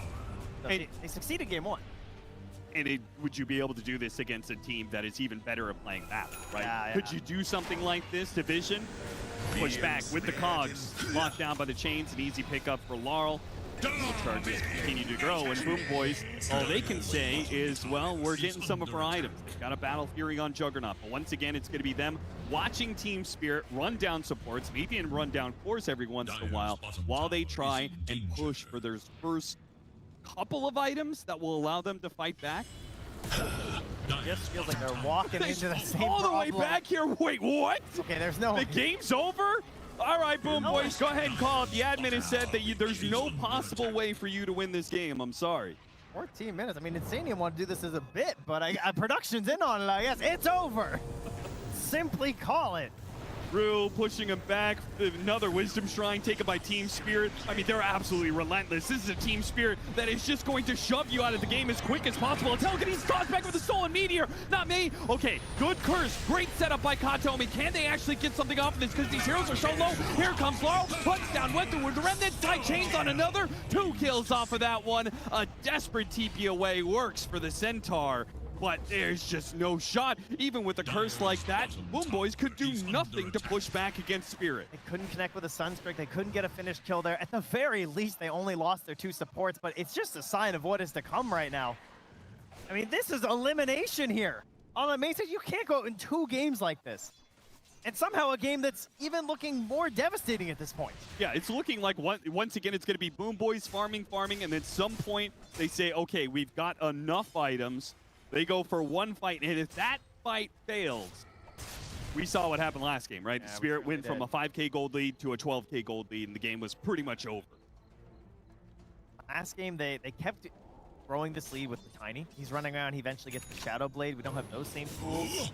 You know, maybe the Vision game will be a little bit easier for the side of BoomBoys. Kano, Omi, and Save are running together. They're pairing up with Kiritich, but it's the Jug. I mean, how reliable is an Omni-Slash kill here? I really got to land this Bushwhack, and they do. The Omni-Slash paired with it, beautifully done by BoomBoys. A trap set up and a trap executed. That Bushwhack so necessary. Well done here. The thing is there was potential for counterplay, right? What if he sliced? Yeah. Right? Yeah, that's it. All that effort would have been for nothing, but they do get it. That pulls back some of the net worth. That'll shut down a little bit of this aggression from Team Spirit. Oh, and instantly, though, the D-Ward comes out. Not me. Read him like a book. 10 feet away from Nero. Couldn't save his Helmadam creep, though. Rue and Utoro just taking over this area. They know Centaur is going to be a slower offlaner who eventually uses a Helmadam. He pulls creeps around, but he farms these areas while he's doing the Helmadam shenanigans. Well, what happens if you can't farm these areas? What happens if Utoro is farming you?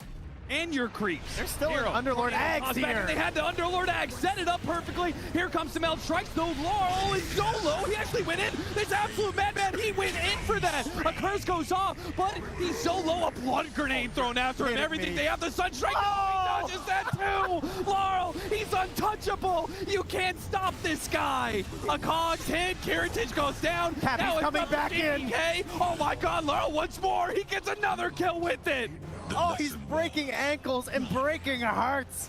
Laurel takes down GPK.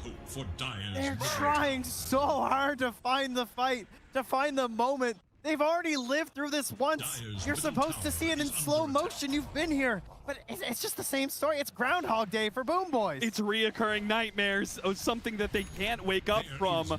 I mean, they saw this Ember Spear cut so low at the start of the fight, it looked okay.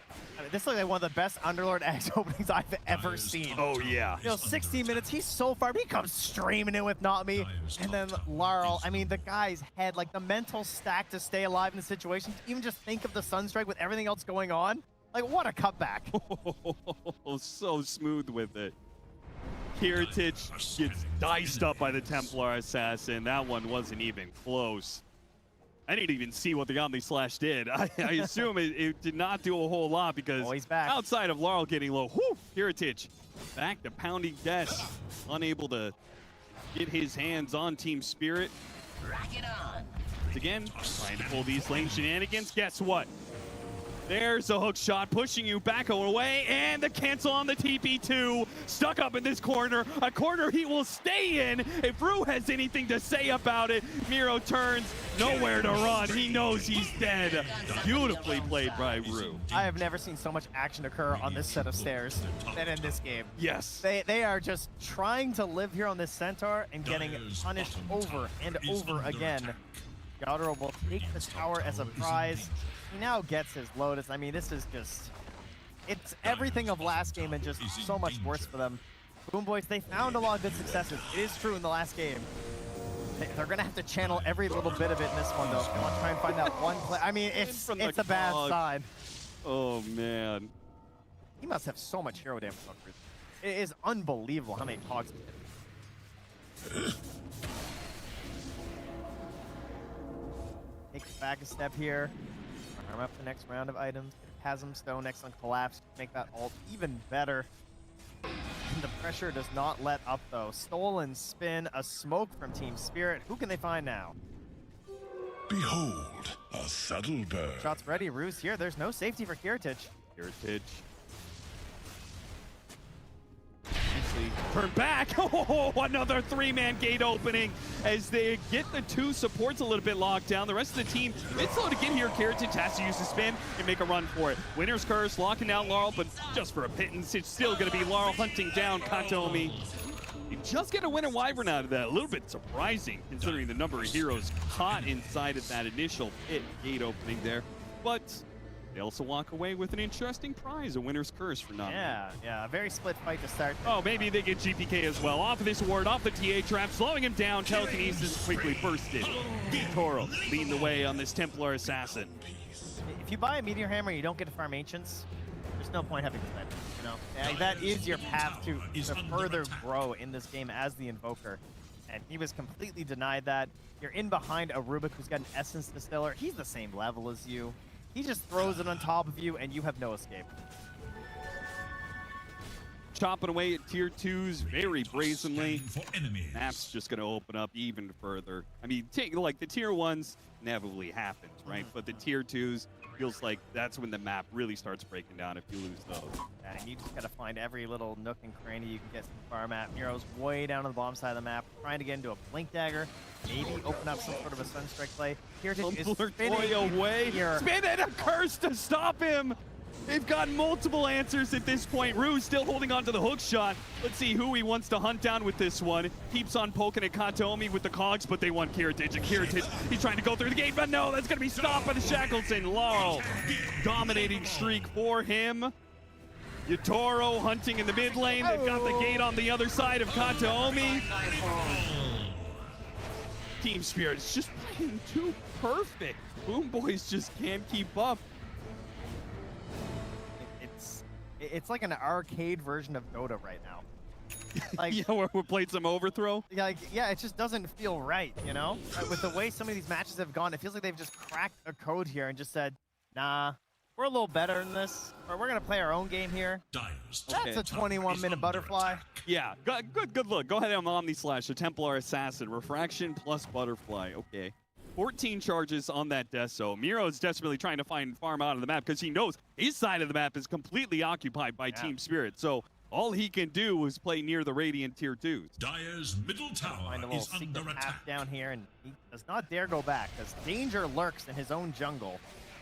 An air of menace is about on the Dire side, so gonna come over to the much friendlier looking Radiant jungle.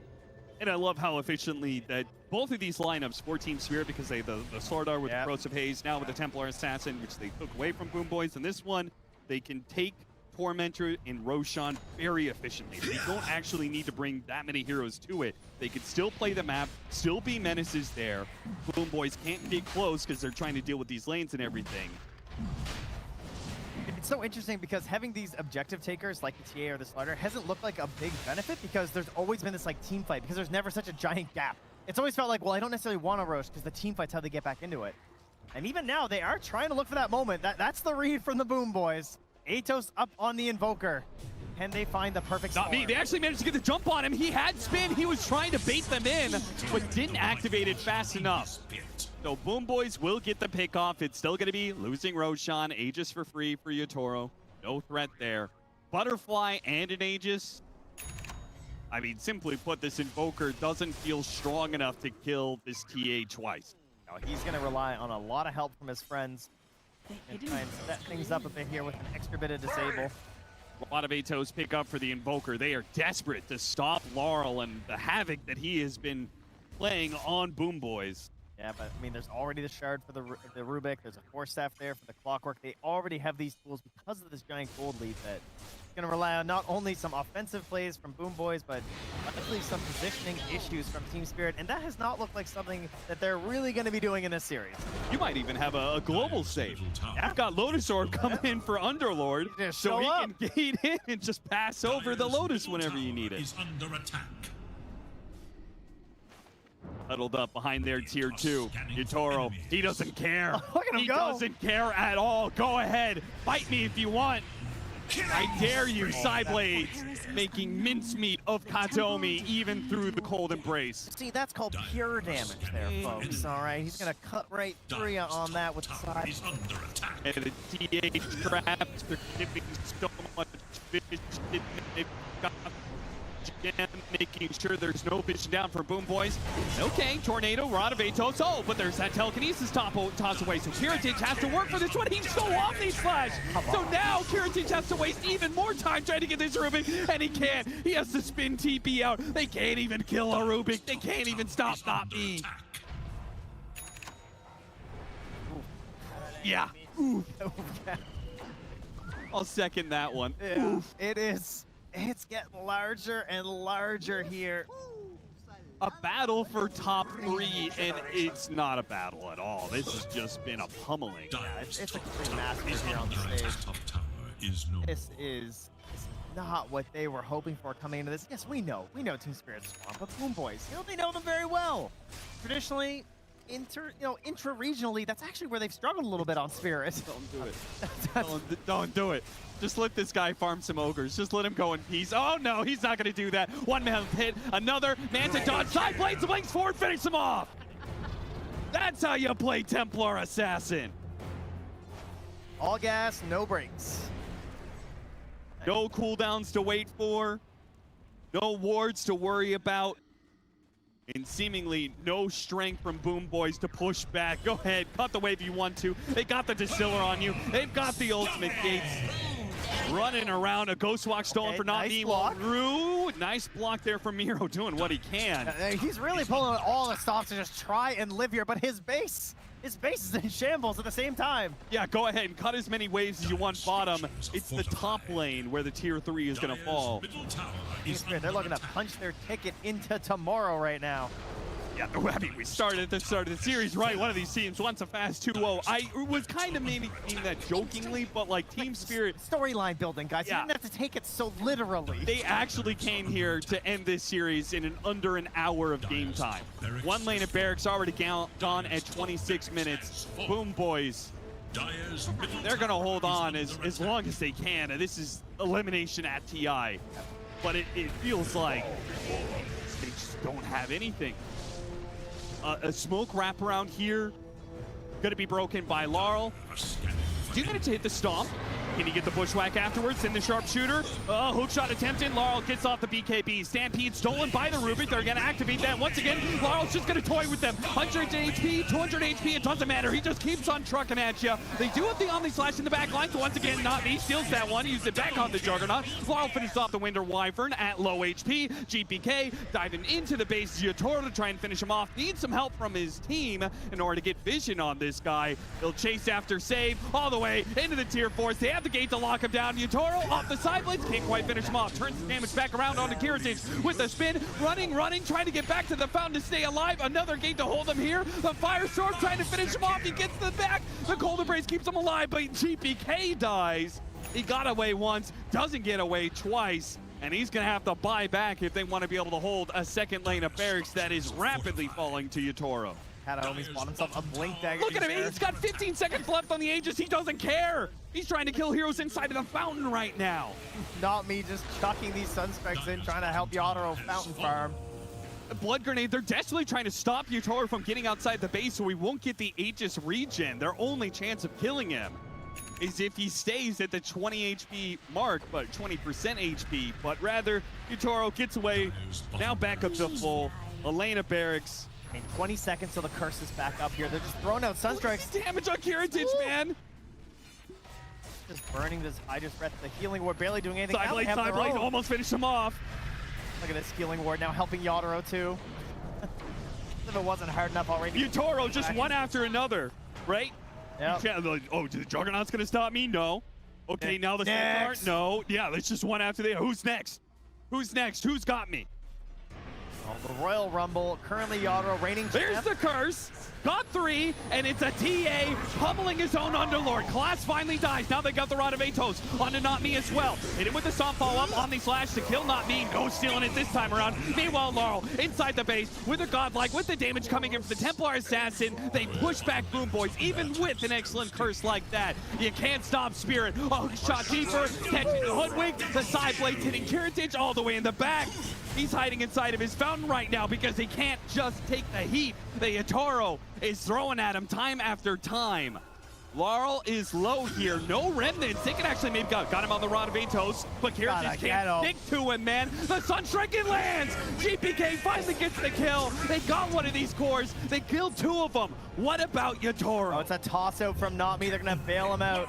Throw him right out of the base. They got so many of them, but ultimately can't stop the raid boss.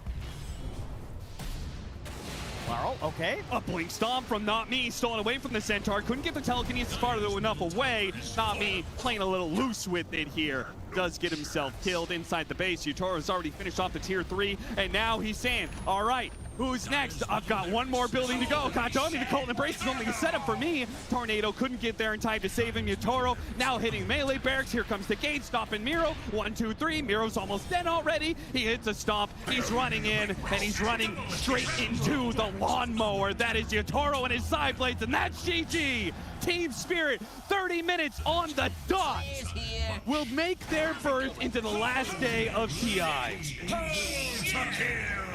Friendly chat back and forth between the teams, but that game was anything but friendly here, Cap. Team Spirit, they say, we have a destiny to get to tomorrow. You are in our way, and we've had enough of this. I do not want to be any of these teams matched up against a Team Spirit that seems in full form, man. That was a completely different beast of Dota than not just Team Spirit have played here, but really anyone. Like, you think about the Vision games and the domination they've shown, I still haven't seen Dota like that. No. Like, this is a totally different beast that you have to look at now. Now, it's getting late into the night. You got to do a little bit of studying to make sure that doesn't happen to you tomorrow. Exactly, right? It feels like so many of these teams, they figured out how to be able to play the map. You know, the conversation between Vision and Yandex. Oh, yeah, we both like to do this split push. Yeah, and like, you maybe they like a little bit more team fight or something. Team Spirit's like, screw all that. Let's just run them over, man. Screw all these games. Let's just take them out nice and easy. Again, like an hour worth of game time between these 2 games. Spirit making no mess about it. They deserve to be in the top 3 of TI, and they'll show us tomorrow just how far they deserve to go. Seems like they've analyzed